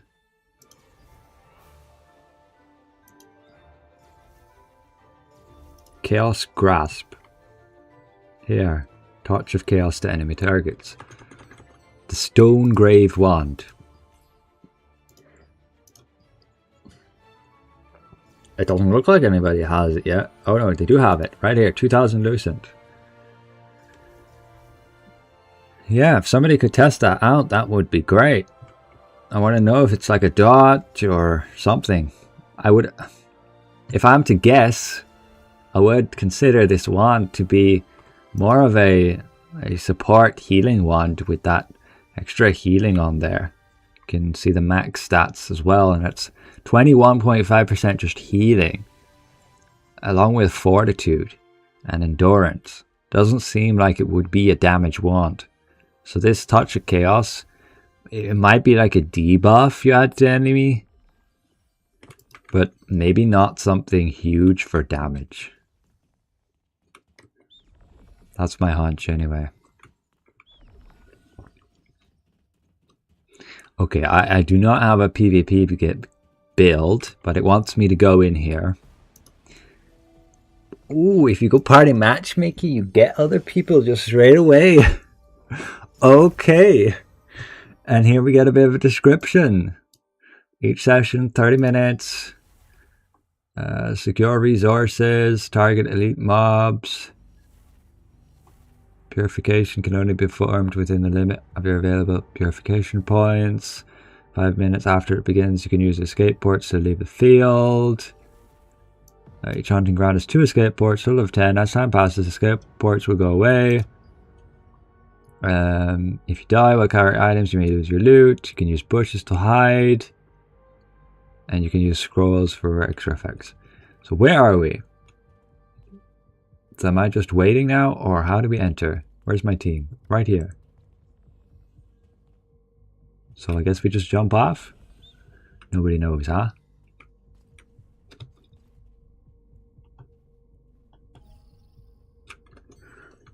Ping guys. I'm not the one with lead. We actually have some merchants up here. The honor merchant. Contract merchant. Why do you have this guy up here? I guess you can do them up here. That's kind of cool. And then your storage.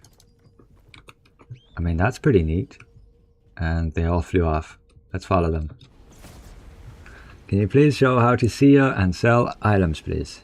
I can, yes. Basically, you will need to get drops which you can actually seal. There's not actually many that can. Most of them say unavailable for sealing. And the guy just left the party, and the other guy left the party too. You able to just straight up leave? I think you have to leave here, you have to exit. Where are we even going? I follow the other guy.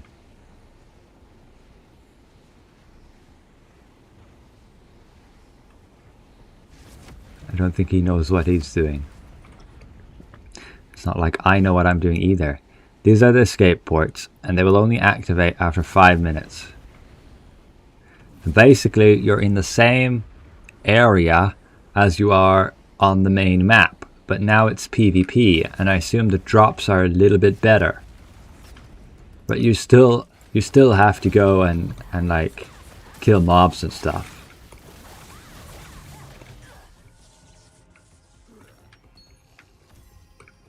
We get a frigid red frost jar.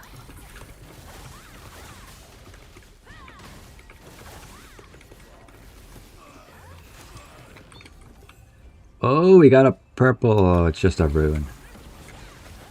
Sad.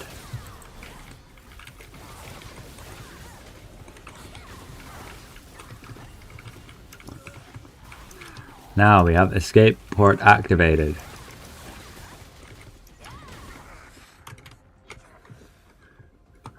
Let's not lose all our health. Let's make sure we put some potions here too.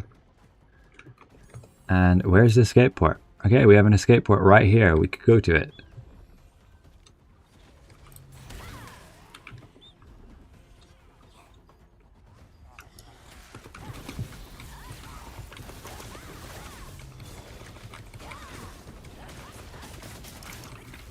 I mean, Gauntlet feels great.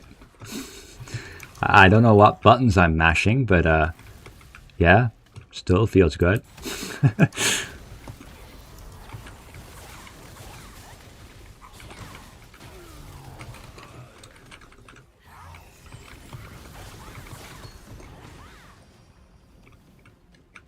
What's this glowy thing? We got a chest. Whoops, I need to deactivate my healing thing.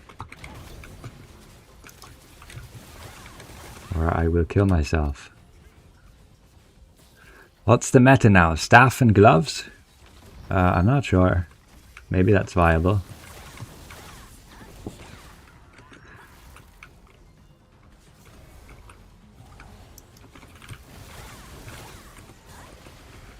Just there's not really any synergy between the gauntlet and staff, right?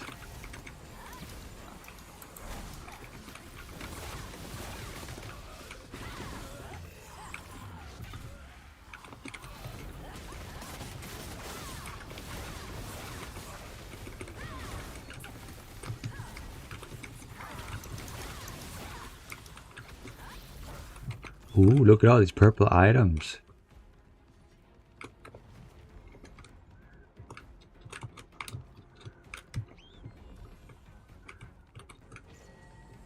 I want to extract though.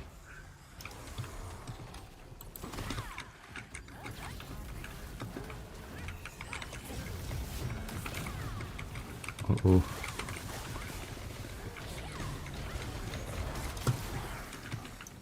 Uh-oh, we didn't block.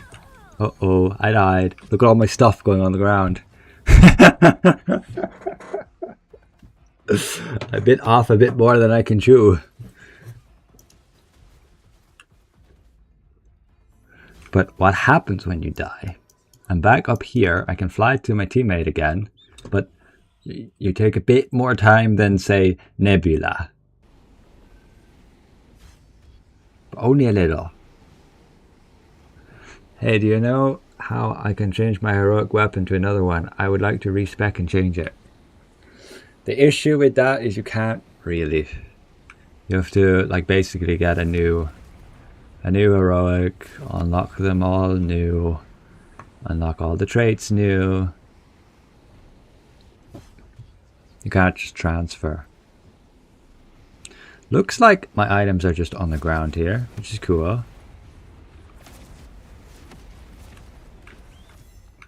At least these purple ones are.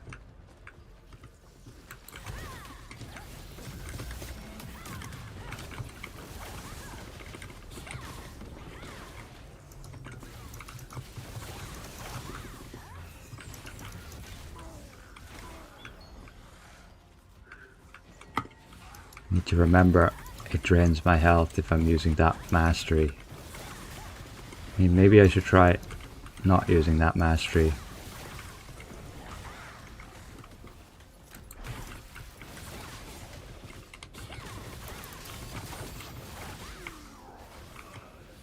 Or I just have to remember to turn it on and off.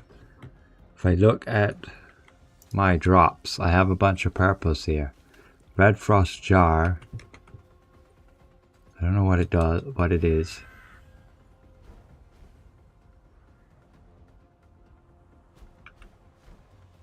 Yeah, I have no idea what it is.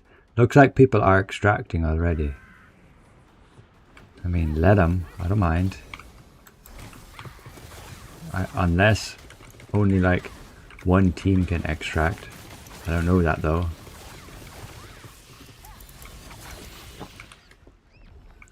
Let's go see what this teammate's doing.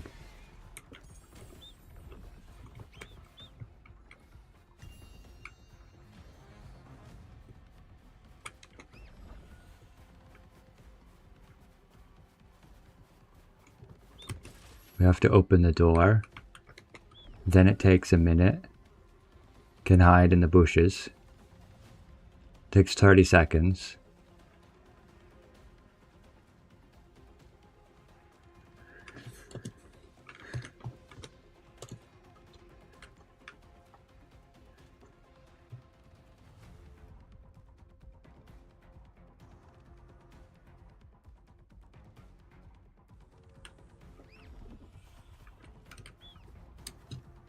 I mean, the door's open now. Then we go to interact.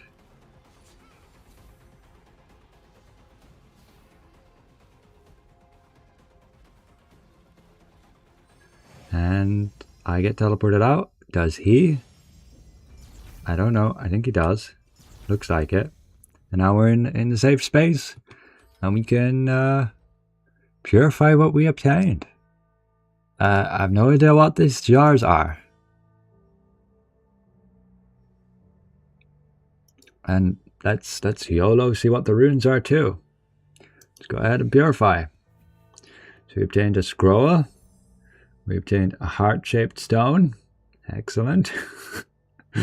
Invisible hand forces the enemy to drop their Shemir item on the ground. And then just one rune?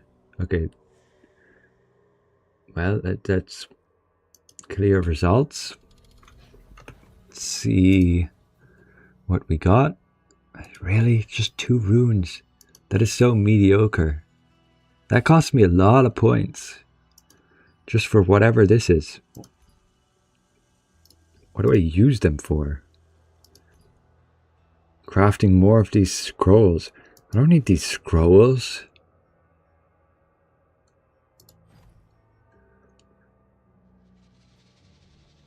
Ah, jars for skill cores? I didn't get any skill cores, that's for sure.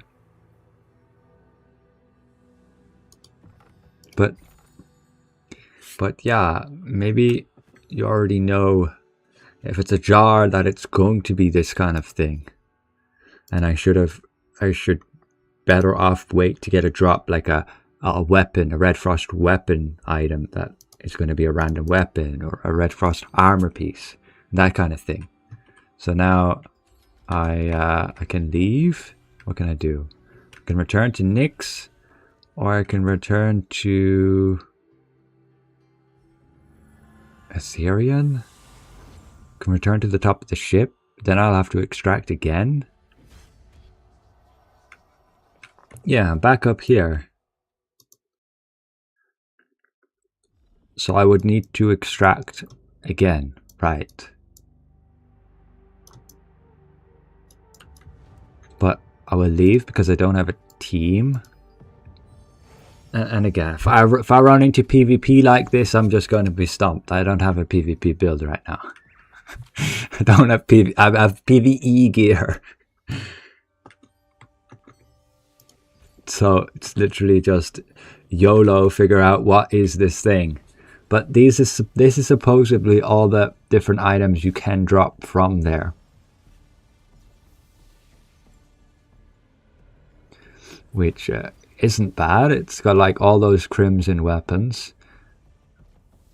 Not that I think I need to go for a crimson weapon. Like Crimson Gauntlets give us... I mean, it's not terrible. Like again, this block chance changes to your offhand attack chance. The chance to deal double attacks. And the wand is not any good for damage. The accessories, I think that's a healing one. That's a survivability one. This is good. 4% heavy attack damage. That's okay. PvP evasion and damage reduction. PvP ranged critical. And 3% heavy on a necklace. That's okay. Looking at the sets, I would try to be going for leather. Leather here, crit damage 15, and PvP ranged. Okay, it looks like all those PvP sets are here, and they're just the 2 set pieces.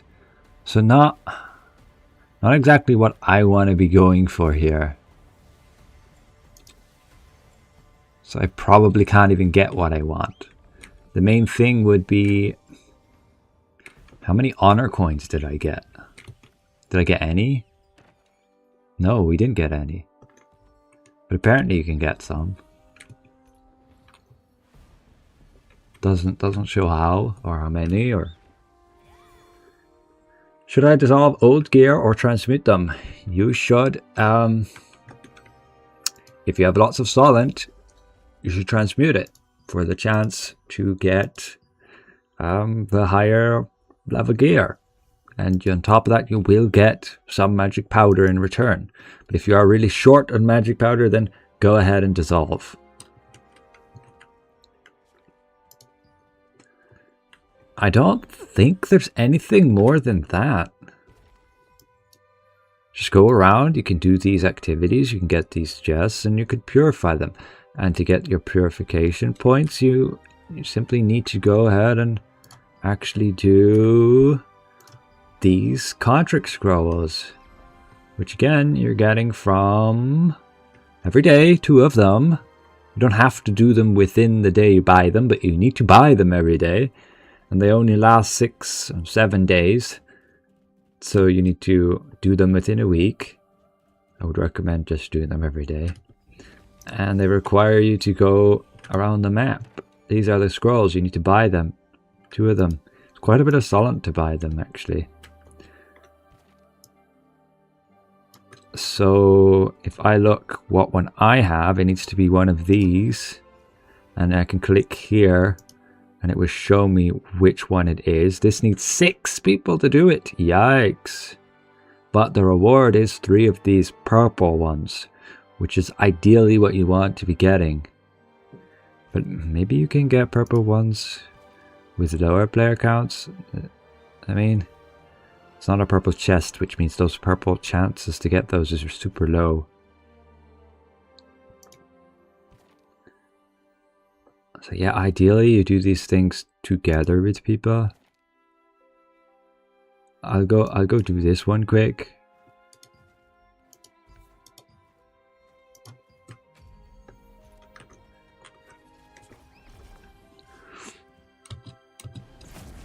Skill cores are not tradable. They are if you are really lucky. They drop most of the time, not tradable. But if you're super lucky, you'll get one tradable. Hey Aragon, just coming back to the game. Starting by bringing every recent Nick's video on your video page. Got at least an hour of content to catch up on. Yep. There's a lot to go through there. A lot of new systems. You can watch the more recent ones. They're the most up to date on the news, particularly when the Korean server released on Tuesday. And that should give you information on new weapons, skill cores, armor, and then also the overview on what's actually been changed, what's actually been added. Defeat the curse condensed demon hoof shaman. Where is he? Why are these all purple marked?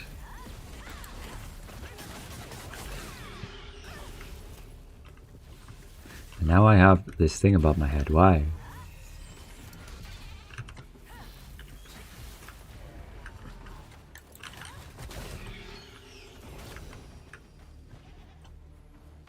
What are these mobs?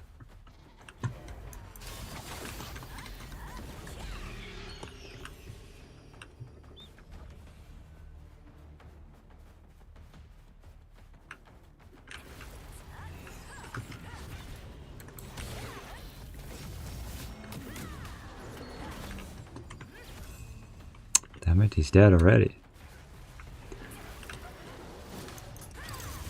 I can pull him around and he's dead already. Give me a brilliant parchment. Nice.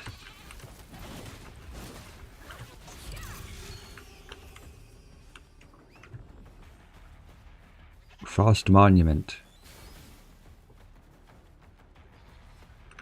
Activating 3 monument stones will summon the curse condensed demon hoof shaman. Okay. How do we activate them? Maybe we just kill the monsters in the circle? Let's try that. We have 2 activated, it looks like. So come here, guys. Let's switch to this. Seems really easy to kill them. Or maybe when you kill stuff, why can't I cancel the target?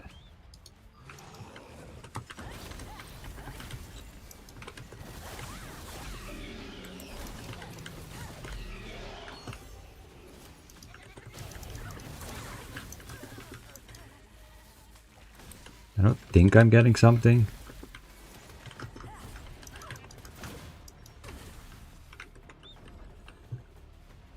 It looks like I have 2 debuffs. What happens if I go here? It gets cleansed. Still only has 14. If I bring it closer.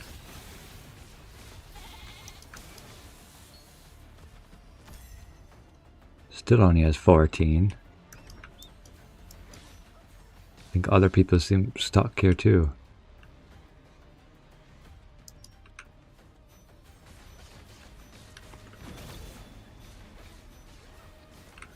What is he even shooting at? Silly snail. Move it.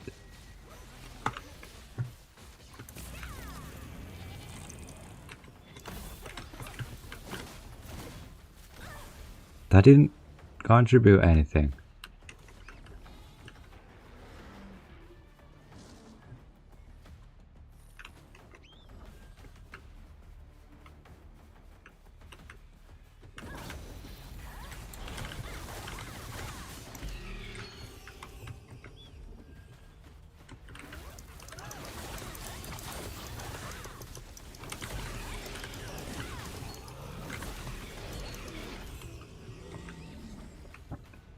I have 4 of the frost things. Which skills to set for a chain and how?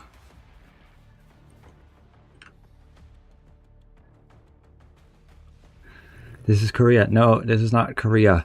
This is EU. Fearless. I think other servers are having issues.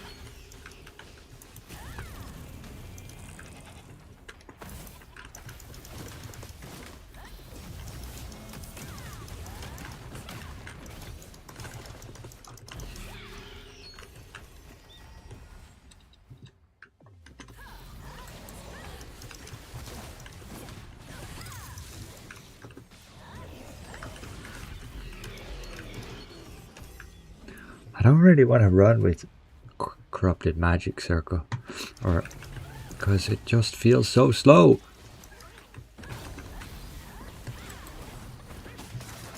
It's technically best to use, but I don't want to spend the time standing there casting it. Still only 14. I think this place is just bugged and we got to go somewhere else.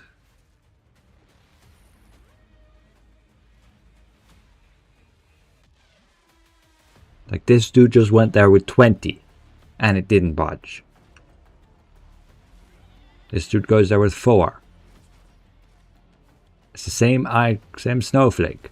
It's not doing anything. Did I already make a video the best way to grind? I did not yet.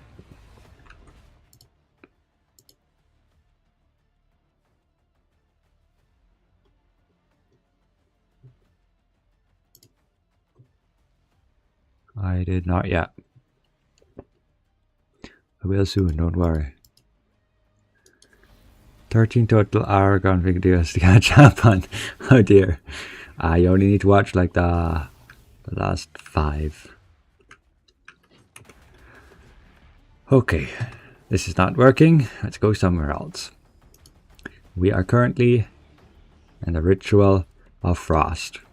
And that seems a dud. This one I can do solo. This one I can do solo. But this one requires 6 people, it says. 6.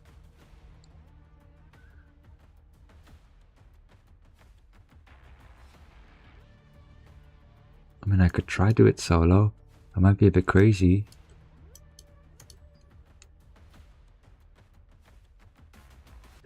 It's 30 for each boss to spawn. It's working.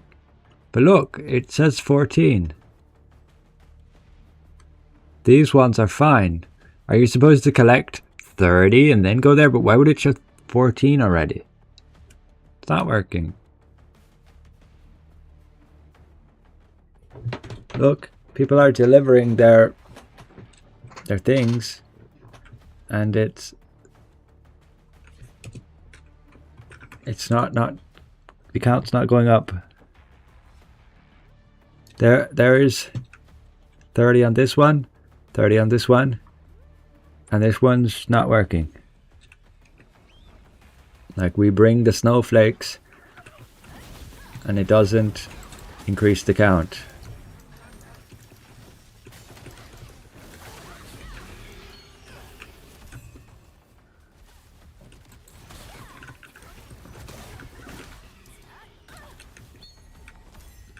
Like, look, I'll bring one, nothing happens. So I'll be leaving. Where do I have to go? Not here. Or can I go here? This one is nearby.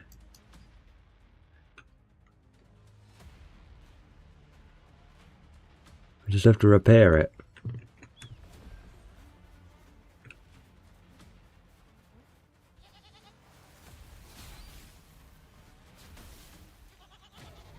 Oh, I'm low HP.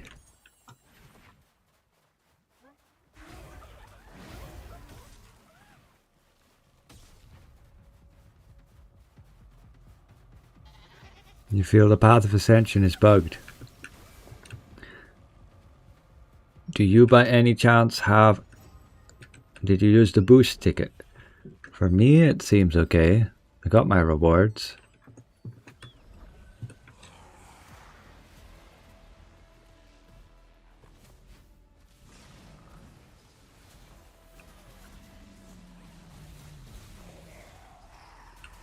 What am I supposed to do here? Is this bug too and everybody's just sitting around?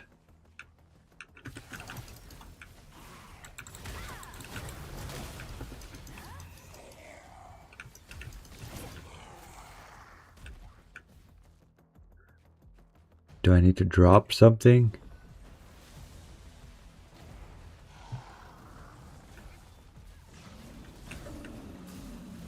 Oh dearie me.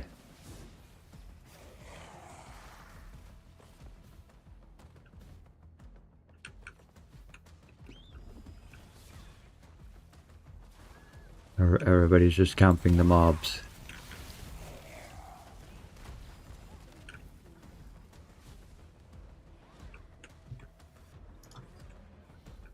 What are you doing, the codex? No, I finished the codex.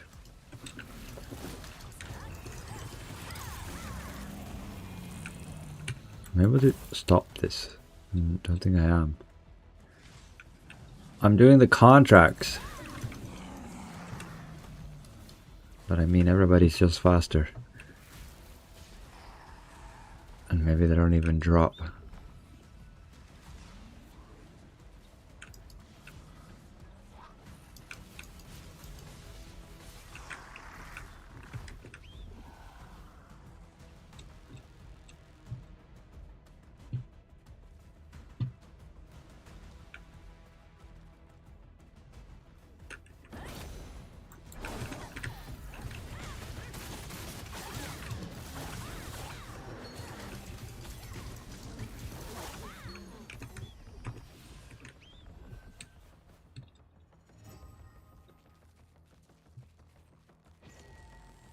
And we have 0 out of 4.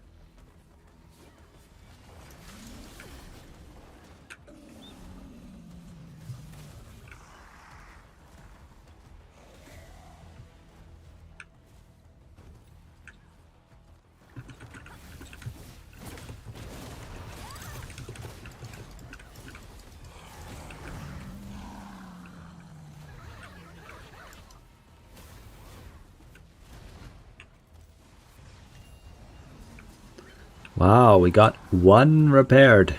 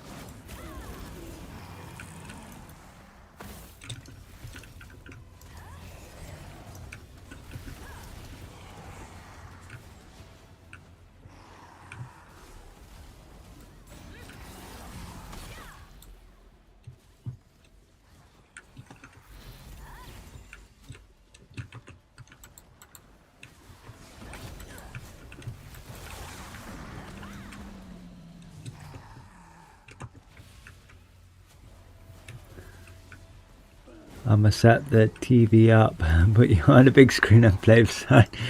Nice, nice.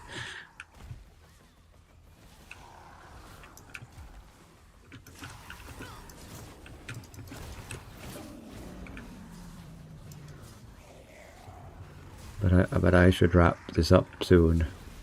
It's late for me.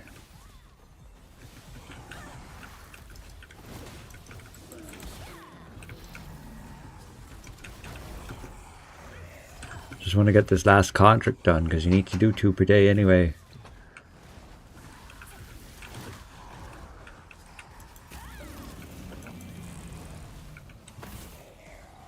Can I jump cancel that one?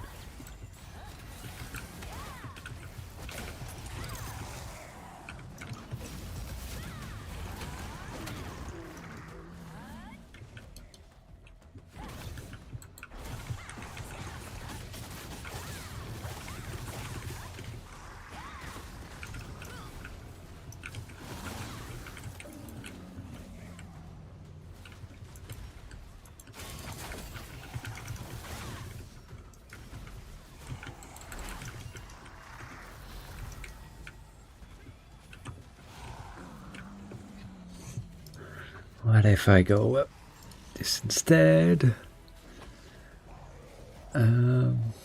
Yeah. This is good. These are fine. What about mastery? What if I go, instead of this mastery, I go with this mastery?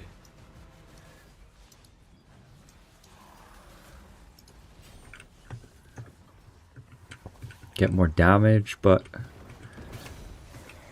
and my thing will no longer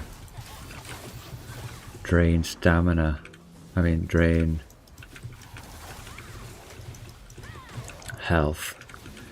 But it could just be easier to regen health than it is stamina. That's the issue.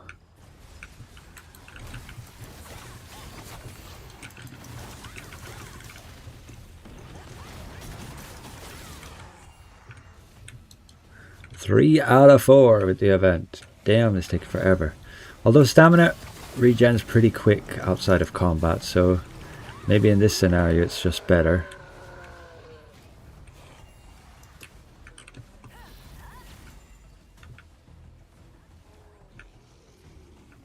Oh, what was the buff I could use that gives me base damage? There was one of them that gives me base damage when you use it.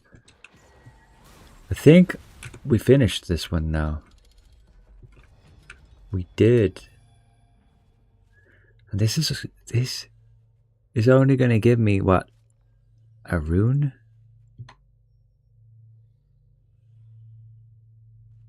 How is 300 points worth a rune? It's just not.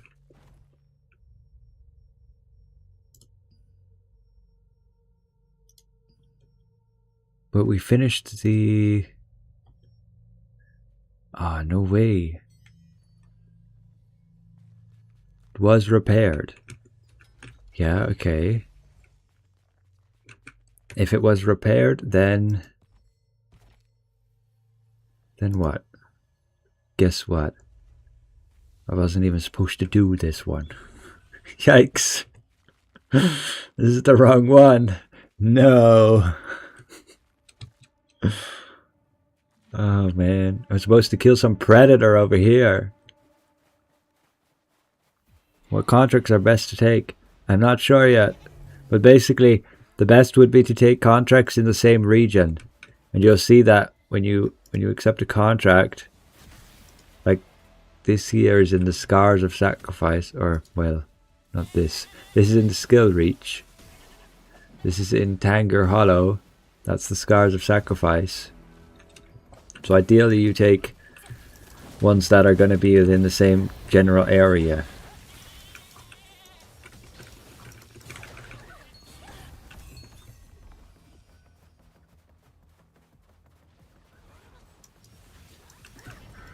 Oops, I didn't mean to fly. What am I supposed to do? Defeat the snails to obtain electricity charges. Let me switch that mastery again, because it's annoying draining my stamina when I want to use stamina for being in the morph.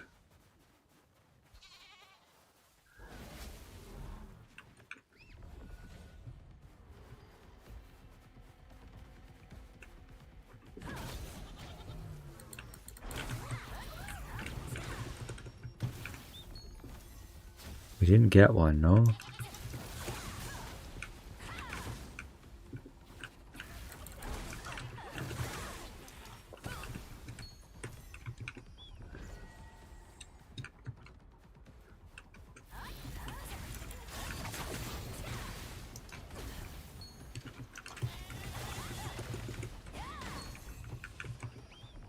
I like that the cooldown on your Eclipse of Blood will it will like it will cool down once you've used it. Like if I'm using it, if I'm in it now and I stay for the duration of the cooldown and then I leave it, I can immediately enter it again. Oh, yikes. What did I even die to? I think I just died to my own thing and then the dude just hit me for a little bit. That's the risk. If you have this active and you use that mastery, you lose hit points per second. It's quite a lot of hit points. So if I'm not attacking to generate hit points, I can be a bit screwed easily. This is the one I will do. Do you use much? Abyssal, I can't see me on the phone, I'm blind. I've used like 6k since coming to Nick's, since live streaming here. But the majority of that time wasn't killing enemies. That was just doing the codex to unlock this place.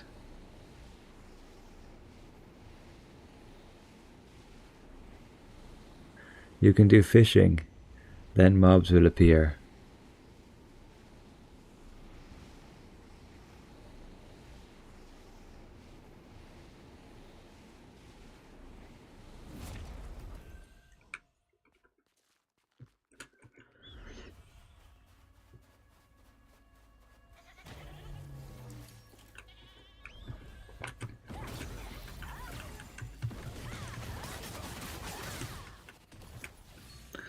They explode when they die.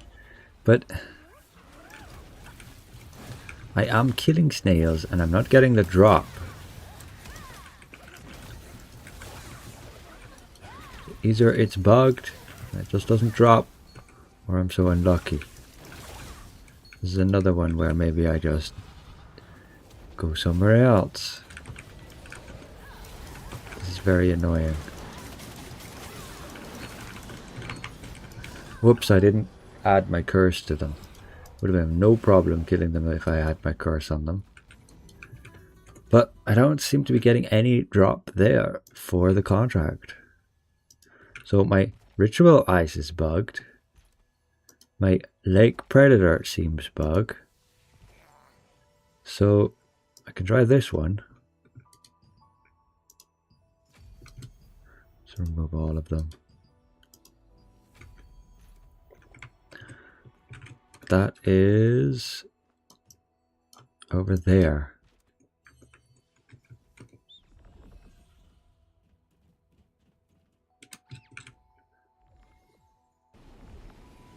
Is it only down for Xbox? I believe it depends what server you're on. They have said there are issues.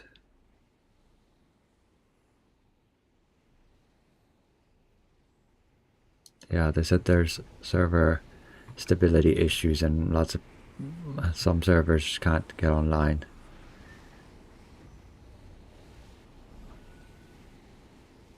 I'm gonna stay invo till the guide comes up. That's a good call. Pet until satisfied. No way.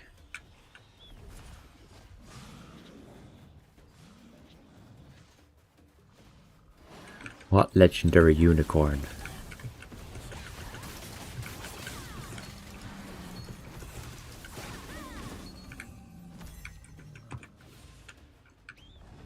Somebody else is here, right? Yeah. How did I get electrified by that?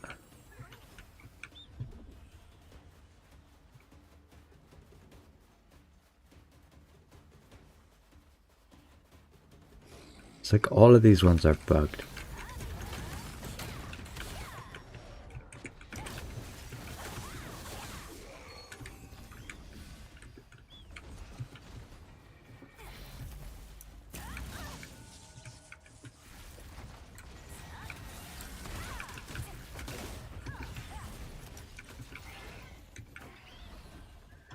That completes a weekly mission.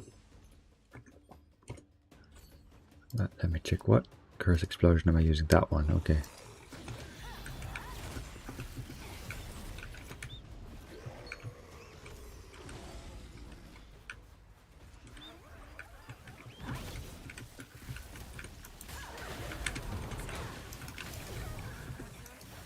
Yikes.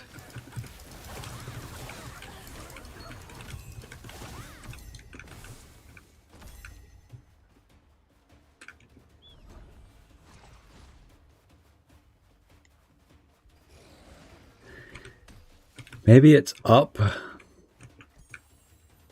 Oops, I still have it active. This thing is going to kill me so many times before I notice. Before I learn. I have to always turn it off.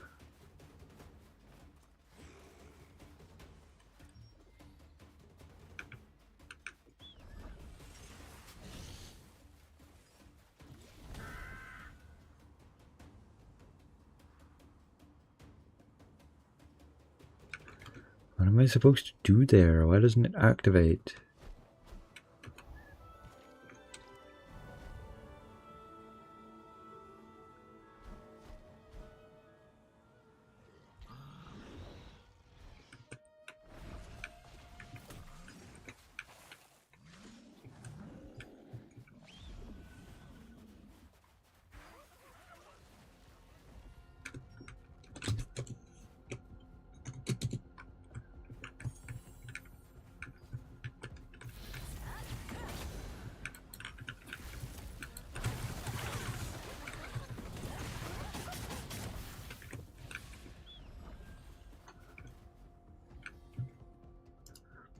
Why are these dudes standing around?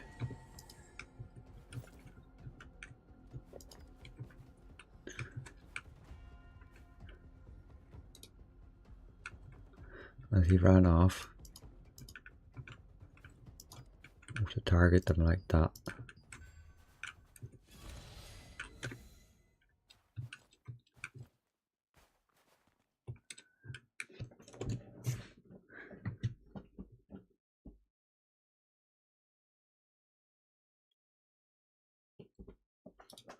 I think the best would be to have a guild and then you coordinate doing these things.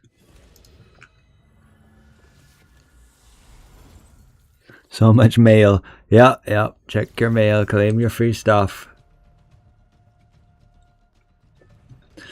Okay, just to be clear, this is supposed to be for 10 players. I mean 6 players. A full party. Survive until the time runs out. Okay. Seems easy enough.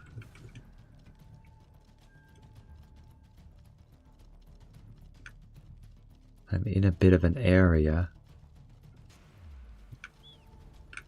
But now I can't see a thing.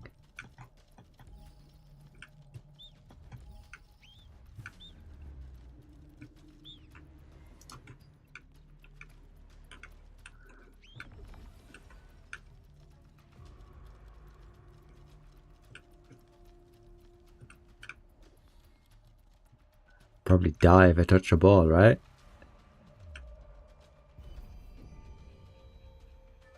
Survive until the time runs out. 40 seconds.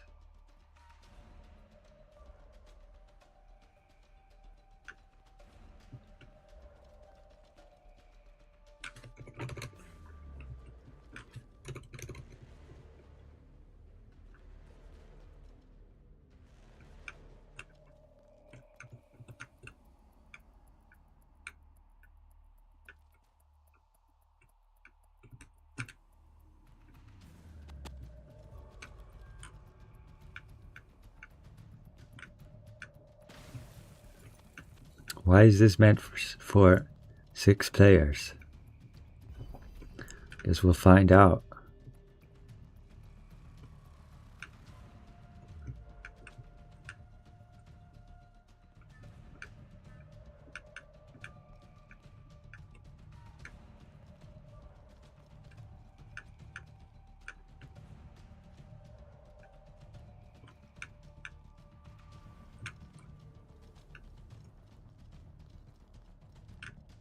That's a lot of balls.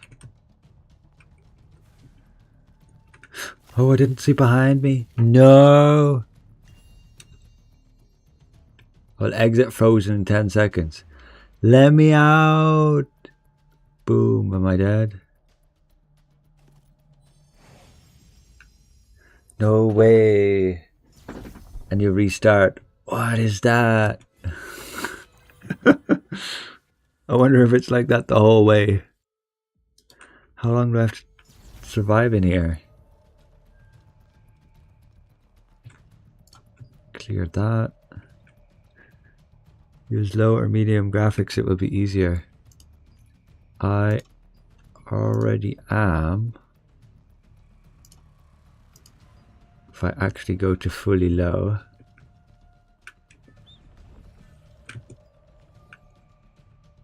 But you've done this solo, right? Why do they say 6 players? Is there some boss you have to kill or something?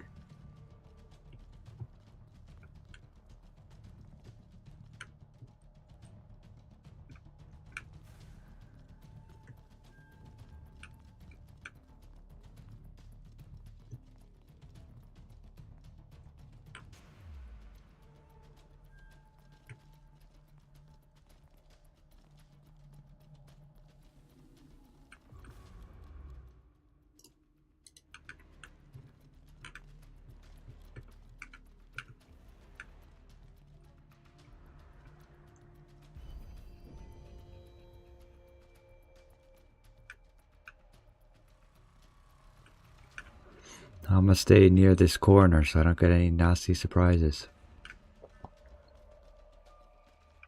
behind me. But it's like a octagon. It's not like a full corner. Oh, and they just come through the wall as well sometimes. Oh my god.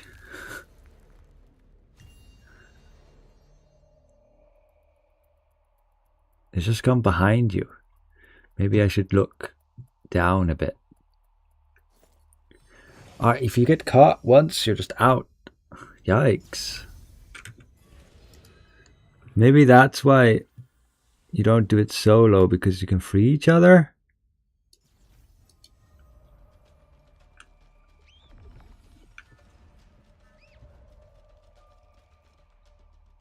Well, if you can do it solo, I should be able to too. How do I zoom out further? There we go. That's better.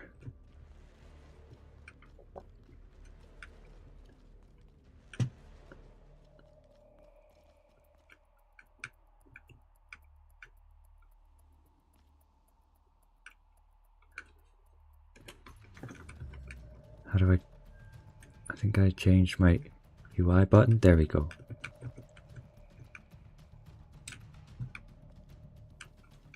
This is probably easier with no UI. You can see them behind you better.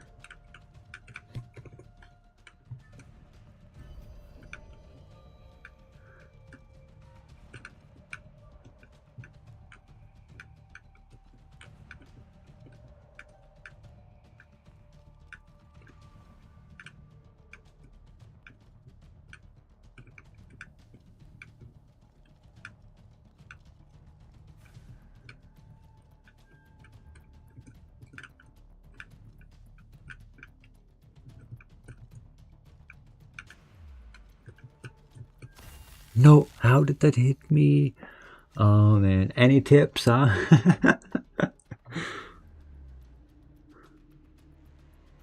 So many bulwark cores. They take up another bank slot as well as the legendary rep. Yeah. Okay, I try once more and then that's it.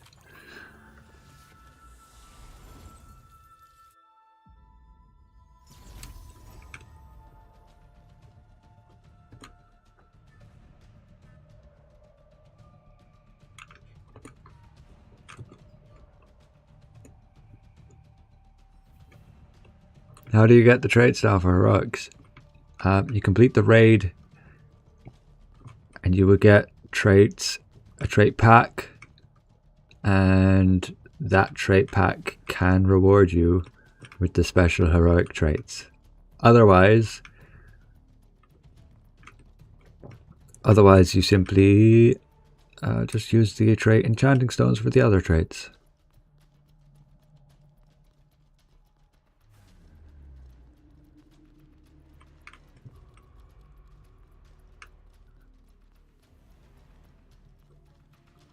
I really am in a box.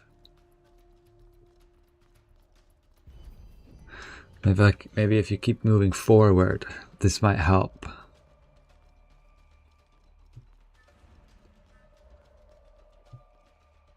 Oh, I can barely see a thing now.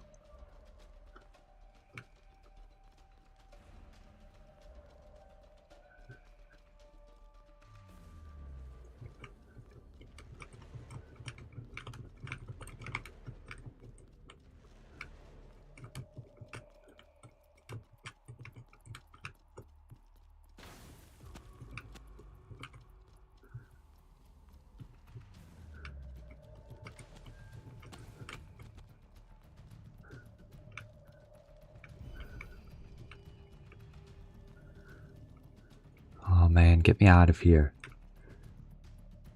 don't like this at all.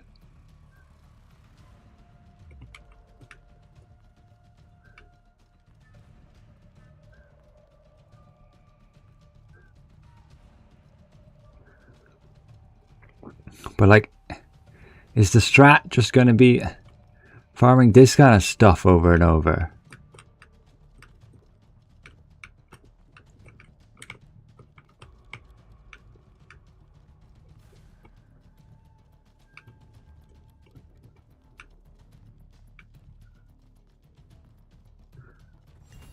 I got it, because this is purple gear that you only get normally with 6 players. This is the really good purple stuff. If I look at like the drop chances on this, you have well, you at least have a little bit higher chance to get purple, but it's still not the best. But you want to get these weapon thingies. But most of the time you're just going to get blue. I mean, blue isn't terrible, But look, 56% chance you just get a rune or a jar, and these jars are not worth it. Yikes. This is not great.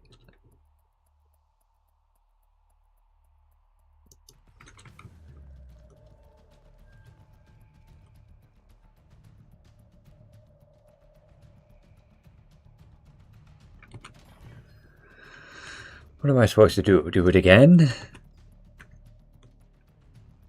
Keep staying in the middle. Okay.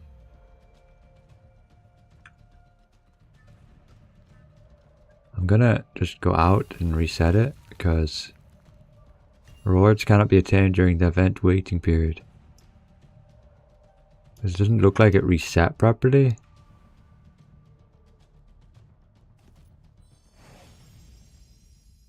You can only get one free key per week from the yeah, only one free key.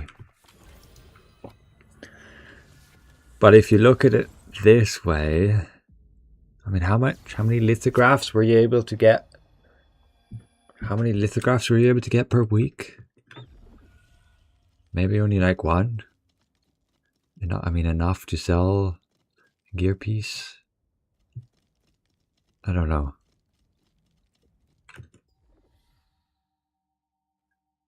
How come it doesn't start? It doesn't show a proper timer.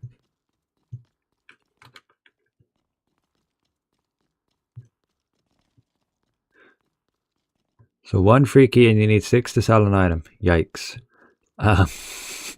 Rest of the keys are in the shop. Yeah, okay, that's totally a big nerf if you need 6.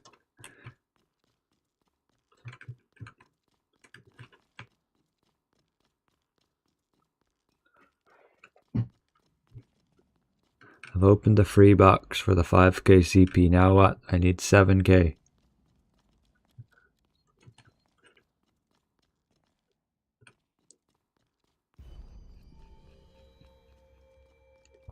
Three to sell armor, 6 to sell weapons. Yeah, that's like 3 weeks. Yeah, it's a bit crazy.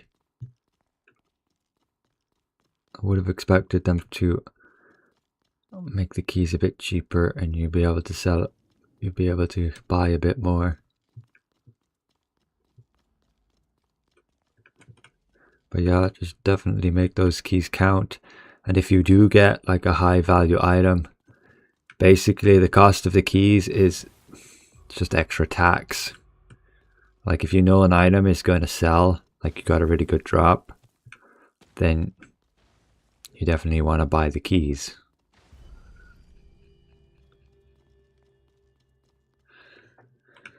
But just make sure you're doing your math. Take into consideration the auction house cut as well.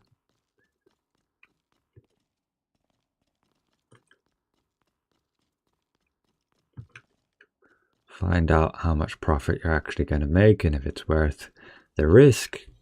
Your item might not sell. And also, I highly recommend you use like Questlog to track the price history of what the item was, so that you know if it's not just some guy who bought up a bunch of the items and is reselling them for a lot. Oh, did I finish it already? Why are those balls still following me? But I didn't get any reward. Why?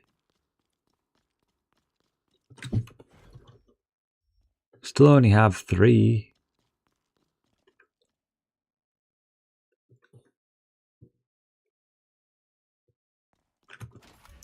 Funny when you are the first one selling an item. Yeah, okay, that's hard to gauge the market then. Whether how valuable an item will be or not. But I can always just wait. Why did I not get a reward for doing that again? That sucks. Can only do one of each. But we already looked at this one and it was broken.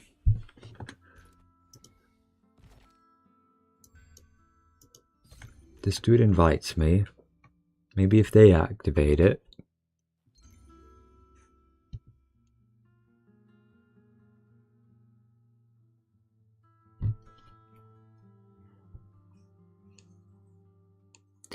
Oh, after you... Okay, okay. After you complete one, you have to wait 30 minutes before you could get the rewards again. Right. Where does it say this, though?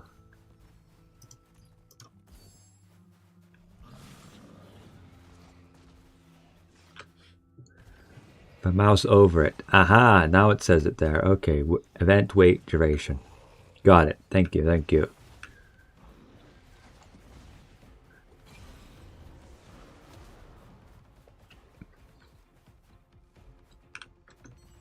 So let's just do some dungeons.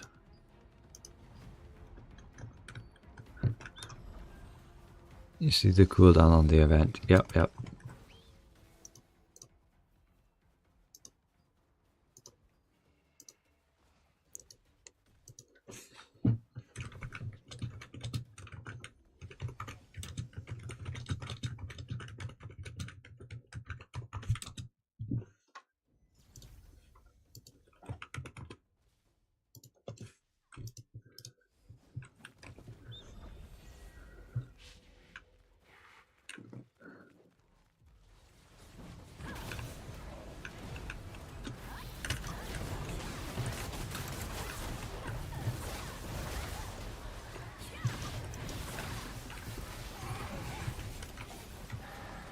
I should set up the chain skills. Wait. I don't know what I'm pressing anyway. This is a 3.8 second cooldown.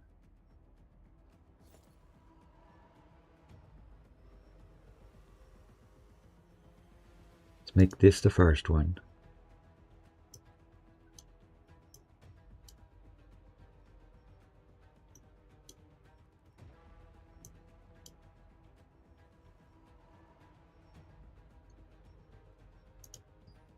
And this one, we just do this. This. Why are these here? Go away.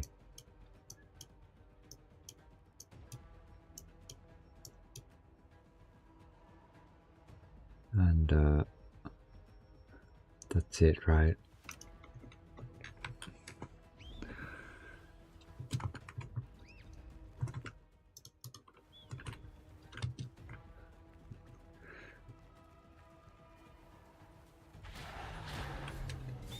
Your game wasn't dead, but now it will be.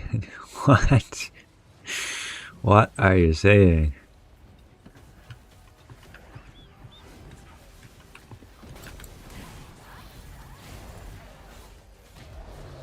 Doesn't queue?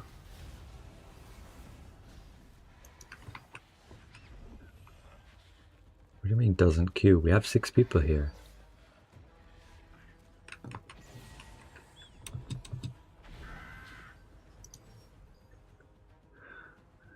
Aragon help. Do we sell?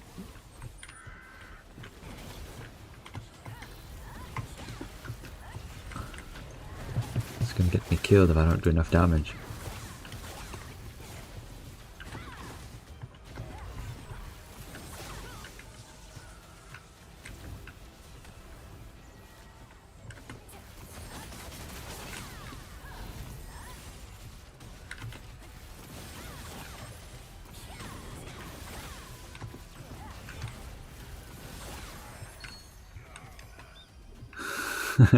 The dude doesn't realize we're 6. Exactly.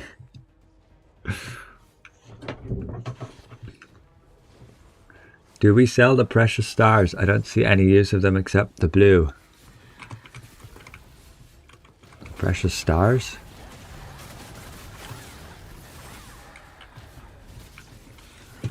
What do you mean by the precious stars? You mean the ores?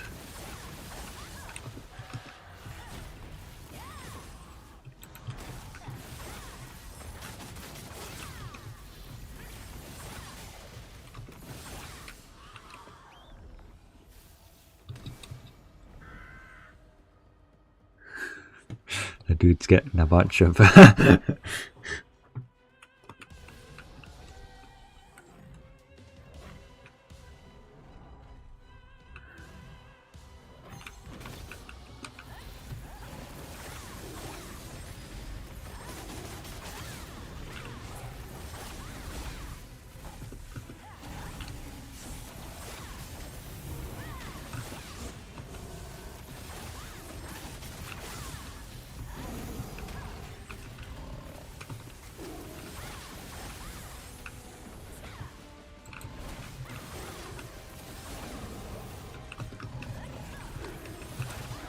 dear. The dude just straight up died. No point doing the water anyway. If that's the case.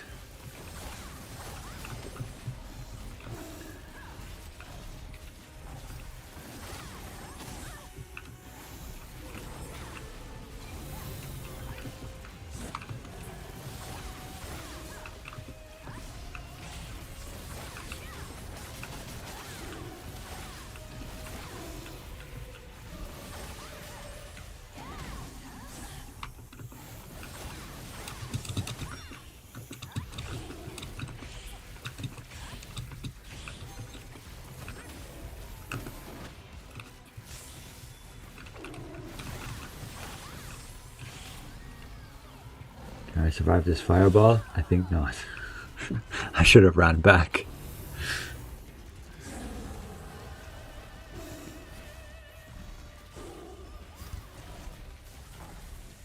You think the game's gonna die because of the new armor, weapon, and jump system? Did I see correctly? Once you get the full set to 51 and 52, drops will start appearing. Pretty much, yeah.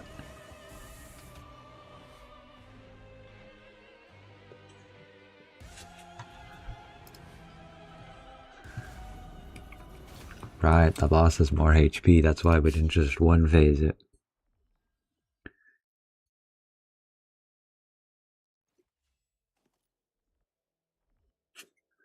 It's going to go through 51, 52, 50. It's going to go through your average gear level, excluding arch boss and heroic item levels. So you can add up the highest item level of all the gear you have dropped. Like if I have full 51 gear, I'm going to drop 52, etc. You get the idea.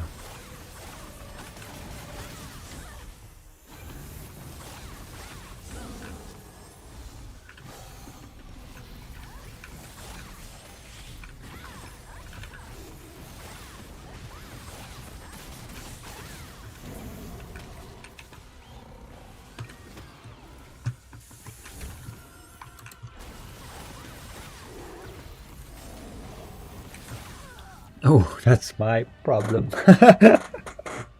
That's my bad. I just stood in front of the fire. I need to change this though. I'm going to change this one to this, this, this, and we can throw in this, I guess. We could just have not sweep and have this instead, but I know that won't work. Okay, we'll leave it like that. Sorry, I didn't hear because the ads. What's the purpose of the yellow, green, and blue precious stars materials you have now? You can sell them, but they're also really useful for crafting. You mean...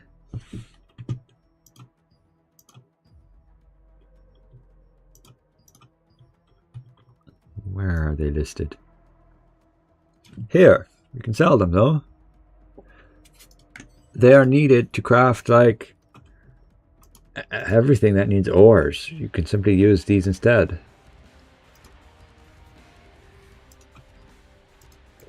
So many things need ores. Like these packs you sell need 2 ores each. These need 5 ores each.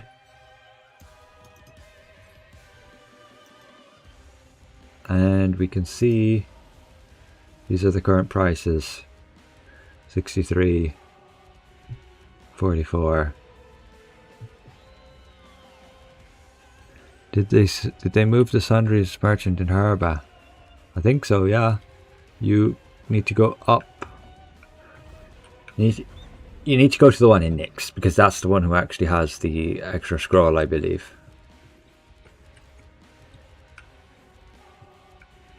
Extra contract scrolls. Otherwise, there's one in Vienta or above where the raids are.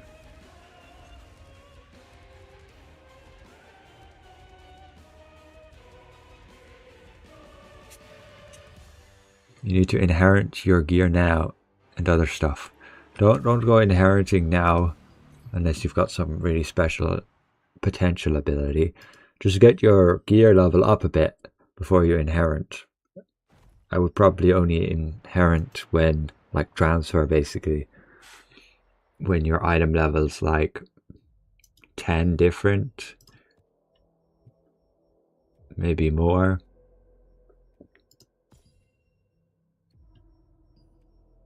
This shouldn't let me inherit. Why does it even let me put it in there?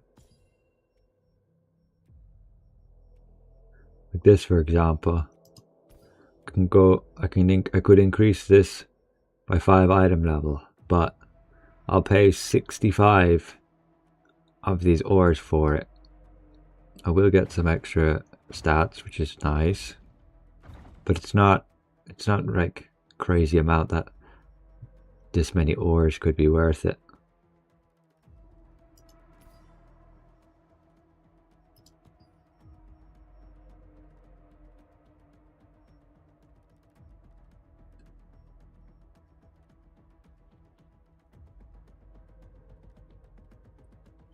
Alright, my brooch is only 45 because I used zinc.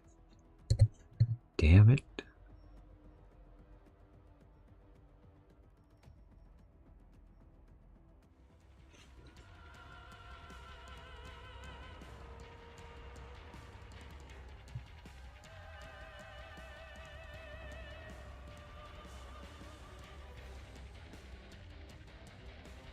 No, we're not missing players.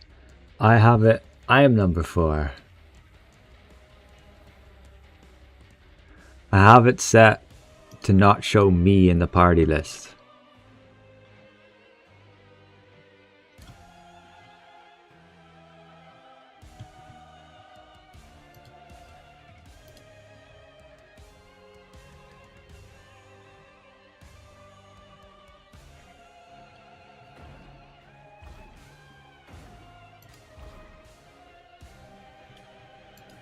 Where is that option?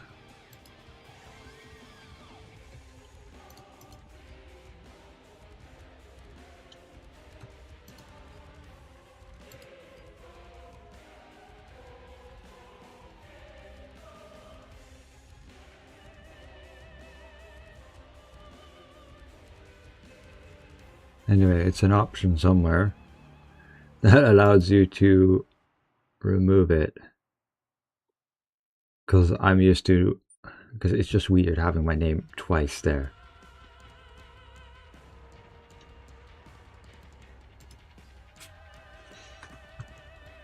Should I buy the battle pass? Or wait? See, it's ending soon. This one. This battle pass. I wouldn't really say. I mean, this just shows the remaining rewards I can get, right? No, that's the total rewards. Nah, I wouldn't buy it. I guess the special resistance medals can be nice. So can the chaos runes. If you need chaos runes, maybe go for it. But this newer battle pass is a bit better. Inheritance stones, purification points, lots of skill books, 120 shards. This is more value, I would say. It's 2 weeks.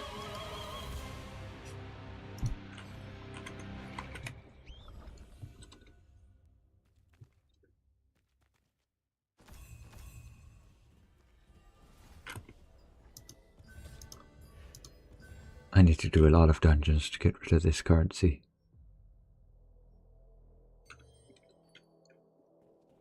But we get some trait. Enchant stone fragments. What gear did we actually drop? We have inventory issues. Can move some stuff. And what do we drop? A level 50 belt. I already have a level 50 belt, but this one is max item level 50, so it wasn't going to be able to drop higher level anyway.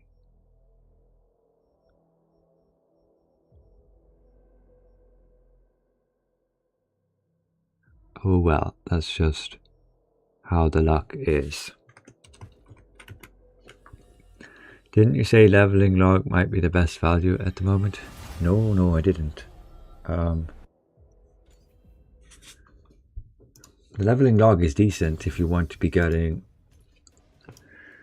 the skill books. You get quite a few. You go from 55, you can see here, with some trait unlock stones, another 100 here, another 100 here. So yeah, it can be worth the 500 decent, but it's up to you. It's not like a crazy amount because you need a lot of these unlock stones. And I can claim all these rewards. So that's just all the free stuff. Here's mastery conversion. I can switch my gauntlet masteries.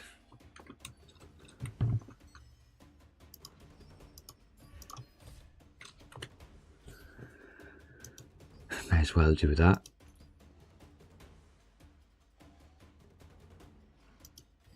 I'll just swap the staff ones.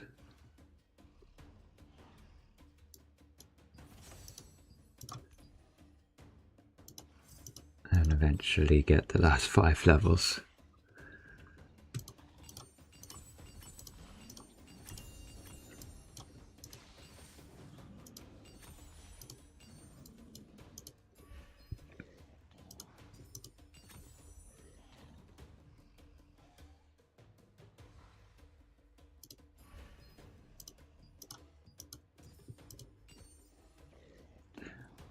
What's good here?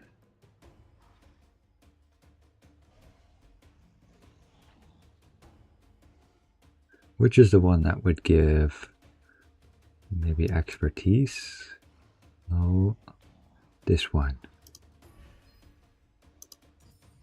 This one gives 2 perception. And this one gives 2 strength.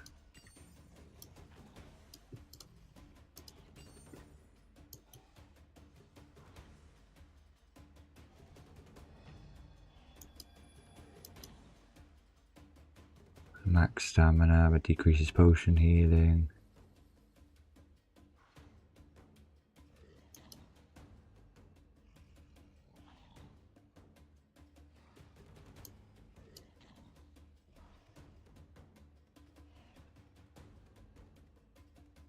Doesn't look like there's any great ones. Any of these bonuses that are like a must-have? Not really.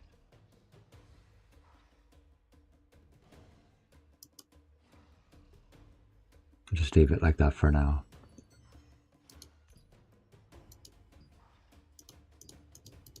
I have not looked into the new dungeons. Should maybe play tank there. Or I'll just keep dying. Well, there's no DPS who wants to queue. I mean, this queue works easy because you don't need a rower. Should pop pretty quickly. Anyone getting system request error? I'm trying to log in. I heard somebody earlier would have it. I don't have an answer for what you can do. You can try search online. Otherwise, make sure your drivers are updated. And then there are some server issues.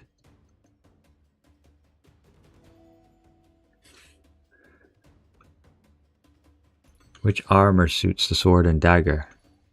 What are you trying to do? PvP, PvE, tanking, damage? It really depends.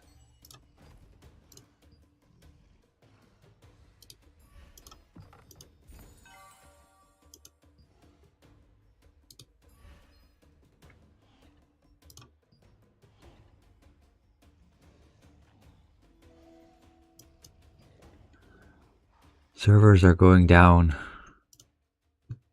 Did they announce that? They just said that they're working on the stability.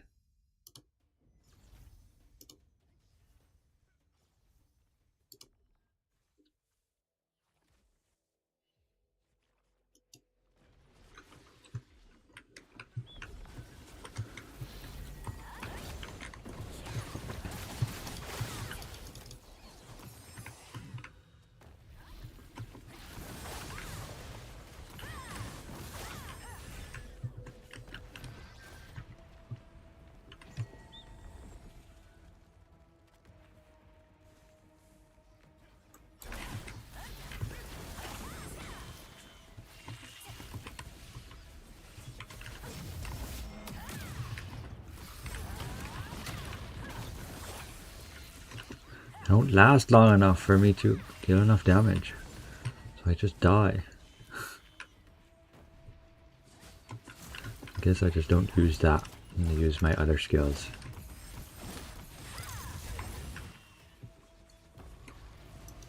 Now I can use it.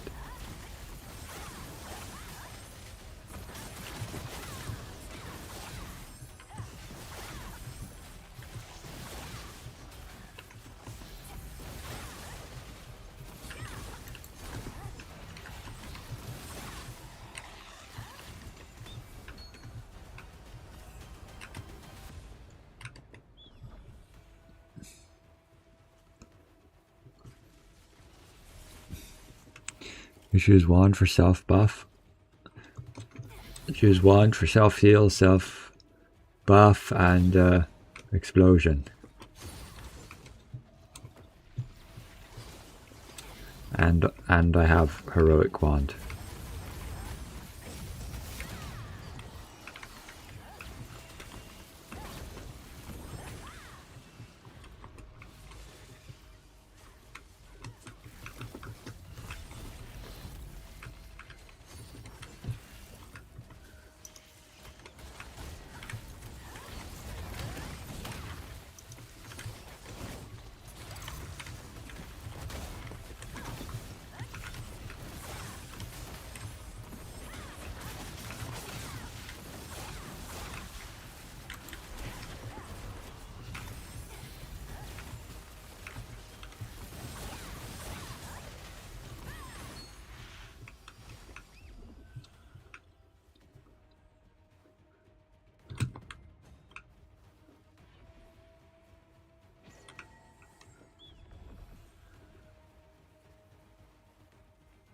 Pretty sure my thing does not stop at 5%. It's fully ready to kill me.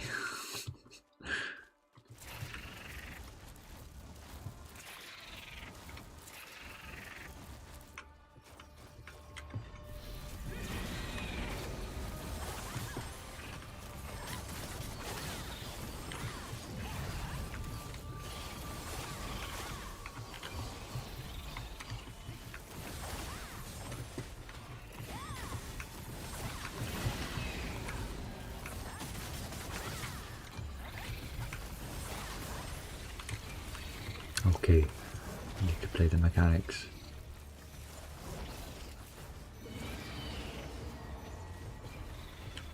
Whoops.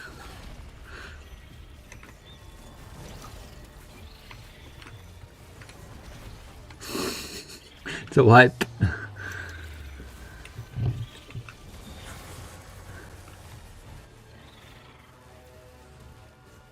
Unless these guys want to keep going. But I didn't. I just stood there.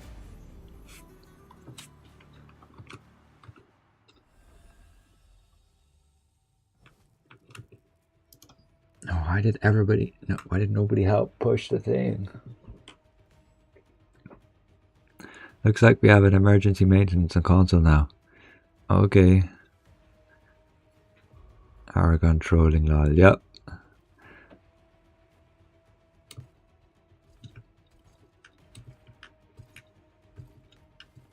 I'd be killing myself with Gauntlet.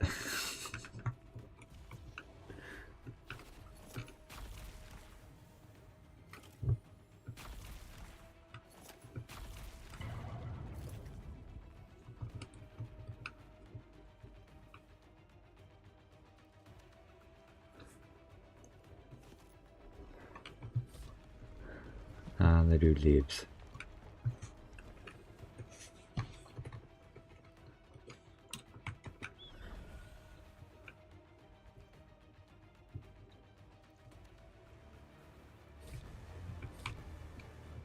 And they all leave.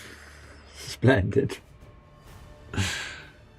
What should you be using your purification essence for? I got an epic frontier red frost rune and it gives an armor rune level 3. I would say gear. Purple gear red frostings.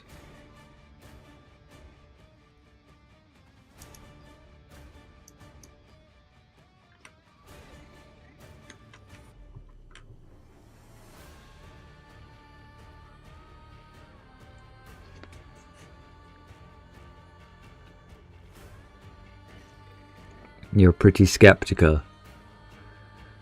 I mean, it appears to be like a mix of farming mobs as your abyss thing in the open world, and that's combined with doing your contracts every day. You need to do like 10 contracts plus 2 more with the contract scrolls. You can of course save them up and do them all in one day, but that's a lot of farming. And those 10 contracts can be reduced to 5 if you have Da Vinci's favor. Then doing your dungeons, and you can do the PvP. Doesn't look like the PvP has the greatest drops. Mainly has PvP type gear.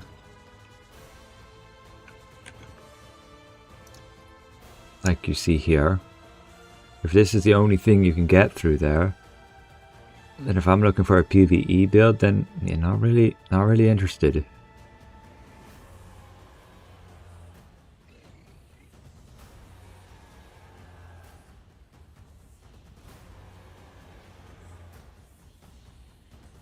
Well, you are at least getting armor runes, but still you have to spend your purification points on it.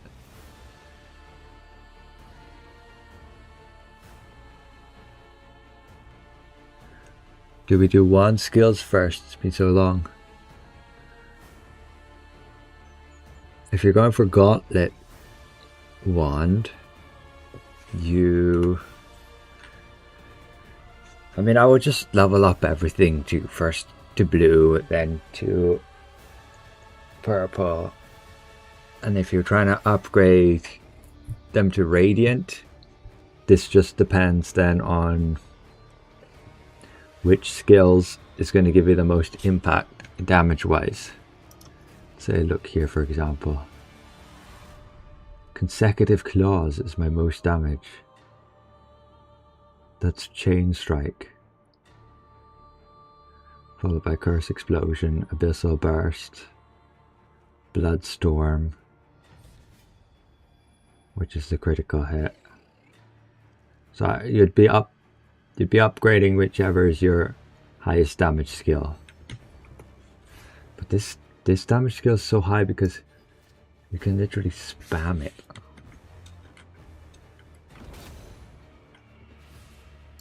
And the dude left, great. Come on guys, it's not that hard.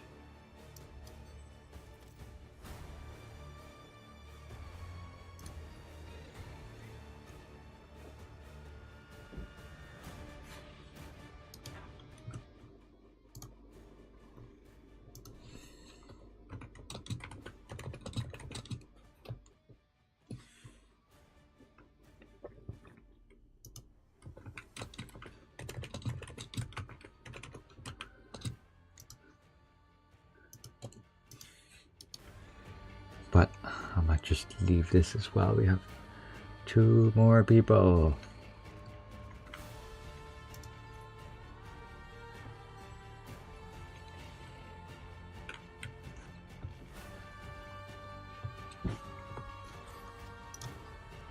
And if you're to upgrade your skills, a lot of them you probably want just to upgrade them like bit by bit, because it gets pretty expensive on the higher levels. So if you all have them upgraded to say Radiant level 2, that might be better than having say 1 maxed out.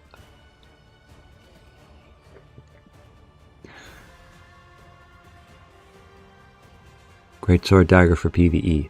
Of the new ones, you probably want the heavy attack damage set.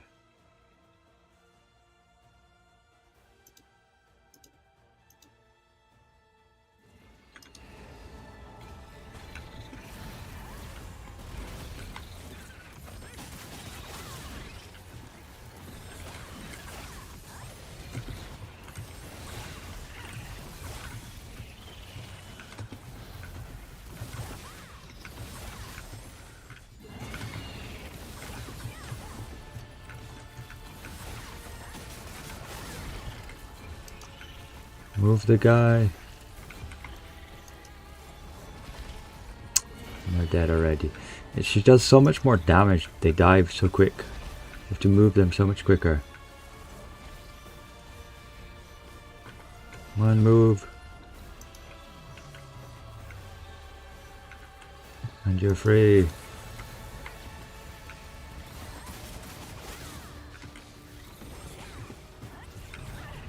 And this does so much damage, I guess, that people just get one shot.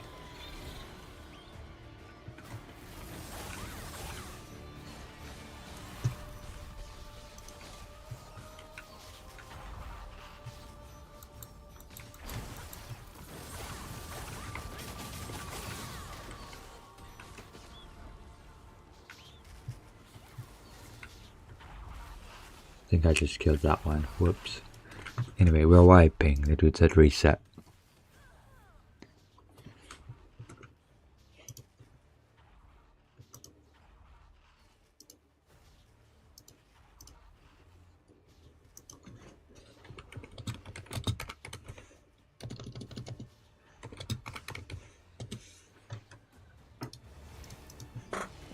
I want to do some dummy tests.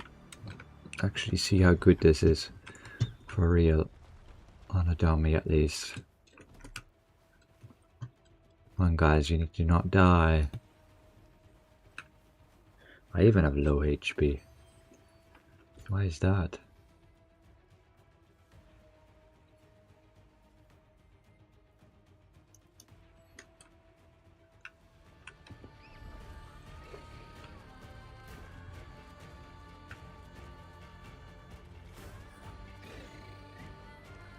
What is this even?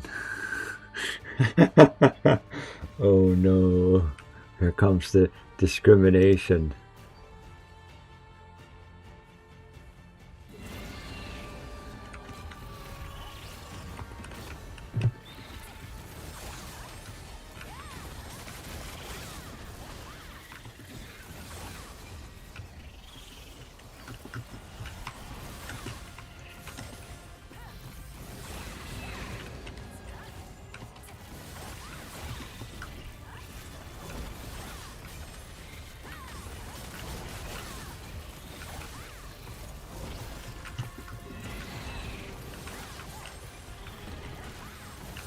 Yeah, they made these dungeons harder, and they don't set a requirement for having a tank and a healer.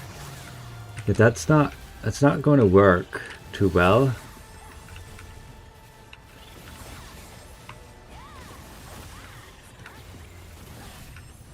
You expect everybody to have self-healing builds.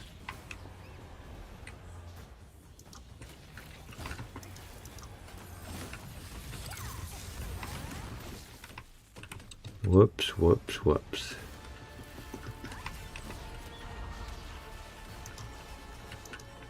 Oh, right, I put it too low HP.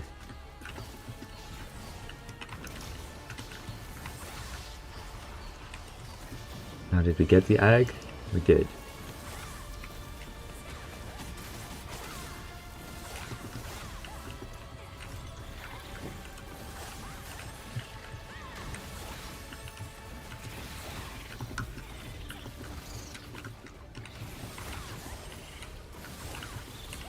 Right.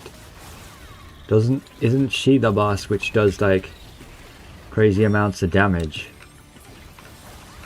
She is. And if you don't have a tank, you just get one shot. Well, let's see if we get one shot. And I'm dying here. And I'm dead. She just does too much damage for a non-roll based Q. Like if you don't have a tank, it's gonna actually tank the guy. And if you don't have a healer, rely on people to have self-sustained builds, which doesn't happen all the time.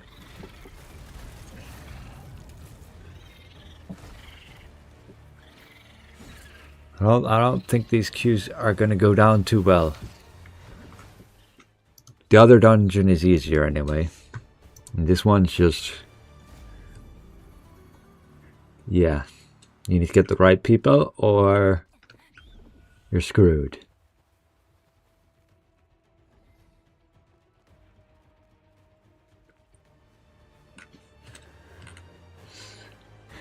Eat food. I can eat food for Wilkin, sure. You don't have traits, at least eat food. Who doesn't have traits?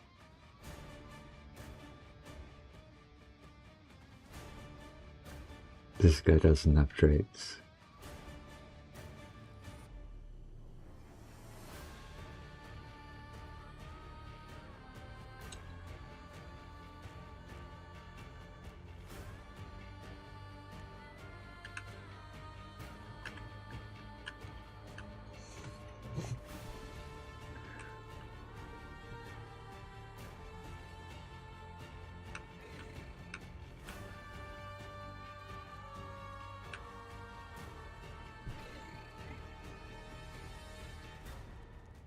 Yeah, it's the lion one and this one that are now the supposed to be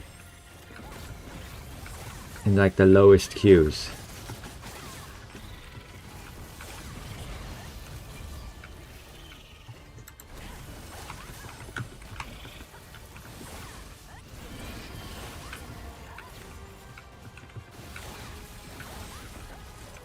I really don't think we can do this.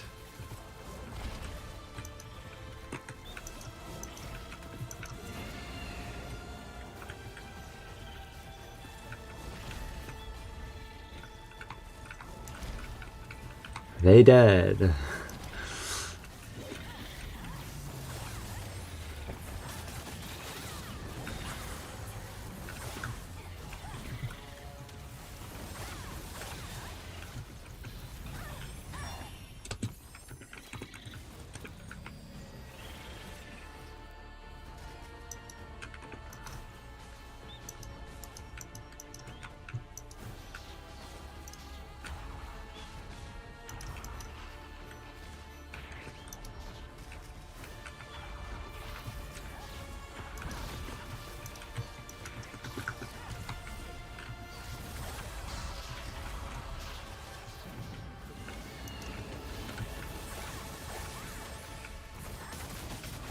I can heal a guy like this.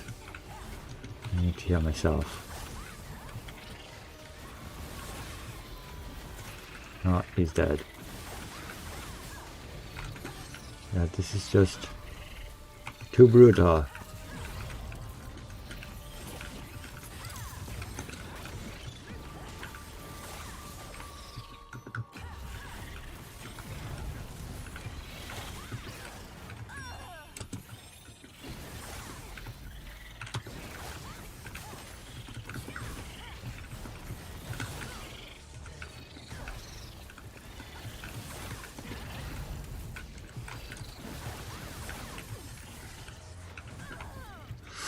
The end.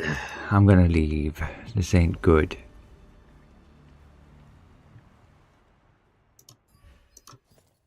Go, Aragon. Nah.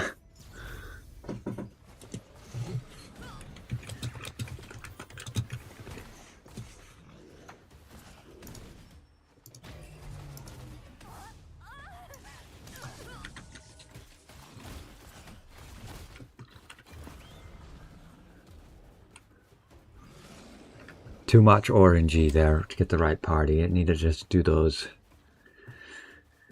with a pre-made. At least 4 guys or 2 guys.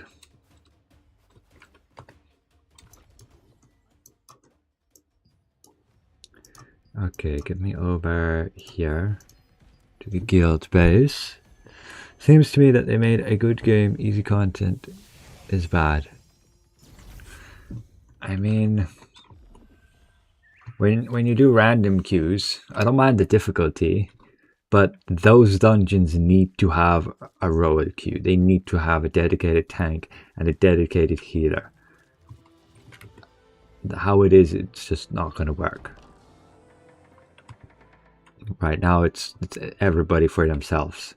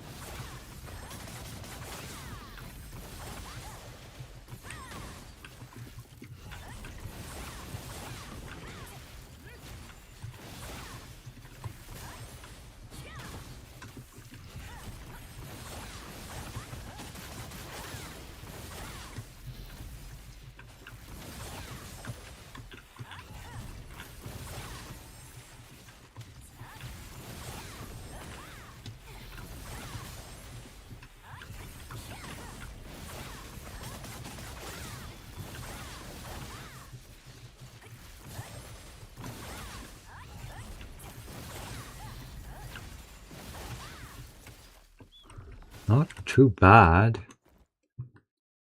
Not too bad at all. Again, non-dummy optimized build. Oh, come on, it reset my... I can go back to this one. Curse explosion, top damage, followed by consecutive claws. Yeah. Pretty decent. Can probably do better with dagger, maybe. At least I'm seeing results here.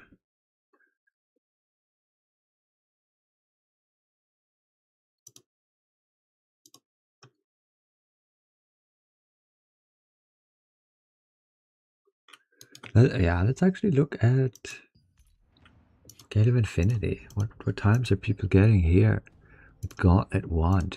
Nobody's doing it with Gauntlet Wand, really? I want to set up this a bit better. I'm going to get rid of this. They should just make it I can right click to remove them. I think you just have to be patient with it.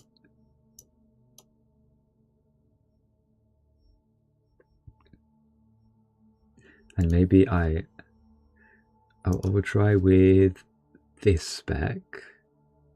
So instead of this, I can take this. Where's my 3 points? That, I mean, I don't need this then. There we go.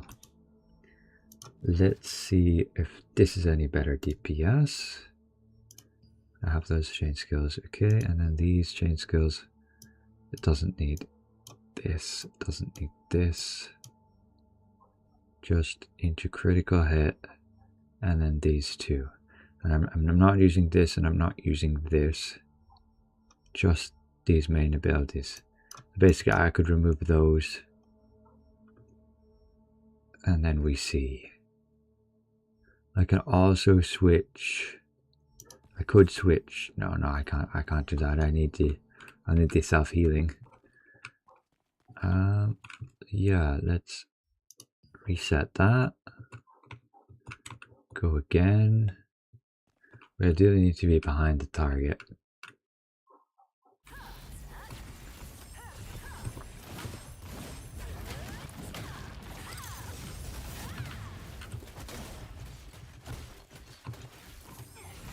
Whoops, we didn't activate our blood. Let's just reset that quick. No wonder I was attacking so much slower. Okay, so this puts us on the other side of the target. Interesting.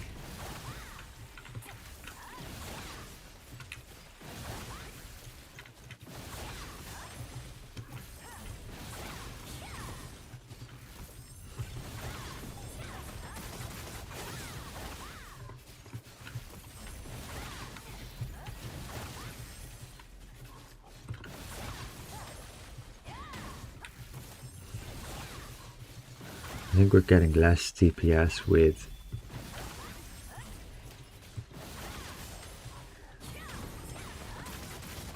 I mean, maybe I can switch off using the chain skills.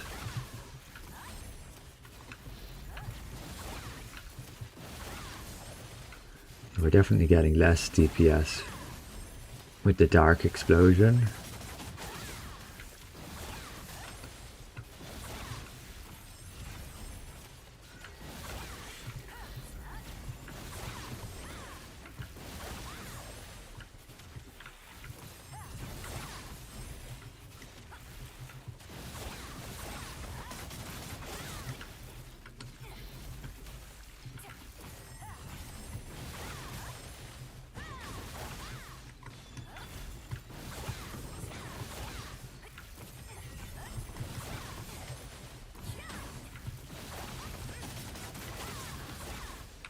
Just look at that real quick.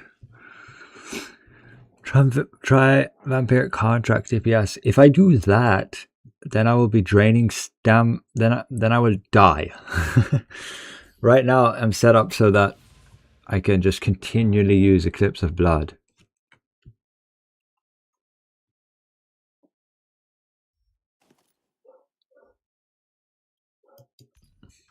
I mean, why did this show this much DPS? Whoops. But let's look at the ratios. Abyssal Burst shoots up there for sure. You do have decent attack rate here.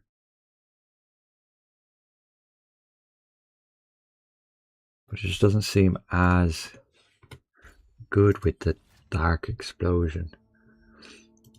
I can switch off those specs for now as well. You can take that. That. And I should technically use this.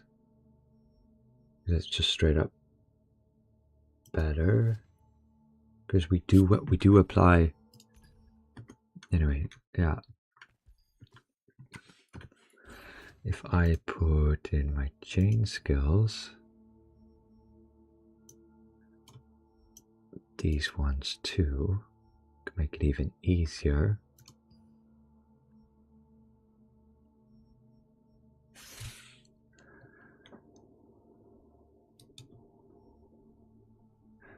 I could take away the mastery where I don't lose life, but that means I lose stamina, and that means I can't indefinitely use it. I could get the critical damage one, which would be neat. But it's not like an amazing amount of dexterity. It's 6%. I mean, crit, it's like 6%.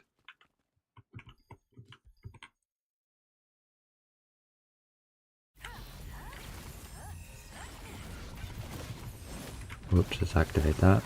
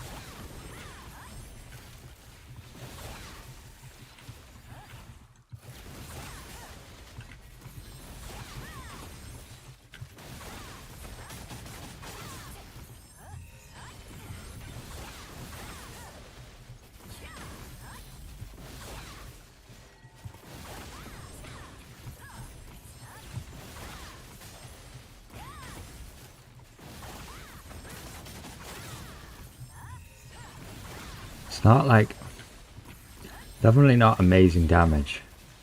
Pretty sure I get this on my Fury easily on the same setup.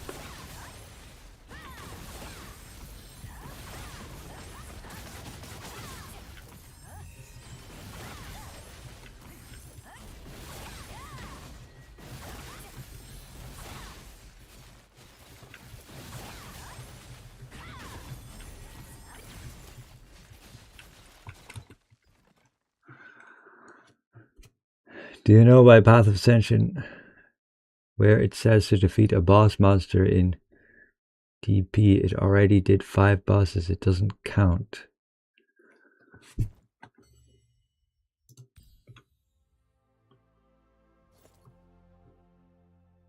And Dimensional Portal.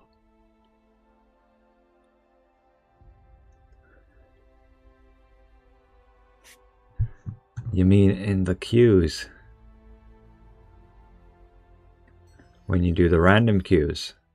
Is that what you did?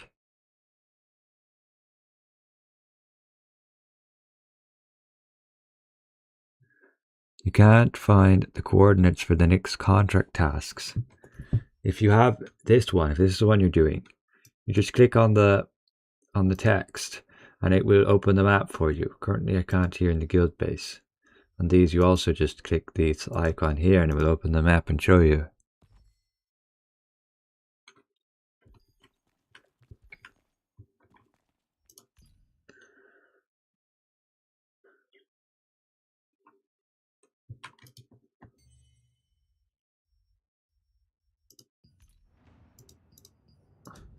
Let's get some ranking in there.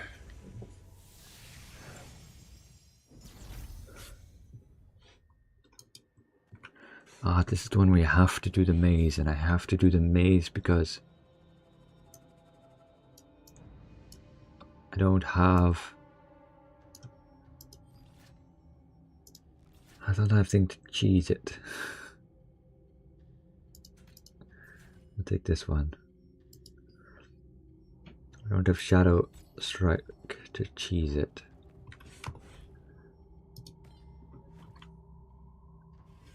This guy's a demon.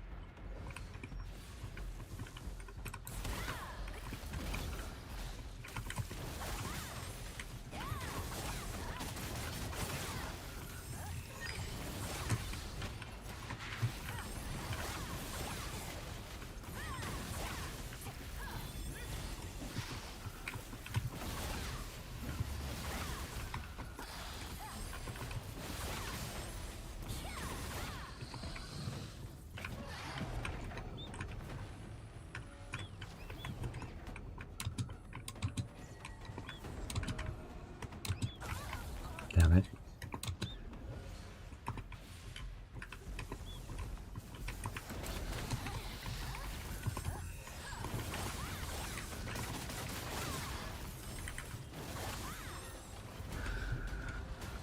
I mean, that's pretty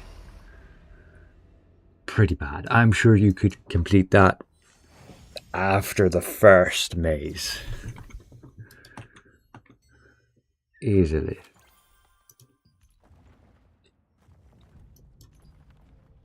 Yeah, easy. And you can still beat it within 3 seconds, 2 seconds with the proper combo. I mean, it looks like, yeah.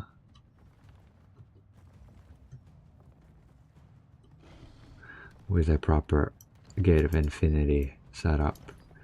These guys 54 seconds. You already got a rotation.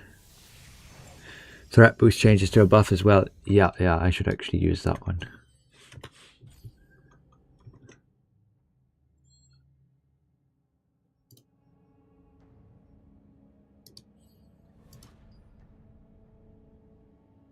I'll swap off. Orbs go.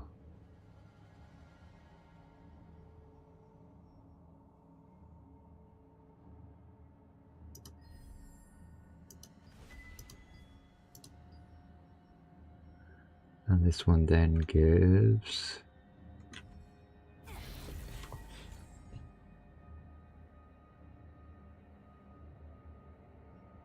Why doesn't it show? There we go. Yeah, base damage 6.3%.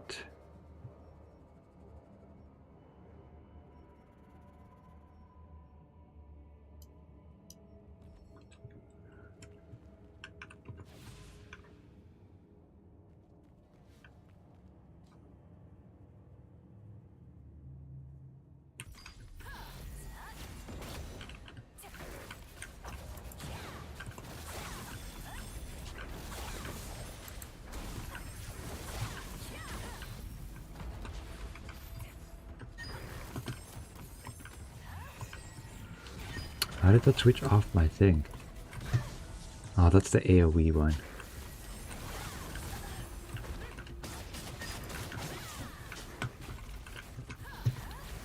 Alright, I'm stunning him with my magic. The wand.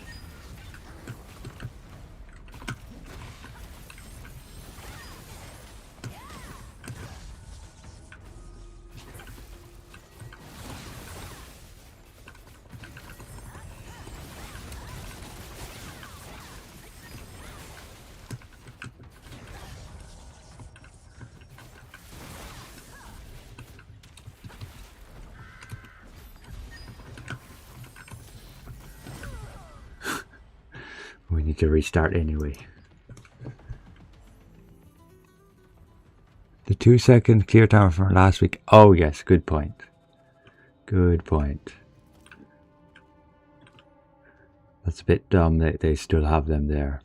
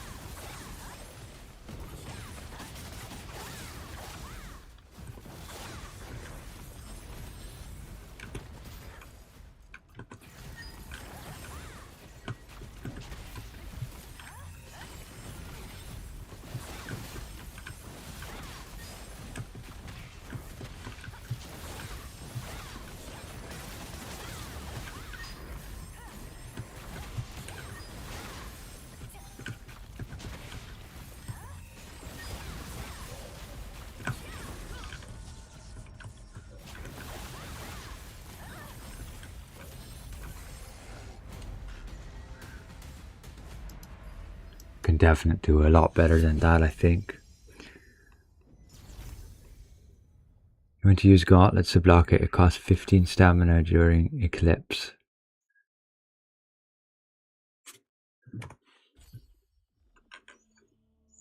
No problem with a wand if I'm using no stamina with my eclipse. But I can see, yeah, with any other build you would. So I'm currently using this mastery.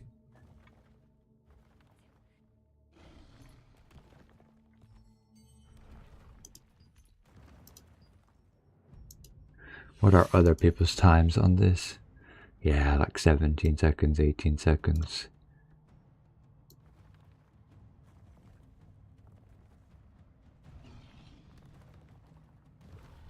$38. What about gauntlets? People are just not doing this, right? Okay, here. Spear gauntlet, dagger gauntlet. These are unrealistic times. Like, they can do way better. And then there just aren't the other combinations listed. People are just not doing them on the server yet. I will wait. Wait and see till the weekend people get competitive. Figure out what they want to do with gauntlet. Got 26 seconds on gauntlet dagger. Nice, nice. That's a much more respectable time. Can probably do better if I use a remedy and artifact. And optimize the build a bit better with runes and stuff.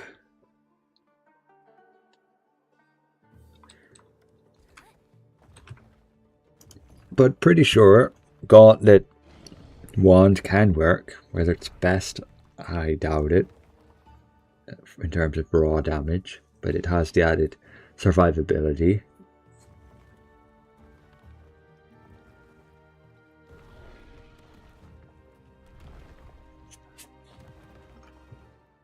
But I think I'll wrap up the stream here. Ultimately,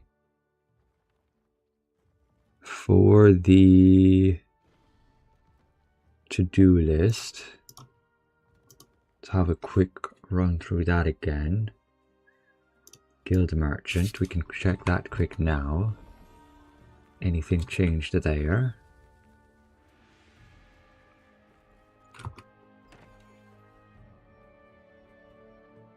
doesn't look like it. They've brought these to the top. Nice. Made them a bit more shiny. So, yeah. Buy at least the conversion stones. Do your guild bosses. I mean, they'll probably take longer than 2 minutes, but whatever. The Battlegrounds Merchant. We already had a look at that, but we need to confirm what we actually need to buy.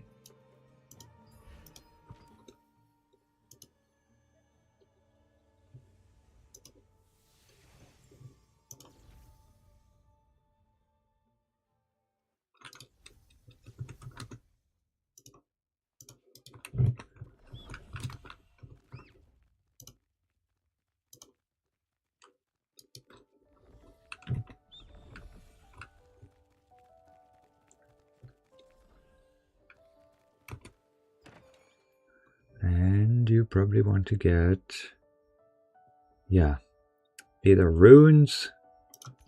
You can potentially go for these. It costs you a lot of your coins. I mean, so do the runes. But getting the conversion stones for 120. I mean, that's only 6. That's what? That's 6 per week. That's nothing.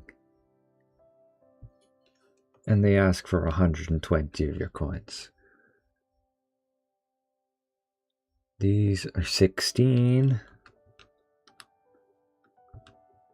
That's 80 of your coins for the trait unlock stone fragments. It's like nothing in terms of fragments because you need 5 of these for 1 unlock stone.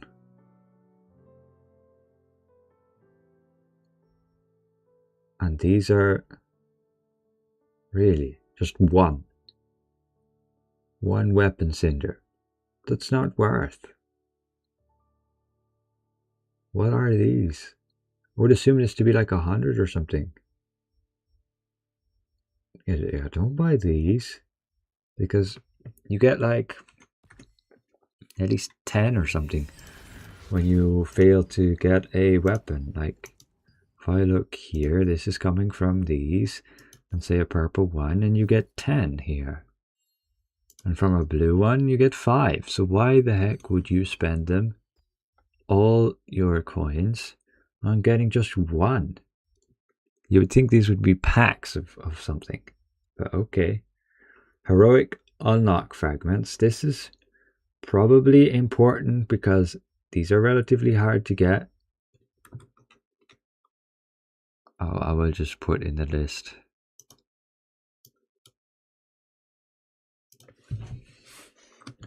Trait unlocks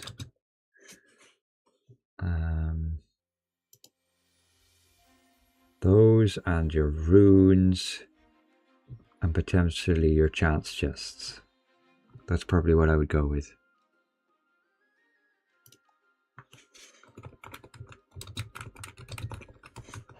You can always, I think you can farm the Lawless Wilds, this Rift Fracture. You should be able to get some more honor coins from there, but you still have your Battlegrounds limit of 800 with 10 Battleground wins.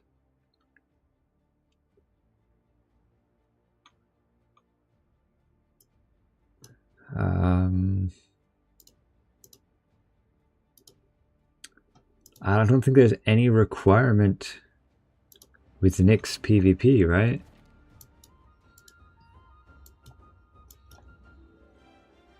Are there special contracts you can do in there? Am I missing something? Let me check.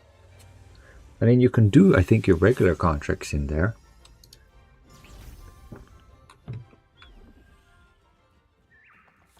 But there is a guy here. The Rift Contract Manager. Yeah, so you do have, I mean, it will consume your contract rights. And this is also 70. And these are basically just the PvP versions. So if you're going to do the PvP thing and you want to farm mobs in the PvP thing, by all means take this. And they also seem a bit easier to do. They're a bit quicker. Like, you only have to defeat 5 enemies here, a few here, could be the meta, and you get your honor coins here. So you will get, if you do 70 times 20 per week, you can get another 1,400 coins. Right. But that's doing this. And that's instead of... What do you get with the regular contracts? Not this guy. The PvE contract is just dust. Okay. But they also give you contract coins. Do these give you contract coins? I mean, not contract coins. I mean, abyss coins. They do. So yeah, these are just superior. If you can manage to do some PvP, you can do your contracts in the PvP area. These are worth doing. So let's just...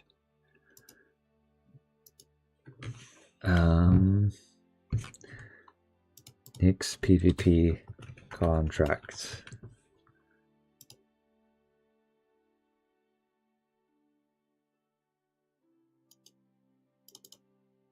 I mean, they're either or. It's resistance. Okay, it's like this. Yeah, it's like this. You're doing either or. And the Nyx ones are just clearly better.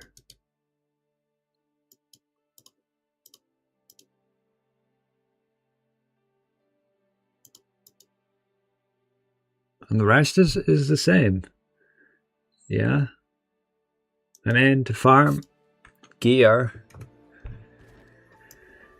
you also ideally go to these and do these, but you're doing these anyway every day because of the contract scrolls. Like, I didn't even finish today because some of them were bugged.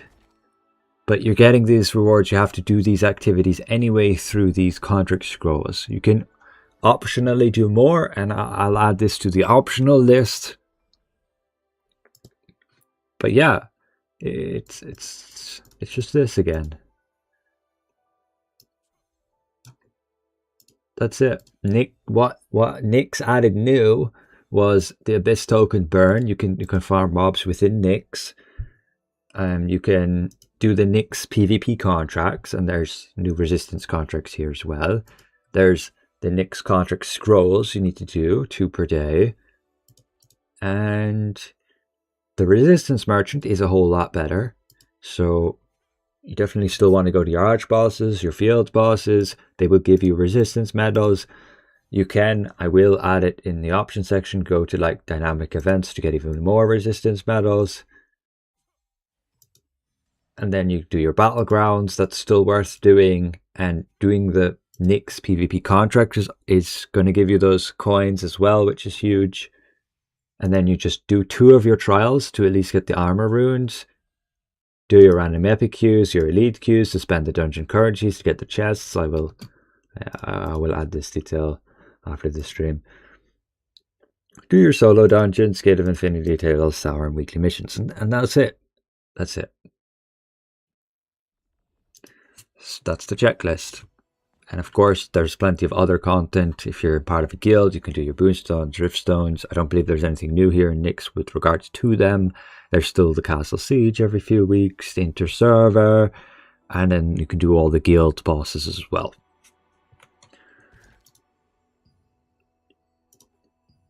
And then there's the nighttime chests in the Abyss dungeons. There's also nighttime areas in Nyx as well.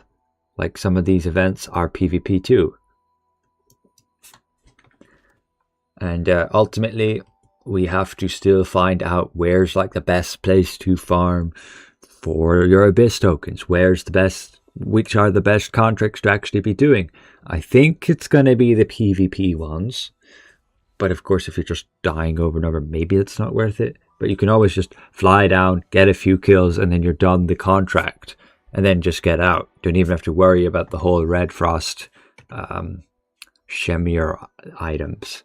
Doing those you're going to get them from doing your 2 contract scrolls per day anyway, and then you can take it a step further to like farm them over and over. But they have a, like you guys said, like we saw, 30-minute cooldown before you could do the same one again.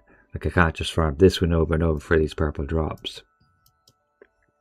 And then from PvP, I believe you will be able to get the better boxes, and also from some of the mini bosses in the area. But I would consider that more extra content that you could do as part of a group. But yeah, that's everything. I'll end the stream here. Thanks for tuning in, and we'll see you in the next one. Goodbye for now.